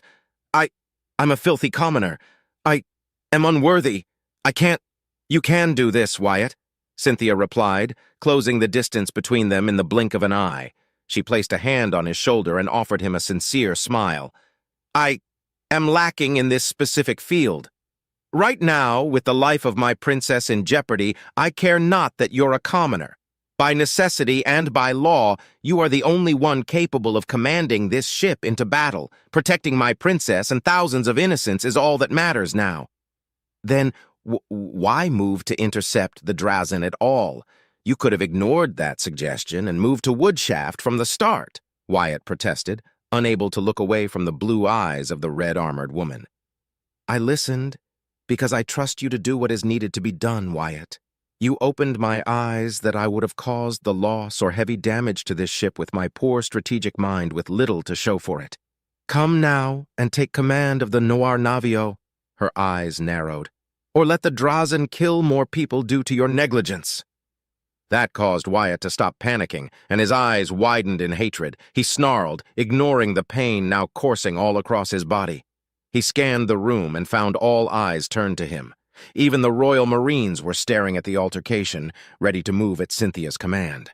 "If that's the case," he began, placing a hand on Cynthia's shoulder, matching her hold, "then let's kill some Drazen. If it means saving people, Clara, and dead Drazen bodies, then I'll commit sacrilege. Fuck the consequences," he said, fuming, and feeling the pain start to vanish as adrenaline flooded his veins.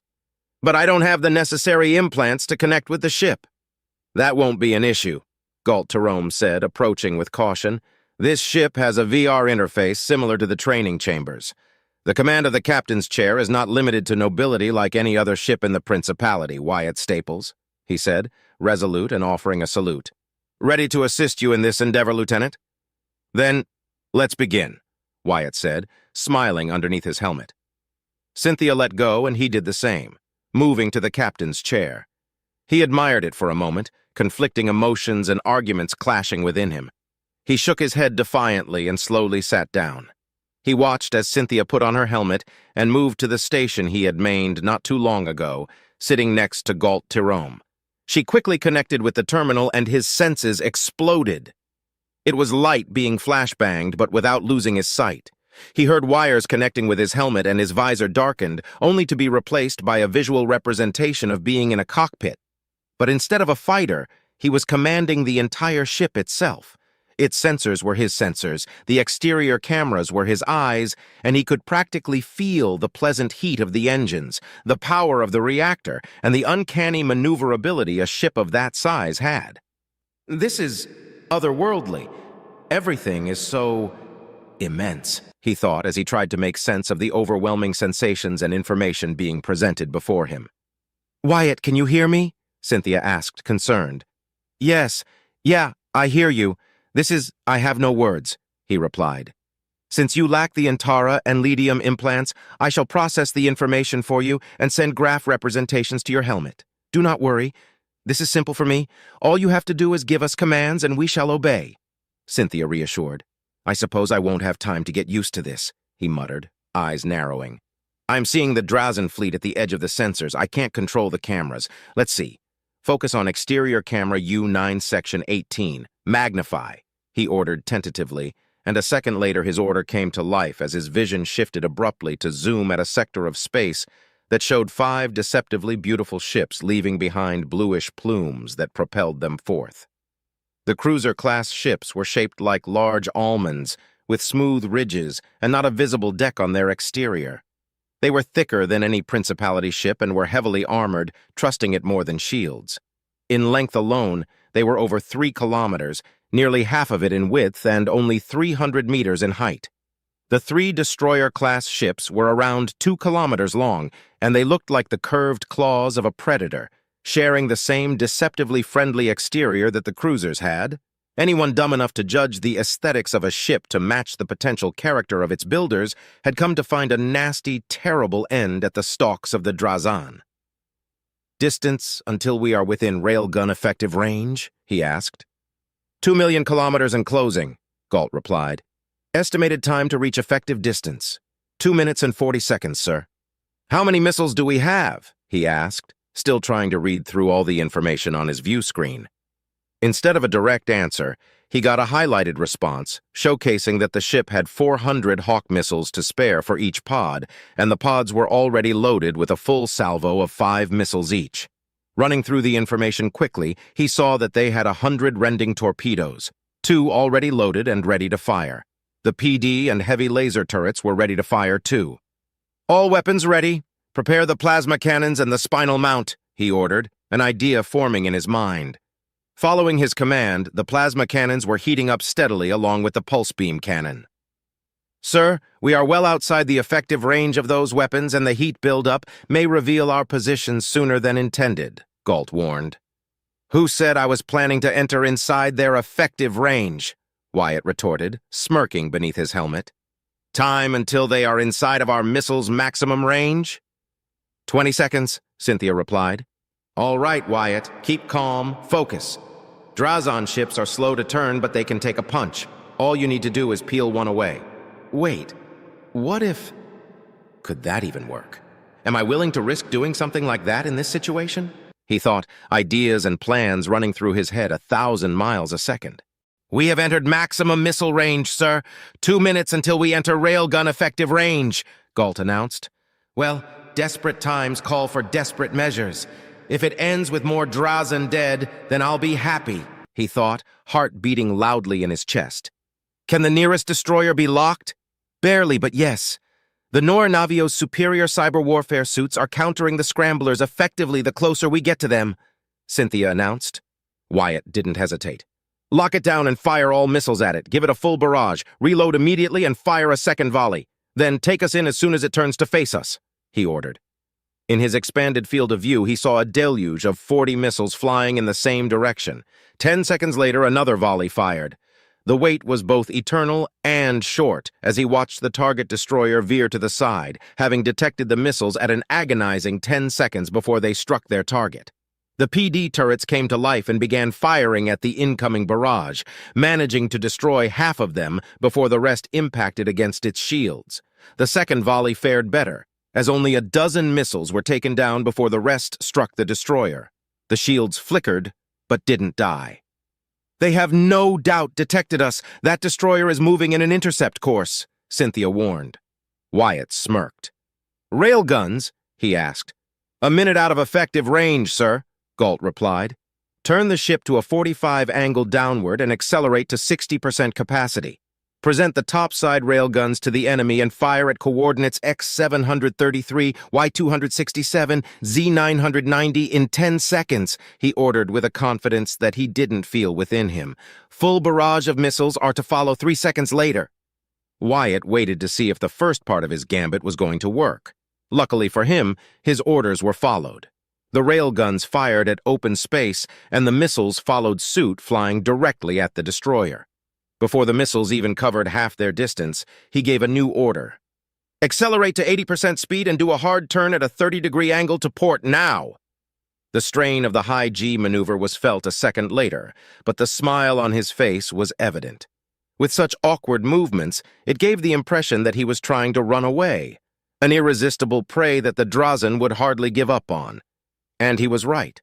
The Drazen destroyer matched his movements just in time for 2 railgun impacts to impact its shields. The first impact killed the weakened shields, and the second went straight through the ship, puncturing it. Moments later, the barrage of missiles impacted the confused, wounded vessel, causing several explosions across its structure. Now wounded, the ship tried to disengage. Sadly for it, though, the Navio had closed the distance thanks to its sudden change, putting in effective range of the railguns. The Drazen only then realized that it had fallen for a trap, not a weak, fruitless retaliation. It fired a heavy barrage of missiles at them, but it didn't matter. Not anymore. Fire! Wyatt ordered, pouring as much hatred as he could into a single word. The railguns fired, and in less than the blink of an eye, the 4 shots impacted the Drazen destroyed. Not a single shot punctured the core, but the engines died and the ship began to drift freely, either dead or crippled. He watched as the PD turrets emerged from their secluded locations to fire at the coming missiles, shooting down all but 10, which impacted against the shields, draining the first shield by 5%. He allowed himself a deep, boisterous laugh, savoring the demise of so many Drazen. But it was not time to gloat. He had lives to save and more Drazen to kill, as long as the second part of his gamble worked. Keep acceleration. Head straight at the nearest cruiser. Prepare to fire the pulse beam cannon, he ordered, smiling widely. Wyatt? Cynthia questioned, confused. I thought you said you weren't trying to fight them head-on. I am not, he replied, focusing on his objective and smiling more when he detected fighters swarming out their hangars. Noting the alert that the pulse beam was almost ready to fire, he counted down the seconds until the charge was full. He could almost feel it. The power stored across the entire vessel, ready to be unleashed. Target the center of the cruiser, he said, his attention focused on his target. With the confirmation of the target locked and aligned, he shouted, Fire! His eyes were wide and his heart skipped a beat when he felt the ship shudder before releasing a thick stream of pure blue energy of hyper-accelerated, superheated particles at a significant fraction of the speed of light. It was a deadly weapon with incredible accuracy and range that could kill any unprotected ship in one hit and do massive damage to any improperly defended or weak dedicated warships, if it hit them. Firing at anything smaller than a fixed station or a cruiser was folly, as smaller targets could easily avoid it in time unless they were in kill range, which would only put a ship equipped with a pulse beam cannon at unnecessary risk, making the weapon all but useless. And at longer ranges, any ship could also evade it with enough time give to take notice of the coming attack. What Galt, Cynthia, and everyone else saw was the Drazen cruiser activate its retro propulsors, decelerating abruptly and shifting to an upward vector, completely evading the attack. What Wyatt saw was his victory.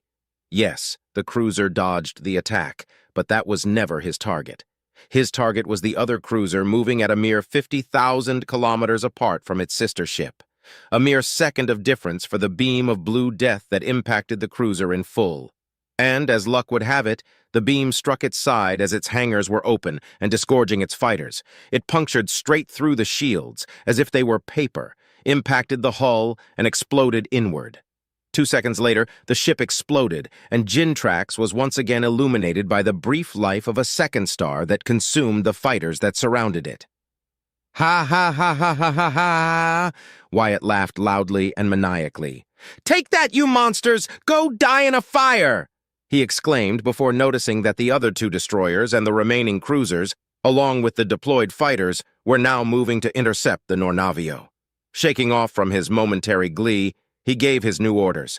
"Peel away, keep them at range, disengage, let them chase us and tire." That was all Wyatt said before darkness overtook him. "Wyatt!" Cynthia cried out in worry when she saw him collapse.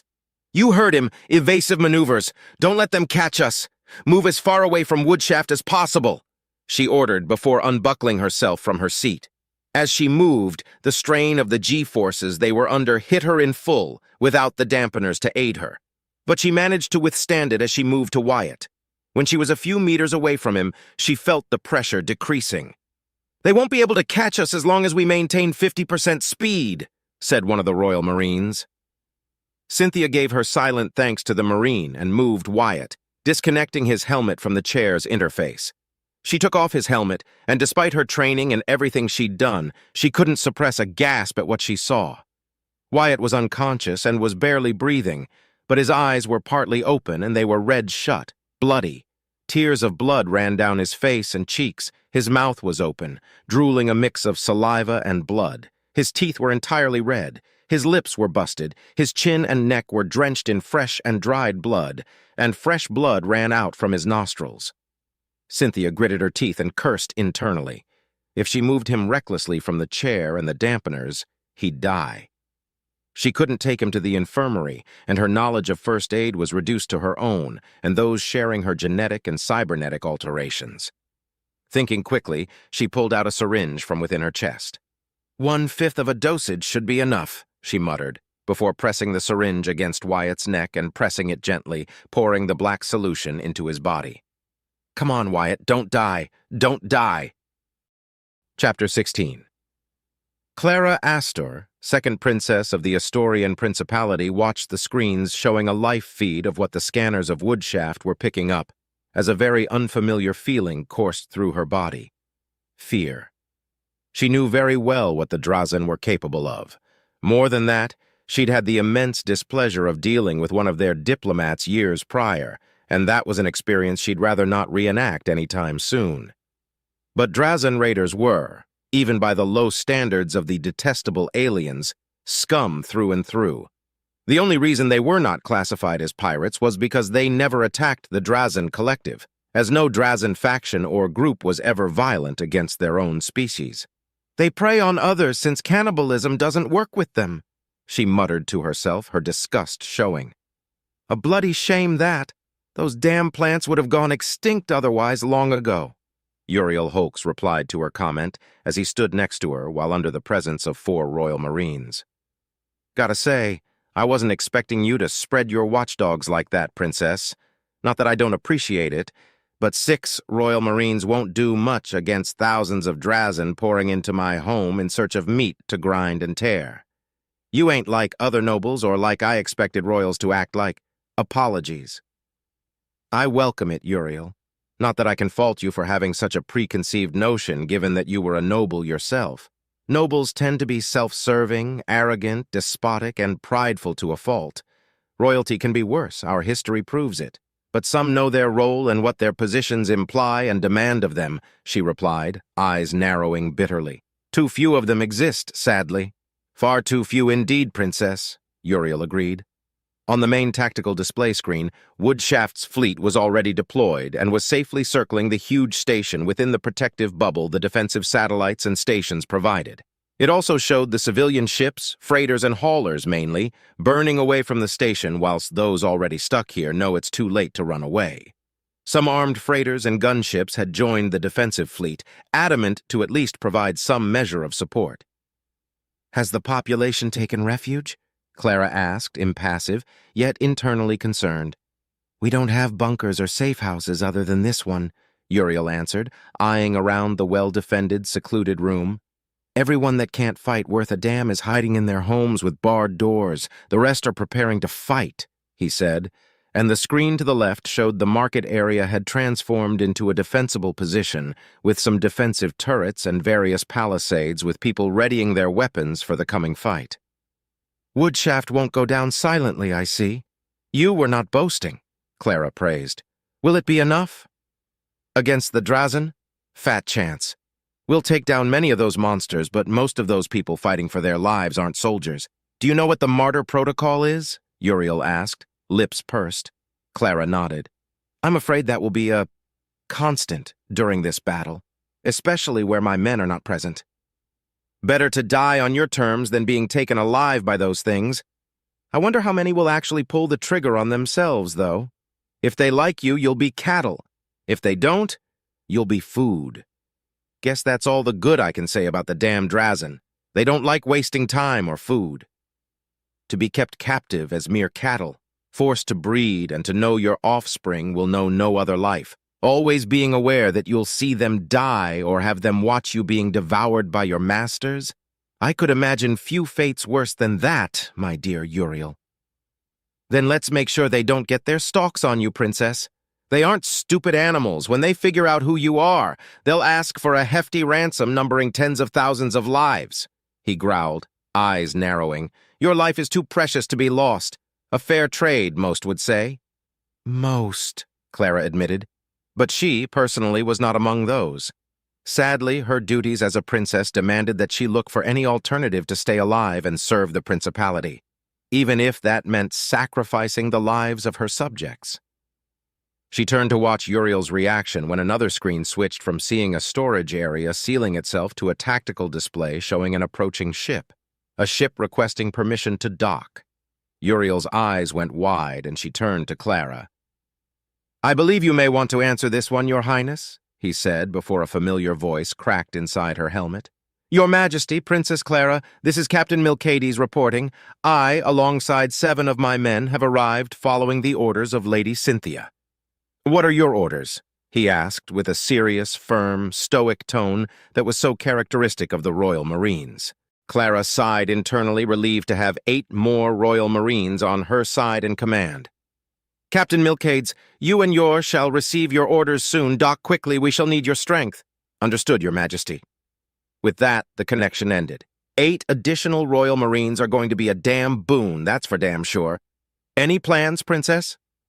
I'll deploy them in key areas around the fortified areas. I'm certain the market area is going to be the one more heavily assailed, Clara replied firmly. Keen eye there, Princess. Glad to see you got more bite than during talks, Uriel replied, smirking. Is that not the deadliest battlefield of all? Clara asked with mild humor. Cynthia must be behind them and following closely. We will need every available body to be able to push back against the Drazen. We sure will, Uriel agreed. Ah, there they are. Look at that ship. Must be the one we detected since it is bleeding a mild amount of radiation, he said as a screen changed to show a barely visible black ship approaching the station in a deceleration course. So those are the newest toys Duke Draymore got his hands on. Can't say I'm not envious. Should be docked in the next 5 minutes. Any changes in the Drazen movements? Clara asked, now put more at ease. Nothing we can detect so far.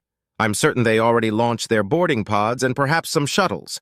Even for our scanners, they'd be hard to detect, Uriel answered. Usual Drazen raiding tactic.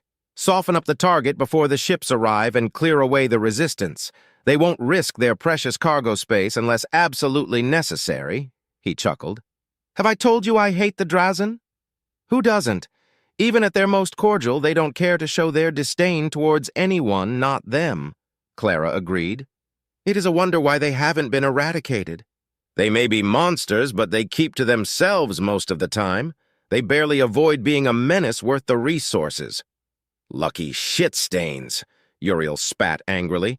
The Principality is cursed for having to deal with them constantly. Not as bad as the Akanti hierarchy. Poor birds have it rougher than us, Uriel commented. It is a shame that relations with the hierarchy are so poor. Otherwise, the Principality and the hierarchy could do significant damage to the collective and the Arabian Commonwealth.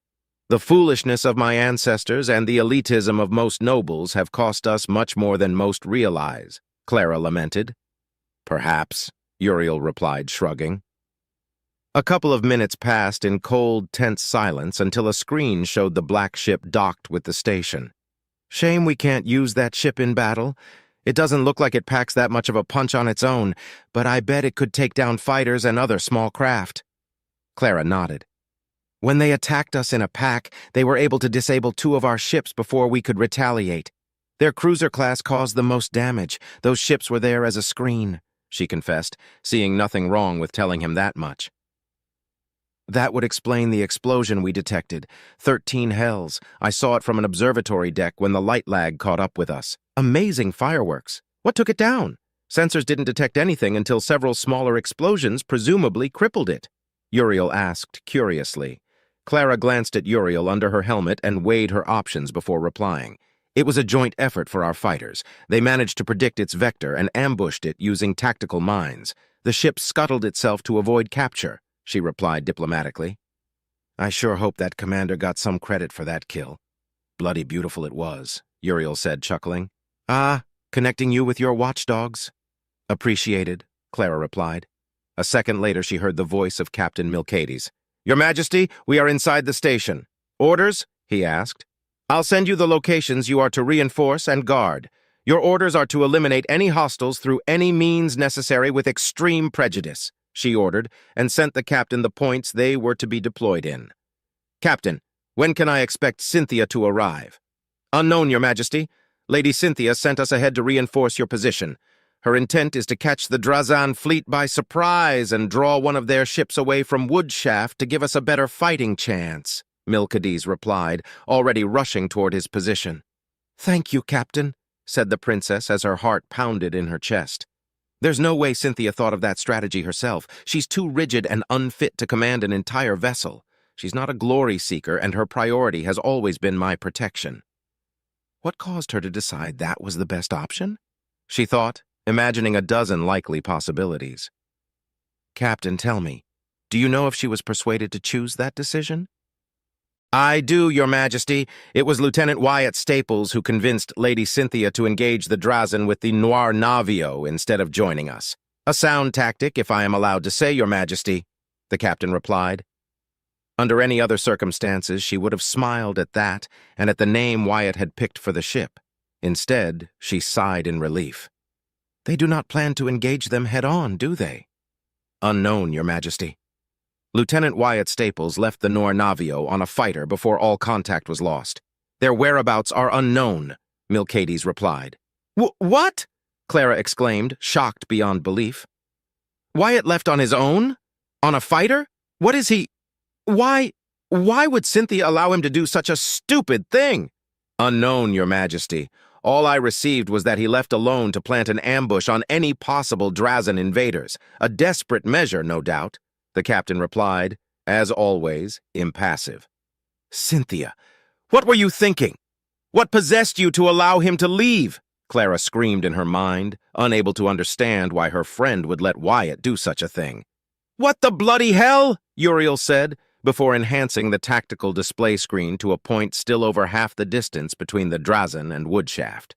"Princess, you may want to watch this." Clara turned her attention to the screen and saw a single green dot moving fast through the screen as 30 red dots quickly approached the green dot. "Wyatt!"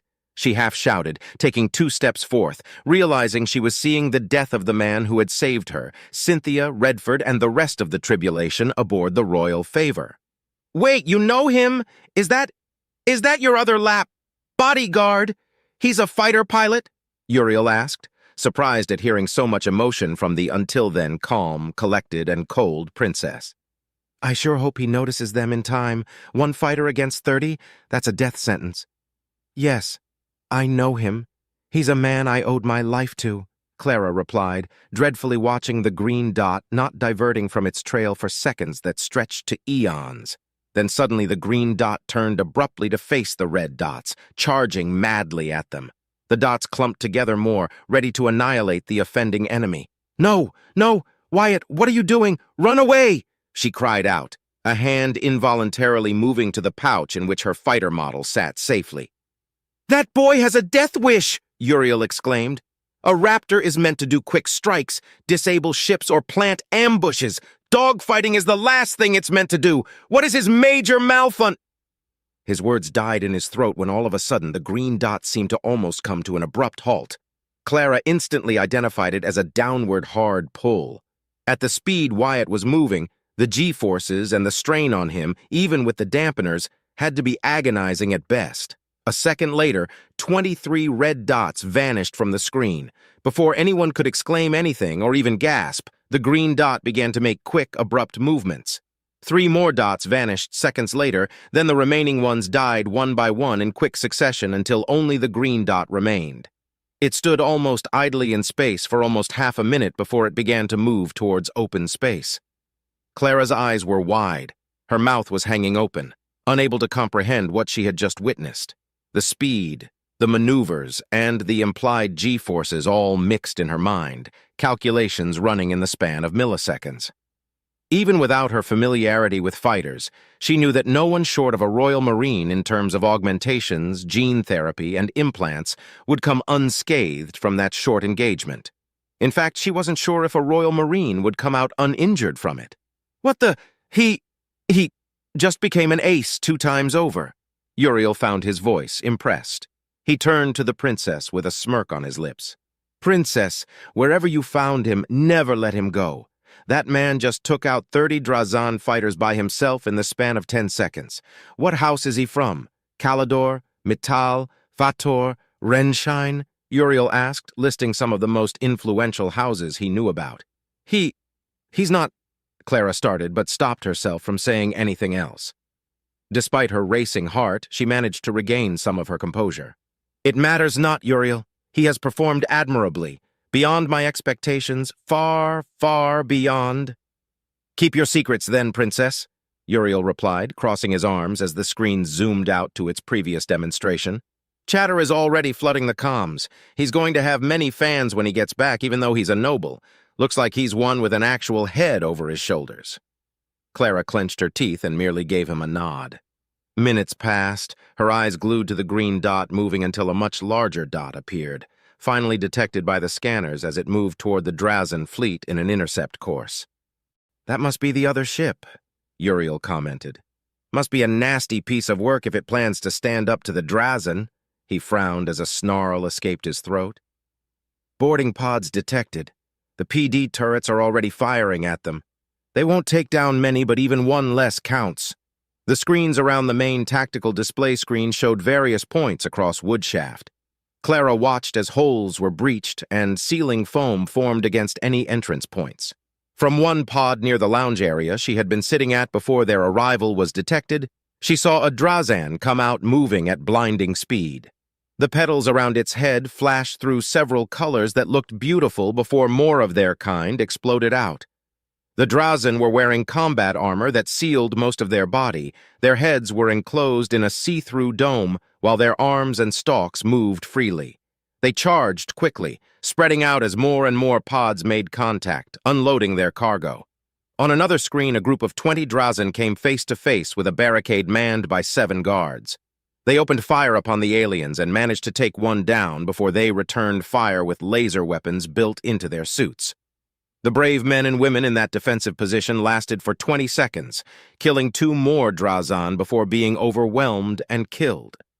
Unlike Principality propaganda that painted Drazen raiders as little better than bloodthirsty animals unable to pass on a mean, the Drazen ignored the bodies, knowing they could collect them later.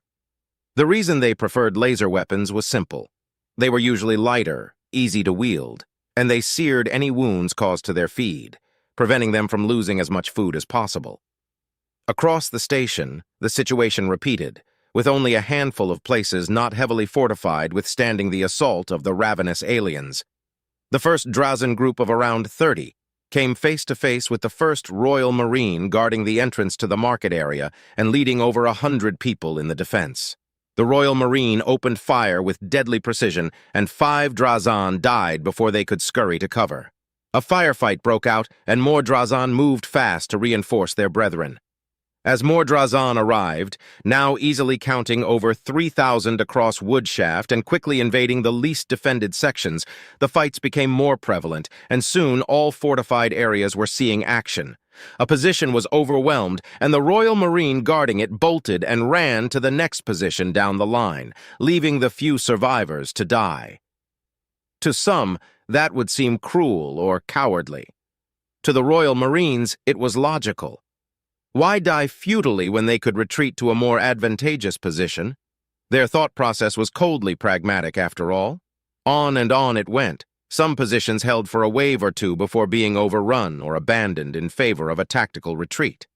But slowly but surely, the Drazen, now numbering close to 5,000, were gaining terrain and were now facing the 4 most heavily defended positions. The main anchorage and docking station, the market area, the main living and residential area, and the hydroponic and aquaponic gardens. Behind those areas stood the main generators, the reactors, the command center, the armory, and the vast storage areas and warehouses. Uriel and Clara watched as 5 Royal Marines defending the residential area charged at no less than 70 Drazen, engaging them in close combat while the guards and the hastily built militia retreated past a choke point. The Royal Marines powered their swords and began to cleave carnage amongst the Drazen. The aliens flailed their arms and stalks with rapid movements, each one of their limbs acting as whips. But the Royal Marines danced, weaved, and dodged around their quick movements, cutting them in twain with brutal, deadly efficiency. The massacre lasted mere seconds, but when it was over, the Drazen were dead, and the Royal Marines retreated, with only one of them showing a significant wound on his now limp left arm. A nasty gash revealed a Drazen managed to pierce his shoulder, tearing through his armor after his shields were depleted. And yet, he moved as if the wound wasn't there. One Royal Marine guarding the entrance to the hydroponic garden wasn't so lucky. Alone, he stood against 100 Drazen that had managed to corner him. He charged at the aliens and, showing the fullest of his abilities, cleaved through the enemy with deadly precision and single-minded slaughter. But he was alone and was eventually overpowered, and a stalk pierced his helmet from front to back, killing him in the act. Clara clenched her teeth when the Drazen, enraged at having lost 32 of their numbers to a single human, proceeded to mutilate his corpse to the point that even they would have a hard time making use of it. "Seems like those carrion feeders are not beyond anger," said Uriel, sweat coming down his forehead. The strain of commanding the defense of his station directly weighed on him. "Casualties?" Clara asked. "Over 1,000 already. Your boys are putting the hurt on them, but I don't think it'll be enough to hold the rest of those bastards when they arrive after beating the fleet and the satellites to scrap. I sure hope the prince manages to get to them before they overwhelm all sections," Uriel said and let out a strained huff. "Same goes for your Winfield friend. If she manages to distract at least one of their destroyers, it'll be a lot of help," he finished with a chuckle. Clara silently agreed. The situation was manageable despite the grim reality that was encroaching upon them. In the security of the sealed command room they were currently at, It was highly unlikely that the Drazan would manage to get to them before being repelled or getting as many prisoners as possible for their horrid purposes. How long has this siege lasted? Clara asked herself after realizing she had lost herself in the carnage and the defense of Woodshaft. Captain Milcades hadn't contacted her again, which was a good sign that he had everything under control. For now. Her eyes drifted to the tactical display screen and saw that the Drazan fleet was almost upon them. In 20 minutes, they would be within the maximum range of the defense satellites, and the hectic space battle would follow. She also noted that the Noir Navio was also close to the Drazan fleet, still undetected. Abruptly, the green dot representing the Noir Navio accelerated, more than duplicating its speed. But something was off. She could see it. The ship was not only accelerating, but now the scanners were also detecting a steady heat buildup. Cynthia hadn't shared with her all the specifics of the ship since she had to focus on breaking through the encryption, but she knew enough about it to know it was powerful. But why would Cynthia, straightforward as she is, blatantly reduce her stealth capabilities? Unable to answer that question, she watched the screen to see what she would do next. The scanners worked with FTL transmissions and receivers, cutting as much as possible the lag between what she was seeing and what was happening out there. "Let's see what your Guardian can do, Princess," Uriel said, as the display zoomed in on the Noir Navio and the Drazan fleet. One single large green dot against 3 similarly sized dots and 2 larger ones, all together forming a pentagon formation. Suddenly, a deluge of small explosions erupted across the nearest of the smaller red dots. A few seconds later, more explosions happened, and the dot began to move in an intercept course against the Noir Navio. Then the ship accelerated more and veered, changing direction in a maneuver that few ships could match at that speed, and less so do it so quickly. The wait was eternal as she watched the Drazan destroyer approach the Noir Navio steadily and with deadly intent. A minute later, however, something seemed to stagger the destroyer as the Noir Navio accelerated again and made a hard turn to port. Her eyes widened when she noticed the trap play out. The Drazan destroyed kept moving, but now was directionless, spinning in space as the scanners detected its heat signature rapidly decreasing. Uriel Holks let out a huge sigh of relief. "She managed to take it out," he said, hardly believing what he was seeing. "That's one less ship to worry about and one less problem for the prince to handle. You have a terrific guardian, Princess. Now that that's done, she should turn to run away and remain hidden." "I don't think that's Cynthia at the helm," Clara muttered to herself, realizing that the tactic was oddly familiar to what a fighter pilot would do in a dogfight.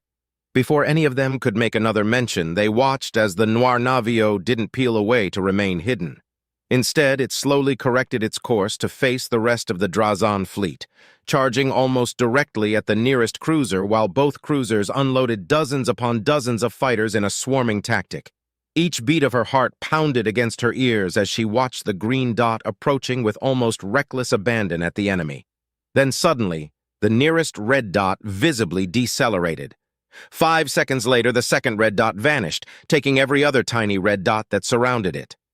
"I want a view of that location immediately, maximum zoom," Uriel cried out as another screen changed from the defense of the market area to a view of empty space. The camera zoomed in to maximum, and for the first time since their arrival, the Drazan ships were visible as grainy, barely distinguishable forms coursing through space. "They're still at 10 million kilometers out. They'll be here in 10 to 15 minutes at their current speed. The light lag should be around 31 seconds to reach us here. But the zoom should see what happened about," Clara began, but was cut off when a faint but deadly stream of blue energy impacted the second Drazan cruiser. 2 seconds later, it exploded. Uriel Holks was open-mouthed, watching the destruction of a Drazan cruiser, unable to form a single word for the longest time. That surely pissed them off. "Wyatt," Clara muttered softly, smiling and pressing a hand against her figurine as the feed died. Focusing once more on the tactical display, she saw that the Noir Navio was already peeling away. The heat signatures were slowly dying down, and it had decelerated by a significant margin for some reason. The ship changed paths and moved on a course that put it away from Woodshaft. The Drazan would not have it, and quickly moved into an intercept vector, hoping to catch the Noir Navio before it could escape. One ship had been crippled, another was destroyed, And now the rest of the fleet was moving away from their main objective, buying precious time for the defenders to last and for the prince to arrive in time. The Drazan fighters moved in quickly to swarm the Noirnavio, giving chase. Clara expected Wyatt to do something against the fighters now, but the ship kept running away, never accelerating past its current speed. The Drazan ships wouldn't be able to catch them at that speed, but if the fighters managed to cripple the ship or slow it enough, they'd be at their non-existent mercy. And yet, nothing significant happened. A red dot vanished every now and again after being hit by a missile, but nothing more than that until the fighters caught up to the Noirnavio and its PD turrets became effective. She was certain that Wyatt wouldn't commit to a mere diversory tactic, no matter how much every gained second meant. "Something's wrong," she muttered, dreading that the crew Wyatt had spared had committed treason, or that something worse had happened. Chapter 17. "Are they still chasing us?" Cynthia asked, as most of her attention was focused on Wyatt. Half an hour had passed since the pilot lost consciousness, and the Drazan were stubbornly chasing them.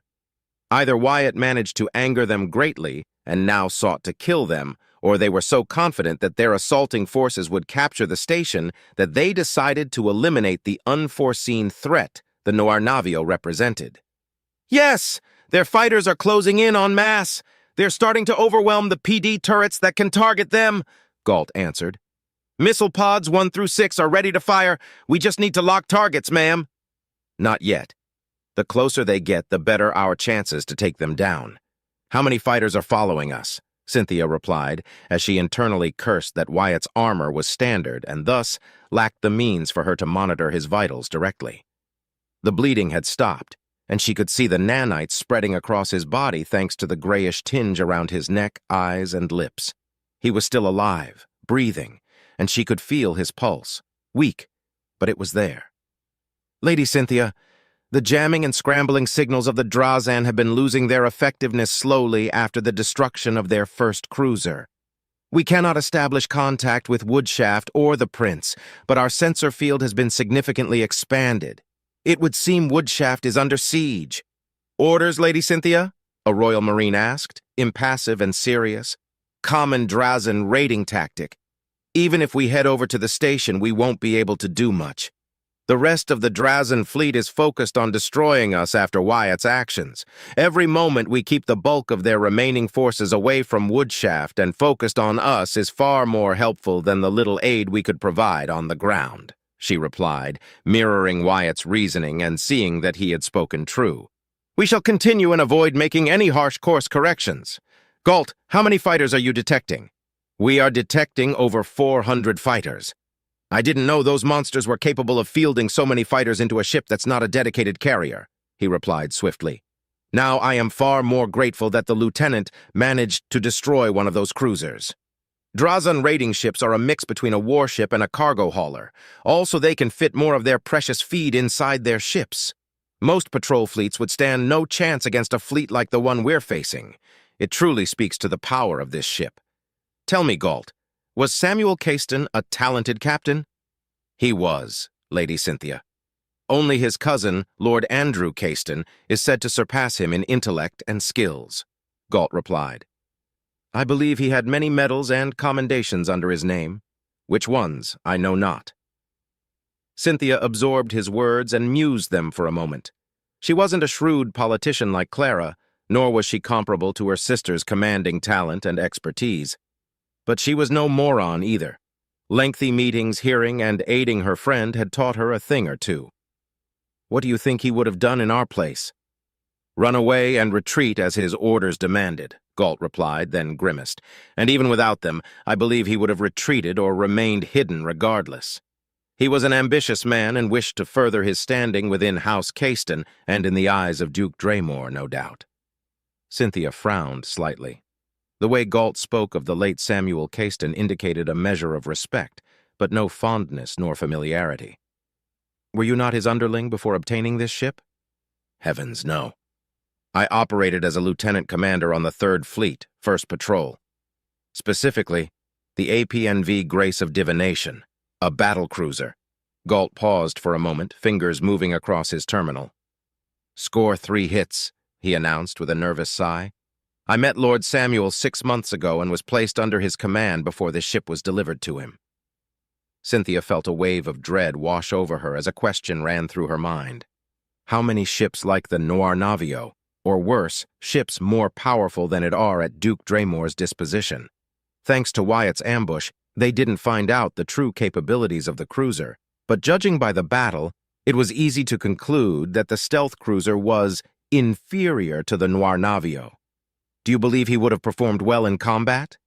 Comparing his by-the-book attitude and honoring the rules of engagement to what I've witnessed so far, he would have commanded this vessel in actual combat gallantly but ineffectively. I have never seen a man command a ship with such ferocity and trickery. The lieutenant exploited his advantages well, and he didn't make use of all his weaponry.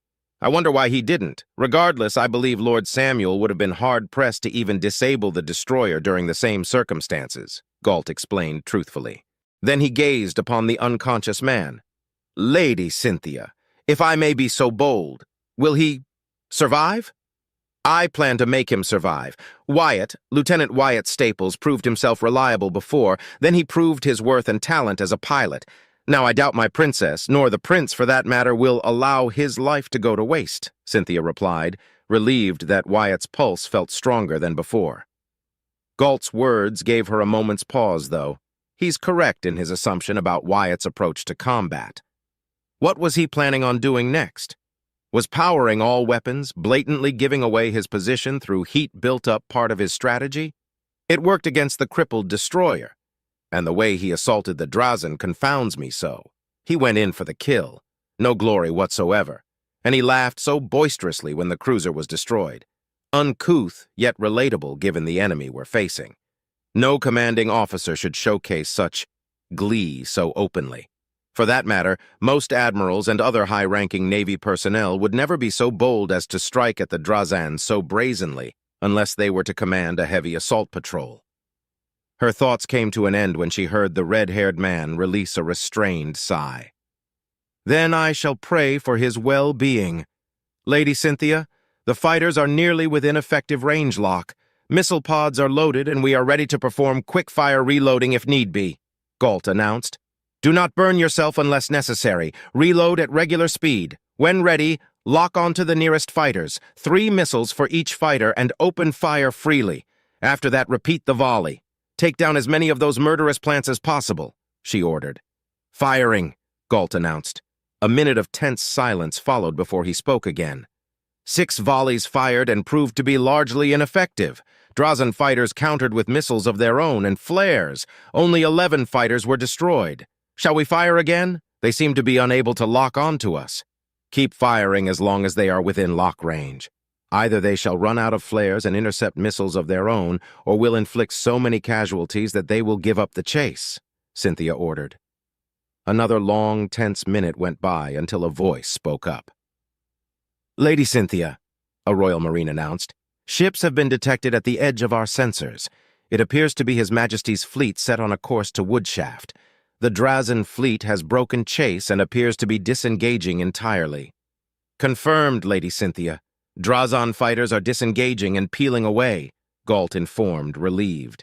Cynthia allowed herself a sigh of relief, but she wasn't one to fall into complacency.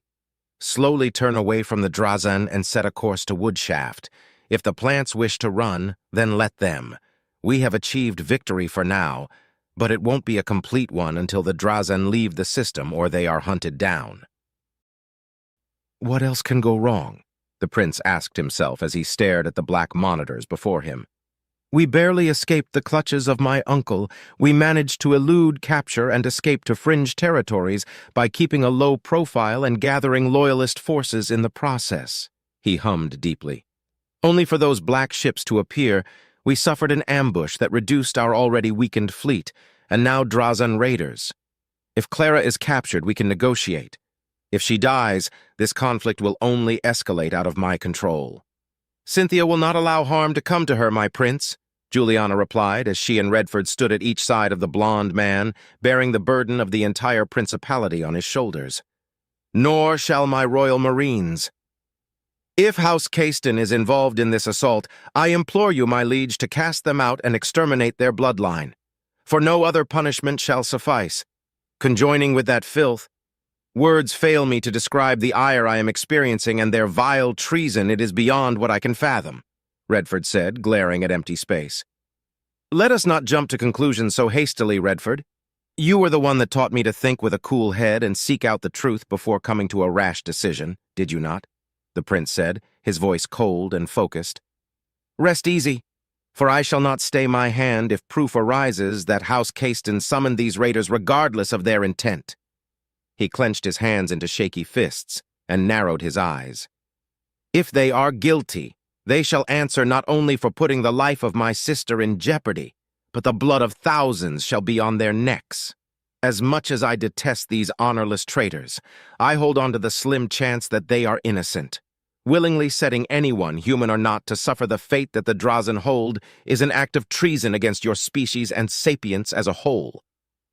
No mercy must be awarded to such criminals," Juliana stated coldly, voice shaking with barely contained anger. "Redford, do you have any guess as to the size of the raider fleet? To be able to disrupt our communications and sensors to this extent, and taking into account the size, power, and population of Woodshaft, I believe that we may face anything ranging from 4 to 7 ships. The warp signature we detected was large, so those ships arrived closely together. It is more than likely that there is at least 1 cruiser class at their disposal. Probably 2, Redford replied. My prince, I request permission to send boarding parties to Woodshaft before the Drazen begin their assault in full. By now, they surely have sent their vanguard troops to soften up the defenses and disable automated defenses, Juliana asked seriously. Until we have a clear visual confirmation of the station, I shall not allow you to leave. Captain Milcades and the rest of the Royal Marines shall buy us some time, the prince replied without looking at his 2 most trusted commanders. My greatest priority is to ensure the survival of the fleet and myself. Everything else is secondary, even my sister's survival. Clenching his teeth in impotence, he took a deep breath before continuing. Redford, are your fighters ready for departure? Yes, my liege. Our losses were regrettable, and we have a shortage of pilots. Across our fleet, I can only field a full Talon, Redford replied obediently. If I may, my prince, I wish to lead this Talon in person. I, too, am a fighter pilot. Without access to our long-range communicators, my capabilities as a commander shall be limited. It shall be a pitched battle against their fighters first, but if we coordinate correctly, we can overcome their numerical superiority. I forbid it, the prince said in no uncertain terms. I need you at my side, Redford. Besides, your children and your wife would not forgive me if I allowed you to die such a needless death. As you command, my liege, Redford retorted. Do you wish me to deploy my fighters? Have them on standby. They shall be deployed at the same time as the boarding pods and shuttles. Their objectives shall be harassing and supportive actions. Leave the main fleet alone and let the joint forces of Woodshaft and my fleet scatter the Drazen and force them to retreat. With any luck, they shall be content with a meager capture of their precious feed and decide that facing more of our forces is not worth the risk, the prince said firmly. Juliana, if Cynthia were to perish in the defense of Clara, I assure you, she will be granted the highest of honors once my uncle is dealt with. She's a Winfield, my prince. She shall do her duty. Serving the just and rightful House Astor is our greatest honor, always have been, always will be, Juliana replied, giving the prince a soft smile. Loyalty is its own reward. Indeed, said the aged commander. Fret not, my prince. Your uncle failed to capture you twice, failed to capture or eliminate Clara, and has failed to eliminate you through underhanded means if this Drazen assault is of Caiston make. We may not know what happened to Princes Giovanni and Alexander, but as long as you are free and able to fight for your rightful throne, we shall strive onwards, my liege. Your confidence and trust in me reassure me, Redford. You served my father proudly, and now you serve me with that same unquestionable diligence. He would be pleased, the prince said, giving the gray-haired man a faint appreciative smile. Several minutes passed in relative silence as the weight weighed upon them. Suddenly the prince stiffened. Speak, Admiral, he said, receiving a direct message from Admiral Damien. Opening a link with Redford and Juliana, the 3 heard the Admiral's words intently. My liege, My comm officers have confirmed that the intensity of the Drazen jammers and scramblers has reduced by a considerable margin. It is not enough to enable long-range communications, but our sensor sweep area has been increased substantially. We are detecting woodshaft within sensor range, and I can confirm that it is under siege, and a small defensive fleet has been deployed and is protecting woodshaft. However, most curiously, there are no signs of enemy ships near the station, Admiral Damien reported. Where are they, then? Those monsters wouldn't let up a prized hunting ground without any good reason, Redford said, frowning deeply. I can't be sure, Commander Redford, but sensors are detecting a barely perceptible signature at the edge of our current capabilities. 3 ships. No. Wait, there's a 4th heat signature moving away from the rest of the ships. Its vector indicates that is moving away from woodshaft with no clear destination in mind. The Admiral paused for a moment, then in a more serious tone continued. My liege, if I am correct, the leading vessel is a black ship. I can't detect the mass of the object, only a faint heat signature. The other 3 ships are Drazan-made. A black ship running away from their allies? The prince asked out loud before anyone could jump to conclusions. Why would the Drazen obey prey? Is it possible that this black ship is fighting them? Redford crossed his arms. A most probable scenario, my liege.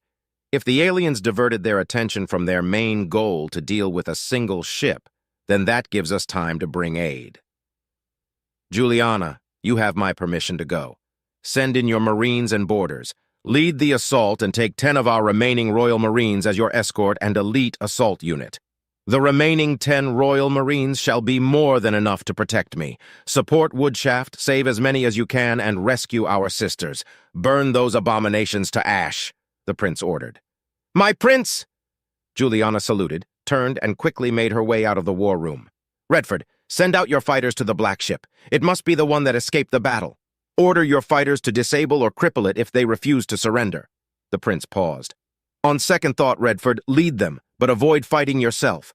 I need someone I can trust completely to act as my eyes, ears, and voice involving the chance to capture such a vessel. I hear and I obey, my prince. It shall be done, Redford replied, saluting and then moving to leave. I shall return to you, my liege. As Redford left, the prince turned around again, his attention on the black screens. A second later, a rough depiction of the Exalted Virtue's tactical display appeared on it. He focused on it for what felt like forever as he watched his ragtag fleet approaching Woodshaft at a steady pace. He received a near-simultaneous report that both Juliana and Redford had left the Exalted Virtue to fulfill his orders. A chime alerted him that someone was outside the door and wished to enter. Connecting to the surveillance system, he saw that Lukacs Ishtal was standing outside the room, while 5 Royal Marines wearing their regular combat armor guarded each side of the hallway. 2 of them moved to flank Lukacs. With a thought, he opened the door. My prince, I bring news regarding our problem regarding the traitors among our numbers, Lukacs said firmly. The prince turned to face the dignified, slim, tall, blond man and studied his expression for a split second. He was as focused as always, but his eyes, despite cybernetic, revealed he had something serious to tell him in person. Leave us, he commanded, and the 2 Royal Marines left without fail. Speak, Lukacs. My prince, the QEC has been found, Lukacs revealed without hesitation. I could not entrust the network with such information. I had to come and inform you personally of this development. The prince nodded, his expression impassive and forever dignified. Internally, he was both disappointed and angered at the same time. Hoping against hope, he held to the chance that such a thing wasn't possible. But now that he heard confirmation that there were traitors among his closest loyal subjects, he didn't know which emotion was stronger. Show it to me, he commanded. My liege, Lukacs replied, saluting. The wood was hard but familiar. The bark had many splinters, and the edges could cut anyone that didn't know how to handle the small piece of wood currently in his hand. It had a healthy brown exterior and a reddish, opaque core. It was simple, yet beautiful to behold. A contrast to the danger the piece of wood projected even after being chopped down. But to Wyatt, the feeling of the wood was familiar and brought with it a strange sense of comfort.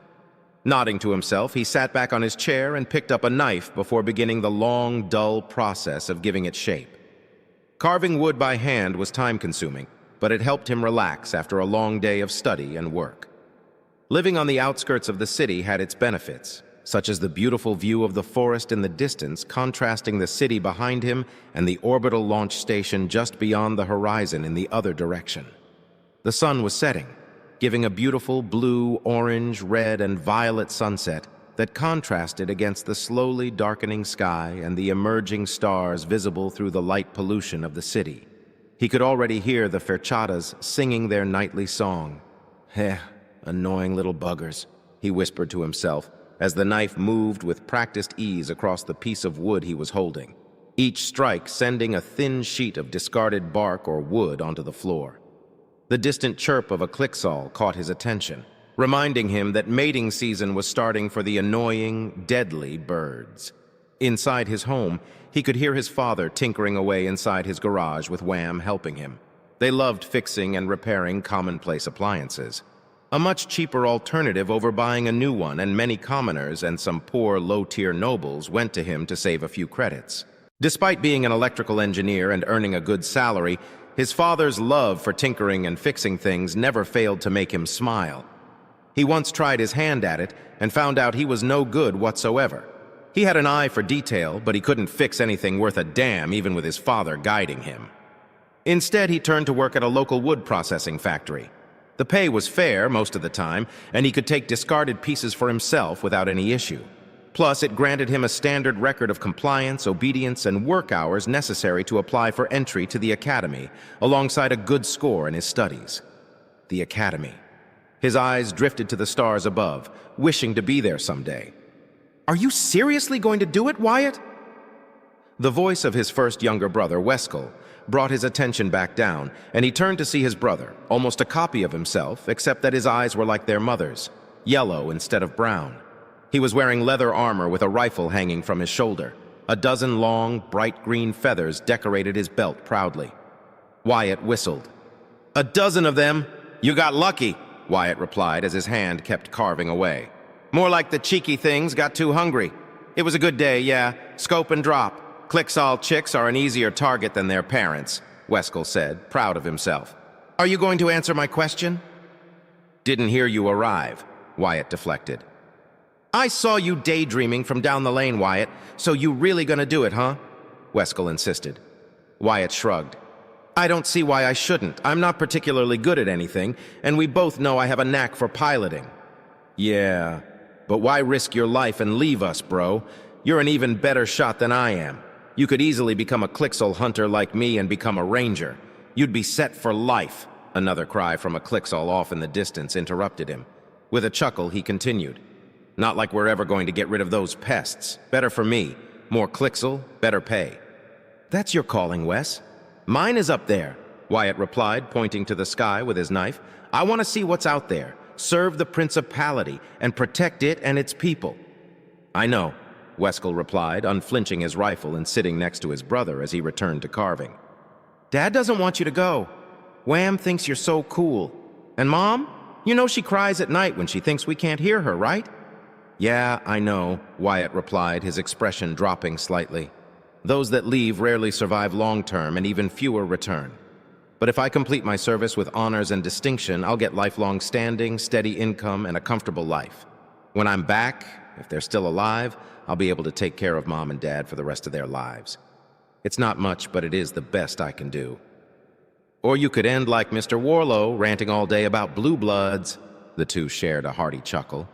When it ended, a few seconds of silence passed between them, with only the knife scraping against wood joining the ferchata's serenade. "You could, stay and not risk your life like that," Wescal insisted. "Please, Wyatt, you could join the diplomatic corps or something. We're commoners. We can't aspire to much. We're not at the bottom rung. Our standing is enough to grant us a nice living." "I know, but I need to go up there," Wyatt replied, smiling softly. "Mom asked you to try and convince me?" "Dad," Weskel replied, sighing. "I'm going to miss you, Wyatt. All of us will," he added. Wyatt stopped his wood carving and set his tools aside. Then he rubbed Weskel's head. He was only 12, but he was already more mature than he was. "You'll be a proper hunter once you turn 16. I bet you'll become a ranger in less than 5 years, Wes." I hate it when you do that, Weskel replied, but didn't stop his older brother. Why, you're not, doing it just because you want revenge? Wyatt stopped rubbing his little brother's head, but looked at him reassuringly. I'll happily kill any Drazen I come across. Same goes for pirates, but I won't plan to go out there to do that, Wes. I genuinely want to see the universe and serve the Principality. Revenge is the last thing on my list, Wyatt replied, then returned to his carving. I'm going to miss you all too. I'll write as often as I can. You know how expensive messages can be.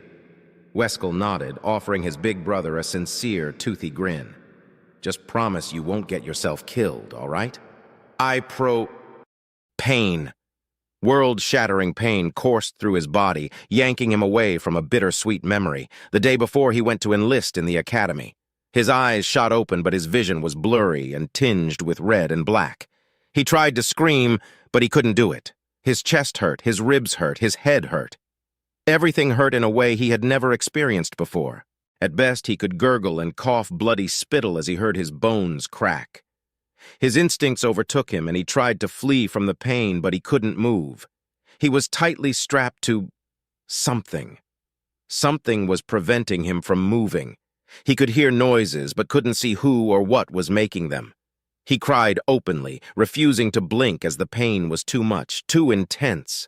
The pain suddenly stopped, and he went limp as his body trembled, while the death throes of the pain he had just endured lingered for long moments. His breathing was agitated, and it burned him. He was suddenly thirsty, very thirsty, and his vision returned to normal slowly. The white noise and the buzzing he was hearing also faded away, giving way to coherent noises he could identify and understand. Patient is stabilizing. Risk of cardiac arrest, 22% and decreasing. Internal bleeding, halted. Risk of cerebral hemorrhage, 11% and decreasing. Risk of death, low. Status, full recovery in 3 days. The monotone but oddly pleasant voice of a medical AI reached his ears. The urge and strength he felt when he desired to run away was gone, replaced by an incredible exhaustion. But he could move his eyes, and it wasn't long for him to decipher that he was inside a Medicare pod. Moments later, a figure wearing red armor and with blue hair stood next to him, and blue eyes looked down on him with a relieved expression. "See Cynthia?" he asked, barely making out her face through the blur that slowly went away from his eyes. Then, everything came back to him. Woodshaft, Clara's meeting, the assault on the Caiston station, the arrival of the Drazen, the battle. What happened? The Drazen— Remain calm, Wyatt, Cynthia said softly. After you passed out, we eluded the Drazen until they turned to flee. They are still moving away from the system. The prince moved to reinforce Woodshaft and save both Clara and the station. Thanks to you, those filthy creatures are now running away like the cowards they are. They left their people to die. Now they will be trapped between the defenders and the reinforcements. Good. That's good, Wyatt muttered, relieved and satisfied with the outcome. Rest, Wyatt. You've earned this respite, Cynthia remarked, offering him a sincere smile. Wyatt allowed darkness to claim him a second later. Chapter 18. We're approaching the objective. Weapons ready, but do not fire unless I order it, Redford commanded, and a second later, he was alerted by dozens of quick confirmations. His Talon was, in his opinion, a sorry sight. Incomplete squadrons broke apart the standard grouping of wedges, which, in turn, broke up the wings, and finally gave him a fractured Talon that barely qualified as one with 240 fighters available, and only a few squadrons left behind as reserves just in case they were needed. As a commander, he was used to managing and conducting several dozens of Talons at once in battle. Being reduced to a single splintered Talon was a low point in his career. Or it would be were it not for the circumstances that led him to his current position. Damn you, Cornelius! Whatever possessed you to commit such betrayal? He asked himself, wishing he could know that answer. Memories came to him of serving faithfully the previous prince, his friend and liege. Of Cornelius stood next to the prince the day he was crowned, of how out of all the siblings, Cornelius was the one who accepted his demotion with grace and the stewardship of Camrim, forever relinquishing the Astor name and taking the mantle of Draymore with gusto and the deepest honor. What changed, Cornelius? for you to set your duties and honor aside, Redford thought bitterly. Setting those thoughts aside, he focused on the task at hand once his sensors detected the plume of the black ship. Oddly enough, it made no attempts to attack or steer away from its current path. "All fighters, form up in a square formation and advance as one," he ordered. Moments later, he watched in his tactical display that all fighters had created a vertical square with only a few hundred meters separating each fighter from the other. It was an effective defensive screen that announced to anyone close by that they were there and that they were ready to attack. If the black ship suddenly fired on them, the formation could easily split apart and move in as a swarm of deadly insects. "Computer, ping them," Redford commanded. "Ping sent. Awaiting a response," the AI replied. Several seconds passed until it spoke up again. "Connection request received. Accept?" "Accept," Redford replied, straightening his back as he prepared to deal with the captain of the dreadful black ship. "Redford, is that you?" Of all the possibilities running through his mind, hearing the voice of Cynthia was not among them. Cynthia, is that you?"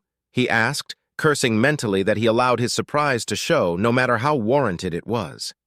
"It is you, Redford," Cynthia said, relief clear in her otherwise measured, stoic voice.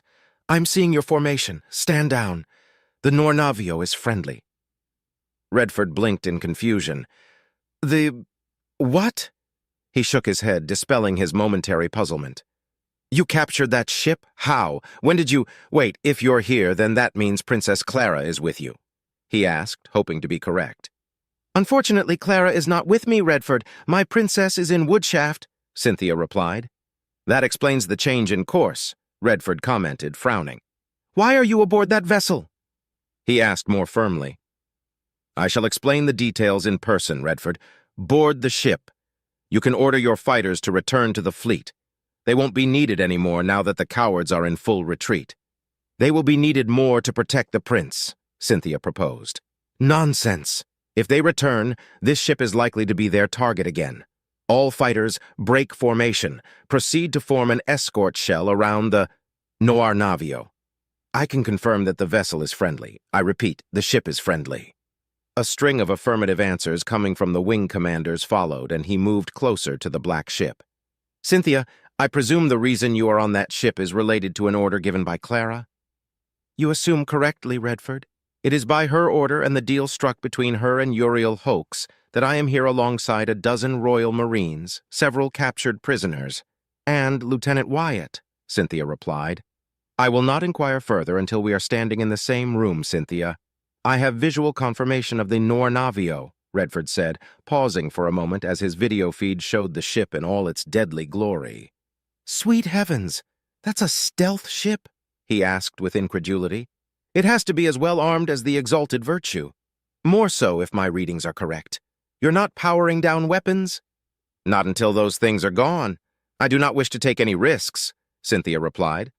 "I'll send you the details of the Nornavio," she affirmed. A few seconds later, Redford received the data and went over them several times in half a minute, making sure not a single detail would miss his attention. "Who made this ship?" he asked, unable to form any other words. "Further information has been purged. We're flying without an AI. The Royal Marines and I are acting as a bridge between the systems, but it is starting to drain us. We have to make it back to Woodshaft soon," Cynthia replied. "Understood. I shall arrive soon." "One last question, Cynthia." Redford paused. "Nornavio, I was unaware that you had such a sense of humor." "That, Redford, is something I cannot answer directly, for it was the command of my princess," Cynthia replied. "I shall leave the hangar open for your arrival." The connection ended a second later, and Redford was left both worried and relieved. If Princess Clara was in Woodshaft, then she was at risk just like the prince feared. But at the same time, knowing that the black ship was under the command of Cynthia and that a costly fight had been avoided, eased his racing heart. It took him a few minutes to reach the Nornavio proper alongside his fighters, who in turn moved to create a sphere around the vessel. He quickly made out the hangar bay open and the protective energy shield keeping any unwanted out. The shield dropped as he entered, only to reactivate a few moments later alongside the hangar bay closing, and the protective kinetic shield dissipated. By the time his fighter was stationed, the hangar was repressurized. Exiting his Raptor fighter wearing an armored suit befitting for a man of his position, Redford looked around the solitary bay and activated the map Cynthia had sent alongside the information regarding the ship's details. Before exiting the bay, however, he noticed a heavily damaged fighter and stopped for a moment, taking note of all the damage it had gone through. It was as if someone put the fighter inside a giant blender for a few moments, then chewed on it, and finally spat it out, he thought, wondering what could have caused such damage. "I'll be surprised if that fighter isn't decommissioned," he murmured before continuing on his way. He didn't run. There would be no point in doing so. Woodshaft was still far away, and there was no urgent matter at the present moment that required his attention. Still, his usual calm walking speed was now hurried, his desire to know what happened burning in his chest. It took him several minutes of travel and silent appreciation for the beauty of the ship's architecture, but at long last he made it to the bridge where the Royal Marines stood proudly alongside some crew members wearing Caiston-colored uniforms. The sight of the red-armored young woman eased his heart while she sat on the captain's chair. A ping resonated in his helmet as he accepted the connection. "Cynthia." "Redford," Cynthia replied before standing up, wires returning to her armor. Turning to face the older man, she approached him and gave him a short-lived hug. "It is good to see you again, old man. The sentiment is mutual, Cynthia. Juliana will be relieved that you are alive, unharmed, and that you obeyed your princess's orders," Redford praised, ending the hug. "Her surprise will be vast once she discovers that you are not in Woodshaft protecting Clara, I believe. She shall understand given the circumstances, though." Cynthia nodded. "Come, follow me. I wish to talk face to face," she said, inviting the commander to follow her.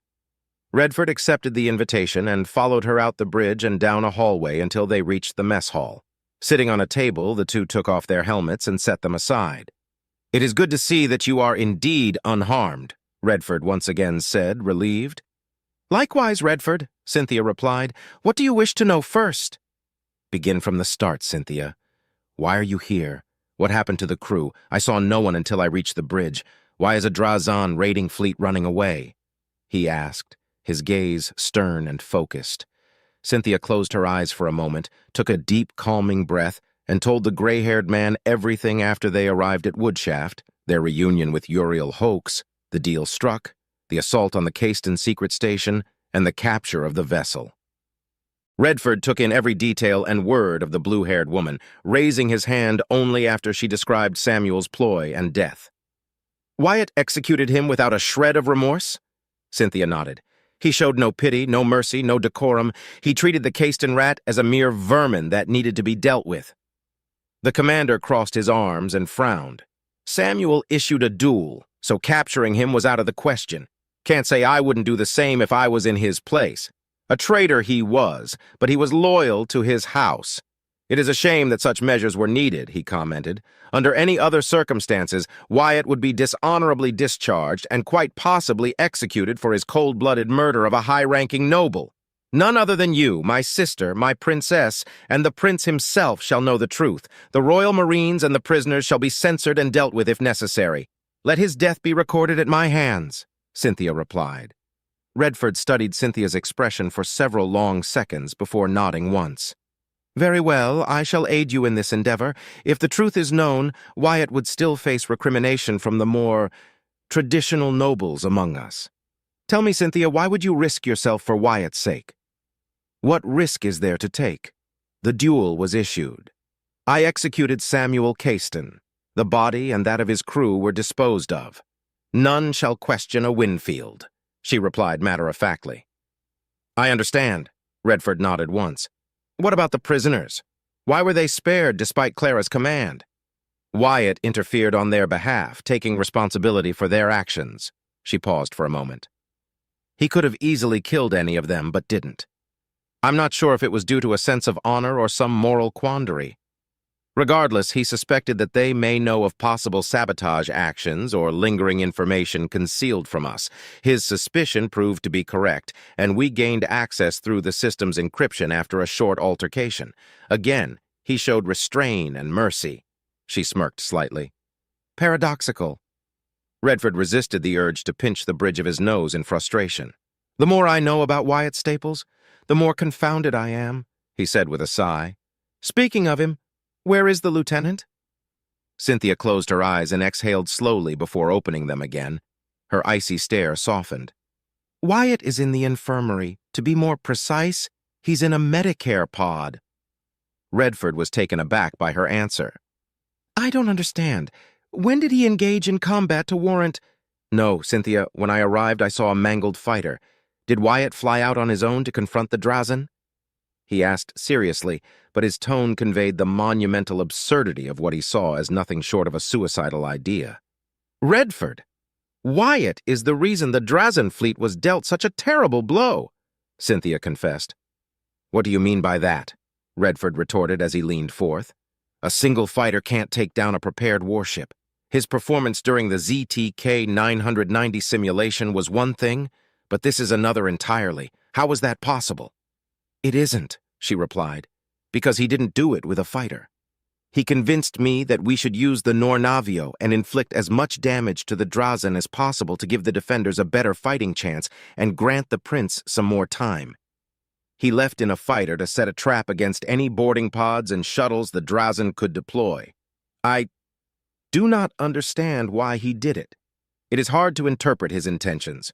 I believe that he simply wished to inflict as many casualties as possible, no matter how little his contribution was. I can't say I wouldn't do the same. In any boarding action, every able soldier counts, so inflicting as many casualties before they are deployed is a sound tactic, no matter how utterly suicidal the idea of a single fighter preparing an ambush is. Given the state of his fighter, I imagine the trap was unsuccessful." Cynthia gritted her teeth angrily. "Yes and no. Redford, I accessed the records of the fighter after placing Wyatt in the pod. He tricked me," she said bitterly. "He didn't hide that he encountered Drazen fighters, ruining his plan. But I was led to believe that he fought off 3 or 4 and that the injuries he sustained were minor at best. I didn't inquire further." The older man hummed deeply. "Given his skill, I can see him fighting off a squadron of Drazen fighters by himself. The damage I noticed on the fighter speaks of a pitched battle," he replied. "Redford, put on your helmet. Let me show you the record itself," Cynthia proposed. Taking her word for it and intrigued about Wyatt's performance, he put on his helmet. A moment later, he received a video feed. The gray-haired man was left speechless when he saw, from the fighter's perspective, how Wyatt Staples dealt with 30 Drazen fighters at the same time, tricking them, using his tactical mind and everything at his disposal to eliminate the enemy as quickly and mercilessly as possible. "Impossible. 30 fighters? On his own?" Redford muttered, shocked. "I knew he had talent, but such reckless abandon, such drive. He obliterated my record in a real fight 3 times over." Taking off his helmet, he set it aside and looked at Cynthia directly in the eye. "How did he trick you?" "He made me believe his injuries were inconsequential. He put on a convincing act that he was lightly wounded at best. Then I gave him command over the Nornavio," she said, and watched as Redford's face turned paler than it already was. "It was a sound decision, Redford. He made me realize that I was unsuited for direct command and that my strategy was brutish and ineffective. Bereft of options, I granted him temporary command of the ship and engaged in combat against the Drazen." Did you manage to get a reading of the enemy numbers?" Redford asked, his voice as cold as a gravestone. 3 destroyer-class and 2 cruiser-class ships. I have safeguarded the footage and the records. They won't be tampered with. The prince and my princess shall be the first to see them. But Redford, trust me when I say this. Wyatt not only managed to disable a destroyer, he also destroyed one of the cruisers. I have the coordinates of the destroyer, too, and the possible vector it took after it was disabled," she said, frowning. "After that, Wyatt passed out and I discovered the truth of his injuries. I injected him with 1/5 of a dose of nanogel. I saw no other option to save his life. It worked, barely. He nearly died." "That's how... He's a commoner, without experience in regards to command," Redford muttered, unable to process what he had been told. "The prince... He ordered that I should keep Wyatt close and perhaps develop commanding skills suitable to groom him into a capable aide. Maybe even turn him into an exceptional lieutenant commander given his talent. This changes everything I had planned for him. Redford sighed in exasperation. Cynthia, did I hear right? Nanogel, you injected him with nanogel and he survived? It was a fifth of a dose, she repeated. Any more than that without the proper implants would have killed him on the spot. In regards to his handling of the ship, he treated the Noir Navio as if he was piloting a fighter, Redford, Cynthia clarified. It was impressive, to say the least, and yet I saw a glimpse of him I didn't see before. There was no shame in it either. I do not know if it was due to his injuries or if he doesn't care about letting people see that side of him. She paused for a moment, waiting to see if Redford had anything to say, but the older man seemed to be too engrossed in her recounting to interrupt. After beating the Drazen ships, Wyatt laughed. He reveled in their destruction, Redford. He used trickery and planned around their movements to destroy them effectively. He is, without a doubt, unaware of the rules of engagement regarding ship-to-ship actions, but I'm certain he wouldn't care and would have actively gone against them. He was precise, savage, yet cautious and deceptive. Redford leaned back on his seat, bringing a hand to cover his eyes and rest his forehead for several long, silent minutes of contemplation. This cannot be divulged, Cynthia.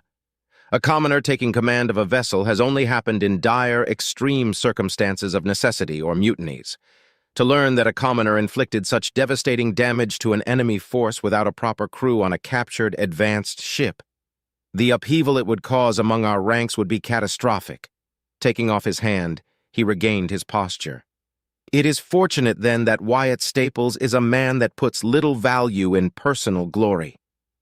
Redford, Wyatt has revealed to both my princess and me that glory, honor, and dignity are worthless to him. If my princess or the prince commands him, he will not say a word, nor do I believe he'd seek any compensation for his valiant actions. Her lips curled into a soft, gentle smile. I believe that my princess is correct. Wyatt Staples possesses the soul of a true knight. For our sake, I hope she is right in that assumption. From what I've seen of him, I am inclined to agree with Clara's opinion, he sighed. Perhaps, to him, loyalty truly is its own reward. Cynthia said nothing as she stood up and put on her helmet. Come, let us return to the bridge, Redford. The older man nodded and soon joined her. Report, Juliana, the prince said as he analyzed the carnage that covered the market area of Woodshaft. Dozens upon dozens of bodies belonging to humans and Drazen were scattered all over the place, with human survivors already working on removing the bodies. Around him, 10 Royal Marines created a protective circle, while 2 companies of soldiers and a few squadrons of Marines followed closely. Right behind him, Frederick Anderson, William Hempstroke, and Hannah Talaro followed, armored, armed, and prepared to jump into action at a moment's notice. We've suffered light casualties, my prince. The defenders put up a decent fight and made those bulbous plants pay a high price for every life they took. My troops and Captain Milcades are cornering the last pockets of resistance. We'll get rid of the Drazen in a few hours at the least, maybe a day or 2 at most, Juliana replied, pausing only for a moment before continuing. I have located Princess Clara and she's safe. Uriel Hoax provided all the security and safety he could spare to defend her. The prince exhaled heavily in relief now that he was certain his sister was safe. Where's Cynthia? He asked, worried about his dear friend. I shall answer that myself, brother dearest, Clara said, her voice invading the otherwise private link between the blue-haired commander and himself. Impatient as always, Clara. I see that not even the threat of the Drazen can take that away from you, the prince joked.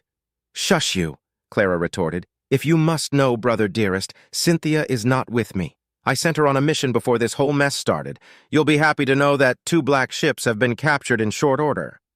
Allow me to congratulate you, Clara. The secrets of such vessels shall be a great boon for our cause, the prince replied. Nevertheless, sending Cynthia on a mission was foolish, reckless, and stupid on your part. She's your bodyguard. She's meant to protect you, Clara. I am aware, brother dearest. It was a calculated risk. I did not leave myself defenseless, if you must know. 10 Royal Marines were more than enough to keep me safe until the Drazen showed up. No one can predict such calamities, Clara replied, her poise and tone unfaltering. In that case, I shall refrain myself from giving my sister a piece of my mind for neglecting her duties. I can't punish her if she was following the orders of her princess, now can I? Juliana said, chuckling at the end.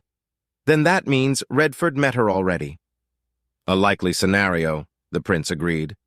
Silently, he was glad that was the case. One less thing to worry about was most welcomed.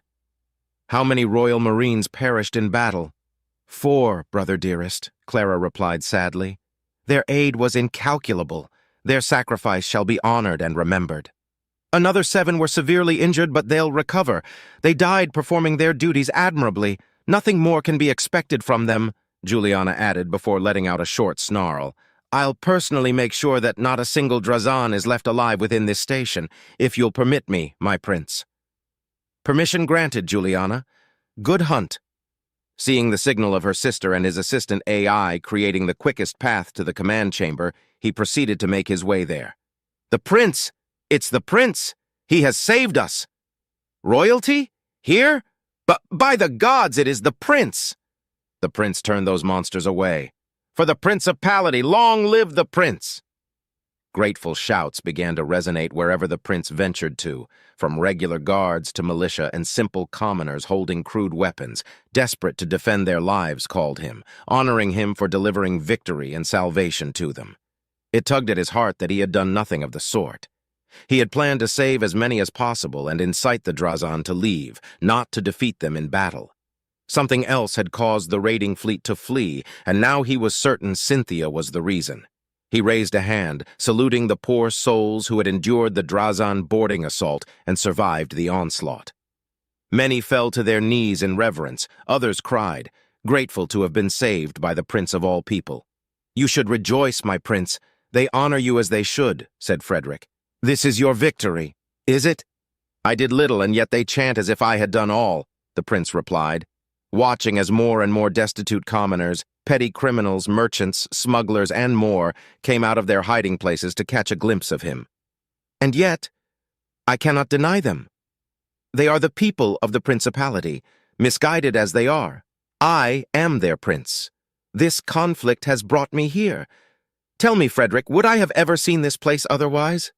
Unlikely, my liege, Frederick replied, his voice weaker and submissive.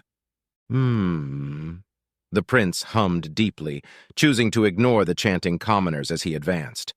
Soon enough, though, their cries became whispers, and then they were gone as he approached the location of his sister. Upon approach, a series of locks and a reinforced gate opened up to reveal a hidden chamber heavily fortified by automatic turrets and defensible positions. We walked inside the chamber, where a hidden panic room opened, revealing the command center of Woodshaft, and where 4 Royal Marines dutifully flanked Princess Clara Astor, protecting her from all danger. He watched Clara turn to him, and she broke into a sprint. Forgetting all decorum, the prince rushed forth, leaving his escort behind, matching his sister's response and embracing each other tightly. The hug lasted for several seconds until the prince broke it, recovering his dignified posture. Sending Cynthia away was reckless, Clara. Necessary, but reckless. I'm overjoyed to see you unharmed, he said, smiling behind his helmet. The Drazan, as always, are unwanted, unexpected guests, brother dearest. I knew you wouldn't abandon the innocent people of Woodshaft to die at their tendrils when you could have done something about it, Clara replied, also smiling behind her helmet. They were my secondary concern, Clara. You and Cynthia were my priority. I am, however, relieved that the situation turned in our favor, the prince declared, and then turned to Uriel Hoax, who had maintained himself at a very respectable, safe distance from the 2 royals. You must be Uriel Hoax. I thank you for protecting my sister, Princess Clara Astor, to the best of your resources and abilities. My pleasure, Your Majesty. I couldn't go and leave her out and about now, could I? Betraying a business partner doesn't harbor good relations, now does it? Uriel asked rhetorically, chuckling to himself.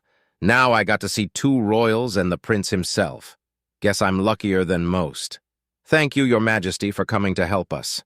Those damn plants were starting to breathe down our necks until your troops arrived and their fleet hightailed it. Due to our current circumstances, I cannot offer you any meaningful reward. Rest assured, once Duke Draymore is dealt with, you shall be handsomely rewarded for your actions, the prince said. Candidly, Your Majesty, I believe that you coming to assist us, A den of smugglers, commoners, and disgraced nobles balances out whatever reward you may have in mind. The deal struck between your sister, Princess Clara, and me is more than enough to ensure the prosperity of Woodshaft, my home, for decades to come. Granted, if you win, he chuckled again. I will throw my lot with you regardless, my prince. I am at your service. If that's your decision, my dear Uriel, then shall we finalize our deal? We shall remain here for some time to make sure every Drazan is dead and to load the promised goods in ships, Clara said, stepping forth. But of course, princess. Allow me a moment of respite, however. The defense of my station left me drained, and I would very much enjoy a glass of whiskey and a cigar. Victory always makes things better, Uriel said, bowing his head slightly before making his way to a hidden cabinet. Left with relative privacy, Clara turned to her brother and opened a private channel with him. Come, brother dearest, I have something to show you. The scanners were able to pick up the fight between the Noir Navio and the Drazan fleet, and more than that. The Noir what? He muttered, flabbergasted. You recorded the battle? The prince asked, unamused. With a motion of his hand, his escort stepped back, giving them space. You expected me not to? Oh, brother dearest, it was a thrilling, captivating experience. It may be limited to scanner data, but the sentiment is unparalleled, dreadful and suspenseful, but truly brilliant. Wyatt has exceeded my expectations tenfold. To think he could command an unknown type of destroyer vessel in such a manner, she exclaimed giddily. Wyatt? The prince repeated his name in a murmur. I thought Cynthia was the one commanding the black ship. Trust me, brother dearest, I love Cynthia and trust her with my life, but she knows nothing about naval command. No, I am certain it was Wyatt who sat at the captain's chair during that frenetic engagement. Regardless of my opinion, we will know what transpired once they arrive. She then clasped her hands. I hope the ship's systems were able to record the battle. I would love to add that to my collection. To have a first real account of such a marvelous ship in full display in combat? It may not be a fighter, but Wyatt made it dance like one. I am transfixed by his abilities, and I am going to reprimand him harshly for his idiotic, reckless behavior. The princess took in a deep breath to calm herself, crossing her arms in exasperation. In the meantime, brother dearest, do you plan to pursue the Drazan? She asked with a serious tone. We won't be able to catch them before they jump out. Suits me well. That was my original plan, to force them out of the fight. Drazan raiders are opportunistic cowards, the prince said with disdain. Let us leave those thoughts aside. I am eager to see your recordings, Clara. It may answer some quandaries of mine. Chapter 19. Wyatt opened his eyes slowly as the darkness that had welcomed him so gently became nebulous and distant, slowly replaced by stinging light. He closed his eyes at the assault, but opened them again after a few seconds of struggle, now welcoming the white light shining above him. His vision was blurry, but it rapidly improved until he could clearly see where he was, still strapped to the bed inside the Medicare pod. The only real difference was that now he could move his head freely. He opened his mouth and suddenly felt rather thirsty. He tried to talk, but his throat ached and lingering pain rocked throughout his body. My neck is killing me. Why does it itch and feel like my skin is peeling off at the same time? Wyatt thought as words failed him. How long have I been asleep? Did we win? Those damn monsters better be dead. Out of the corner of his eye, he saw a Royal Marine standing near the entrance of the infirmary and was looking at him. Even with his helmet on, he could feel his icy gaze set on him. The sensation was uncomfortable, and it sent a shiver up his spine. I'm so lucky that I won't get to fight a Royal Marine. Then again, I would be dead before I knew it happened, he thought, momentarily remembering the butchery just a handful of Royal Marines, and Cynthia caused within moments. A few minutes passed that felt like an eternity to the bedridden pilot until the Royal Marine moved out of the way, allowing the doors to open and the now familiar sight of Princess Clara and Cynthia entered his field of view. Okay, Wyatt, play it cool, play it coy. I only took command of the Nornavio for a few minutes in a desperate situation, and a high-ranking noble gave me that permission. Granted, Cynthia isn't part of the Royal Navy, but her word carries weight, I hope. Oh, who am I kidding? I'm so dead, Wyatt thought nervously as he managed a weak, strained smile when the two beautiful women stopped next to his pod. My pre-ac... Wyatt tried to speak normally, only to end up coughing repeatedly. After a few moments, he calmed down enough and lowered his volume, making his voice sound raspy and dry. Excuse me, Princess. No need to apologize, Wyatt, Clara replied, her expression soft and caring, purple eyes set upon the bound man. I imagine you're thirsty? Very much so, he confessed, ashamed. The Medicare pod is keeping your body properly supplied with nutrients and water, Wyatt. What you're experiencing is one of the secondary effects of the nanogel I injected you with, Cynthia explained, breaking her stoic expression to smirk softly at him. You would be dead otherwise. Nanogel? Wyatt muttered, and his face paled. He knew how expensive nanogel was, not to mention it was reserved only for high-ranking nobles. That was enough to nearly knock him out again. Commoner, you wasted on me? He rasped with difficulty. I believe that your victory over the Drazen is more than enough reason for you to earn at least that much, Wyatt, Clara said, eyes narrowing. Her smile dropped and her expression shifted from friendly to the cold, serious face she had used when dealing with Uriel. So much for playing it safe. I feel like her eyes are going to choke me, Wyatt thought, unable to look away from the vibrant purple eyes of the blonde princess. Drazan? He managed to squeak out, unable to gather the courage to say anything else. Clara sighed, and her expression relaxed somewhat. Gone. They jumped out of the system 6 hours ago. The last pocket of those monsters was exterminated an hour ago. They died at the hands of Juliana. Now that brought a smile to his face. For all it was worth, to know that the Drazen had run away like cowards and the borders had been exterminated made all the pain and transgressions worth it. Would have liked to kill the rest, he muttered, satisfied. They were too far away, and while we had the strength to do it, we would have taken casualties. We simply lacked the numbers and the firepower to confront them in open battle, Clara answered. Drazen raiders are parasites. They only attack targets they are sure they can assault with little trouble. Were it not for the Noirnavio and your crucial efforts, Wyatt, I'm afraid the outcome would have gone according to their usual raids. Wyatt grimaced internally, knowing full well what that entailed. Nevertheless, he was pleased to notice the disgust and venom that laced the words of the princess he'd started to respect. I only did what I thought would be the best way to deal with them, he replied. Do not fret, Wyatt, Clara continued. You shall not be punished in any regard. My brother has seen the records as I have. Only a few of us will know the truth of what happened and the circumstances that led to it.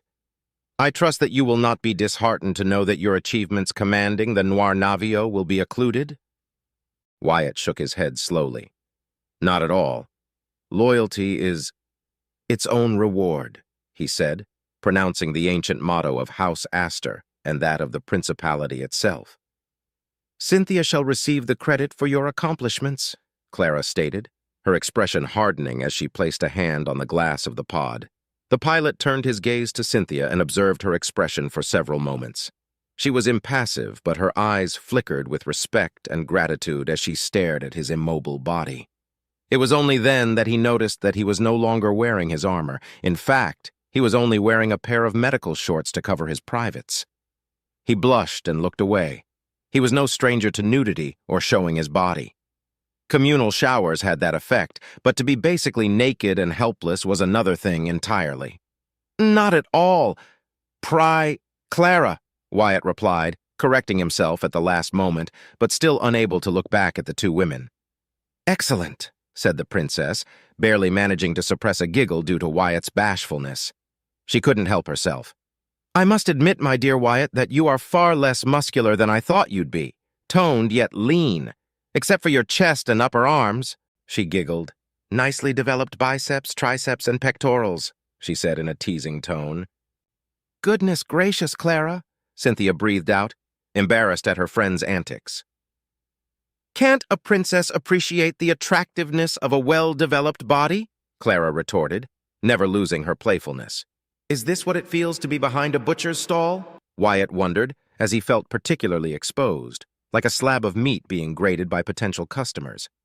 I'm glad to see that no lasting injuries will persist, Clara said, her tone returned to normal. Now then, Wyatt, would you explain to me what were you thinking for you to decide to go on your own in a fighter? Wyatt's embarrassment died swiftly after hearing what she'd just said. His heart raced, and he slowly turned only to find her friendly expression, but he could feel the pressure behind her otherwise friendly smile.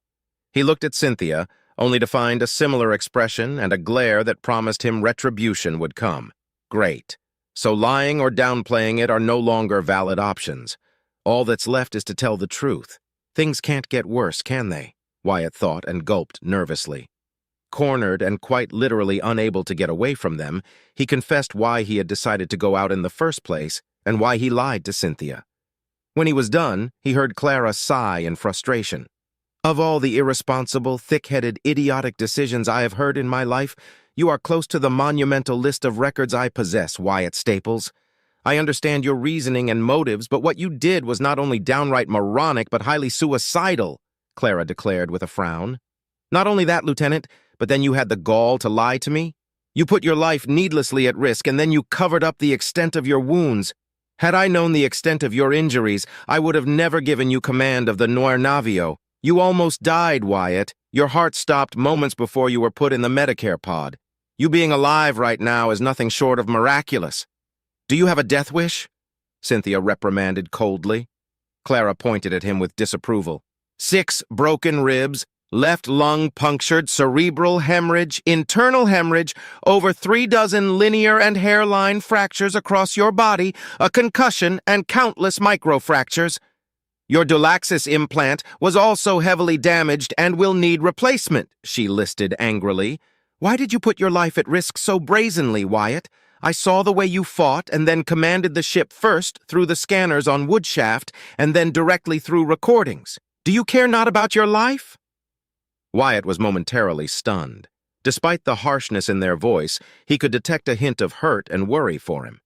Nobles, one belonging to a prominent house and the other true royalty, both of them blue bloods as blue bloods could be, showed concern for him.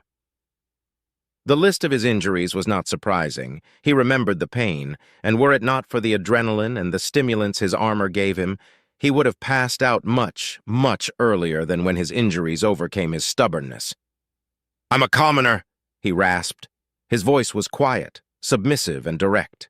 He had stated a fact as true as if he'd just said that fire was hot or that ice was cold. You shouldn't care. My life has no value, he said, gritting his teeth.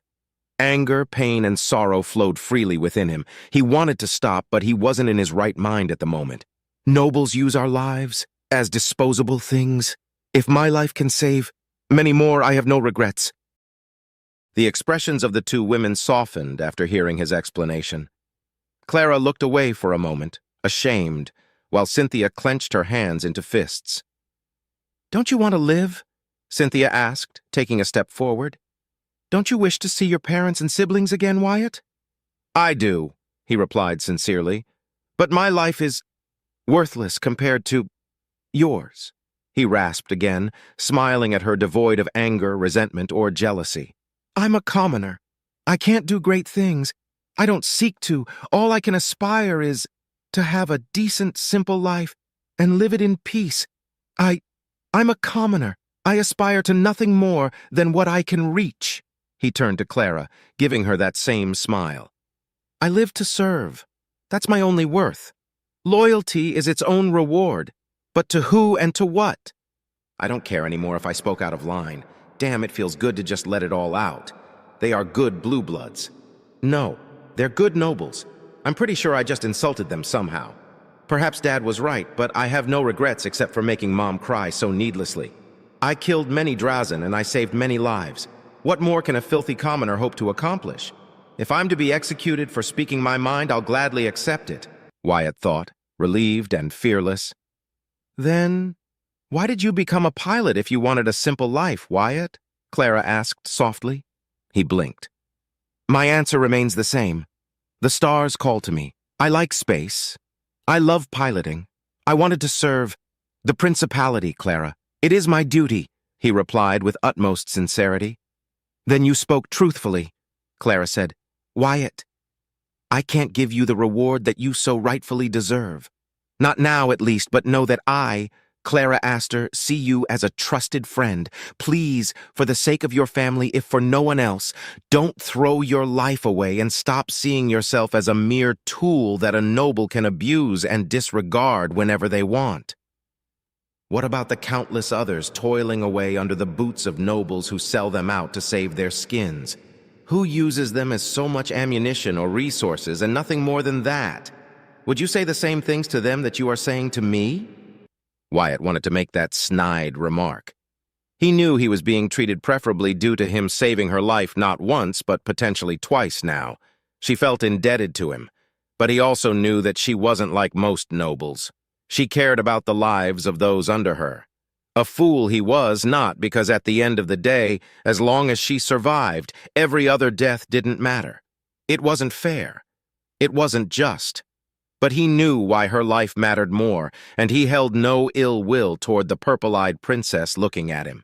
She didn't deserve his scalding tongue. "I'd die for you willingly, my princess," Wyatt replied, stunning both women. "Your life is worth more than mine. You must live. And stop Duke Draymore. The principality isn't perfect, but it is my home, and I will fight for as long as I can to defend it. My family. You. And the prince." He offered her a caring smile. "How can the life of a mere commoner compare to the life of a princess?" "Stop pushing yourself down this instant," Clara remarked, smacking the glass with an open hand. Why do you insist on seeing yourself like that?" Next to her, Cynthia gave her friend a sad look before turning to Wyatt once more. "I know my place," Wyatt replied before focusing on Cynthia. "Just like Cynthia knows hers." Then he returned his attention to the princess. "The difference lies in the roles we play. Each of us lives within our prisons, gilded or ironed. It matters little." Clara wanted to object further, but having her own words used against her in such a manner managed to disarm her. "It shouldn't be so," she mumbled after a few seconds of silence. "But it is the truth," Wyatt replied softly. "Clara, may I ask something?" The princess nodded. "What will happen to Galt and the prisoners?" "Their fates have been sealed and are within my hands after you delivered them unto me.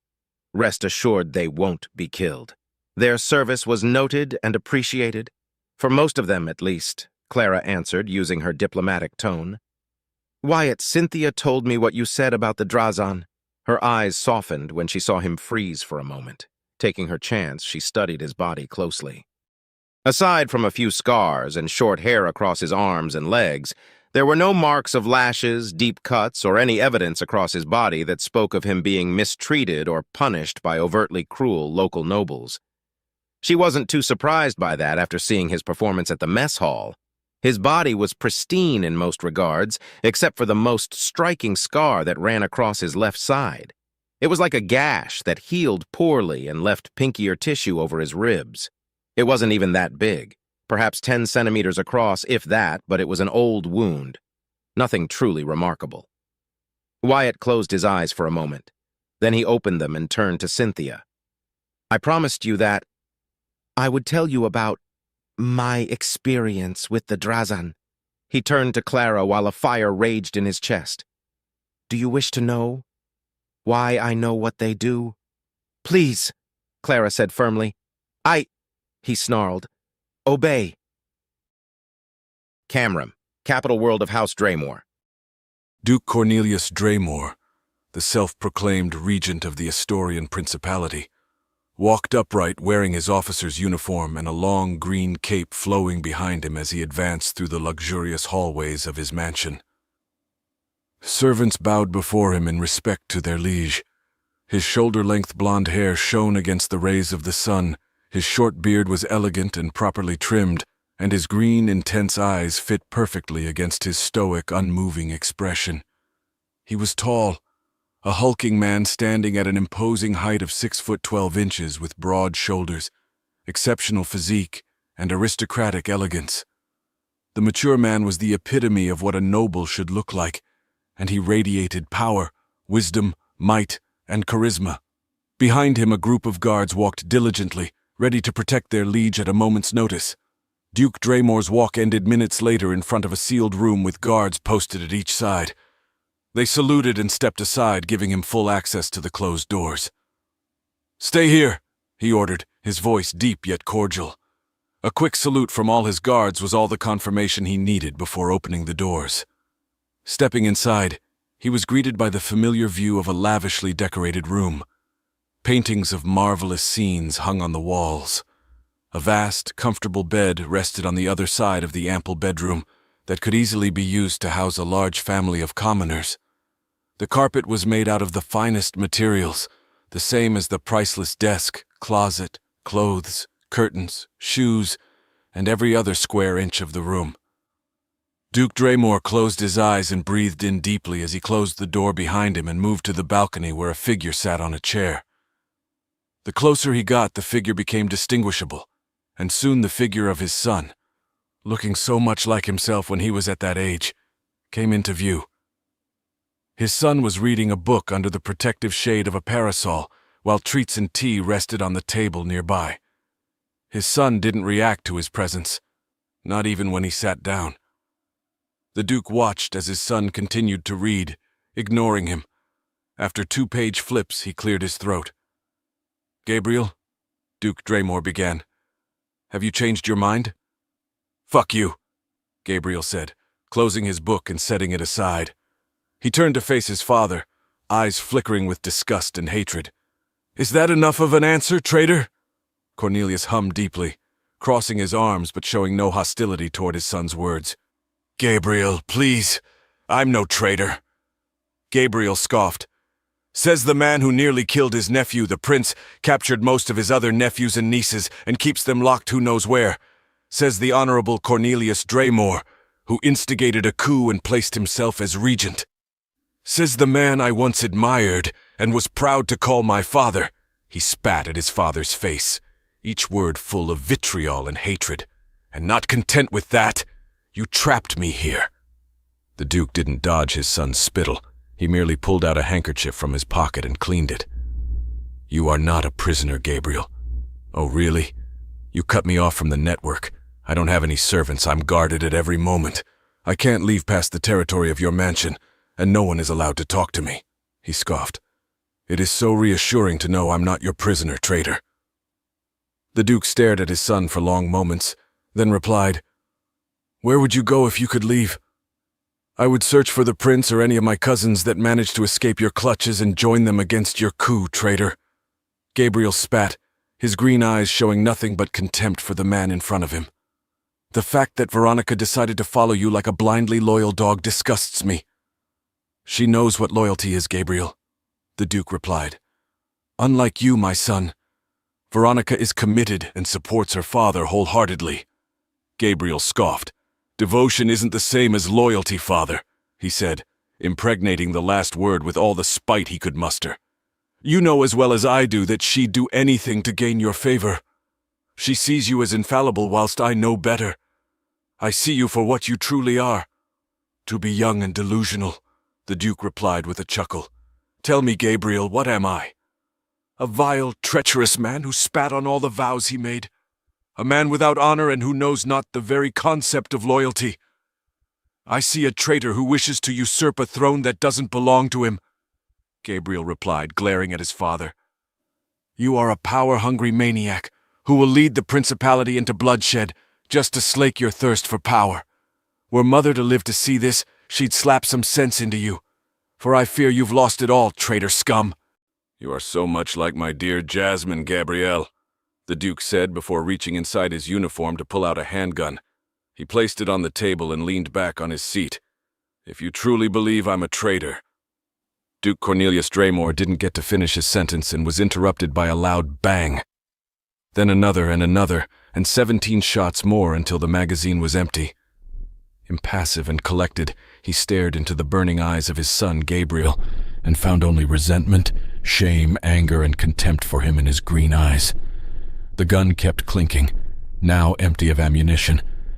Angrily, Gabriel tossed the weapon at his father. The handgun bounced off to the ground while the shimmer of a shield enveloped the Duke. The older man reached down to grab the handgun and stored it away. "That's the difference between you and me, traitor," I am loyal to the prince. I am loyal to the principality. You stopped being my father the moment you plotted against the prince, my cousin, your nephew. That's why you never told me anything about your demented plan until you executed it. Did you tell Veronica? Did she know? Gabriel scoffed. Duke Draymore, despite the attempt at his life, smiled. Your resolve is as strong as ever, my son. Your false loyalty is commendable but foolish, Gabriel.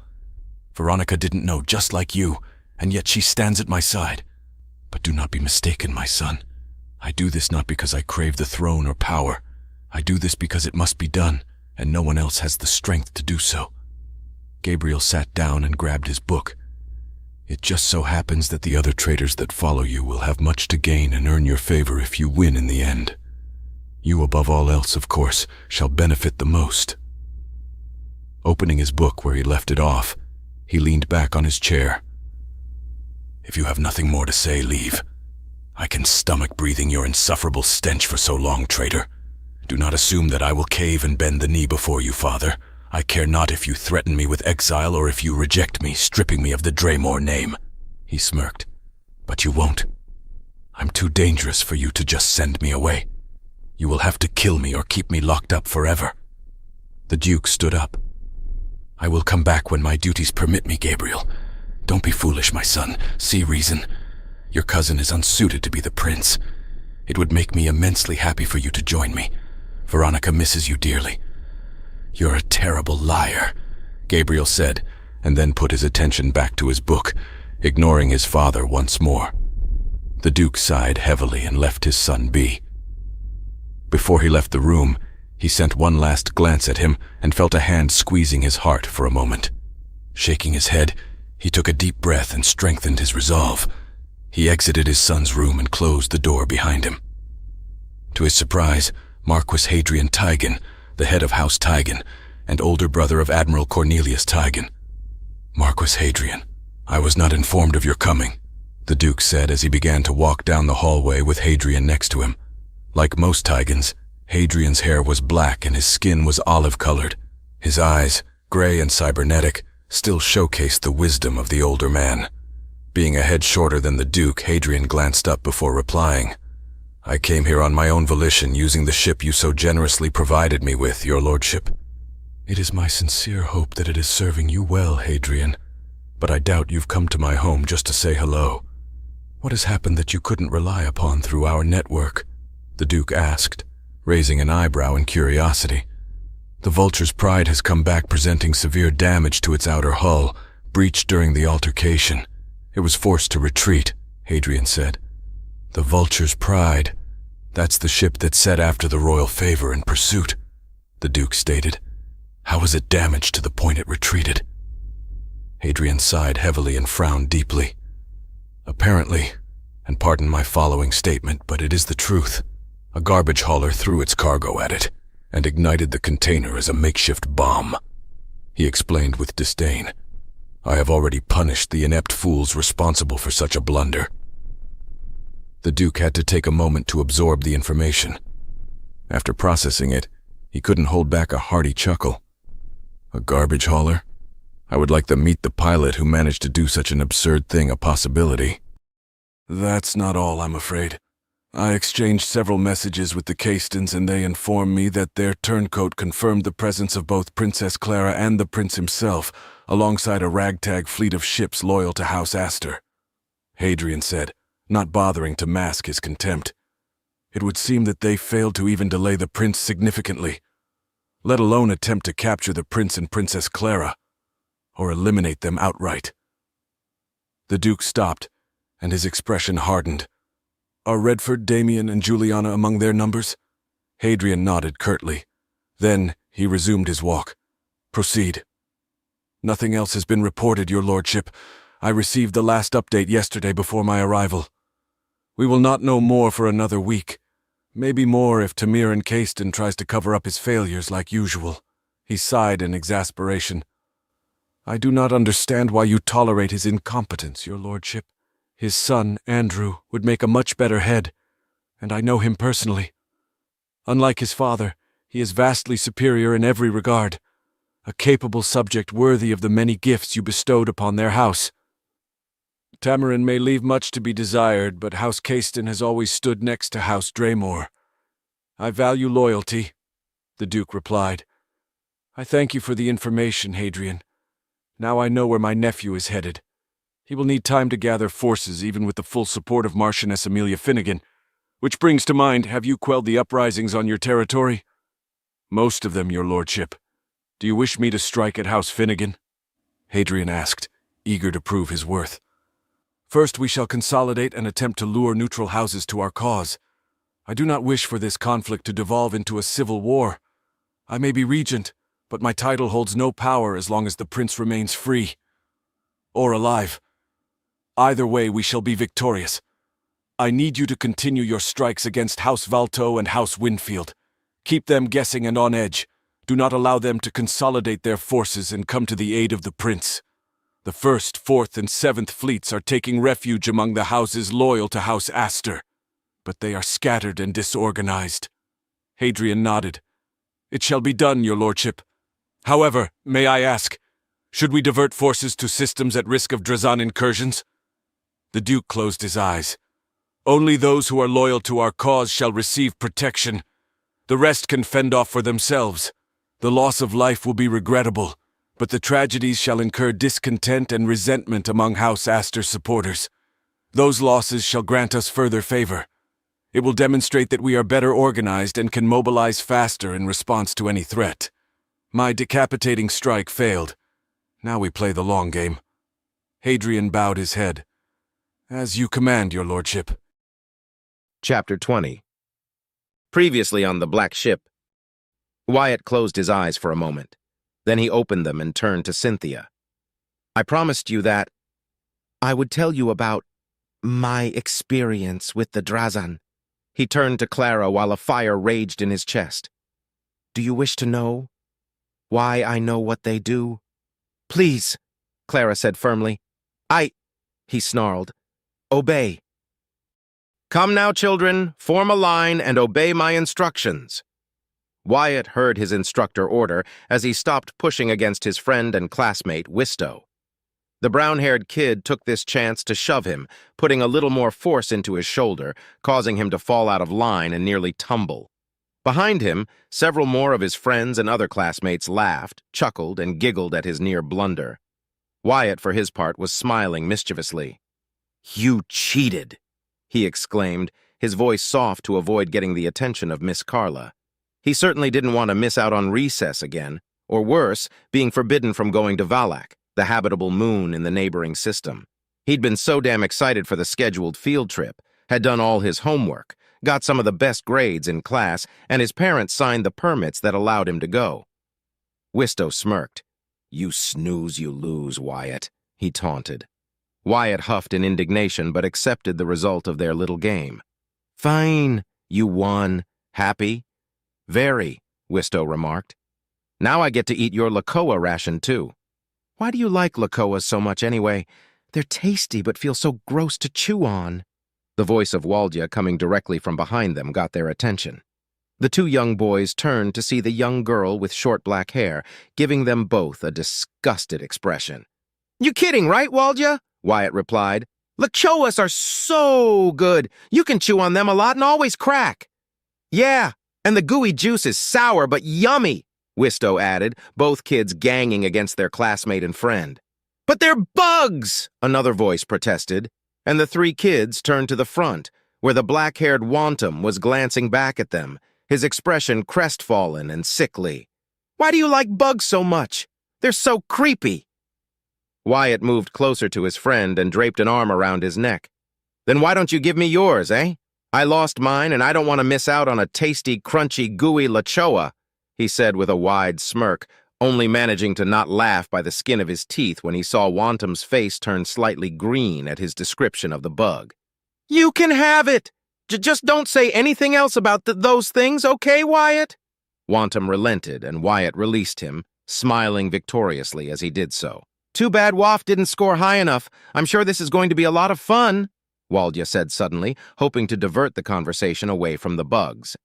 Yeah, my big brother told me that Valak has a lower gravity, and we can jump higher, Wistow exclaimed, already imagining how much fun he was going to have. I bet playing tag or racing will be pretty funny. Keep your moon to yourself, Wisto. I want to know what it's like to be in space, Wyatt said, looking at the sky with longing and wonder. Space is dangerous, Wyatt, Wantum said. 2 of my uncles and Aunt Wumu died in an accident. I'll never understand what you see in space. It's just empty, Wisto added. I don't know either, Wyatt. My mom works in the space dock and she says she likes it. Space sounds pretty boring to me, Waldia said, then smiled widely. But visiting another planet? Just imagine how many other animals and plants there are. Space isn't boring. I mean, we're drifting in space right now. Space is everything. Exploring space is why we are here, Wyatt exclaimed enthusiastically before clasping his mouth shut when Miss Carla shot him a knowing glance from the front of the line. Sorry, he apologized, while his friends shared a quiet laugh. You're just dumbheads, he proclaimed, sticking out his tongue at his friends. Wyatt and his friends continued to walk, following the line made by his other classmates and other classrooms from his school. Thanks to the work of his parents, they could afford his education nicely, and he repaid in kind by scoring high notes and earning the right to study for another year, ensuring that he wouldn't become a destitute commoner. As he walked, he looked around the spaceport. It was a large collection of buildings and dozens upon dozens of landing zones for shuttles, fighters, gunships, and other small vessels waiting to go to the orbital space dock. The distant noise of engines coming to life caught his attention, and he looked in time to see a shuttle ascend to the heavens. He looked at it with longing desire. Ever since he could remember, he looked up to the stars, wishing to be there among the blackness of space. He was still just a kid. The thought of entering a guild or earning the grades and records needed to enlist in the Royal Navy and study at the academy was in his mind. But for now, he would enjoy his first trip to space and a safe time studying on another planet, or moon, as it was the case. The shuttle was long gone, and he returned his attention to solid ground. He focused on his friend, a smile spread over his lips. He'd known them ever since he started his education, and the 5 of them spend most of their time at school together. Waff was missing, and he felt bad that his friend was going to miss out on going to space. Space. The thought alone always brought a smile to his face and made him feel all giddy and eager to grow up and become a pilot. Wyatt Staples, pilot of battleships, he muttered frantically, cheeks blushing with excitement as he imagined himself piloting one of those massive ships. There you go again, Wyatt, Waldia said quietly, tapping his shoulder. Daydreaming about things that can't happen. Just 'cause I'm not a noble ain't gonna stop me, Waldia, Wyatt remarked with a cheeky grin. I'll become a pilot, and I'll take all of you on rides and stuff. The young girl rolled her eyes but said nothing else. They continued to walk for a few minutes in an orderly fashion until she noticed something. Patting Wyatt's shoulder to get his attention, she pointed across the field at another line of young children dressed in uniforms similar to their own but with different colors. They're from Northside, Waldia groaned, still pointing at the kids from that school. Wyatt laughed. You really don't like Northside, do you? Nope, Waldia replied, glaring at the students. Are you still mad they beat our team? Wisto asked, unamused. They cheated. I know they cheated. I practiced for 3 whole months, Waldia said, crossing her arms. Why wouldn't they practice too? Maybe they practiced harder than you? Wantum offered, trying to calm her down.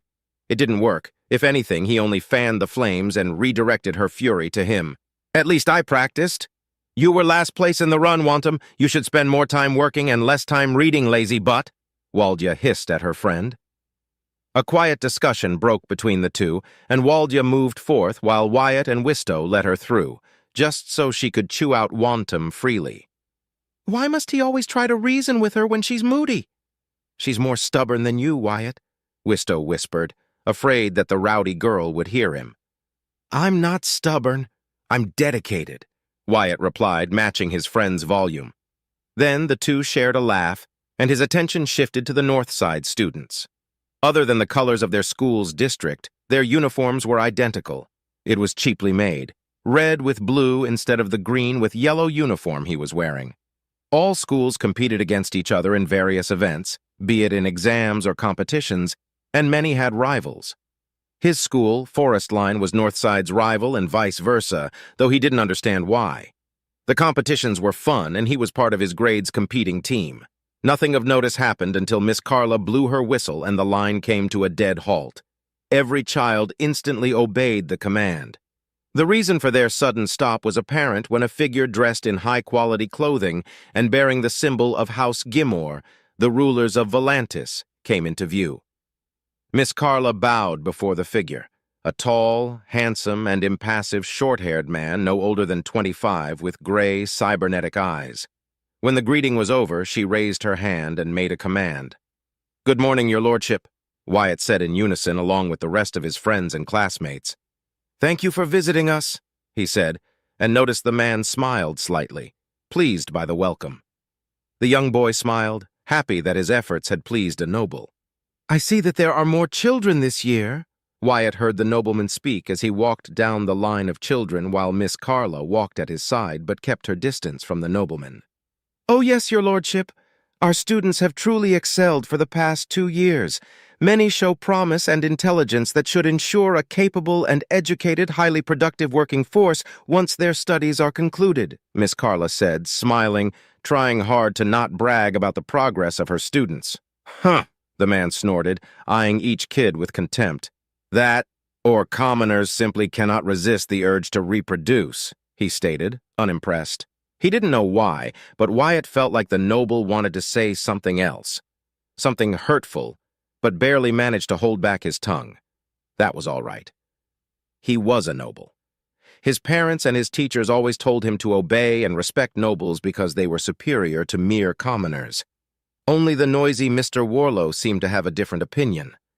"I assure you, your lordship, that my students are, in fact, efficient and intelligent. For commoners, that is," she added shortly after. "I suppose. Nothing much can be expected from commoners. But as a member of House Gimor, I have been chosen to oversee this trip and give credit to their competitive skills. House Gimor extends its protection over our territory, and as such, it is part of our duties to ensure this frivolous exercise is carried out." He sighed tiredly. "Some traditions are rather boorish and obtuse, don't you think so?" "Of course, your lordship. However, they are traditions for a reason, yes?" Miss Carla replied in a non-committal manner. Wyatt frowned. He hated hearing smart-sounding words. He didn't know what they meant. But something told him those words were not nice ones. "How many children are in total?"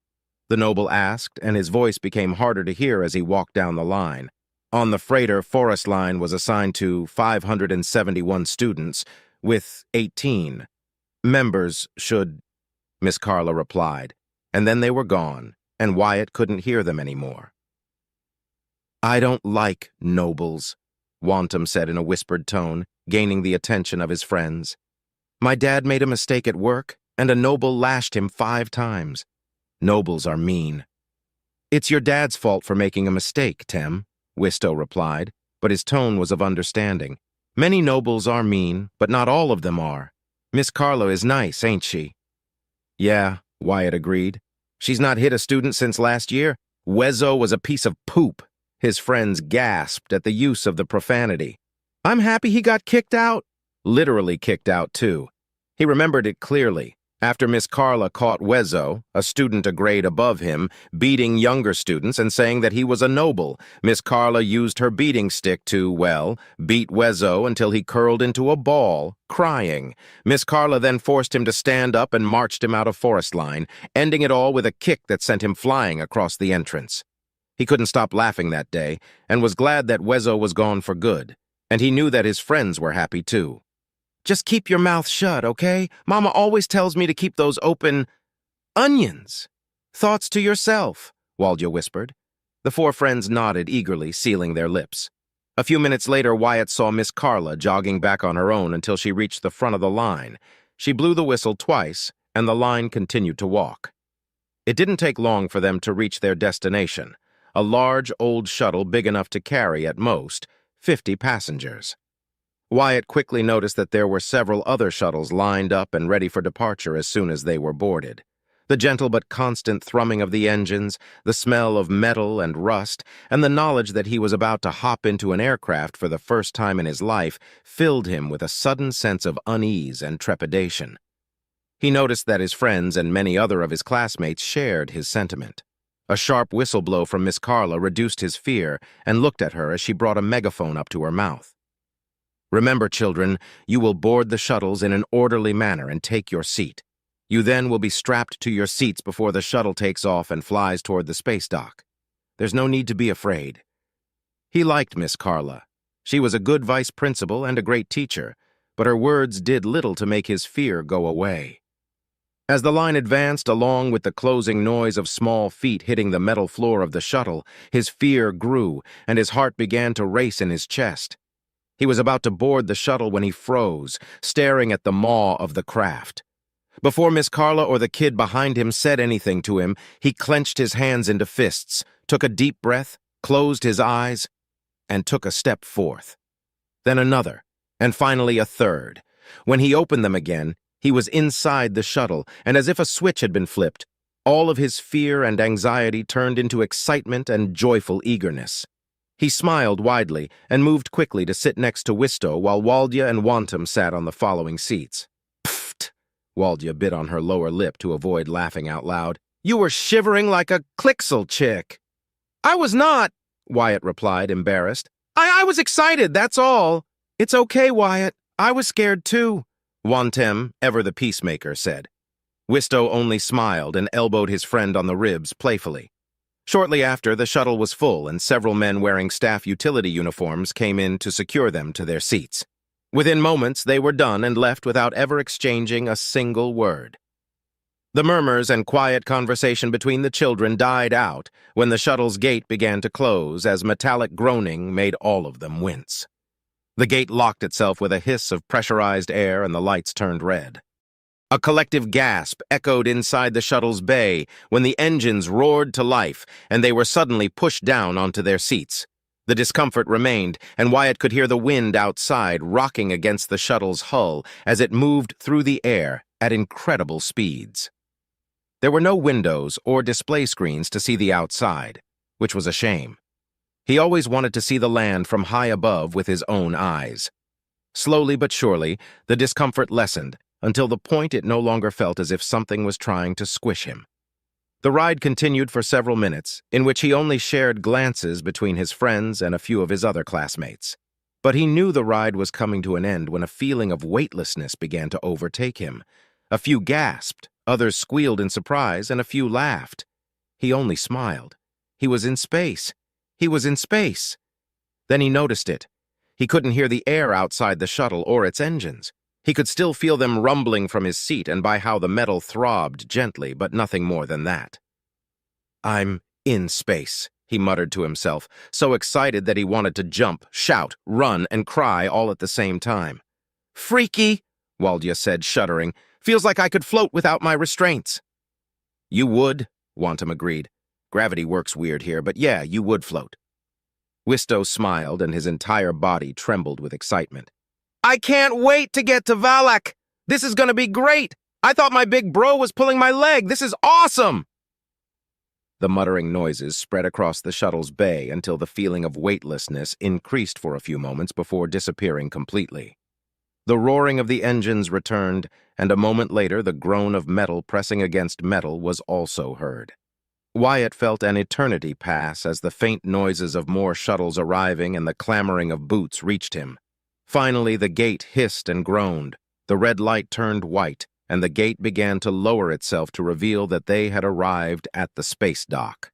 Similarly, when they departed, several men wearing uniforms rushed in and began to unbuckle their seats. When they were done, they left, and moments later a noble wearing a Navy uniform came into view. "Right side, stand up and march out in an orderly fashion," the man ordered, utterly disinterested in the kids. But the kids obeyed and slowly made their way out of the shuttle. Before the last in line could walk out, the noble spoke again. "Left side, stand up and follow." Wyatt and his friends stood from tier seats in unison alongside his other classmates and obeyed the orders from the noble. When he made it out of the shuttle, he marveled at the sight before him. The landing bay was huge and completely encased by metal. Numerous shuttles lined up next to each other, all of them unloading their cargo. He couldn't immediately see where they had arrived from until he noticed the shimmering glow of a kinetic field at the far, far end of the bay. The familiar whistle made itself known a few moments later, and he turned to see Miss Carla lined up with the rest of the school's staff and teachers selected to guide and watch over them during the trip. "Forest line, follow me, don't step out of line," Miss Carla commanded, and the students obeyed diligently. Being in the first group, Wyatt marveled at the sight of the walls and architecture he'd only seen in books and videos. To anyone familiar with the station or principality's standard design, it was nothing to gawk at. But for a kid who dreamt of being among the stars, everything sparkled with wonder. "I thought it was going to be cold," Waldia said. "Space is cold, right?" "Maybe outside," Wantum replied, unsure. "Smarty Pants don't know?" Wyatt poked, but Wantum just shook his head and Wistow chuckled. After long minutes of a mostly silent walk, they arrived at a large room where many adults were waiting for them alongside a huge amount of containers and folded clothes. Miss Carla stopped, and the other staff members guided the rest of the first group while the rest of the line waited outside. "Now, children, you'll behave and let these kind people put on your suits. You'll need them before we leave for Valak. Remember how we practiced?" "Yes, Miss Carla," the children said in unison. With a nod from the woman, the men and women began to unfold the clothes that were, as Miss Carla said, suits. Gray, ugly things. Fortunately, they didn't need to take off their uniforms as Wyatt and his friends were instructed on how to put them on. The suit wasn't bulky and it wasn't heavy either, but it certainly wasn't new as some wear and tear could be seen on its surface. But it'll do.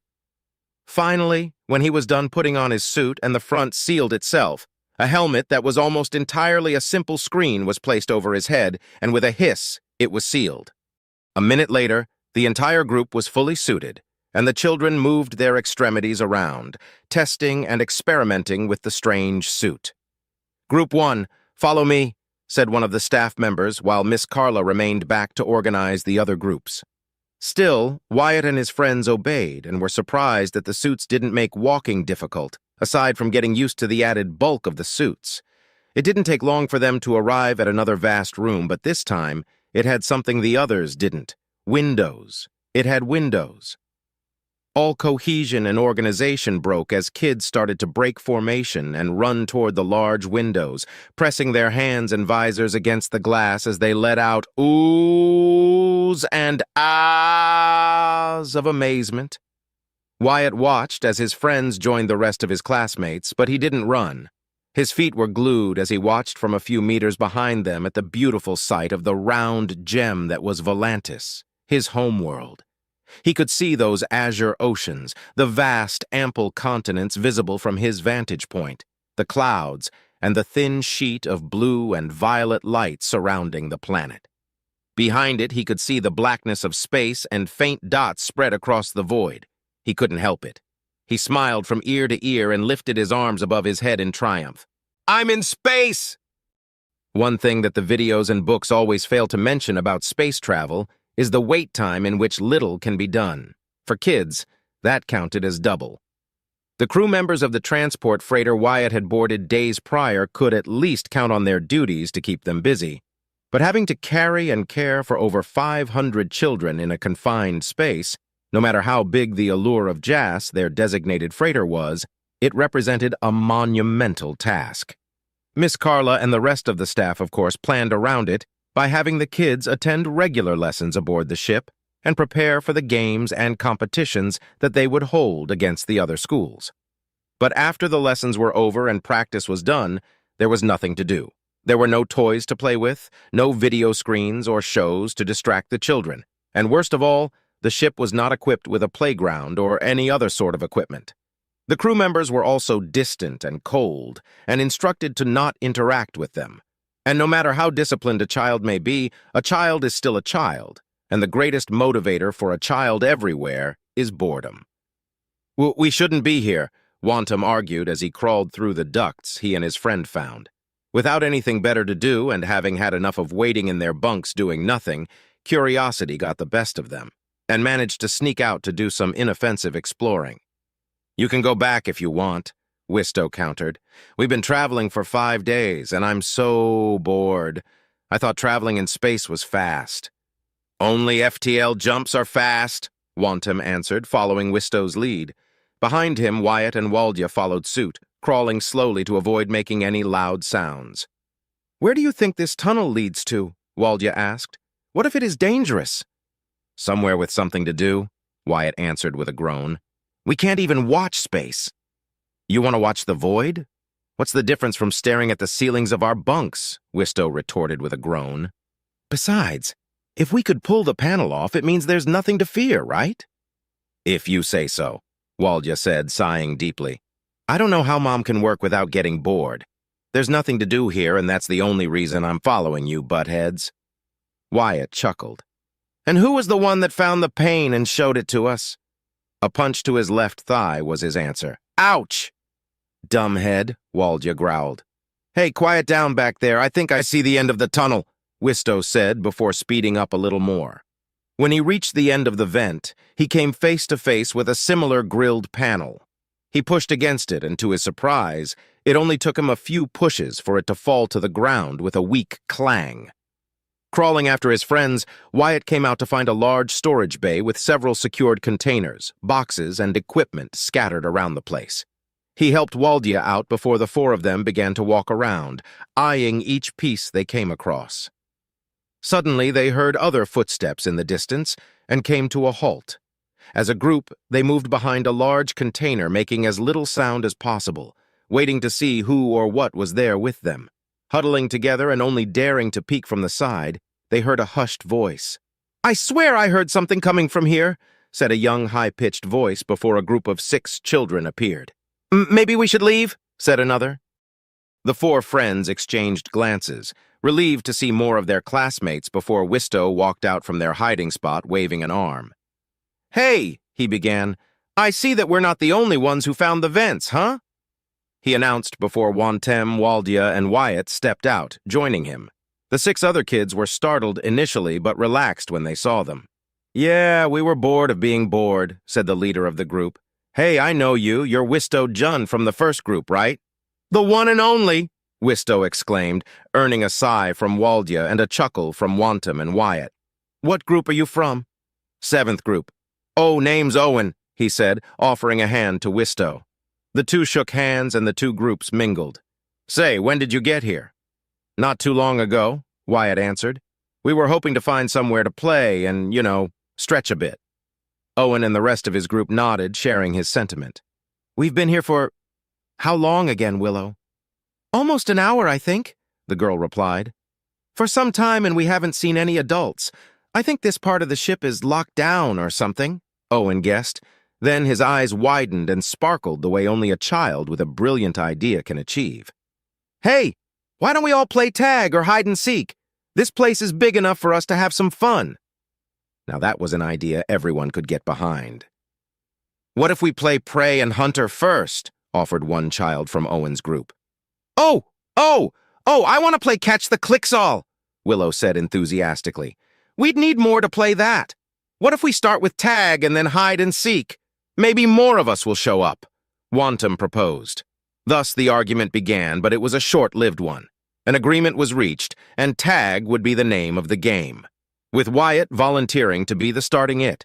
He loved tag, and unlike his friends, he enjoyed being it. After giving his classmates a 5-second head start, he broke into a run. He didn't go right after Wantem, the slowest of them all. Instead, he focused on another target.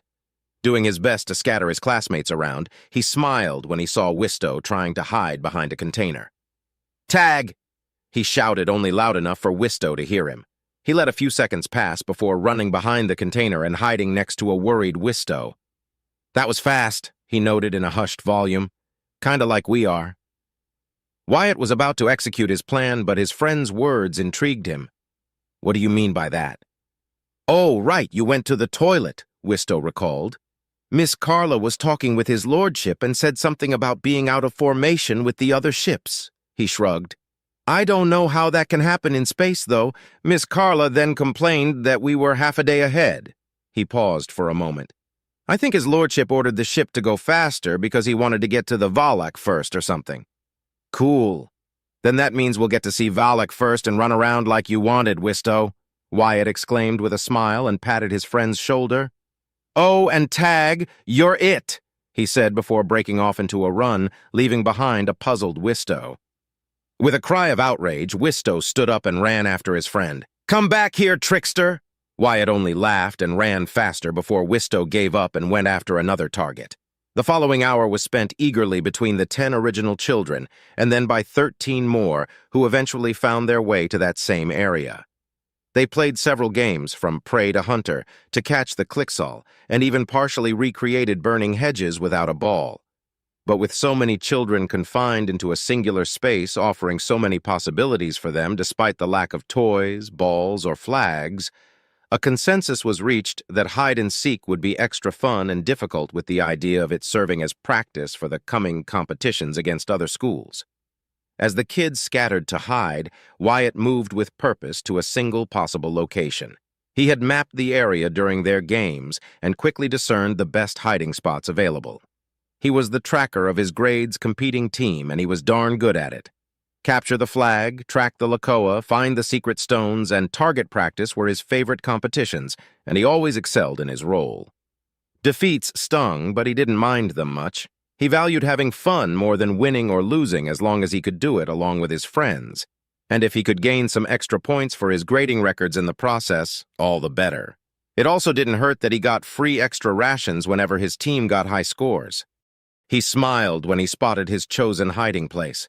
It was 3 rows of containers that seemed tightly packed together, but they offered enough space for someone small to crawl in between them. Squeezing through the tight passage, he heard the distant call that the seeker was on his way to find the hiding kids. The rules were simple. The seeker had to find those hiding, and when he found one, then the unlucky kid would also become a seeker. If every kid was found, then the original seeker wins.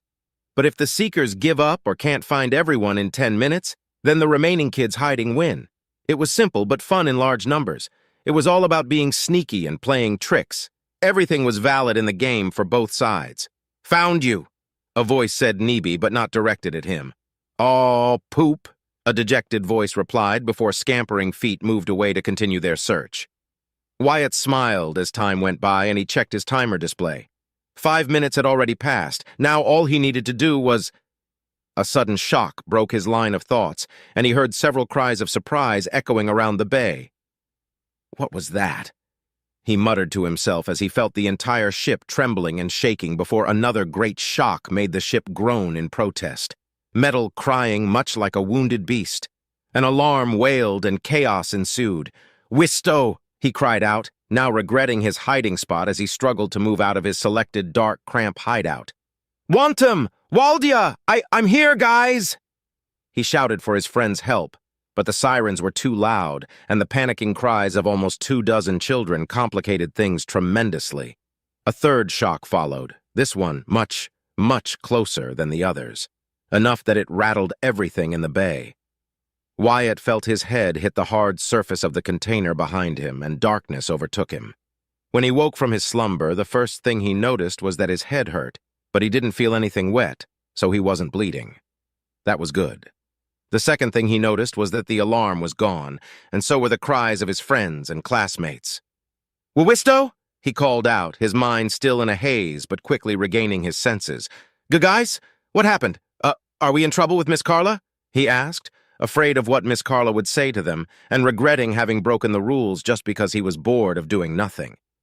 He started to crawl out of his hiding spot when a sudden cry of terror froze his blood, and he stopped where he was, unable to move. Another cry of terror followed, then a cry of pain, then silence.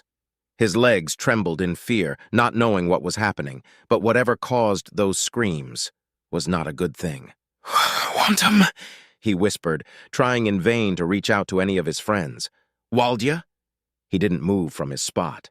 He was too frightened to dare. His cowardice was rewarded a few seconds later when he heard gunshots and the hissing sound of laser weapons discharging. More screams followed, angry noises and heavy metal boots. Then he heard the squirming, wiggling sound of something heavy moving fast. Many somethings. Another cry of pain and a shout of defiance before the doors of the bay were open and people rushed inside, firing wildly. He could now hear the voices clearly as they moved closer and closer to his hiding spot. "Stop them! I command you to stop them! I'm out of ammo! Where did they come from? They found us. Close the doors. It's too late. The last voice suddenly stopped, and the slump of a body hitting the deck was heard. No, no, please, no, I have a family, a man begged, and then he too was silenced. A mighty cry of fury came from someone, and the wiggling noises responded in kind. The screaming voice died out a moment later. One by one fell until only one person remained. Wait, I surrender! The voice, nasal and desperate, exclaimed. From his hiding spot, he couldn't see all that well, but he recognized the clothes of a noble. He also was able to see 4 of the wriggling figures that made those awful, creepy noises. They were tall, dressed in strange suits, and were definitely not human. The things were standing on 4 legs, oddly bent and angled legs that supported their long, lanky bodies. Instead of arms, they had several vines sticking where their shoulders and shoulder blades should be if they were human. The more Wyatt looked at the non-human things, the uglier they became. 4 spindly arms stuck out from their bellies, and a bulbous head with, admittedly, pretty and colorful petals that made them look so strange. They were like plants, and Wyatt saw that they had beady black eyes, many of them, and no mouth. He wondered how they talked without a mouth when he remembered watching a video during a class about the creatures he was seeing right now. They were Drazan, evil aliens that ate people. Now he was even more scared, and he wet his suit, trying to remain as still as possible. He saw the noble slap his left wrist and bowed before the Drazan. Please, hear me out. I surrender. I am more valuable to you alive than as cattle, the noble said, and Wyatt recognized him at last. He was messy, with sweat pouring down his face and tears threatening to fall down his cheeks. The Drazan stopped, and their petal waved in harmonious colors for a few seconds. Then, the tallest one present stepped forth and pointed a vines tipped with a dagger-like claw at the noble. Amusing joke. Feed speaks. A monotone voice of a translator AI came from its suit. Yes, I speak. I offer you a bargain, the noble said on the verge of tears, legs shaking in panic. Bargain offer? Feed is feed. Your meat good. We no deal with cattle animal, the Drazan replied. Then you won't lose anything if you hear me out, will you? He insisted. You want more food? I can give you more. The Drazan's petals seemed to agitate. Feed lies tricks, old ineffective for cattle. You feed. I do not lie, he pressed on. I'm sure you detected the other freighters coming, yes? He said, and the Drazan went silent for several moments. Only their petals changed colors continuously. If you agree to let me live and give me a shuttle, unharmed, I will ensure that those ships will be within your clutches and won't put up a fight, he said, breath rasping. You already took the space dock over Valak and this ship, but that's nowhere near enough feed for you, right? He asked with a desperate smile spreading across his face. Wyatt could only hear in disbelief what the noble was saying. He was willing to give the Drazan so many children in exchange for his life? He was noble, a Gimor at that, and his life was of course greater than a commoner's. But nobles lead and commoners obey. Weren't nobles supposed to protect the lives of the commoners who served them? Intrigued, captivated. Offer tempting, the Drazan replied after several seconds of silent deliberation. The noble placed his arms on his chest. I could still breed, but why bother with a mere haul of 77 kilos of meat when you can have tons more? Question intrigue. Vessels filled with sprout seedlings? The plant alien asked. Almost entirely of nothing but children. Yes, tender, tasty meat for you to enjoy. Delicious feed. Think about how many you can then turn into cattle. All of that for a single life, and you'll get them without expecting a fight from them, the Gimor said without a shred of compassion nor consideration. Excited, eager. Feed offers good terms, suspicion treachery. Why trust the words of feed? The Drazan asked, before reaching with its extended vine at the frightened Gimor, drawing a line across his cheek, making it bleed. A thin dribble of blood ran down his neck. I swear on the honor of House Gimor that I, Serhan Gimor, will not betray our compact, he replied hurriedly. The lives of lesser nobles and mere commoners are worthless compared to mine. As long as I live, you will have much to gain. If I die or I decide to trigger an implant within me, my family will know of my fate and they'll seek retribution. They'll come here because they know I'm here. You will have to run away, and that means leaving behind much of your precious feed." That was enough for the Drazan to retract its vine. Serhan smirked. "But as long as I live, you'll have an entire week to do as you please here. More than enough time to do whatever you want and leave with a full haul of feed. And all it'll cost you is sparing a single life. Mine." "Pondering doubt. Betrayal easy," the Drazan countered. "Yes," Serhan replied, "but I value my life. Take my offer and feast, or take me and leave with meager gains. Their lives are worthless. Mine is not. They will be thankful for the chance to sacrifice themselves for my safety. It is a high honor for them to die in exchange for my exalted self." He paused, staring at the 12 eyes of the Drazan he had been conversing with. After a short eternity that lasted a single breath, he spoke again. "Do we have a deal?" "Deal agreement reached. Lure the feed. Feast awaits. You leave after," the Drazan said and retracted its vine in full. After a few seconds, 2 Drazan picked Serhan Gimor up, forcing him to walk on his own, and pushed him forth without harming him. Wyatt remained there, stunned after making sense of everything he had just heard. He could hardly process any of it, but he understood enough of the deal Serhan had made with the plant monsters. He gasped for air once his lungs started to burn, reminding him that he had to breathe. Slowly, he crawled out of his hiding spot, fear and worry overriding his senses as hope faded from his heart. This is a warning before you continue listening to this part. Chapter 20, Part 2 carries an 18+ rating featuring vivid scenes of the Drazan eating, which the author describes in masterful detail. To listen to this part, please check the link in the description. For now, we will carry on with Chapter 20, Part 3. "Target down! Found the nursery!" a voice called out. Wyatt, trembling and frightened beyond measure, looked up at the 5 Marines entering the room, searching for more enemies to kill. The one at the front of the group saw him and stopped. "Holy shit! We got a living kid here! Delta 2, take him out of here yesterday!" the man ordered.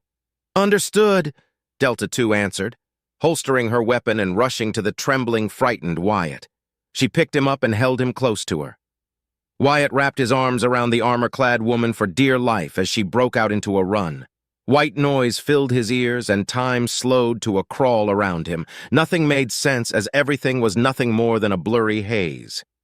He didn't know when or how it happened, but when he regained a sense of things, he was sitting in a medical bay with a nurse tending to his wounds. He looked around with tired, drained eyes and saw several more wounded children and a few adults. Most of them were crying, others stared at nothing with wide, lifeless eyes. Surrounded by other humans, he was safe. He had survived. He was alive by pure, unfair luck. His friends were dead. He saw Wantum and many of his teachers and classmates die right in front of him. He witnessed the methodical, casual brutality of the Drazan firsthand. But he was alive. He would see his parents and siblings again. He would listen to Mr. Warlow's rants. He would taste the stew of the old lady, Mrs. Uvol, once more. "You're a brave young man," the nurse said, finishing patching his hands. "You're safe now, kid." A whine escaped his throat. At long last, Wyatt cried out in anguish. "APNV Nor Navio, Medical Bay." Clara and Cynthia could only stare at Wyatt with a mixture of pity, sorrow, and shame. Throughout his entire retelling, the pilot never once cried. Not a single tear was shed. The pain was palpable with every word he spoke. The anger and the sadness was intoxicating. The atmosphere around him was thick, choking. But they stood put, listening to every word, never interrupting him until at long last he finished with a lengthy, soul-wrenching sigh. "That's why I know the Drazan," he said coldly. I can't begin to imagine," Clara began, but didn't know how to react to such a story. She wasn't ignorant of the atrocities carried out by the Drazan, but she'd never heard such a personal, gut-stabbing story before. Wyatt shrugged. "It doesn't matter." "Of course it matters," Cynthia hissed.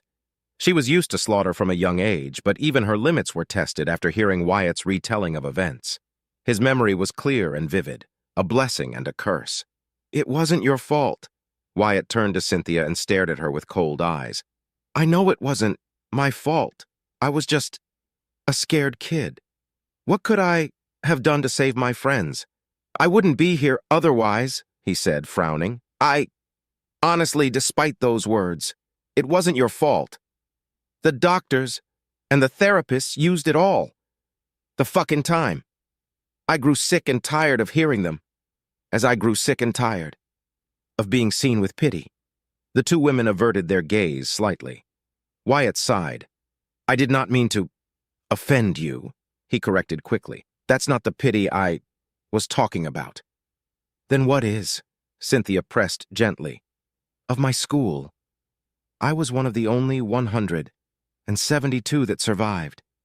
One of the 1,026 in total, Wyatt said, clenching his hands. I told them about Sirhan Gimor's deal, and no one believed me. They thought I hit my head. Too hard, and I imagined it.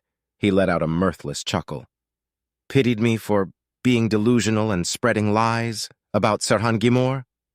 Clara and Cynthia exchanged a glance, already suspecting what Sirhan had done and how the events had been morphed in his favor. Clara placed a hand against the pod and asked, What did the official report say? That Sirhan Gimor masterfully eluded the Drazen forces and retreated to call for reinforcements and valiantly rescue his loyal subjects. Wyatt gritted his teeth for a moment, then relaxed. He was credited with the victory over the raiders. He won many accolades for that. That damnable whoreson met with the families of the fallen, without a shred of shame, swearing on his honor that he avenged them. Clara felt a rope tug at her heart, but she had to know. Do you know, perchance, if that victory increased his position within his house? Wyatt nodded. It won him the governance of Numato, a colony world, a few jumps from Volantis, he answered bitterly. He reigns there, to this day. He used the tragedy to further his standing and position at the price of thousands of innocent lives, to save his own stinking rotten one, Cynthia said, disgusted. Such machinations were, after all, a common tool in the arsenal of the more ambitious and ruthless nobles across the Principality. Wyatt, if I may know, how are you so functional, what you went through and experienced? Such a thing has the potential to traumatize veteran Marines, let alone a mere child. Wyatt shrugged. I don't know myself, he replied. For the next 2 years, every shadow scared me. I spent almost every night in my mother's embrace at night. He closed his eyes. The nightmares came almost every night. I woke up screaming, crying, pissing, he said bitterly. Because of my lies, I was forced to another school and I never made another friend, because everyone avoided lying Wyatt. I never heard from Waff again either. Every tree, every branch, every plant made me shiver in fear. I barely kept my scores up. I barely talked. And when I did, I talked to the therapists, he chuckled. They never helped. Clara and Cynthia listened closely, watching the pilot describe his life with such a cold, uninterested detachment that it sent a shiver up their spines. When I was 10, I went out to play and I approached a tree and I touched it, then I hugged it, and I knew that it wasn't a Drazen. He paused and opened his eyes. I don't know when or how it happened, but one day I was no longer afraid of anything. My dream was still the same and the stars called to me, but I never wanted revenge, but I was angry. So angry. Angry at the Drazen, angry at those that called me a liar, angry at the nobles. I never had a nightmare after that day, and I rarely dreamt again. I studied as much as I could. I read and practiced, trained and worked. My life was meaningless, but I could live a good one in service to the Principality that saved me. I made a promise to go to the stars, but not in search of blood, unless it came to me. If I can save lives for the exchange of a worthless commoner, then I'll die happy. Clara looked down at the pilot, the man she judged as a true knight, and felt nothing but sorrow now that she witnessed how broken he truly was. His mask was strong and forged in the fires of adversity and unimaginable pain and suffering.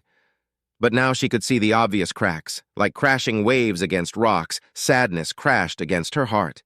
But I won't die a stupid death. Honor is worthless, and if If I ever meet Serhan Gimor again, I'll kill him. I'll kill him even if it kills me. My friends and Miss Carla and my classmates and everyone else deserved to live. They deserved better. Better than a cowardly noble that traded their lives away." Wyatt cried out, and finally tears appeared in his eyes. Cynthia frowned, concerned. "Wyatt?" Wyatt glared at empty space and gritted his teeth tightly. His eyes reddened with pure rage. "Wyatt, calm yourself," Clara said, leaning forth against the glass while the pilot started to struggle against his restraints. "Alert! The patient's heart rate and blood pressure are increasing to dangerous levels. Applying sedative," announced the Medicare AI. Wyatt didn't hear any of them. "They didn't deserve to be eaten by the Drazan. Do you hear me, Serhan Gimor? I'll fucking kill you, you whoreson. You'd better hide from me, or I'll drag you to the Drazan myself." "Wyatt!" Cynthia and Clara cried out at the same time when they saw blood dribbling out of his nose and his veins bulging against his skin. His eyes were disoriented, lost in a haze. The raging man fought against his constraints for a few seconds, but the fight left his body quickly. His ragged breathing weakened, and his eyes returned to normal. Wyatt returned to his senses and turned to the two women looking down at him with worried expressions as tears fell down his cheeks. "When was the last time I cried?" he thought to himself as consciousness began to leave his body. "I'm just a commoner," he sighed, and a second later, darkness embraced him once more. Chapter 21. Commander Redford Kalin had to apply his full measure of restraint to simply not groan or roll his eyes as George Lintar ranted passionately. Glancing to his right, Juliana Winfield was, as always, less tactful. Even Frederick Anderson and William Hempstroke, who usually sided with the old man, showed signs that they were reaching the limits of their patience. The prince was not present, though he did not know why. He wouldn't ask, however. If he needed to know, the prince would tell him in time. If not, then it was not of his concern. That the Drazan destroyer was captured. The surviving Drazan were dealt with and the ship's captain was captured. "It's being interrogated as we speak," the old man said with an almost polite expression that turned into one of veiled mockery. "It is a shame that the masterful display of your sister, Lady Cynthia, will go unrecognized, Juliana." "Our duty was fulfilled, nothing more," Juliana replied as a frown adorned her features. "Now, old man, have you grown tired of hearing your own voice, or will you continue torturing our ears with it?" Lukacs Ishtal cleared his throat, masking a chuckle, while William and Hannah did not succeed. He only smiled at the more than deserved jab. George may be loyal, but he was set on his ways, and it was no secret that he enjoyed the political games that, in his opinion, plagued the nobility like a corrosive disease. George frowned. "As a matter of fact, there is one more point that needs to be discussed," he said, turning to Redford with a glare. "Commander Redford, may we know why that traitor has not been executed?" The smile left his lips and his stern, serious persona returned. "For the same reason he is in a Medicare pod, healing from his injuries, Commander George," he spat venomously. "Wyatt Staples is not a traitor." George slammed a fist on the table in response. "The device was found in his quarters. It is clear that he's been a traitor all along." To everyone's surprise, William Hempstroke was the first to counter his argument. "If you believe in that obvious ploy at misdirection and falsehood, then I pity your division and I put in doubt your position as commander, George. Do not let your petty and contrived thoughts regarding commoners fog your vision. Wyatt Staples may be a lowly commoner, but he has already shown that he is talented, capable, and loyal," the red-haired man smirked. "Or do you need to see his performance against 30 Drazan fighters again?" Vivian let out a laugh. "The woodshaft ace, they call him, and they have not seen the footage from the fighter's perspective. If we had another 100 pilots like him, I'm sure they would find a way to take down a battleship on their own." "That pilot of yours is crazy, Redford," she ended with praise. George sneered at them both. "He's still commoner trash, no matter his deeds. Can't you see that he has gained too much favor with the Prince and Princess Clara? The nerve! The sheer absurdity of that notion is enough to make my stomach turn with disgust. When has a lowly, worthless, flea-ridden commoner been close to royalty before?" Frederick nodded. "I must concur with your statement, George. Wyatt Staples, as a commoner, has no political, economic, or social strong points. That Princess Clara is showing so much favoritism is worrying. The prince himself approves of him even. It is clear that Wyatt Staples is only seeking to extract privileges from their majesties. He must be stopped from enacting whatever vile, underhanded plans he has in mind. That is going far enough, Redford retorted. How dare you question our liege's decision? Wyatt Staples has shown himself as loyal and, unlike you, has no interest at all in any sort of power move. He lacks education and the knowledge to even begin to understand the ties and laws, written and in spirit, that bind nobility together. Why? He rasped. Why are you so insistent in bringing him down when we need men and women like him more than ever? Have you considered the consequences of what would happen if this conflict devolves into a civil war? The fact that Drazan raiders have penetrated this deeply without notice suggests that gaps in our borders have become visible. This conflict must be solved quickly, and Duke Draymore must be stopped. Once we arrive at Matcha, we will be able to consolidate our strength and move forth. I'm certain Duke Draymore is doing the same, Juliana reasoned. He's been 3 steps ahead of us so far, and we're racing to catch up. George and Frederick remained silent, but glared at Redford and Juliana in particular. Lukacs sighed. The prince insisted that I share the information about the QEC with his commanders, and this is what you do? Bicker and argue as always, acting like we are not waging a war between conflicting royal houses, he admonished. Let me be perfectly clear regarding this issue. Wyatt Staples is not the traitor we are looking for. However, he has already outshone his betters. As such, measures must be taken against him. Redford stood up, glaring at Lukacs. Do not tell me you're planning to court-martial him regardless. What is his crime? Being competent, display exceptional valor and loyalty? Or is it merely the crime of being a commoner? Juliana leaned forth, her intense blue eyes glaring glaciers at her fellow commanders. Are you truly so cowardly that you quake in fear at the mere idea of a single man surpassing your deeds? Hannah Talaro cleared her throat. As much as I dislike such a notion, Juliana, I have to side with Lukacs. Lady Cynthia is receiving the praise she rightfully deserves for her masterful command of the Nornavio, she said, the name rolling out of her mouth with mild humor. But Lieutenant Wyatt's near-suicidal action has few supporters. Most of them come from the wedge he worked with during the battle, and a few other stragglers across the fighter divisions. Even my troops show some mild respect for his reckless behavior, but the rest see him as a potential threat, she said, glancing at Vivian Taravis, gaining a nod from her. Even among the commoner crew members, he's seen with derision and jealousy. Frederick crossed his arms. Redford has a point. As much as I agree that Wyatt Staples has to be dealt with, there has to be a valid motive. Times are trying, but he is still a member of the Royal Navy, and thus we can't simply toss him away. Not to mention he is a lieutenant. Any ideas?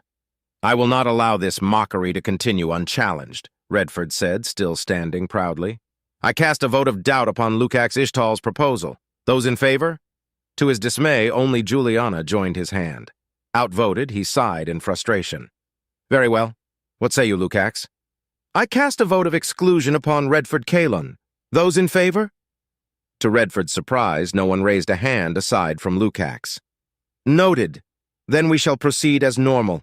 Wyatt Staples shall be detained aboard the Nornavio under charges of suspected lèse-majesté and conspiracy against the life and well-being of Princess Clara and Lady Cynthia, not to mention a suspected case of murder perpetrated against a Bacchus Reed.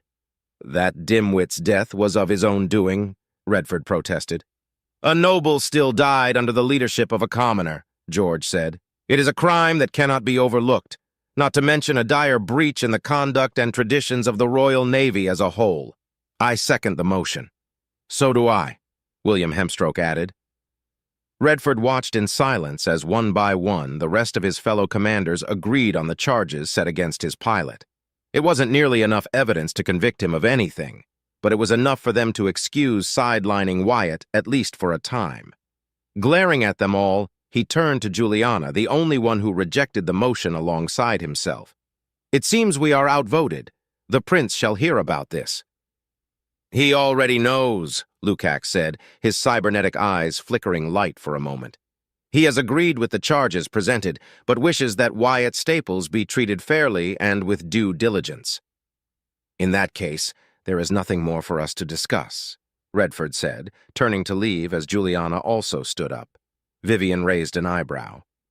We have yet to decide who shall command the new ship, she pointed out. The prince shall decide that himself, Juliana replied, sharing Redford's visible disgust. You may continue plotting against brave, innocent lives now, cowards, said the blue-haired woman, and the two commanders left the room side by side. They walked for several minutes in silence, ignoring their escorts walking behind them and the crew members they stumbled across their way. But they were not silent, not outwardly at least. It seems the prince's plan was a success, said Juliana through a secured, encrypted channel between the two. Now it is only a matter of time for the traitor to bite the bait. As much as I dislike using Wyatt and putting his life on the line, it has to be done. However, I can't understand the reason behind planting the QEC in his quarters. The traitor had to know that attempt would end in utter failure, Redford replied. Perhaps it was a desperate measure. Lukács and Vivian's efforts were breathing down their necks. Personally, I believe this to be nothing more than a distraction and a futile attempt to gain some time.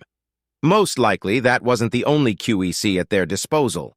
But if it was, then that means the traitors are hiding and preparing, she replied, and paused for a moment. Will this truly work, Redford? I don't know, something doesn't feel right. We're missing a piece of the puzzle, and I do not like how it looks, he replied. Perhaps it is related to the reason why the prince didn't attend the meeting? She asked with mild concern. I'm certain the prince will inform us if we need to know, Juliana. Patience is a virtue we all must practice and master, the older man replied. In that case, I should be thankful that there are idiots like George who test such virtues with their incomprehensible pretentiousness, she replied, and they shared a short laugh. The two said nothing more as they neared the prince's quarters.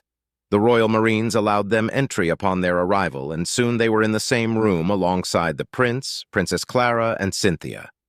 The two commanders immediately noticed that the two younger women were visibly distraught, while the prince was pensive. Before any of them could inquire about what had managed to disturb the princess and her bodyguard, the prince spoke up. Redford, Juliana, do you detest the Drazen? He asked, his tone serious and straight. I do, my prince, Juliana was the first to reply. Marines, ROSF units, and army soldiers are usually the first responders to Drazan incursions. This incident is, sadly, not an uncommon occurrence. I've had the immense displeasure of battling Drazan raiders many times.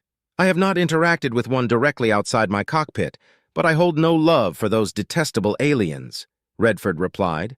The prince hummed softly. I am no stranger to the Drazan and their way of thinking. Dealing with them is not an easy task, less so when the raiders operate outside the collective's boundaries. Outlaws, renegades, criminals, savage murderers, he chuckled darkly, at least on paper. My prince, forgive me for saying this, but what does it matter? Drazan raiding assaults are an annoyance and a true tragedy to those who suffer them. There is no doubt about that. Regardless of anything, Duke Dramore's coup and betrayal outweigh the threat of those unholy creatures, said the older blue-haired woman in a submissive tone. The prince stared into her eyes for several seconds, then turned to his sister. She slowly blinked in response, and then he turned to Cynthia. Show them. Cynthia bowed her head, and the screen display next to her came to life a second after her armor connected to it. The black screen was replaced by the picture of Wyatt Staples inside his Medicare pod. Then the video began to play, and the two commanders were introduced to Wyatt's tale about his experience with the Drazan. By the time it was over, they saw his raging outburst and the subsequent sedation. By all that is good and holy, Juliana said, mirroring her sister's downward expression, it is a miracle that he's functioning at all. Redford nodded, crossing his arms. That amount of mental trauma should have broken his mind. He has remarkable strength. I believe it is not so simple, Clara said, glancing at the now still image of a sleeping Wyatt. We saw his mask break. He secluded himself within himself since he was but a mere child. I think he truly doesn't have any friends, at all. We don't know how his time at the academy truly was, but what little we know so far shows it wasn't a pleasant time either. He has a noble soul, and I believe he is an honorable man in his peculiar way," Cynthia added. "And yet when he took command of the Navio, he showed remarkable competence and measured bloodlust, focused, aimed, precise. Given such traits and his innate talent and capabilities, there is no telling what he could achieve. He is not only talented, he has immense potential that could be exploited in the right circumstances," Redford reasoned. "He killed Samuel Caiston without hesitation, ignoring all sense of decorum and the rules of combat. I doubt he even knows what they are. He took command of the Navio, even if your logic was flawless, Cynthia. If any of the others discover the truth, they will demand Wyatt's head for overreaching or breaking the line that separates nobility and commoners." Juliana groaned. "Nobles lead, commoners follow, nobility rules, civilians obey. Sadly, the words of the great Julius Astor have been warped and forgotten over the centuries." "George would have a heart attack if he heard you," the prince joked. "As it stands, Wyatt Staples has become an unwilling player in our current problem. Now that I know about his past, I am conflicted about using him as a pawn in this plan of ours." "It would break whatever bond we've formed so far with him," Cynthia reasoned, and watched as her princess's left hand twitched slightly. They had met the pilot not too long ago, but already he had proven himself as more than a mere anomaly. Everything she'd told him rang true. She now trusted him, for she'd seen that he was loyal without the vice of power clouding his vision. More importantly, her princess and best friend Clara had come to appreciate him even more. At first, it was curiosity and a selfish indulgence to satiate her hobby, but then she grew interested in him personally, and now she saw in Wyatt not a pawn or a useful tool, but a friend, a treasure that Clara valued immensely. So to imagine that Wyatt would turn away from them if he discovered he had been betrayed and used by the people he had perhaps started to trust left a bad taste in her mouth. She was sure he'd leave them at the first chance he got. She was equally certain that even with the betrayal, he wouldn't go running to Duke Draymore's side. Instead, he'd commit desertion, and they would lose a man with incredible potential forever. "Then, why don't we do something he'd do?" Clara asked all of a sudden, and all eyes turned to her. "Something crazy and unorthodox, outside the box. Why not?" She paused for a moment and then snapped her fingers. "Why don't we treat this as if it was a dogfight?" The following silence was palpable, and the princess blushed in slight embarrassment. The prince stood up and walked over to his desk where a chessboard rested with its pieces untouched. He stared at it for several moments in silent contemplation before turning to his sister. "Explain." An eager smile spread across her face. "We are a wedge," she began, "and the traitor is the enemy wedge. Our mission is not to destroy them, but to force them to make a mistake without any of us taking damage. We need to weave and turn in ways that they don't expect us to act. We must make use of our greater mobility to outmatch them completely. Currently, they are hidden among an asteroid field, but we know they are there. How do we draw them out? With a convincing decoy." Redford nodded. "Wyatt is the decoy in this situation, but I fail to understand your strategy, Clara." "It is quite simple, Redford. We cheat," Clara said, as if stating the obvious. "A decoy is usually a drone or something similar, correct?" Redford nodded. "What is our enemy expecting from us? To lure them out so we may attack. But they will hardly do anything about it if they expect this to be a trap. We are a wedge," she repeated. 1, 2, 3, 4, 5. It is a fair fight. Let's make it unfair. Let's go to battle with our wedge by having a hidden sixth member." Juliana barked out a laugh while Redford's mouth opened slightly. Cynthia was stunned but smiling, and the prince turned to his chessboard before gently flicking a pawn over. "My dear sister, are you proposing we inform Wyatt about our plan, that we turn the decoy into a pilot? Would that not put at risk our chances of capturing the traitor red-handed?" "If I may," Cynthia interjected, and the prince gave her a nod. "I've seen Wyatt in action personally, my prince. I believe he can not only be trusted with this information, but actively help us. He knows well how to hide his emotions and conceal his intentions. It would require something extreme as what made him revive his past and everything that happened before for him to break again." That is a risky but brilliant idea, Redford commented. Our enemy is expecting us to make a move regarding Wyatt's position. Would they expect the prince to rely on a mere commoner instead of simply using him as a tool? I believe not. Risky. But this is a development our little traitor won't expect, Juliana said with a wide, viscous smile. I like it. My prince, she said, turning to face the blond man. If this succeeds, may I attempt to lure Wyatt Staples into pledging allegiance to House Winfield? Denied, the prince replied with a smirk. Juliana merely shrugged, also smirking. Redford, go to Wyatt and inform him of our plan. We shall need his aid. It shall be done, my liege, Redford said, saluting and bowing courtly before the young blond man. I wish to accompany you, Redford, Clara said, joining his side.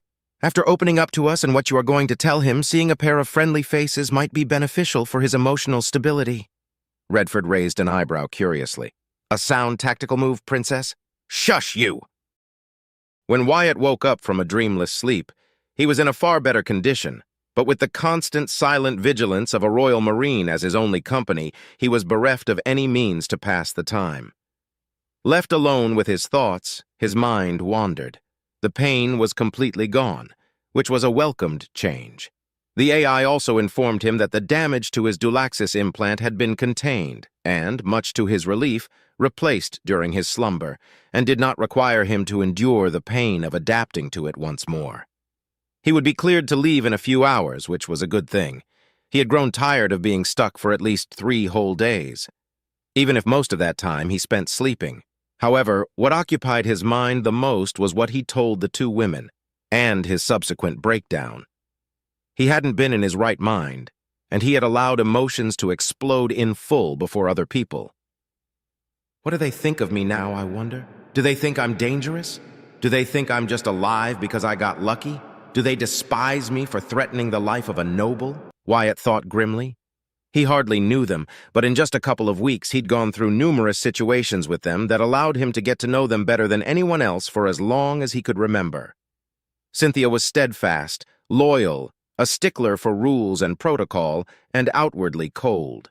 When he met her, he saw her as a wall of ice and titanium that would not bend. But now he knew there was a warmer, caring person behind that wall. Her loyalty toward Clara was absolute and unquestionable, and she was not afraid to speak her mind when it was necessary. That was without taking into account her deadly abilities in combat. On the other hand, Clara was far more approachable and gentle. She was curiously shy in some aspects, but forward in others, easily excitable and brimming with curiosity and genuine kindness. A rarity among nobles, let alone royalty.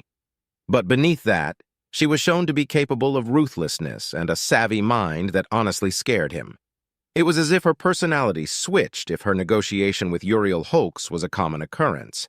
But instead of making demands, which she had full authority to do, she preferred to take a mutually beneficial approach.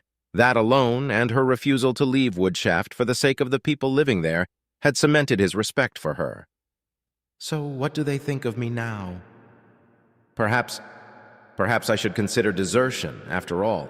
He thought to himself a minute before the doors to the medical bay opened, and through those gates walked 3 figures. Clara, Cynthia, and— "Commander Redford?" he said out loud, glad that his throat no longer rasped nor ached. "I see that you are in much better health, Lieutenant," Redford said as they approached his pod. "How are you feeling, Woodshaft's ace?" "I'm feeling— Wait, Woodshaft's ace?" he asked, taken aback. He turned to the 2 women present and saw that Cynthia gave him a "what did you expect?" look while Clara giggled softly. "Your reckless stunt against the Drazen fighters has been taken to heart among the people of Woodshaft. They know your name, Wyatt. The actions of the Noir Navio truly outshine your deeds, but as an opening move to the battle against the Drazen, it was quite a spectacle. You've earned the title of ace more than twice over, Wyatt Staples. Congratulations are in order," Redford said, but his face did not convey his words. "Ace, I'm an ace?" he asked out loud, only to then realize that he, indeed, had earned the right to bear such a title. He blushed slightly, suddenly remembering his near-nudeness. Inspecting Redford's expression further, his bashfulness gave way to worry. "I see, Commander. Then, does that mean I shall be executed?" It was a good thing that he knew more about Wyatt after Cynthia's revelation and the recording of his past and breakdown, otherwise he'd be shocked at the frightening leap of logic on display. Glancing to his left, he saw that both Clara and Cynthia were also not surprised.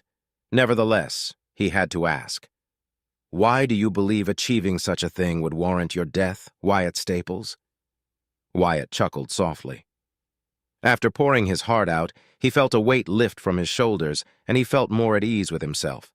It didn't make things easier, but the burden was not as cumbersome anymore. Outshining the accomplishments only reserved for nobles deserves punishment. I was already treading on rotten timber when I won the competition. Now I've surely gained the ire of many nobles, have I not? He asked, hiding his bitterness. I don't mind dying. At least now I know that they don't look at me differently, and I helped save thousands of lives while burning thousands more Drazan. Let that be enough. A commoner cannot ask for a more dignified end. There is some backlash, yes, but the enemy in this case is hated by all. I'm afraid that while your situation and the circumstances are bothersome to deal with, there is another pressing matter that, sadly, involves you personally, Redford clarified. It has been decided that you will be detained and put under court-martial to review your offenses and possible collusion with traitors, he said, and raised a hand when Wyatt's mouth went agape. Let me finish. Wyatt barely contained the burst of rage burning in his chest after hearing that accusation. Me, a traitor! Not even in my worst days has that idiotic idea crossed my mind. Desertion is one thing, but treason. He raged internally for a few seconds, then looked at the two women who, in turn, gave him reassuring looks that choked the fire out. The QEC was found in your quarters, Lieutenant. Do not fret, for we do not question your loyalty. The traitor sought to get rid of a potential enemy at the same time as sowing disunion and chaos between our ranks. This, however, presents us with a unique opportunity to find the head of the viper and cut it down. And you, Wyatt Staples, may be able to aid your prince further, Redford explained calmly. Wyatt's eyes widened for a moment, and he nodded. No, I forbid it, Clara interjected all of a sudden, her expression firm and serious. You will not just obey, Wyatt. This puts your life at risk, and I'm afraid you won't be able to mat a fighter, or command the Noir Navio to fight this enemy. Wyatt paled at her confession. He knew that Cynthia was bound to tell Clara about him taking command of the Noir Navio. That was also a given regarding the prince. But now that Redford knew, he was sure. Why doesn't he look surprised or outraged that a mere commoner dared to sully such a vessel with its hands? As if reading his mind, the older man spoke. I already know. So does Commander Juliana and, of course, my prince. It was thanks to your actions and Cynthia's quick thinking of a loophole that ensured our crushing victory over the Drazan raiders. Know that His Majesty the Prince is immensely proud and grateful for saving not only countless lives and ships, but also for saving the life of his beloved sister for a second time, Lieutenant. As I am, Redford said, and then did the unthinkable. He bowed his head respectfully for a short moment. Warning, patient's heart rate is increasing to dangerous levels, the AI chimed in. While Redford blinked in confusion and Wyatt was trying to not hyperventilate, Clara approached the pod until she placed a hand on the crystal. He is not a noble showing respect to you, Wyatt. He is a man thanking you, nothing more. Just a man, he repeated, slowly getting his breathing under control. I know that. He's just a man, but he's still a noble, my direct superior. For him to thank a lowly commoner with such a gesture and not mere empty words, it is unthinkable, and yet I have received it. I don't know how to feel about this, he thought, but he still managed to keep himself from passing out or being sedated again. He glanced at the princess and her bodyguard and felt a wave of tranquility wash over him, just enough to let him get a grip on his emotions once more. A nod signaled that he was under control. As I was saying, Clara continued, this is a battlefield in which we are more familiar than you are. We ask you to place your life in our hands, but I will not allow you to blindly obey such a command. I want you to decide for yourself, not as a commoner, but as Wyatt Staples. Understood? Wyatt nodded slowly. Then he watched Clara step back until she stood next to Cynthia. Redford stepped up and sighed deeply. Lieutenant Wyatt Staples, you will be detained and placed under arrest. Tomorrow, you shall be court-martialed. Be not afraid. The prince will not allow harm to come to you. We require that you act as you normally would upon the charges you will be accused of, with a minor distinction. He raised a finger. We need you to be insulting and abrasive, just enough to make the traitor in our midst believe that you could be swayed to their side as retaliation. Wyatt stopped himself, only briefly glancing at Clara. What do I do now? I can't refuse a request made by the prince himself, but at the same time, I can't refuse Clara's request. Come to think of it, why are they telling me in the first place? I'm a commoner. Even if the traitor approaches me, what am I to do? There's no need to tell me any of this unless they think I'm valuable. But what can the life of a single commoner achieve in this situation? Ugh, think, Wyatt. How would you handle this if this were a dogfight with nothing to... His train of thought came to a crashing halt as a small but wicked smile spread across his lips.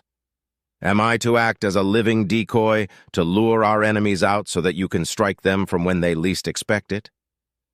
Clara smiled, proud of herself, while Cynthia shook her head slowly. Redford limited himself to give a single approving nod.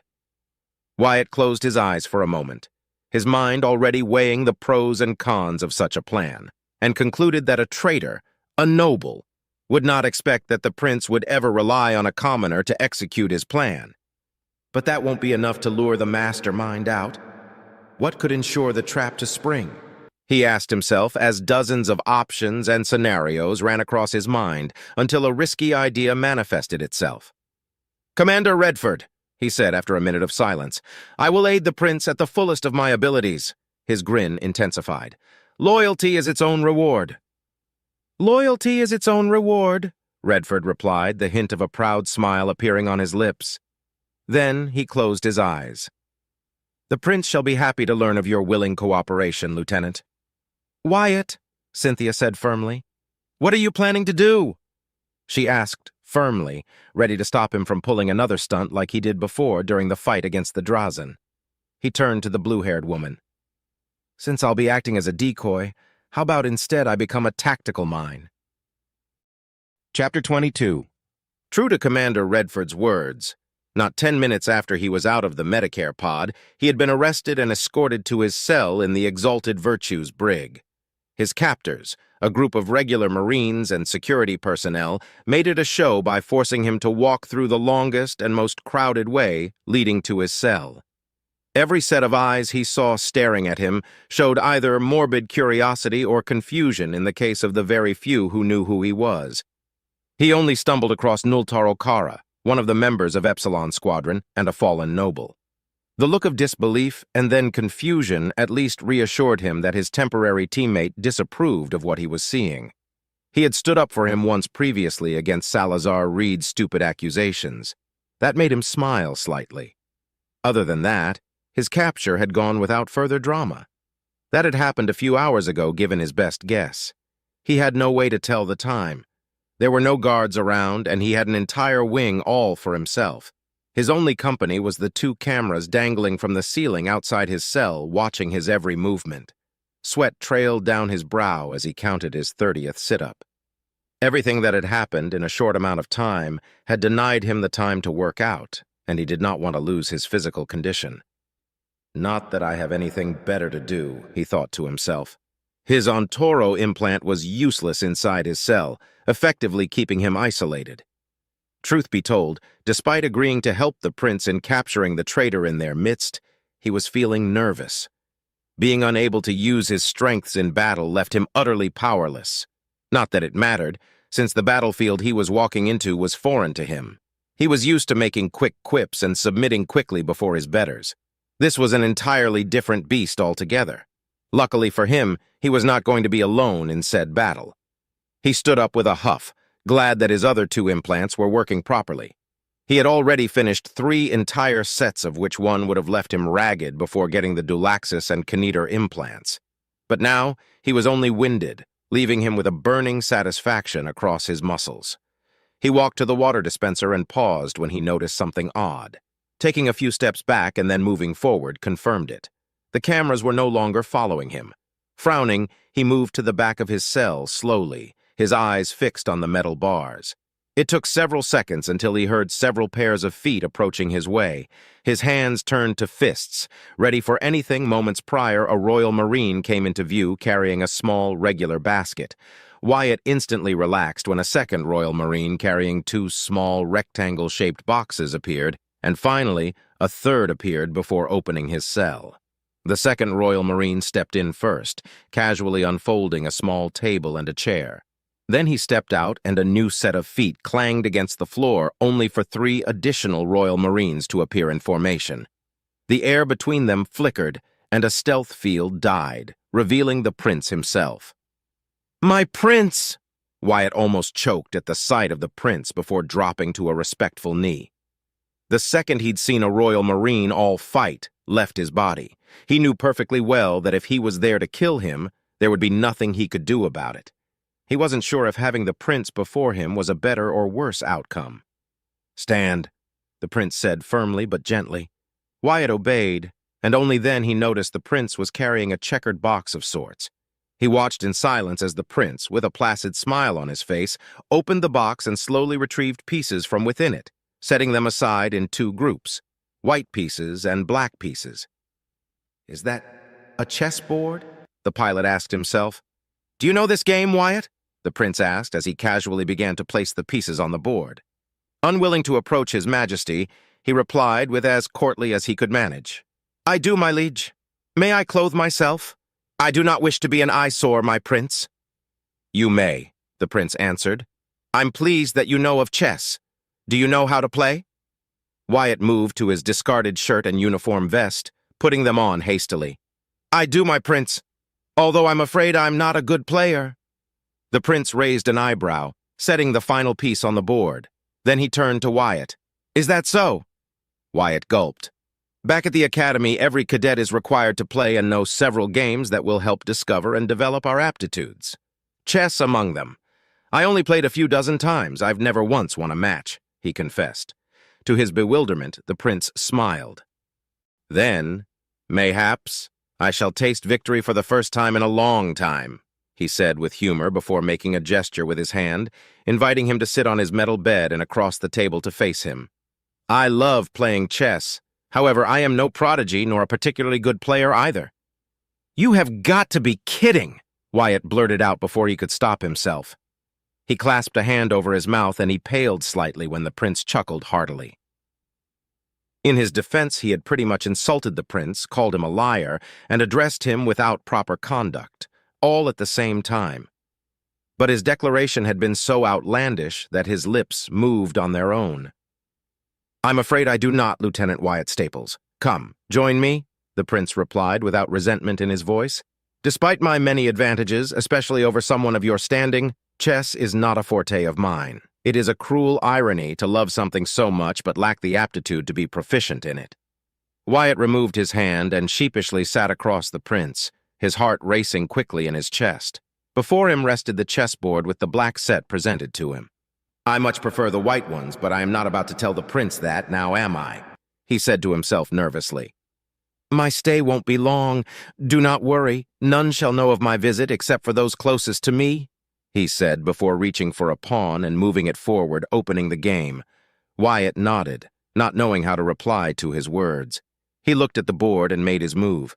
"My prince, if I may ask?" "I'm here because I wish to congratulate you on your victory personally, Wyatt Staples," the prince answered, knowing what the pilot wanted to ask him. He moved another pawn. "Your actions during your encounter against the Drazen fighters were reckless. Your decision to go out and plant a mine with the goal of destroying what? 3, maybe 4 boarding pods at most was stupid but brave. What were you planning to do after had you not encountered the Drazen response?" Wyatt felt his heart slowly calm down, even under the watchful eyes of the Royal Marines. "I would have destroyed any boarding pod and shuttle I came across until my ammo was depleted. Then I would have returned to the Noir Navio," he replied, moving another piece. "I wasn't thinking clearly. My mind was fogged with hatred and it nearly cost me my life. And yet you responded to their fighters in a manner that not many would even consider," the prince replied. "Reckless, emotional, exceptional. You were rather fortunate to have survived that. Another piece moved. Without my implants, I doubt I would have survived the maneuvers I applied. That reminds me, I must thank Commander Redford for ensuring I received those implants when I see him next, he thought, as he moved another piece. Try not to get yourself killed, please. The prince let out a single chuckle. I'm a very avaricious man. I would not like to lose you so easily, Wyatt Staples, he said, moving another piece. As an Aster, my resources are nearly limitless within the principality. But as the prince, that is multiplied exponentially. Wealth, power, political influence, and so much more. Yet my avarice is directed at the most precious, rarest treasures of all, talent, competence, and loyalty, which in turn makes you valuable in my eyes, Lieutenant. Wyatt gulped nervously after receiving such direct praise from the prince. It wasn't the first time he'd done it, but that didn't make it easier to handle. Checking the board for a few seconds, he moved another piece. I am honored to receive your praise, my prince. A lowly commoner such as I do not deserve it. You've saved countless lives after taking command of the Nornavio. You saved the life of my beloved sister for a second time, nearly losing yours in the process. And now you are yet again putting your life on the line in a matter that concerns you very little, the prince replied, then moved another piece. Words cannot express my gratitude, Wyatt Staples. If not for my uncle's coup attempt, I would reward you accordingly, he chuckled. Then again, I would not know you otherwise. You'd still be a compost hauler, your immense potential and talent wasted with me being none the wiser. I do not deserve your gratitude, my prince. Lives were saved and Drazen were burned. Loyalty is its own reward, Wyatt replied sincerely before making his move. Truly, the prince said. Wyatt, do you plan on taking Serhan Gimor's life? He asked, then moved his piece. Plan is a strong word, my prince, the pilot answered without hesitation. But yes, if he ever comes across my path, I will drag him to the Drazen and watch as they kill and turn them into their precious feed. If I can't make him suffer the same fate my friends, teachers, and thousands more went through, then I'll kill him, and all of them shall be avenged either way. He moved another piece. The prince hummed deeply. I can hardly say that your anger is unjustified, he moved a piece. Are you a calm and reasonable man, Wyatt Staples, or is the true Wyatt a bloodthirsty, death-seeking fool? So that's what he wants to know, Wyatt thought seriously before making his move. Serhan Gimor sold the lives of over 6,000 commoners, most of them children, and nobles coming from lesser houses to save his own. Their lives were his responsibility. He paused for the prince to make his move. The implant he spoke about, does it even exist, my prince? If it does, I'm not aware of it, the prince replied. Wyatt moved and shook his head. It doesn't matter. It was a stupid question. But you needed to know, the prince moved. Regardless of anything, and as much as I hate myself for what I'm about to say, I would have done the same thing he did, but with different goals, the pilot said, voice rasping with barely contained anger. His cowardice is the sole reason anyone survived the Drazen assault and likely saved tens of thousands more, he added, and moved. I would have tricked the Drazen with the sole intent of beating them and saving as many innocent lives as I could manage. The prince nodded slowly. As you stand today, I do not doubt that you would do that.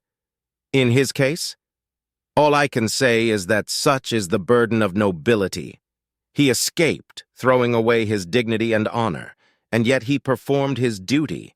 Am I correct to assume he contacted the nearest Royal Navy forces after his escape? He asked and doubted only for a moment before making his move. Wyatt nodded. He did. A Navy patrol arrived just in time to save the survivors. He narrowed his eyes. It was only later that I learned that the reason the Drazen didn't kill me like they did Wantum and my friends and classmates was because I passed their strange cattle selecting process. He spat with dry poison. Then he made his move. Lucky me. The prince noted his sarcasm but did not comment on it. He moved his piece. That I've come to understand and comprehend. It was a gamble on his part and it worked. Had he stood and fought, he would have died and every life saved would have been lost, Wyatt continued. The reason I hate Serhan Gimor is because he had no shame in how he used and painted the whale situation to his advantage. He didn't make a cowardly deal with the monstrous Drazen.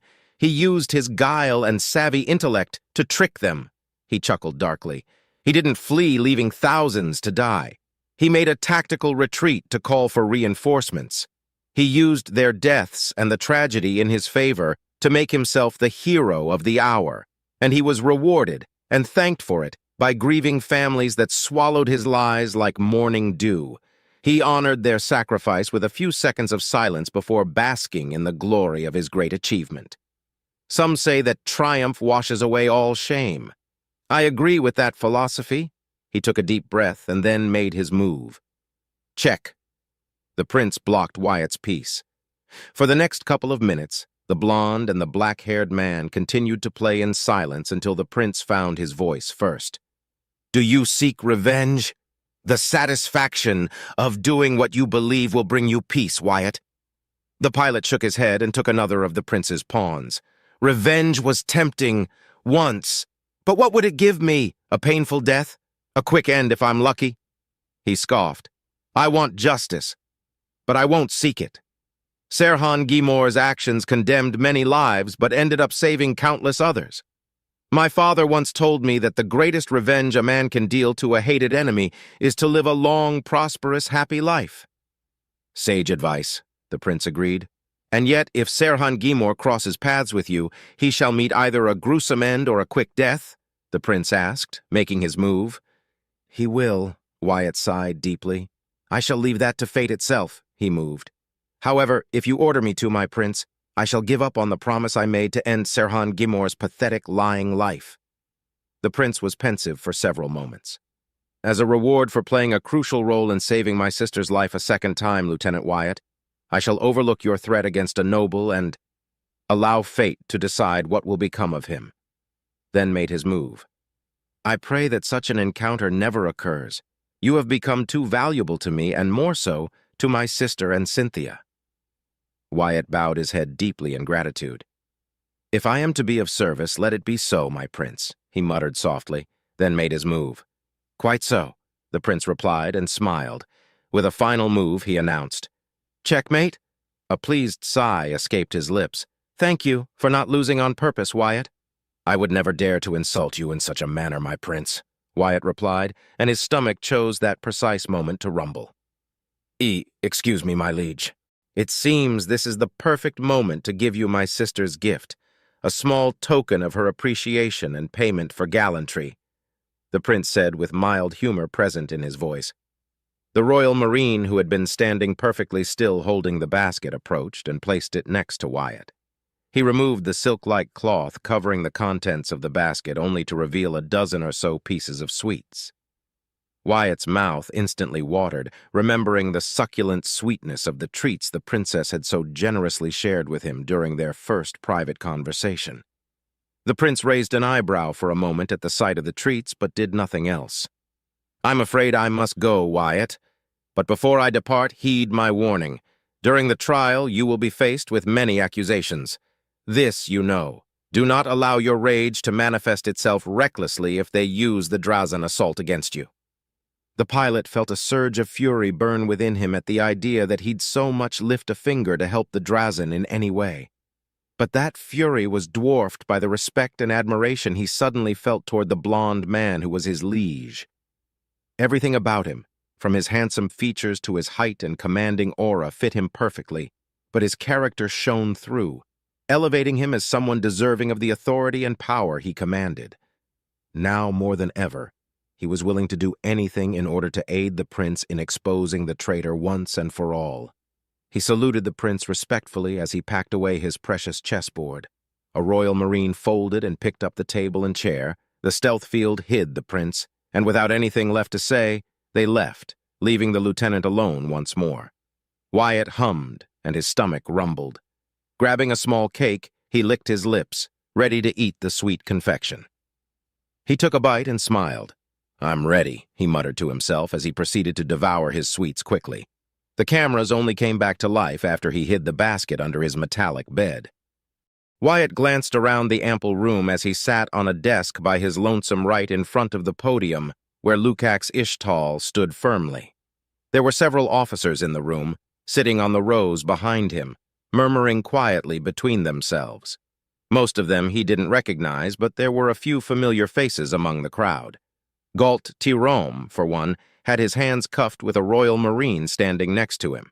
Salazar Reed was also present. The Marine was not bothering to hide the satisfaction he felt upon seeing the lowly commoner getting what he deserved.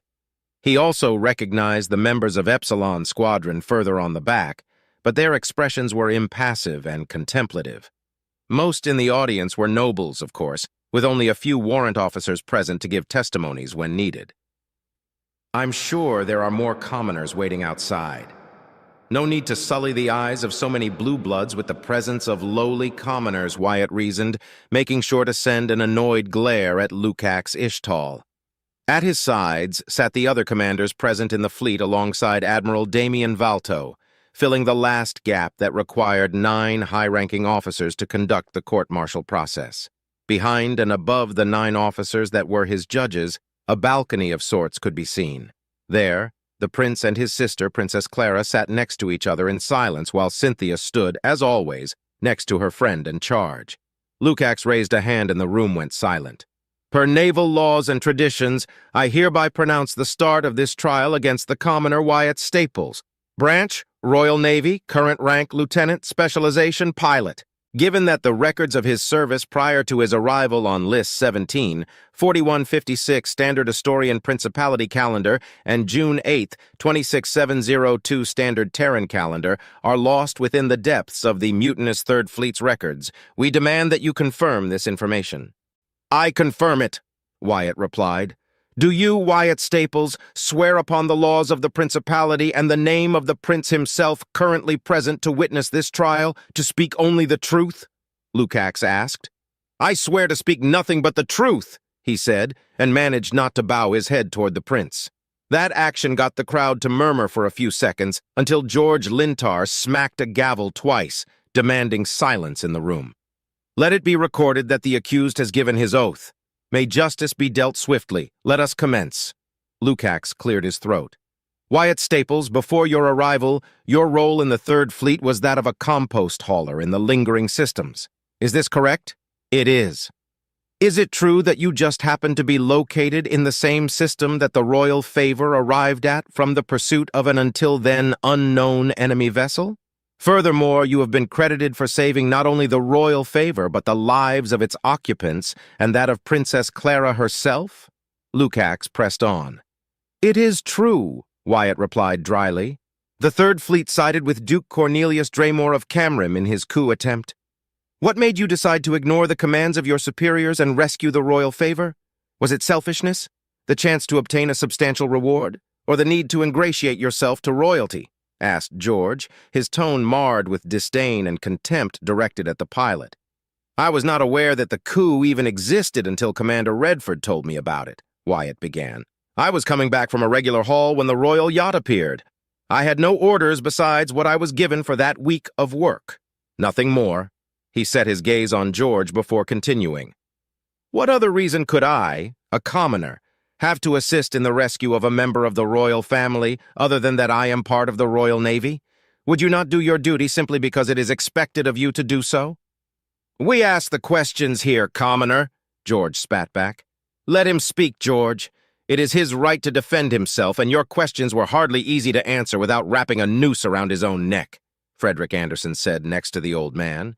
Then he focused on the pilot.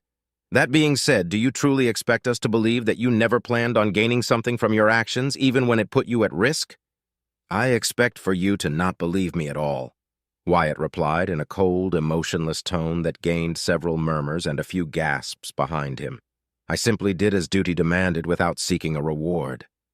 And yet our liege rewarded you, a mere commoner with a rank that none of your ilk is fit to hold, replied Hannah Talaro. But that is beside the point. Altruism and duty aside, according to Commander Redford Calonne's report, you saved the Royal Favor by, and I quote, tossing a garbage container at the enemy ship only to shoot at it, making it explode on their faces? Wyatt shrugged. I had a standard PD cannon in the compost container at my disposal.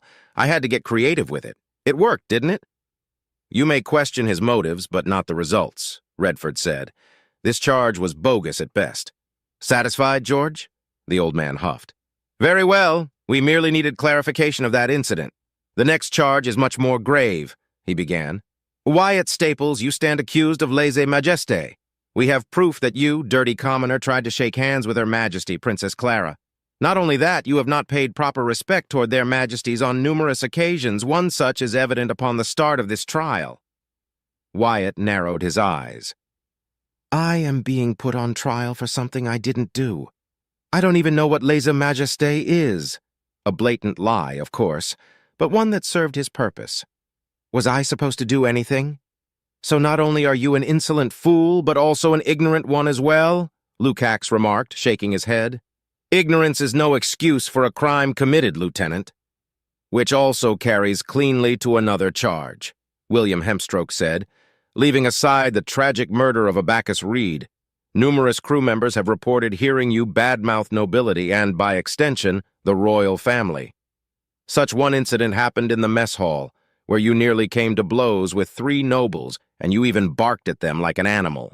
Is this correct? It isn't, Wyatt replied dryly and smiled internally. He could see that his lack of submissiveness and his tone that skirted on being disrespectful was starting to irk some of the commanders present. Admiral Damien remained mostly impassive, yet amused if his lifted eyebrow was any indication. I was approached by— We don't want to hear your excuses, commoner, George interjected. Then again, what can be expected from a man such as yourself? Since the altercation was a minor one, you shall receive a penalization on your record for that incident. The accounts of lèse-majesté, however, are worrying. Bring in the first witness. Wyatt gave the old commander a glare as a parade of witnesses came through for the next 10 minutes. Most of them were commoner crew members, mechanics, assistants, wards, low-class engineers, general staff, cleaning crew, and security personnel. One by one, they gave a short recount of having heard him say something negative about the nobles, bad-mouthing their leadership, and, worst of all, implying that now that he gained the attention of the prince, he could claim a great bounty for himself. Internally, he was laughing. The poor men and women called on stage were not very convincing. Some of the nobles were far too dramatic for their own good, but there was one that he genuinely thought put a convincing performance. With a shaky voice, he claimed that he had heard him curse at Princess Clara, and heavily implying, but not outright saying it, that she was a fool he could manipulate. You better watch your back, or whoever told you to say that should, Wyatt thought as the noble witness, thankfully the last, was escorted out of the room. He glanced at the balcony for no more than a second, and saw that the 3 spectators were not amused by the display. Cynthia looks about ready to slap someone into unconsciousness for insulting Clara. Does anyone require any more proof that this man should not hold his position and should be removed from service? George pressed on. Lackluster, misleading, unsubstantial, Juliana listed. Those claims are as brittle as a poorly made ceramic pot and about as reliable as a farmer holding an assault rifle without guidance. I've heard many complaints and insinuations, but nothing that could be truly labeled as lèse-majesté. Were any of them verified as truthful? The implication was palpable. But Vivian interjected. They shall be reviewed and put under investigation. However, as William pointed out, the death of Abacus Reed is far more pertinent. Redford? The older man nodded. According to the footage from various fighters and the registered comms record, Abacus Reed acted on his own accord and caused his death and that of 2 other unfortunate pilots. Let it be recorded that his hot-headedness and glory-seeking tendencies were the reason I denied him the command of Epsilon Squadron. His death was of his own doing. I demand a duel, Salazar Reed abruptly interrupted. That commoner must die for causing the death of my brother. Sensing his chance to be petty without repercussion, Wyatt took it. Your brother was a foolish pilot who allowed ambition to cloud his mind. I ordered him to desist, and my orders were ignored.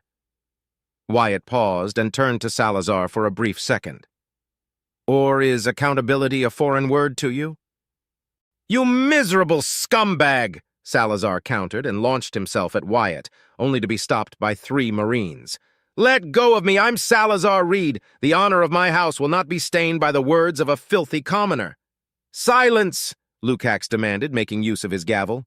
Wyatt Staples, do not test our patience nor our understanding. Wyatt turned to Lukacs, eyes narrowing. Am I not allowed to defend myself now? What possible reason could I have to murder Abacus Reed? I did not know him before that day, and I did what I could to save his life. Why am I guilty of his own stupid actions? Figures. A commoner would not know decorum, even if it bit him, William sighed. But I see your logic. There was no probable cause for you to deliberately cause Abacus Reed's demise. The evidence is substantial that his death is not on your hands, Lieutenant. I shall not stand for this, Salazar barked out once more. The stain on the honor of my house must be cleansed. I challenge you, Commoner Filth, to a formal duel. You have no authority to make such a demand, Frederick countered. Juliana, as his commander, you have full authority to deal with him. What say you? Take him away. I shall deal with him later, and consider your demand rejected, Juliana answered, looking down at the almost fuming Salazar as if he were a particularly ugly bug. I doubt Lieutenant Wyatt knows what a formal duel is. I do, in fact, know what it entails, Wyatt answered.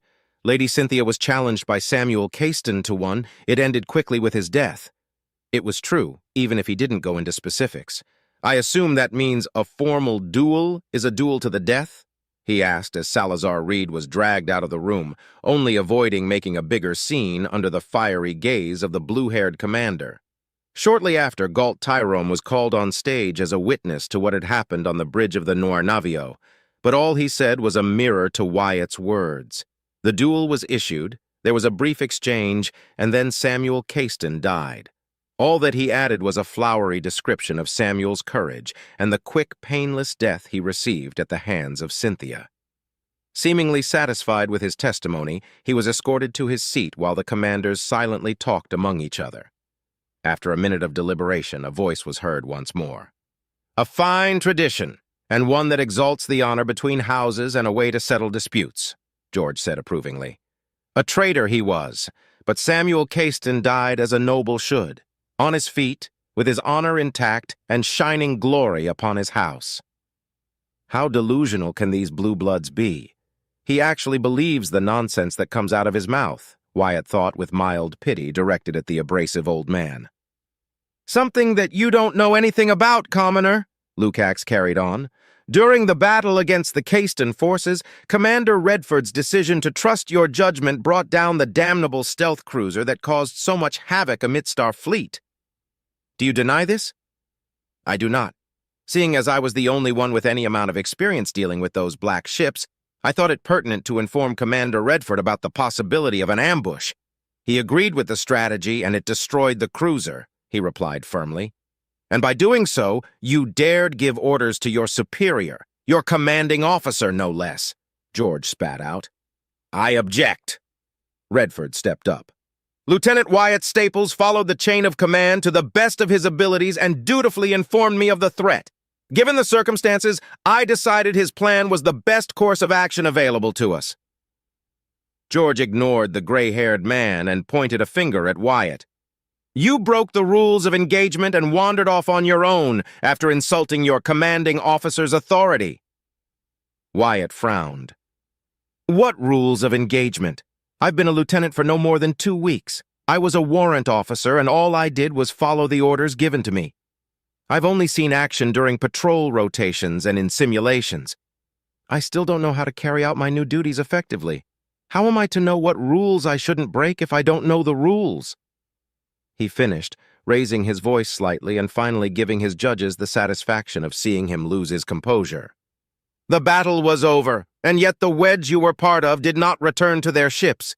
You gave unsolicited tactical advice to your commanding officer, broke of communications, sidestepped the authority of your wedge commander, and then nearly initiated another incident upon your return with the now absent Salazar Reed. Do you deny your crimes? Vivian listed. I deny them, Wyatt replied sternly, and now he had to endure a second parade of witnesses that, thankfully, wasn't nearly as dull nor as lengthy as the first one. Gregor Undaj, Nultar Okara, Leopold Dakar, and the other pilots from the wedge he'd been part of spoke in his favor, correlating Redford's report and silencing the now frustrated George Lintar. When the last of the witnesses returned to his seat, Frederick took the initiative. A sidestep from the rules is the worst crime I can detect from his actions. Otherwise, given the circumstances, they fall within reason and, let us not forget, that ultimately it was Commander Redford's decision that scored the kill upon our enemy. I believe that overwrites any minor fault given his seniority." The other commanders and Admiral Damien nodded in accordance, and for the first time since the trial began, the Admiral spoke up. "Now that such minor, irrelevant issues are dealt with, I shall open the most egregious charge set against you, Lieutenant Staples," Damien said, his stern, stoic expression completely devoid of emotion. "You stand accused of treason, conspiracy, and collusion with both the Draymore traitors and the Drazen raiders. A QEC device was found in your quarters." At his behest, the screens set to the left and right of the room came to life, showcasing a half-a-meter-tall rectangular metallic box with only a small modulator and a series of white and blue buttons beneath it. It did not look all that impressive nor eye-catching given what it could do. Then again, being unassuming was the point of such devices in the first place, in his opinion at least. Furthermore, the assault upon Woodshaft happened once Her Majesty Princess Clara was nearly defenseless in the station and her bodyguard, Lady Cynthia, away from her. The evidence points out that you set up the trap on both ends to ensure the demise of our beloved princess, and furthermore Is this all I can expect from you?" Wyatt interrupted abruptly as he stood up, his fists shaking. The room went silent as all eyes set on him. "I risked my life fighting the traitors, risked my life again fighting the Drazen. You say you found that—" He pointed at a screen. "In my quarters when I wasn't here. What sort of idiot would leave something like that out in the open?" "You dare!" George began, but was interrupted by the pilot. "I dare!" he shouted, openly glaring at them. "Loyalty is its own reward? I've been nothing but loyal, and this is what I receive in return. To be pointed at, mocked, ridiculed, and accused of crimes I did not commit? Is this all a mere commoner can expect from our noble leaders?" he said, his voice thick with venom. "If that is to be the case, then so be it. If you want me dead so bad, then kill me, but I will not admit to any of these crimes. I don't regret any of my actions except for one. This is it. If this doesn't work, I'm not sure what will," he thought as the entire room was icy silent, watching him slowly raise a finger at the balcony and pointed at Clara. "Had I known this was the reward for my loyalty, I would not have saved you that day, Princess," he hissed with poison, and saw how Clara flinched back at his statement. "I regret saving your life." With that said, he sat down and the room exploded with shouts demanding his head, dishonorable discharge, lashes, and other forms of punishment for what he had said. The commanders and Admiral Damien looked at the chaos, trying to control it with their gavels, but nothing they did worked. Everyone froze and immediately shut up when the prince stood up. Seconds stretched into eons until at last he spoke. "Take him away. I shall decide his fate at a later date." That was his command, and he turned to leave. The prince's order was obeyed instantly, and 2 Marines came to escort him out, tightly gripping his forearms and pushing him forward. Wyatt remained silent as the hectic chaos he caused became a distant noise, then a whisper, and finally, it died completely, leaving only the sound of their footsteps to reach his ears. For minutes they walked uninterrupted, and Wyatt noticed 2 things. First, a few minutes after they left, he hadn't seen anyone else come across the corridors the Marines were guiding him through. And 2, the Marines were definitely not taking him to the brig. "Where are you?" A punch to the gut shut him up, making him cough violently. "Silence, dog," the Marine that punched him ordered. Wyatt obeyed, and a few minutes later they arrived at a storage bay that was, again, mysteriously devoid of personnel. To his surprise, the Marines removed a hidden panel on the floor and tossed him inside. They jumped in and closed the panel from within the tight passage, and after a few more minutes they arrived at a fairly ample room that smelled like oil. It was poorly lit, but there was a table, a few scattered boxes, some chairs, and a few weapon racks. "They don't have ammunition, so don't even think about it," a Marine warned. "Sit down and wait. No sudden movements." Wyatt obeyed and closed his eyes, his expression as stoic as he could manage. Inwardly, he was smiling. He was inside the enemy ranks. Now all he needed to do was see if the head of the viper would come out of the sand, as Clara had put it. Chapter 23. The wait felt eternal. The two Marines never took off their helmets, but they fidgeted every now and again, cracked a joint, or took a moment to rest, but they never once took their eyes off him. During his time in the academy, he interacted very little with anyone that didn't belong to his course. After he graduated and went to assist the mandatory patrol rotations, his already limited interaction with the engineering corps, the Marines, the auxilia, and every other branch aside from the mechanics, maintenance staff, and general crew went up in smoke. He knew, of course, that no commoner could become a Marine, that a prestigious role reserved for nobles only. The training, equipment, implants, and conditioning each Marine required needed to be a solid investment. Comparing them to the unwavering discipline of the Royal Marines seems unfair. Maybe I've been misled by setting my expectations too high. Any of them could still beat me to a pulp if they wanted to, let alone two. So they're not weak nor defenseless. To know that there are traitor Marines among our ranks is greatly concerning. Who could command such power and authority to not only mobilize Marines, but keep this secret room, probably several more, in the exalted virtue concealed for who knows how long? Wyatt thought deeply as he remained as calm and unmoving as possible. He was too tense to allow himself a moment of laxity, but at the same time, he did his best to give off the appearance that he was a mere simpleton. Meanwhile, internally, he was trying to deduce who could be the possible traitor and how high that traitor sat. Think, Wyatt. Who could have enough pull to warrant the use of a QEC in such a manner? The traitor practically gave out their best tool for nearly nothing. So either they have another QEC hidden somewhere, which would be disastrous, or they have other means to convey information to the Duke's side, he thought deeply, glancing between his guards several times. Or perhaps Cynthia and Juliana were right, and this is nothing more than a tactic to hide. Sacrificing a commoner with a petty trial, forcing the eyes of the hunters to look elsewhere long enough to remain in the shadows, waiting for another chance to strike. Anyone ranked lieutenant or lower was immediately ruled out in his mind, including, of course, every non-commissioned Navy rank. A lieutenant commodore could have some power, but only within a limited group, if that. Wyatt didn't know if there were any commodores in the fleet, but while their reach could be greater, he doubted they had any significant influence outside a single ship. And no commodore could command a vessel larger than a destroyer-class vessel. A lieutenant commander would have more influence. Abacus Reed was a lieutenant commander, but he wasn't popular or influential, so his rank was for show only.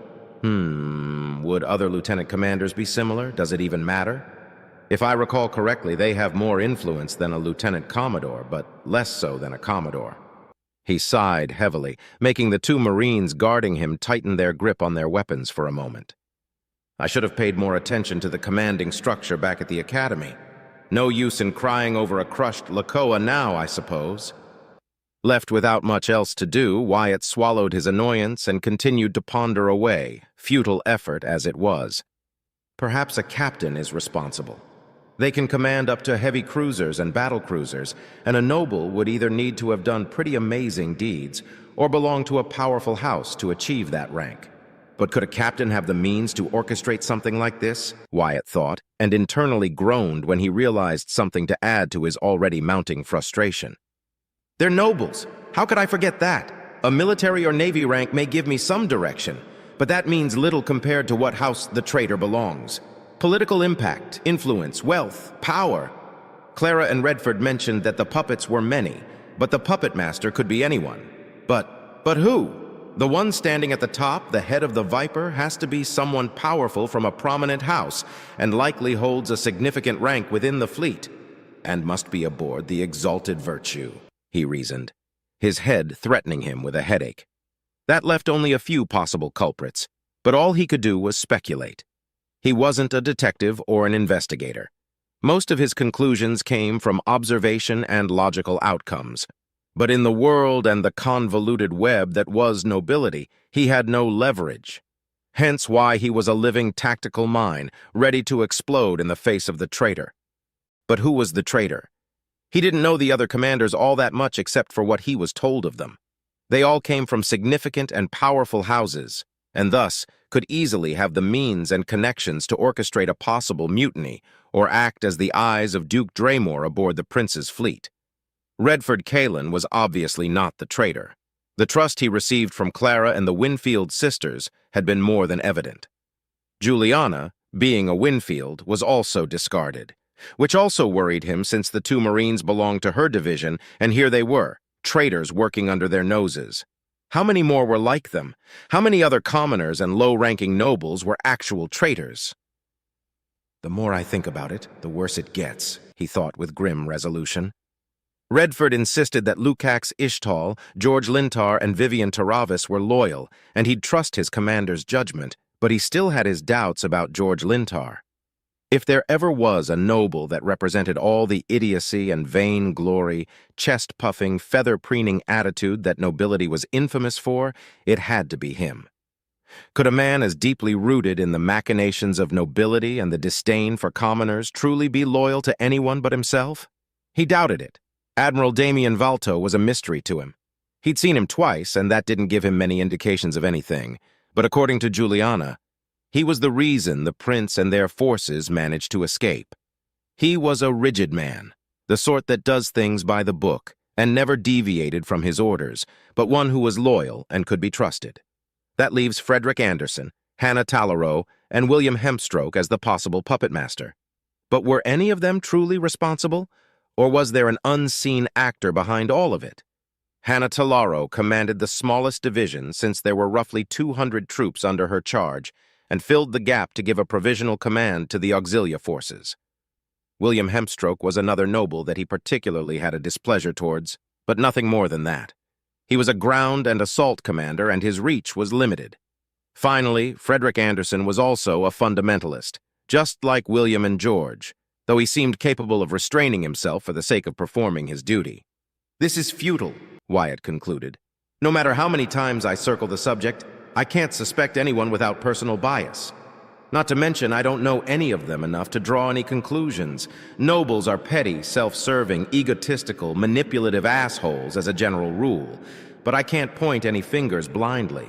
Clara was right. In this battlefield, I'm blind. I can't rely on any expectations now that I'm inside the kill zone. All I can do is—" His line of thought was interrupted when he heard several footsteps approaching. He focused on the arriving shadows as they slowly took form, revealing 3 people wearing armor, but without insignias or identification badges, so he couldn't tell what branch they belonged to. But the one in the middle was different from the rest. The way he walked and carried himself told he thought highly of himself, a true and proper blue blood. The noble sat across the table and leaned forth, resting his head on his entwined fingers. "That was quite the declaration you made during your mockery of a trial, Wyatt Staples." Wyatt frowned internally as the voice lacked intonation and sounded garbled. Is he using a voice scrambler? He's not taking any chances, and I doubt he's the mastermind, the pilot thought for a second, then tilted his head slightly. "And you are?" "My name is of no importance at the current moment, Wyatt Staples. What is important is what you can do," he began. "What you did requires bravery and guts. You have both, despite being a commoner. To stand up against royalty to make such a declaration? Impressive. Most impressive. We honestly thought you were just a mindless lapdog to the Astorian rats." Wyatt chuckled. "At least it seems we agree on that. Blue blood." He spat back. "Royals are just fancier nobles. Whatever you want from me, you can go to hell. I'm done serving the selfish, ungrateful nobles who don't appreciate risking my life for their petty squabbles." The other 4 men present made a move, but stopped when their leader uttered a single command. "Stop!" he said, and waited for several silent moments. "You are not like other commoners, Wyatt Staples. We've seen that you can throw away the collar around your neck, and perhaps you can serve a worthy purpose. A purpose that goes beyond just serving an ancient, stagnant house that doesn't acknowledge your efforts outside empty words and a meaningless promotion." He sounds just like Mr. Warlow during his rants, Wyatt thought dryly before replying. "I really thought that saving a member of House Astor would give me something, anything at all. I'm just a commoner. I should have known that his royal bastard would have made me serve him instead." "Such a deed should have been rewarded with a completed military service record and a hefty sum in credits," the man agreed. "Commoner or not, you deserved at the very least that. The means to live a life without financial struggles at the very least. It is truly shameful that instead of rewarding their loyal subjects, They tighten the yoke. Loyalty is its own reward, as if. If that was the case, there wouldn't be pirates, smugglers, or rebel groups, Wyatt stated flatly as a smirk adorned his lips and he threw his hands up. They sure like to abuse that line but hate to put it in practice themselves. The man nodded. Precisely, Wyatt Staples. It seems that you're far more intelligent and perceptive than most commoners. A talented pilot, too.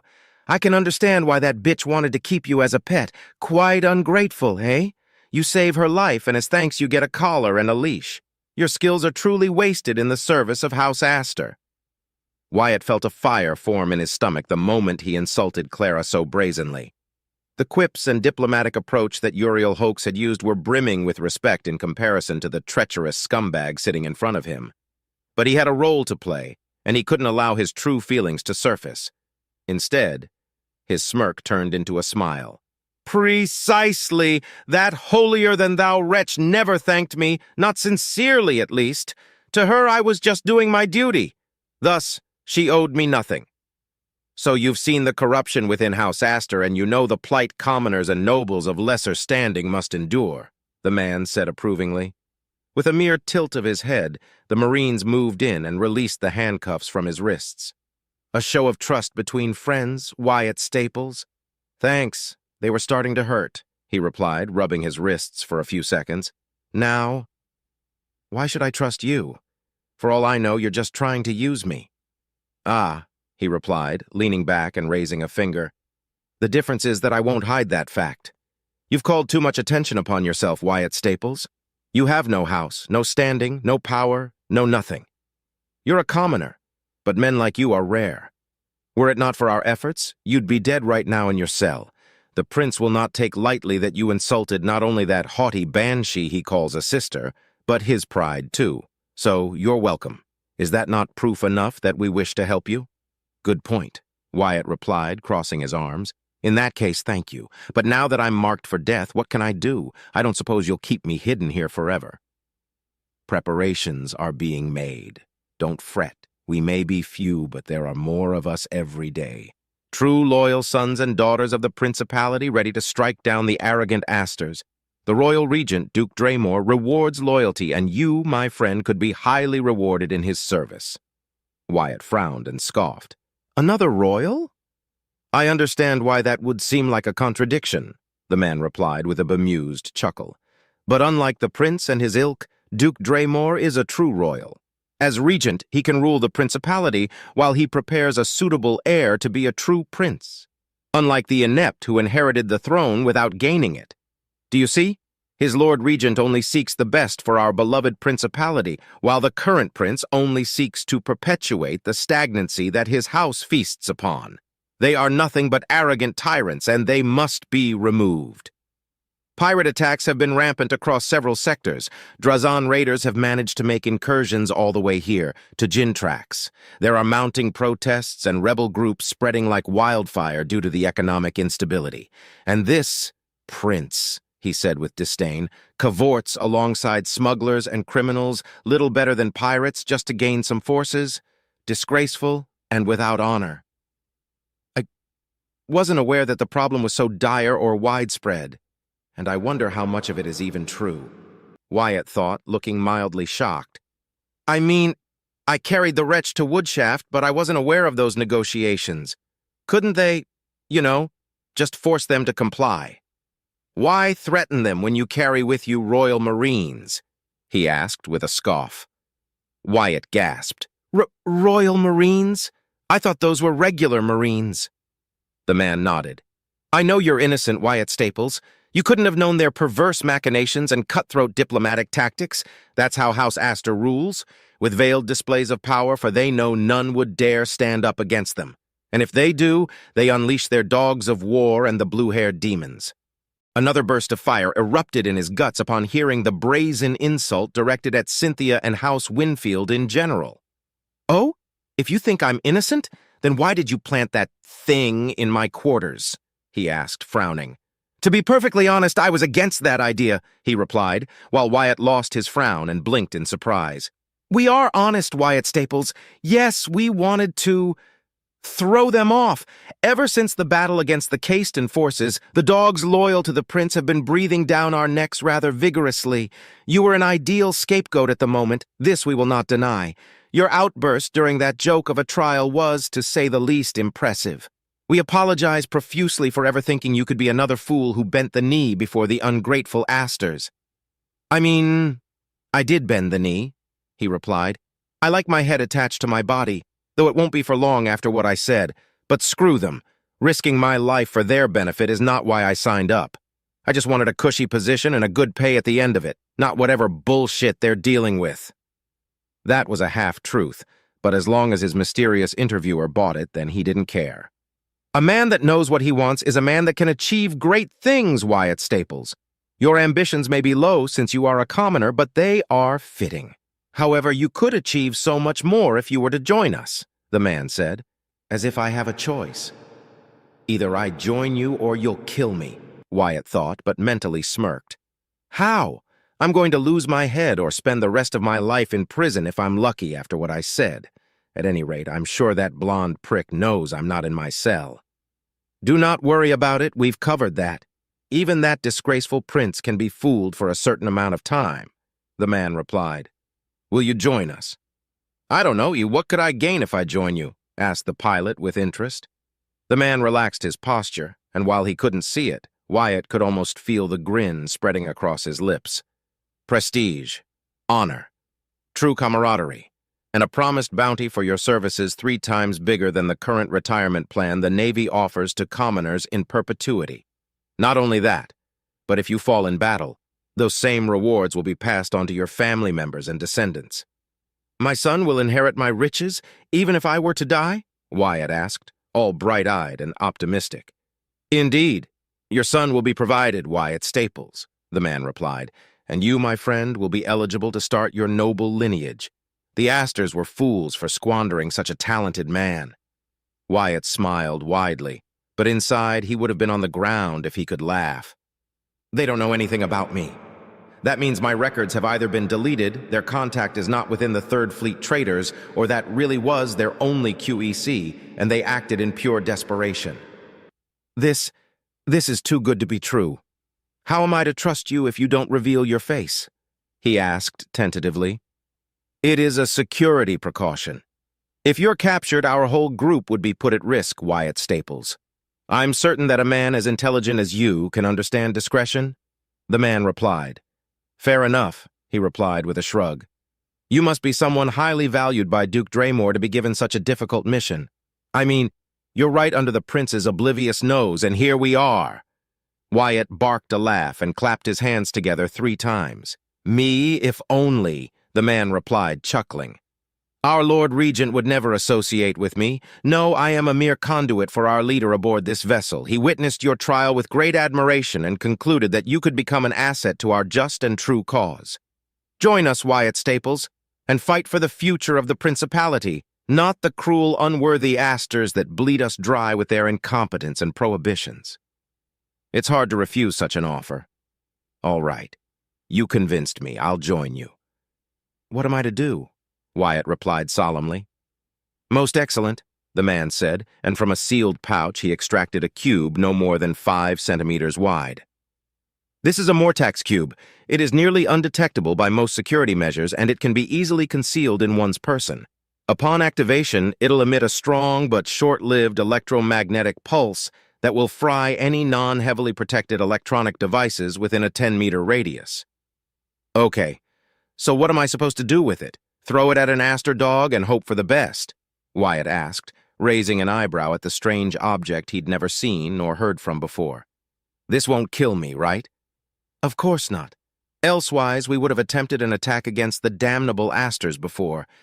We do not lack loyal members with enough conviction to give their lives for the betterment of the Principality, after all, the man replied. All right. That still doesn't explain what am I to achieve, Wyatt insisted, scratching his head a few times in confusion. You shall be escorted back to the conference room where your trial was being held.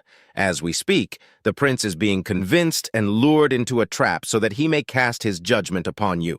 You, Wyatt Staples, will be in a unique position. You'll be within reach of the prince without the direct protection of his rabid dogs to protect him. Once he's close to you, you will activate the Mortax cube by activating a disguised, short-ranged detonator, the man said, and presented him with a small badge representing the Royal Navy. Common and inconspicuous. If it's an electromagnetic weapon and isn't enough to kill me, what will it do to the prince? Wyatt asked more seriously. The pulse will take down his shields, leaving him vulnerable. In that moment, his life will end, and you, Wyatt Staples, will forever be remembered as a hero of the Principality were you to die. But in the ensuing commotion, we will do our best to save you, as we proceed to eliminate the Astor wench as well. He explained calmly and leaned forth. Be our hero, Wyatt Staples. Make your son proud. Make Duke Draymore proud. Make us proud. Wyatt smiled, taking the cube and the badge in trembling hands. He stored the cube in his right pocket and put on the badge right above his handkerchief. In that case, for my son, for the Principality, it shall be done, and the Astors will rue the day they dared to throw me away. You will be remembered, Wyatt Staples, the man said, standing up. Before you activate the cube, we will need a signal to be ready. That signal will be House Astor Falls today. Understood? Understood, he replied by putting on his best, eager, maniacal face. The man and the other men around him chuckled at his antics, but the leader raised his hands and moved them in a calming gesture. Ease up, Wyatt Staples. You must remain as calm and stoic as possible. Avoid drawing any interest by acting weirdly. Just imagine that you are about to be judged by the prince without a plan in mind. I'll try. But me? A hero of the Principality? Such honor. Even if I die, my son will be safe. Thank you for giving me this chance to settle the score with those unworthy whoresons, he said eagerly. He was perhaps overselling his pitch, but he was a commoner, and that played in his favor to give his act a genuine air of idiot-ready-to-die syndrome. The two Marines that brought him to the secret room handcuffed him again, but without securing the lock, giving him the opening to free his hands at any moment of his choosing. They then escorted him through the same long tour without meeting anyone until they were nearing the room in which the trial was being held. A few crew members who saw him shouted insults at him, and some others spat at him, desiring the worst upon him for insulting Princess Clara to her face. As he entered the room, he saw that the commanders and the admiral were back on their spots. Clara and Cynthia were on the balcony, but the prince was standing near the center of the room with two Royal Marines flanking him. As he arrived at the desk and chair he'd used no less than 2 hours ago, but instead of sitting down, he remained up, defiant. The room was once again filled with various officers from all branches and ranks, most of them silently glaring at him or murmuring about his senseless disrespect. You won't kneel? The prince asked forcefully. I won't. I don't have to, Wyatt replied firmly, unafraid. The prince closed his eyes and exhaled slowly. Very well. With a simple hand gesture, the Royal Marines stepped back and lowered their weapons, putting them in a relaxed state. Then he stepped forth, each step echoing across the room with a deafening rumble. He stood in front of Wyatt, half a head taller than the commoner, and glared at him.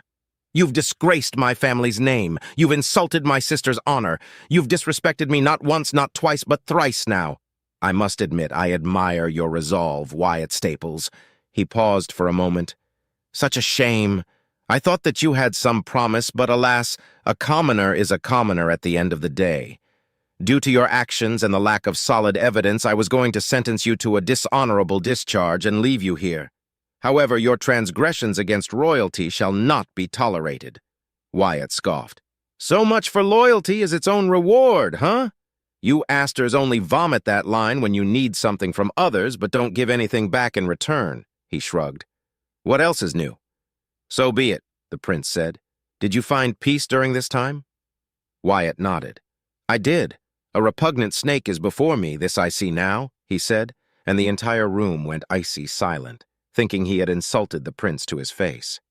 I see, the prince replied. Wyatt Staples, as prince of the Astorian Principality, I find you guilty upon grievous charges of lèse-majesté, incompetence, collusion, sedition, and conspiracy. I sentence you to death. Do you have any last words? I do, Wyatt said, and with a flick of his wrists, the handcuffs fell to the ground. "House Astor falls today!" And before anyone could react, he slammed the badge with an open palm. "House Astor falls today!" A chorus emerged from several members of the audience, suddenly pulling out concealed weapons and firing wildly at the prince. Wyatt was on the ground before the shots were fired, and he looked up with a smile as the shields of the prince remained intact, easily stopping bullets and lasers. There was a moment of confusion, and then the hectic sound of a short-lived battle was heard, alongside a few screams and curses, but by the time he stood up, every assailant was held tightly by those around them. His eyes moved to the commanders, and to his surprise, Juliana Winfield was holding Frederick Anderson's head against the podium while a gun rested in front of him, his eyes blazing with hatred and confusion. "How?" the commander of the infantry division demanded. "Your shields! They should be disabled. You should be dead." The prince sighed. "So it was you, Frederick? What did my uncle promise you, to sell your honor and dignity? You've brought disgrace upon your house with your actions." "I have nothing to say to you, Astor!" Frederick cried out. "His Lord Regent will be victorious. You don't deserve to sit on that throne. You'll bring damnation upon us all." His eyes went wild and moved past the prince to focus on Wyatt. "You! I saw you activate the detonator. I was informed that you joined our cause." "I'm not a stinking traitor like you," Wyatt replied with disgust. "Your son will die for this, Wyatt Staples," Frederick threatened. "I'll be sure to mourn him," Wyatt replied with a cocky grin. "Take him away, Juliana. Interrogate him. I want a full list of every traitor aboard my fleet as soon as possible," the prince ordered, and Juliana obeyed, pushing the man away. "Take the rest away. They shall be judged accordingly." He then turned to Wyatt. "As for you, Lieutenant Staples, congratulations are in order." Wyatt smiled sincerely and looked up at Clara and Cynthia. Cynthia was smiling approvingly, while Clara gave him a dainty smile. Then he turned to the prince. "Loyalty is its own reward, my prince." Chapter 24. "My prince!" The voice belonging to George Lintar broke through the silence that had suddenly filled the room. Eyes turned to the old commander and found him standing on trembling legs alongside the other commanders present, and Admiral Damien, all of them sharing his confusion, except for Lukacs Ishtal and Redford Kalen. "I fail to understand. Frederick? A traitor? And you?" he said, pointing a finger at Wyatt. "You dare stand before His Majesty after everything you've said and done, arrest that vile—" "Denied?" The usually soft and gentle voice of Princess Clara echoed around the room, carrying a weight that froze the blood of everyone present for a second. Slowly, everyone looked up to the balcony where the princess stood wearing her royal regalia, with Cynthia standing next to her. In a swift motion, Cynthia carried Clara bridal style and leaped from the balcony, landing with a heavy thud but remaining standing and undisturbed. Setting her princess down, the two women approached the prince until they were only a few steps from him. "Are you hurt, Lieutenant?" "No, my princess," Wyatt replied with a respectful bow. "The traitors were surprisingly amicable." Clara nodded, then turned to the commanders, paying only a swift glance at the rest of the gathered audience who were, understandably, stunned by what had transpired. "You were saying, George Lintar?" George visibly swallowed nervously before taking a more pleading, submissive stance. "Princess Clara, why are you defending that commoner scum? He has insulted you, to the point that he wishes you harm.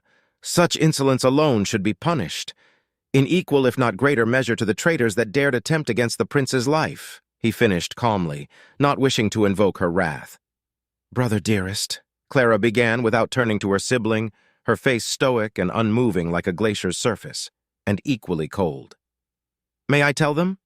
"You may," the prince replied as the two royal marines calmly returned to guard him. "Thank you," she said gently before shifting to a serious, cold one. "George Lintar, illuminate me on this matter. Why should Lieutenant Wyatt Staples be punished for carrying my command?" "Your command?" Hannah Talaro asked as she exchanged a few glances with Vivian Taravis and William Hempstroke. "I'm waiting, George Lintar," Clara said, ignoring Hannah's question. George stiffened for a second before replying. "Princess Clara, I don't understand. Why would you allow this this commoner to insult you? His actions, his disregard for etiquette and the proper ways of battle? His disrespect knows no bounds." "It seems your vision is as narrow as your elitism," Clara replied coldly. "Several traitors have been exposed and will be dealt with accordingly, and yet you care more about bringing the hammer down upon an innocent man?" She questioned, eyes narrowing slightly. "Even if this trial were to be real and Lieutenant Wyatt's actions factual, I would ask my brother, the prince, to show mercy to the man that, at the very least, saved my life once, and who has shown me great capabilities," she said, her voice firm and unshakable. William Hemstroke took a step forth, clearing his throat. "My princess, were Lieutenant Wyatt Staples's actions performed under your orders?"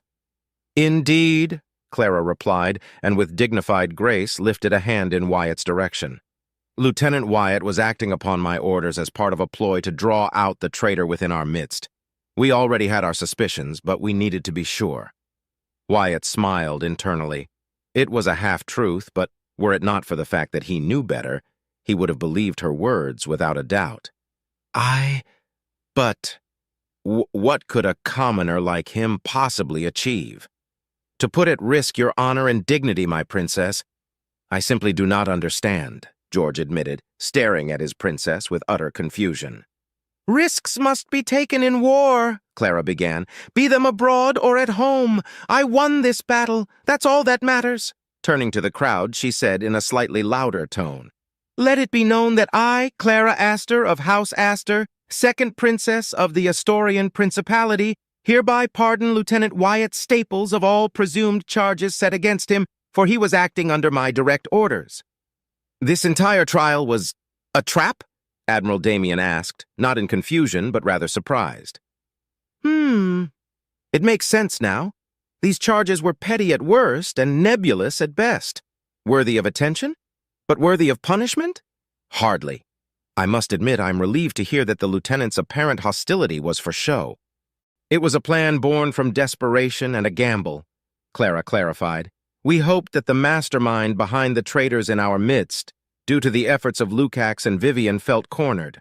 A chance manifested itself when they tried to turn our gaze from their machinations by sacrificing a pilot who had risen to relative prominence. We were correct in that assumption and acted accordingly. Lieutenant Wyatt Staples volunteered himself to be used in our trap. I instructed him to be hostile and insulting, especially toward me, to incite the traitors to action. It was a measured risk, but one that has given us answers and peace within the fleet.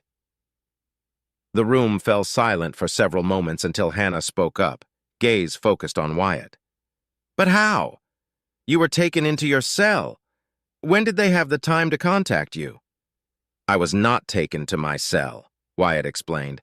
"I was guided to a storage bay and then pushed into a secret passage. I can show you where it is, Commander Hannah."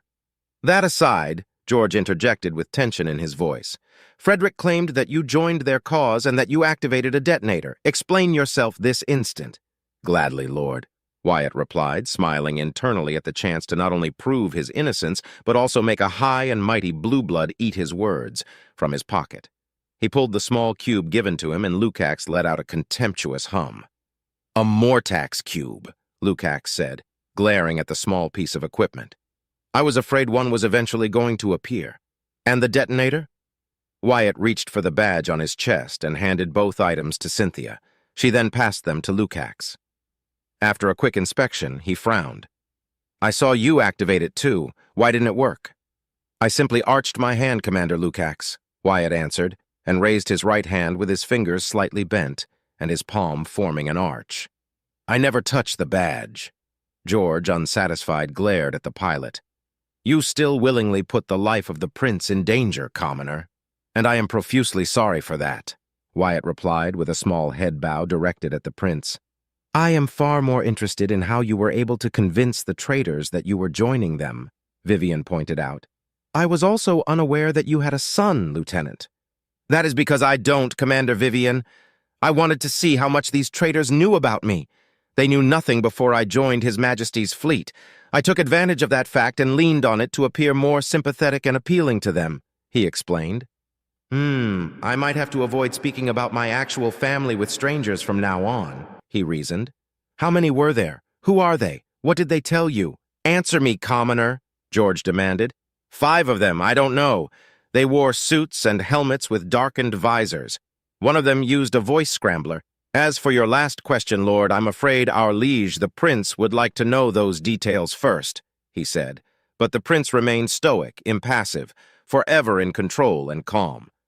What about— Enough, George, William interjected. Princess Clara has excused every action he could have committed during that time, before and after as well. Stop trying to find fault with this young man.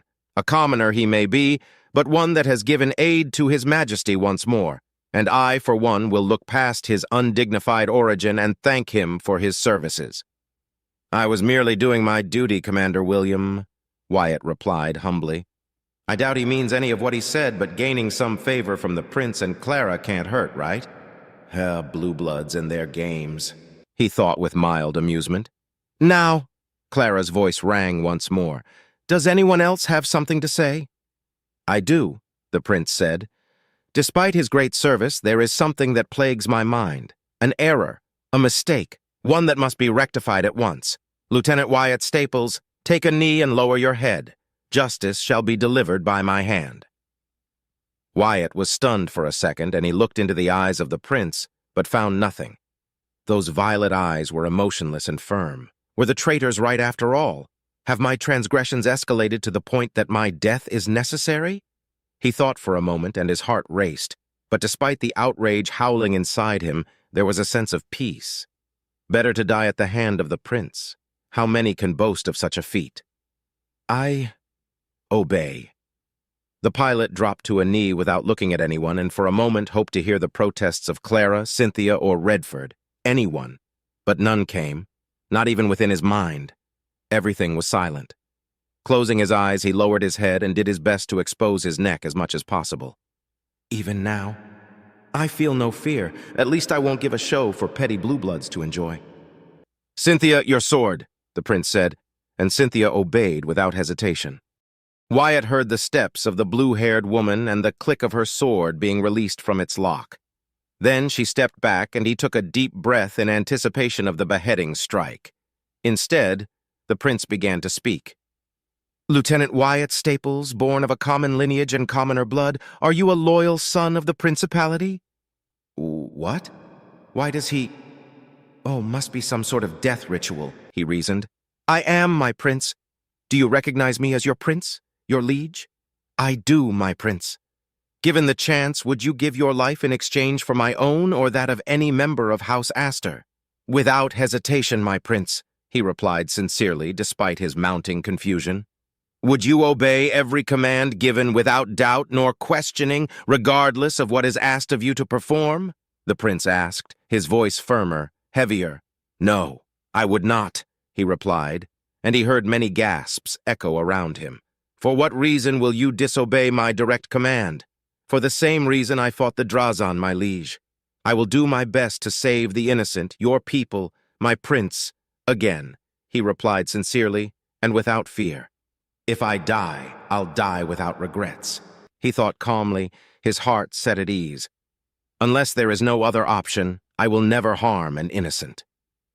This you swear in the name of House Astor? I swear, my prince. Wyatt Staples of Volantis, the prince said as he rested the side of the sword on the pilot's left shoulder. Your actions have thus far reflected the values upon which the Astorian principality was founded, inscribed in our blood and immortalized in ink. The blood of House Astor has recognized your exemplary actions of selflessness, talent, and unwavering determination in the face of insurmountable odds. Loyalty is its own reward, he proclaimed proudly and loudly, before lifting the sword and resting it upon his right shoulder. And those loyal to the principality and House Astor shall be recognized. Your actions, honorable, your deeds, without reproach. Your loyalty, unquestionable, your character, unshakable. Your goals, dignified. Your courage, unflinching. Your spirit, honest. What more can be asked of such a man? He asked and took the sword away. Look at me. Wyatt obeyed, now overwhelmed and confused by what was happening. He thought he was going to meet his end, and instead, the prince was doing something else. He looked up at the prince and found him staring at him with the splendor and stature of a true royal. His violet eyes focused on him. Then, before he could react, the prince backhanded him. Wyatt's senses reeled from the impact, and he was momentarily dizzy and soon tasted metal inside his mouth and a warm liquid dripping down the corner of his mouth and his left nostril. He looked at the prince with confusion, but dared not touch his wounded face. Less so when he saw that some of his blood was staining the prince's hand. "From this moment onward, Wyatt Staples of Volantis, let those be the last drops of blood you shed as a commoner," the prince stated. What? Wyatt screamed inside his mind, and he trembled. "Let the pain cleanse your body and be a reminder of what you were, what you've become, and what you are." The prince took a step back, giving the shocked lieutenant some room. "Rise now, Wyatt Staples of Volantis. A commoner has knelt, a knight rises. Rise, Wyatt Staples, knight banneret of House Astor." Wyatt's mind was blank, his mouth hanging open as his body automatically obeyed the command given by the prince, even though he didn't hear it. He stood up, the world moving in hazes of colors and phantom limbs. Me, knight, but I, commoner," he garbled out and blinked. "Oh!" Then he fainted. When Wyatt opened his eyes once more, he found himself in the medical bay of the Exalted Virtue with only a mild pain throbbing across his left cheek. Then he remembered what had happened and immediately felt like he was to faint again. "Knight! I'm a knight! The prince made me a knight!" He thought in a panic as he tried to stand up, but he found himself restrained to his bed. "What? Will you stop moving?"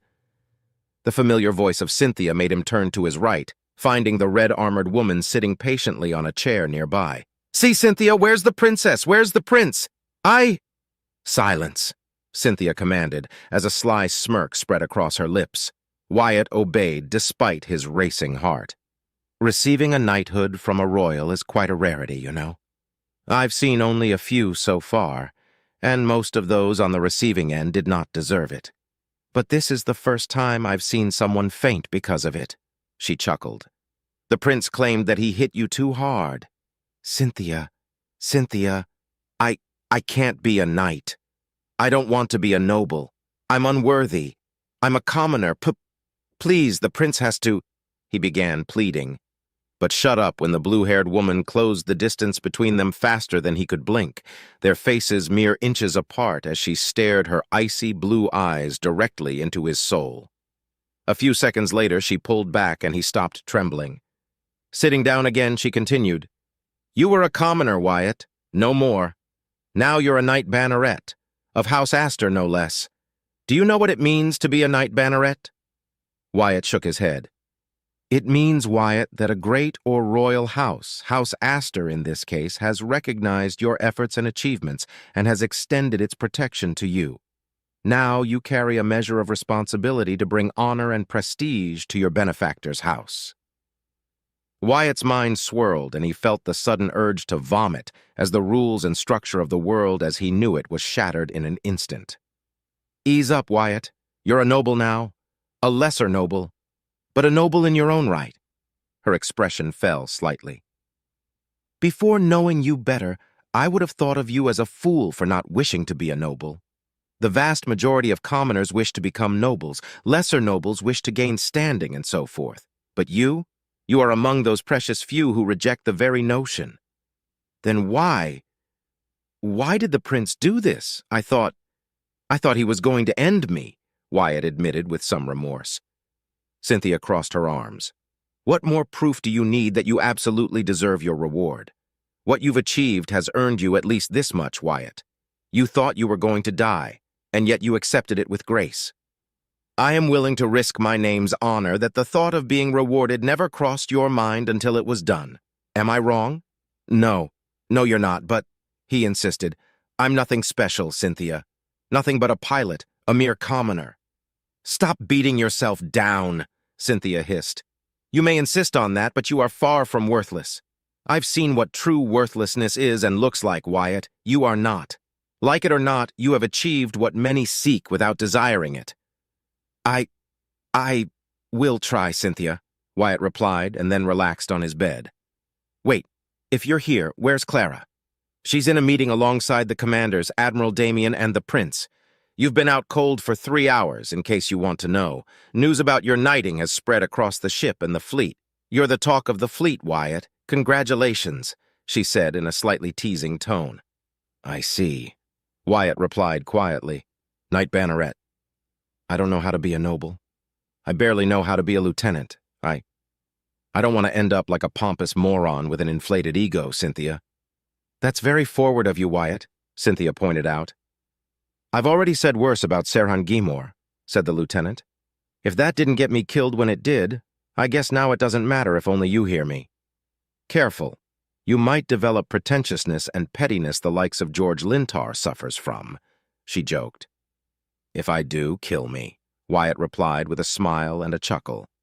It's going to take a while before I'm comfortable with the idea of being a noble now. You will learn and adapt, Wyatt. Believe it or not, being a noble is not as difficult as long as you don't engage in the petty squabbles and disputes that oh so plague the battle between houses. That will likely be the problem of your future offspring, said the blue-haired woman. Are you trying to ensure I remain celibate? I wouldn't like to put such a burden on my hypothetical kids, Wyatt retorted with a smile. That aside, now that I have more responsibilities, to House Astor of all houses, do I get any privileges, like better pay, a better retirement plan, or similar? Cynthia blinked, baffled. Better retirement, she exhaled slowly. Technically, yes, you get all that and more, but why did you immediately think of monetary rewards? I haven't sent anything to my family in almost 6 months. Being posted as a compost hauler pays little, and I would like to send more than normal to my parents and brothers. I don't know if they are having difficulties or anything of the sort. Oh, it would also be nice to afford to message them more often, he explained as a placid smile spread across his lips. In that case, yes. You will see a substantial increase in your wages, Wyatt, Cynthia replied softly. But more than that, you will receive 3 additional implants and 1 more that comes as a gift from my sister once we reach Matcha in Finnegan territory. You will also have the right to bear your own heraldic shield and sigil, and, most importantly, as a Knight Banneret of House Astor, you no longer have to obey blindly the orders of every noble. You shall now only respond to an Astor or anyone they appoint you to obey, she smirked. For example, a Winfield. Wyatt was stunned for a moment, then slowly his smile widened. I take it that means you're no longer that conflicted about your knighthood? She asked, in a playful tone. Try as he may, he couldn't wipe out the smile off his face. Cynthia then removed his bounds after ensuring he was relaxed and wouldn't faint again. After a few minutes of idle talk, Cynthia received a message from Clara, summoning them both to her chambers. They quickly made their way there, and after Cynthia secured their entry, Wyatt bowed his head in respect. Princess, he greeted, then paused and straightened up. I'm afraid I don't know how to greet you, Clara. Don't bother with such useless things, Clara replied in her usual mellow tone as she sat at her table. With a wave of her hand, she invited her friends to accompany her. I wonder if I'll ever get used to her when she's serious. She's frightening when she's like that. I much prefer this, her amicable side, Wyatt thought as he and Cynthia sat down. His mouth watered when he noticed the exquisite sweets on the table. Please, help yourself, Wyatt. Or should I start calling you Sir Knight? Clara pondered with a teasing smirk. Don't, please. Wyatt chuckled as he reached for a cookie with the magical substance called chocolate encrusted into it. Everything went so fast, and now I'm a lesser noble, a Knight Banquet. Knight Banneret, Cynthia corrected, all too eagerly drinking a cup of tea and eating 2 cookies in quick succession. Yes, that. Thank you, Cynthia, Wyatt replied. And you truly deserve your title and everything that comes with it, my dear Wyatt. She sipped her tea, humming softly, pleased. This day has been far, far too long and stressful. For the time being, the threat of the traitors has been dealt with. Frederick Anderson has been put in confinement and is being interrogated as we speak. Milcades is not a gentle interrogator, but he is rather efficient. Several dozens of captures and arrests have been performed, with most of them being executed. Bottom feeders and easily fooled idiots that hold no information give us nothing, she explained. Cruel, but she's right. If the traitors convinced others to join them with the same lies and spiel they used on me, then they were never loyal to begin with. There's no need to waste resources and space on them. Why risk a mutiny or another assassination attempt by holding them prisoners? Wyatt reasoned, nodding once as he ate his cookie and reached for a cake. On a brighter note, not even George was brave enough to question my brother's decision, Wyatt. Officially, you are now a Knight Banneret of House Astor, and I have a gift for you, she said excitedly, and set her teacup down before reaching to her left to pick up a small violet box with a small blue bow tie on it. Enjoy, Wyatt. Wyatt was about to say, I can't accept it. But then he remembered that he had, technically speaking, accepted a gift from her in the past. Twice. It's not the same as sweets, but at this point, I have no right to refuse her gesture. Thank you, Clara, he said, and accepted the small rectangular box. He looked at it with a raised eyebrow before noticing that Clara was looking at him expectantly. Clearing his throat nervously, he opened the box and found... A knitting set? He muttered, his smile spreading as he saw the various tools, needles, yarn balls, and more. You remembered? Clara clapped her hands together. Of course. I also enjoy knitting, and I have more than enough sets with me. Besides, I may finally have someone to knit with. Cynthia is terrible at it. Clara! Cynthia exclaimed, blushing. Am I wrong? Clara giggled while Cynthia awkwardly served herself another cup of tea. More so, Wyatt. I would like to inform you that my brother has granted me full authority over you. I know how that sounds, but all it means is that you will serve me directly, much like Cynthia does. Wyatt chuckled. I was sort of already doing that, so it is now official? Clara nodded. Closing the box and setting it aside, he continued. Does that mean that I'm no longer part of the Royal Navy? Good heavens, no! Redford shall remain as your commanding officer, and you're still a lieutenant. My uncle must be stopped, and the Royal Navy can't ill afford losing people like you, Wyatt, she said, and bit on a cookie. After a sip of tea, she continued. You should go and rest, Wyatt. Don't worry, you will be safe from harm. Tomorrow we shall pay a visit to Uriel Hoax and complete our transaction. Speaking of him, what about the Drazan? Wyatt asked tentatively. The captain of the disabled destroyer is a stubborn one, but it will eventually break. So far, all data shows that the Drazan came on their own, but I highly doubt that. I hope to be wrong in that regard, and that this incursion was merely a daring assault. Nothing more, Clara replied. Wyatt nodded. I understand. What about Galt Tirome and the others? Pardoned, and they shall be joining us as part of our crew. The few that refused to aid us against the Drazan were executed as traitors not only to the Principality, but to humanity, of course. Clara's eyes narrowed slightly. I despised the Drazan before. Now, after your tale and what I've seen in Woodshaft. If I never have to deal with a Drazan ever again, it'll be too soon. And if I do, I'll make sure to burn every raider I come across. I pledge my undying loyalty and fealty to you, O beautiful Princess you. Yes, burn them all, Wyatt cried out in his mind, unable to hide his approving expression. As he was about to drink more of the curiously relaxing tea, something clicked in his mind. Clara? Why did you say that Galt Tirome would be joining us as part of our crew? As pardoned traitors, I don't think many will welcome them in the exalted virtue. The commoner crew members from the Caiston fleet were one thing since they had little choice, but nobles? Wyatt asked, confused. Does it work differently for them? I don't think they can switch teams that easily, right? It is more simple than that, Wyatt. Clara sipped from her tea and smiled, slightly tilting her head in the process. I need a crew after all, seeing as the Noir Navio is now my ship. Chapter 25. Noir Navio, 2 hours after Wyatt's incarceration. Do you understand what I'm asking of you, Galt Tirome? Clara asked softly, but her voice was heavy, menacing. Galt nodded slowly as he and his comrades rested on their knees before the princess. My princess, even if you had not asked us to testify in favor of Lieutenant Wyatt, we would have done so regardless. He saved our lives, and more than that, he fought against the Drazan raiders with honor and in such a way that I've never seen anyone approach ship-to-ship combat before. I'm happy to hear that your gratitude is genuine, said the princess, her tone relaxing slightly. Although I'm surprised that you, all of you, are not bothered by the fact that Lieutenant Wyatt Staples is a mere commoner. Normally that would be the case, Galt replied as his companions chose to remain silent. But if there's something I've learned throughout my career is that in battle, ranks, noble and military matter very little when there's a gun pointed at your face. I've faced pirates, rebels, and all sorts of criminals before, my princess. When I started my service, I viewed them as fools and idiots who stepped out of line with the system that defines our great principality. Whenever a pirate vessel refused to surrender, I used to think, how dare they disobey their betters? That was until one of them boarded the magnificent Luster when I was but an ensign. I nearly died that day, but a commoner saved me at the cost of her life. I didn't know her. She just died to save my life. That event changed your views? Clara asked, interested. Galt nodded. It did, Your Majesty.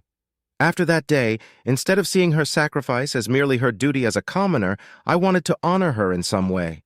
I began to learn more about commoners, their restrictions and their duties, and realized that we were not so different. I practically hold no power within House Tirome. I belong to a branch house, and even then, I'm so far removed from the candidacy line that I might as well not be there. Joining the military was my only opportunity to earn recognition and accolades. Cynthia, standing next to Clara, spoke up next. You mentioned that you served on a battlecruiser. The Grace of Divination, if I recall correctly. What led you to that position? A good record, faithful service, and bravery in battle, Lady Cynthia, Galt replied. I soared through the ranks, married, had my daughter, and I was content with my position and duties, until I and many others started to see strange deployments and restructuring across the First Patrol.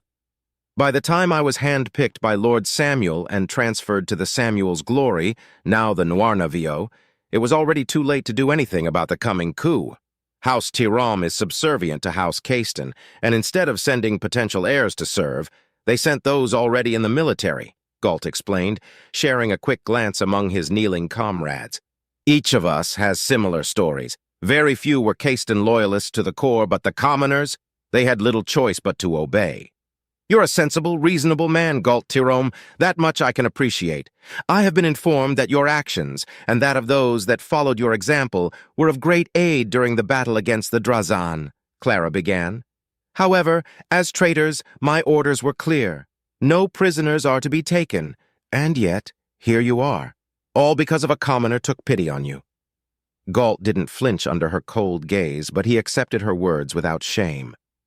Wyatt Staples is the sole reason we are alive, my princess. This I know. To go against your orders, will you punish him for his insolence? I would under normal circumstances. Clara's expression softened. But his decision proved to be useful to our cause. We gained the Noir Navio, a powerful and advanced vessel. Sparing your lives not once but twice ensured your cooperation and, most importantly, it allowed said vessel to participate in the battle properly. Your treason can be overlooked thanks to his actions, but what am I to do with you? Galt Tirome bowed his head before replying. Your Majesty, I implore you, spare the rest of my crew. They have families and were only following orders given by Lord Samuel. Only I knew about the encryption key and his intent. If any of us has to die, let it be me. However, if I may ask, will Lieutenant Wyatt live? Clara and Cynthia paused for a moment before the princess replied. Why would you worry about his well-being, Lieutenant Commander? I do not know the lieutenant, but he spared our lives, and then twice after one of us disrespected him gravely. He only punched the insolent woman unconscious, and I highly doubt that he knew he had the right to execute us for such a transgression. Even if did, I don't believe he would have done so. He is a man of integrity and honor, that much I can tell. Furthermore, and I pray I do not sound kowtowing, but during the battle against the Drazan, never in my life have I been more eager to follow a man's commands. Commoner or not, Lieutenant Wyatt saved many lives and obtained a victory that would have ensured the promotion of a captain into a rear admiral's seat, Galt explained. And therein lies the key problem, Clara said, her tone cold and calculative. You, all of you, saw him take command of the Noir Navio. Even if it was through a convenient loophole, a commoner sat at the command chair of a ship and took to battle with it. Such a thing cannot be allowed. He will be sentenced to death. Galt looked up at her in disbelief, and his mouth went agape. She smiled, and her expression softened once more.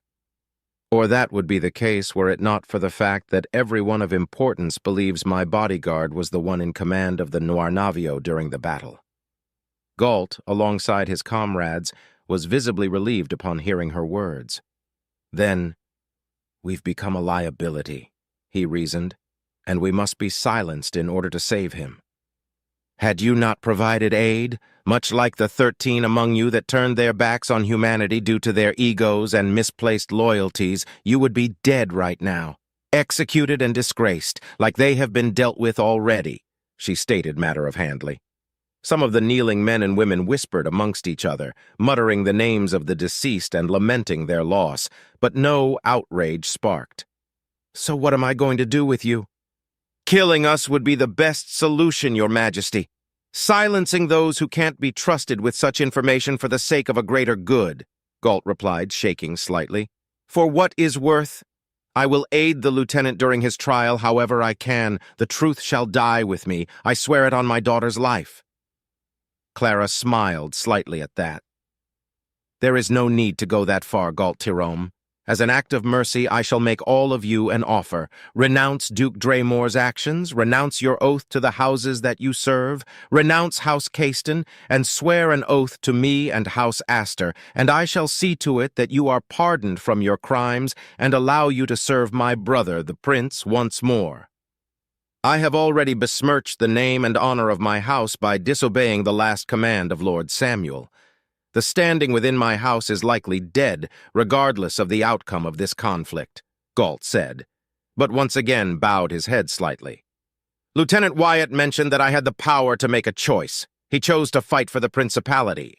Now you, my princess, present us with the chance to choose without a choice, death or fealty. I never threatened your lives, Galt Tirome. Accept my offer, and when my uncle is defeated and my brother returned to his rightful seat, you shall be rewarded for your loyalty whilst the traitors shall be dealt with. Your families and loved ones shall be safe, for the enemy shall not know that you still live. Refuse it, and as a show of mercy, instead of a blade, you shall remain imprisoned and later judged fairly," said Clara calmly. "I have no interest in giving people false hope or fake choices, Galt Tirome. Do you and your companions accept my offer or not?" Galt turned to his comrades, and all of them nodded slowly one by one. Closing his eyes, he turned to the blonde woman and bowed his head deeply. "Princess Clara, we, the surviving crew of the Samuel's Glory, surrender our lives to you, and swear loyalty upon your name and that of House Astor, renouncing our previous oaths to our treacherous lords and ladies." Clara smiled. "I'm relieved that you've seen reason," she said, and turned to leave with Cynthia behind her, leaving Galt Tirome and his comrades to be escorted to the Noir Navio's brig by 5 Royal Marines.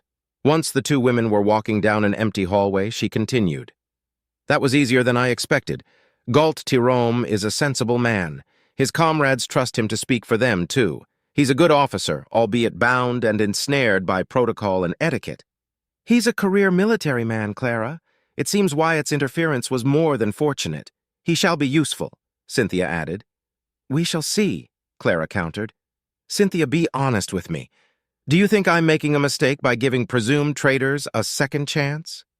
Cynthia hummed deeply. "Galt and the rest of the crew were instrumental in our success. Without an AI, even our capabilities were stretched to the limit during the battle. Truthfully, I would have executed them without his intervention when the Noir Navio was captured. Wyatt's decision to take them as his prisoners proved to be beneficial. I say they deserve their second chance. Their actions shall be closely followed, and they will be removed if they squander your mercy, Clara." Clara hummed softly. "Thank you, Cynthia. I too believe that they have earned their pardon.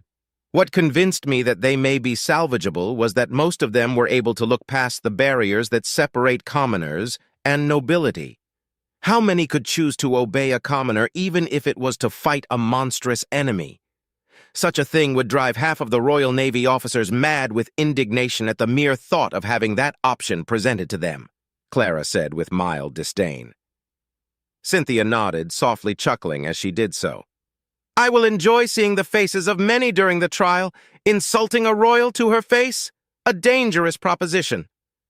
A surefire way to get the attention of the traitors within our midst, if nothing else, Clara agreed. But for now, there's much to do and much to prepare. Clara, Cynthia called out, do you think it'll be wise to elevate Wyatt into nobility? He's made numerous remarks, both in person and through actions, that he doesn't like nobility, and to make him a knight banneret? Even for you, that's dangerously reckless and a high thing to ask the prince for. Clara came to a halt and turned to face her best friend with a tender smile. If his outlandish plan is successful and the traitors are exposed, then none shall question his ennoblement. If it fails and he dies, a posthumous elevation will be accepted.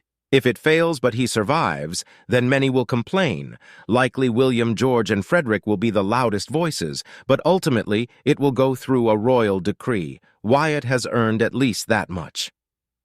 That doesn't answer my question, Clara, Cynthia pressed on. Clara sighed softly. I suppose it doesn't, but Wyatt has no option in this matter. He shall become a knight banneret of House Astor and shall serve directly under my authority. Brother Dearest isn't the only one who has a keen eye for talent. Cynthia crossed her arms and smirked. Aha, admit it. You just want a personal fighter pilot for you to exploit. Will you bribe him with sweets and snacks? He seems to thoroughly enjoy those. Clara blushed profusely and raised a finger at her friend. Shush, you! Then turned around with an indignant huff and walked away while Cynthia chuckled in victory, following closely behind her friend and princess. Present time, Woodshaft. Clara was brought out of her stupor when Cynthia placed the two important and valuable pieces of paper in front of her. She had barely slept at all, but she was ready to properly conclude the deal she had forged with the master of Woodshaft, Uriel Hoax. Taking the pen and preparing her signet, she smiled contently. Wyatt watched as Clara signed the promised papers, and then, after placing a seal on them both, she handed them over to a waiting Uriel Hoax, who took them graciously. He spent a minute or two reading them and then smirked, chuckling to himself. It is done, said Clara with a serious yet friendly tone, still diplomatic but bereft of the stoicism that he'd seen her use during their first meeting. As agreed, the destroyers are yours and so are the freighters. Over 20,000 personnel have taken your offer and signed on. Despite the casualties we took, having the prince himself come to save them and seeing Royal Marines in action, knowing a princess was here and refused to leave them behind, really motivated many to follow you, princess, Uriel Hoax said as he took a cigar and put it in his mouth, lightening it with his prosthetic. You also got 2 large haulers and their surviving crew if you'll have 'em. Poor bastards, they got hit the hardest by the Drazen when they arrived. They can't pay their dues to the Castons anymore, so they'll throw their lot with you, princess. They shall be welcomed once they are approved, Clara replied with a smile. What about my mercenaries? Signed on as ready to go. Plenty of my now ex-guards, a few sewer rats, ruffians, and squatters joined them after feeling pretty damn inspired.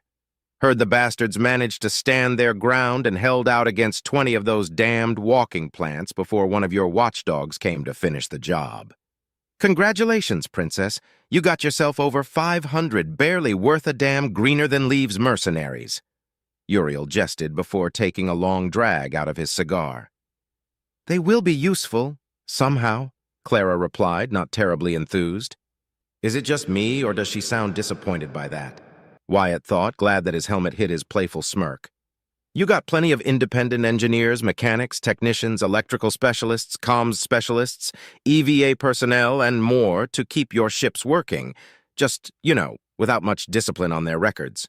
He jested once more, but to his credit, it wasn't as apparent this time around.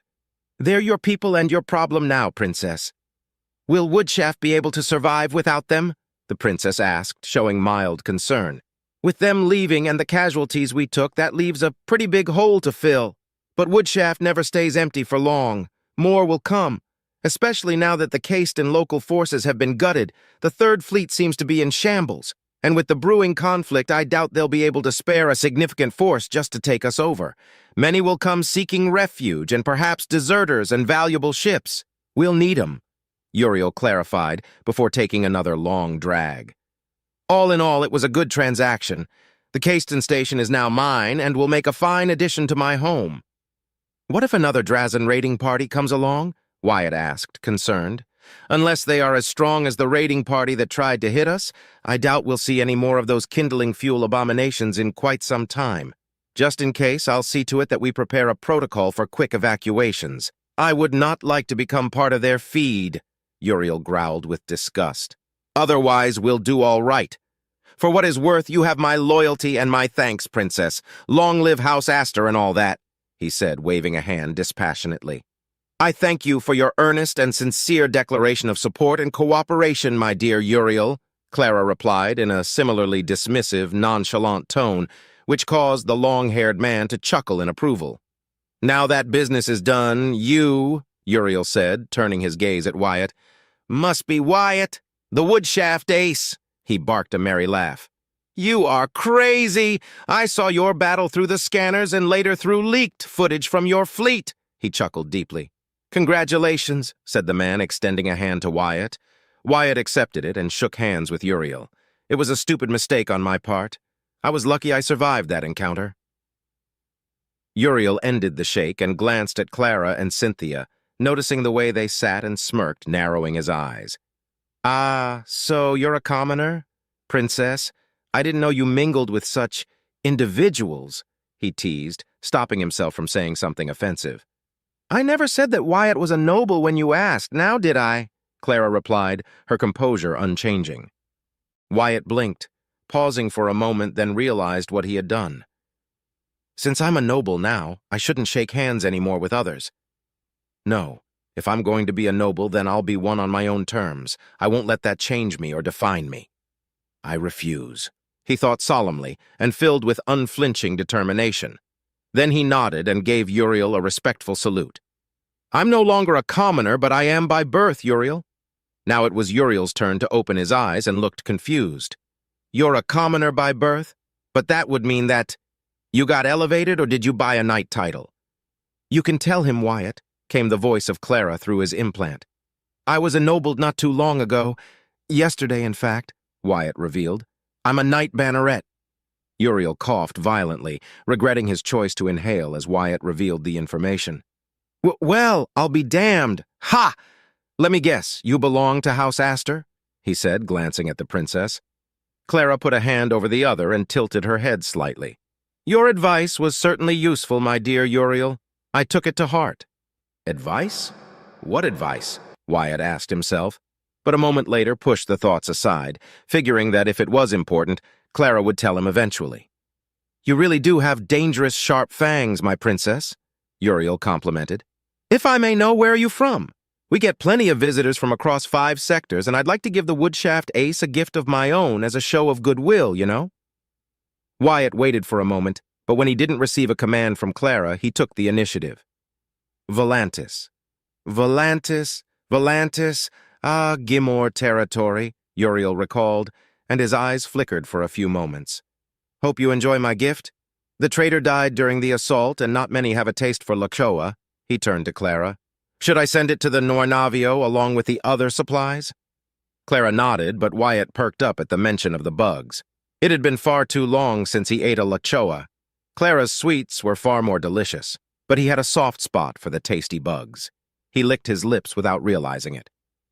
The princess stood up, and so did Uriel. Our deal is done. The fleet shall depart from Woodshaft tomorrow.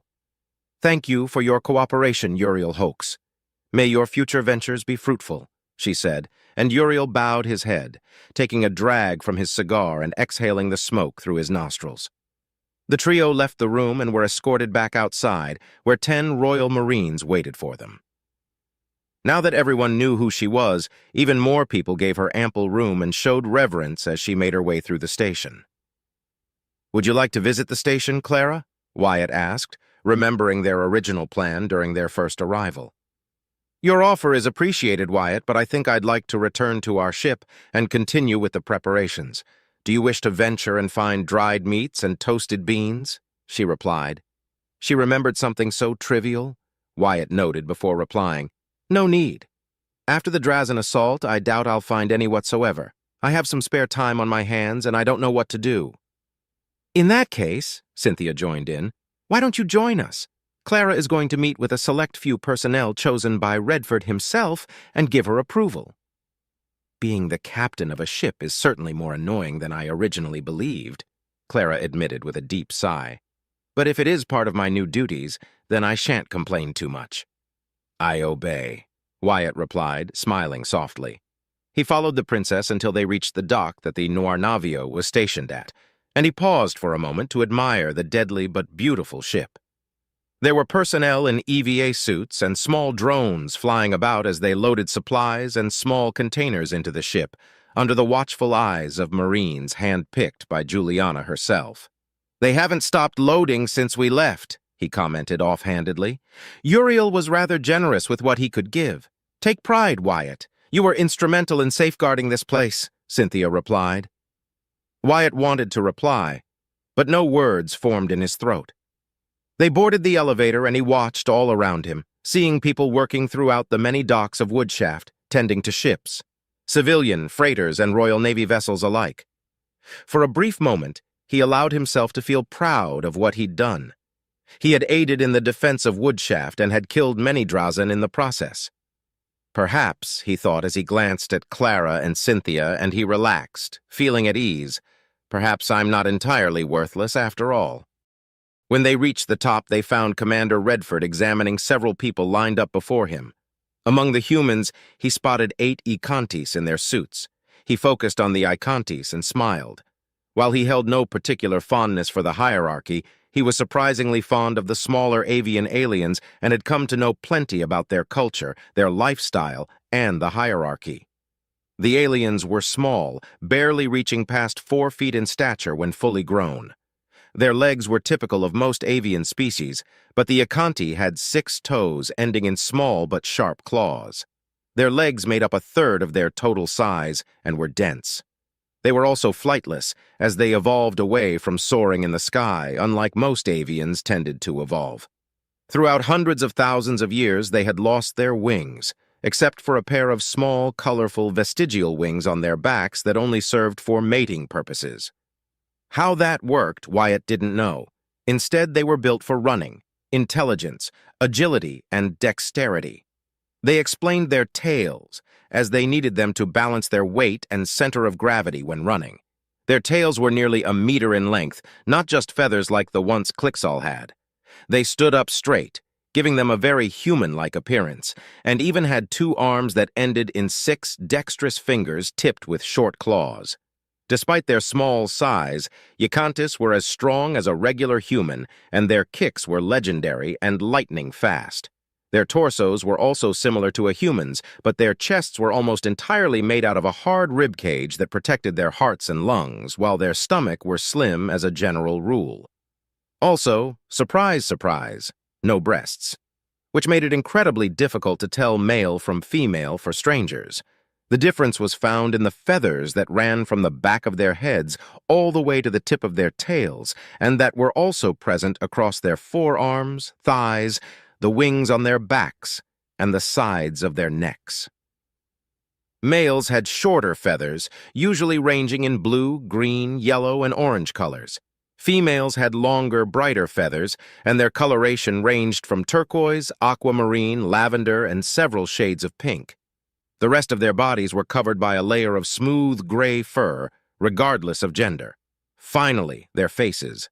Their beaks were pointy, like that of a spear, but they were short. They had 6 eyes, 2 facing forward, 2 smaller ones located a little behind their first set, and the third set was located nearly to the sides of their heads, giving them an incredible vision range and field of view. Unsurprisingly, they lacked the immense variety of facial expressions that humans possessed, but they weren't devoid of them. Wyatt liked the Ikanti, and he had never met one that he disliked too much. He chuckled at that. Granted, every Ikanti I've met pretty much doesn't fill the mold of the hierarchy. I don't know if that's good or bad, he thought as he approached his commanding officer. "You!" The energetic voice coming from a translator suddenly cut through his comm system. Wyatt blinked in confusion until he saw a Ikanti barely past the meter-tall mark step out of line and point a finger at him with a shaky arm. "Excuse you? How did you enter my—" Wyatt asked, but was cut off when the Ikanti stepped angrily toward him, eyes fixated on him. He came to a halt a few steps in front of him, eyes blazing with indignation as he strained his neck upward to glare at him. "You are the bumbling ape that wrecked that fighter I saw in the hangar, aren't you? Do you have any idea how much time I'm going to spend fixing her up before she can fly again?" "No, of course you don't, you crazy fool," the Yikanti said, somehow standing imposing against the much taller human. "You better thank me for fixing her up, you bumbling worm brain." Excuse me, what?" Wyatt replied, taken aback by the awkward situation. "Who even are you? How are you speaking with me right now?" "I hacked your comms," the Yikanti explained, as if it was the natural thing to say. "Principality defenses are always crappy. Name's Jincho, the best damn technician the hierarchy ever produced and threw away because they are a bunch of featherless shitholes. Pleased to meet you." "Wait. No. Not pleased at all. How dare you wreck such a beautiful fighter?" Confused, he turned to Clara and Cynthia, who, judging by their body language, found the situation thoroughly amusing and wouldn't come to his aid. Then he looked at Redford, staring at the transpiring event dismissingly, but no more than that. Frowning, he crossed his arms. "I didn't have the luxury of making sure the paint wouldn't be scratched, you know? Going up against Drazen fighters tends to end badly for everyone involved." "That's no excuse to treat her like that, maniac," Jincho countered, angrily stomping on the ground. "A fighter should always be pristine, like a work of art, and remain untouched, or find a worthy end in battle. What you did to that poor fighter ruffles my feathers to no end. Just you wait. I'll fix her up better than new." With that said, Jincho cut off the connection and grumbly walked back to the line alongside the other Yikantis and the several dozens of equally confused, amused humans watching the confrontation play out. Despite what had transpired, Wyatt found himself smiling. "Well, that happened. I already like him," Clara's voice cut through next. "He's rather energetic." "And grumpy," Cynthia added with humor in her voice. "We have a long day ahead of us. Come, let us proceed," Clara proclaimed, advancing toward the waiting Redford while the Royal Marines adopted a relaxed stance.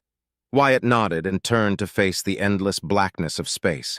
He frowned, and he felt his heartbeat increase. No matter what happens next, I'll be ready for it. For the Principality, for the Prince, Duke Draymore will be stopped. A faint smile spread across his lips. Commander Redford was right. I made the right decision, he thought resolutely, before taking his place next to Cynthia while Clara and Redford went through the new crew members of the Noir Navio. And for the first time since he was a child, he felt truly at peace. End of Book 1.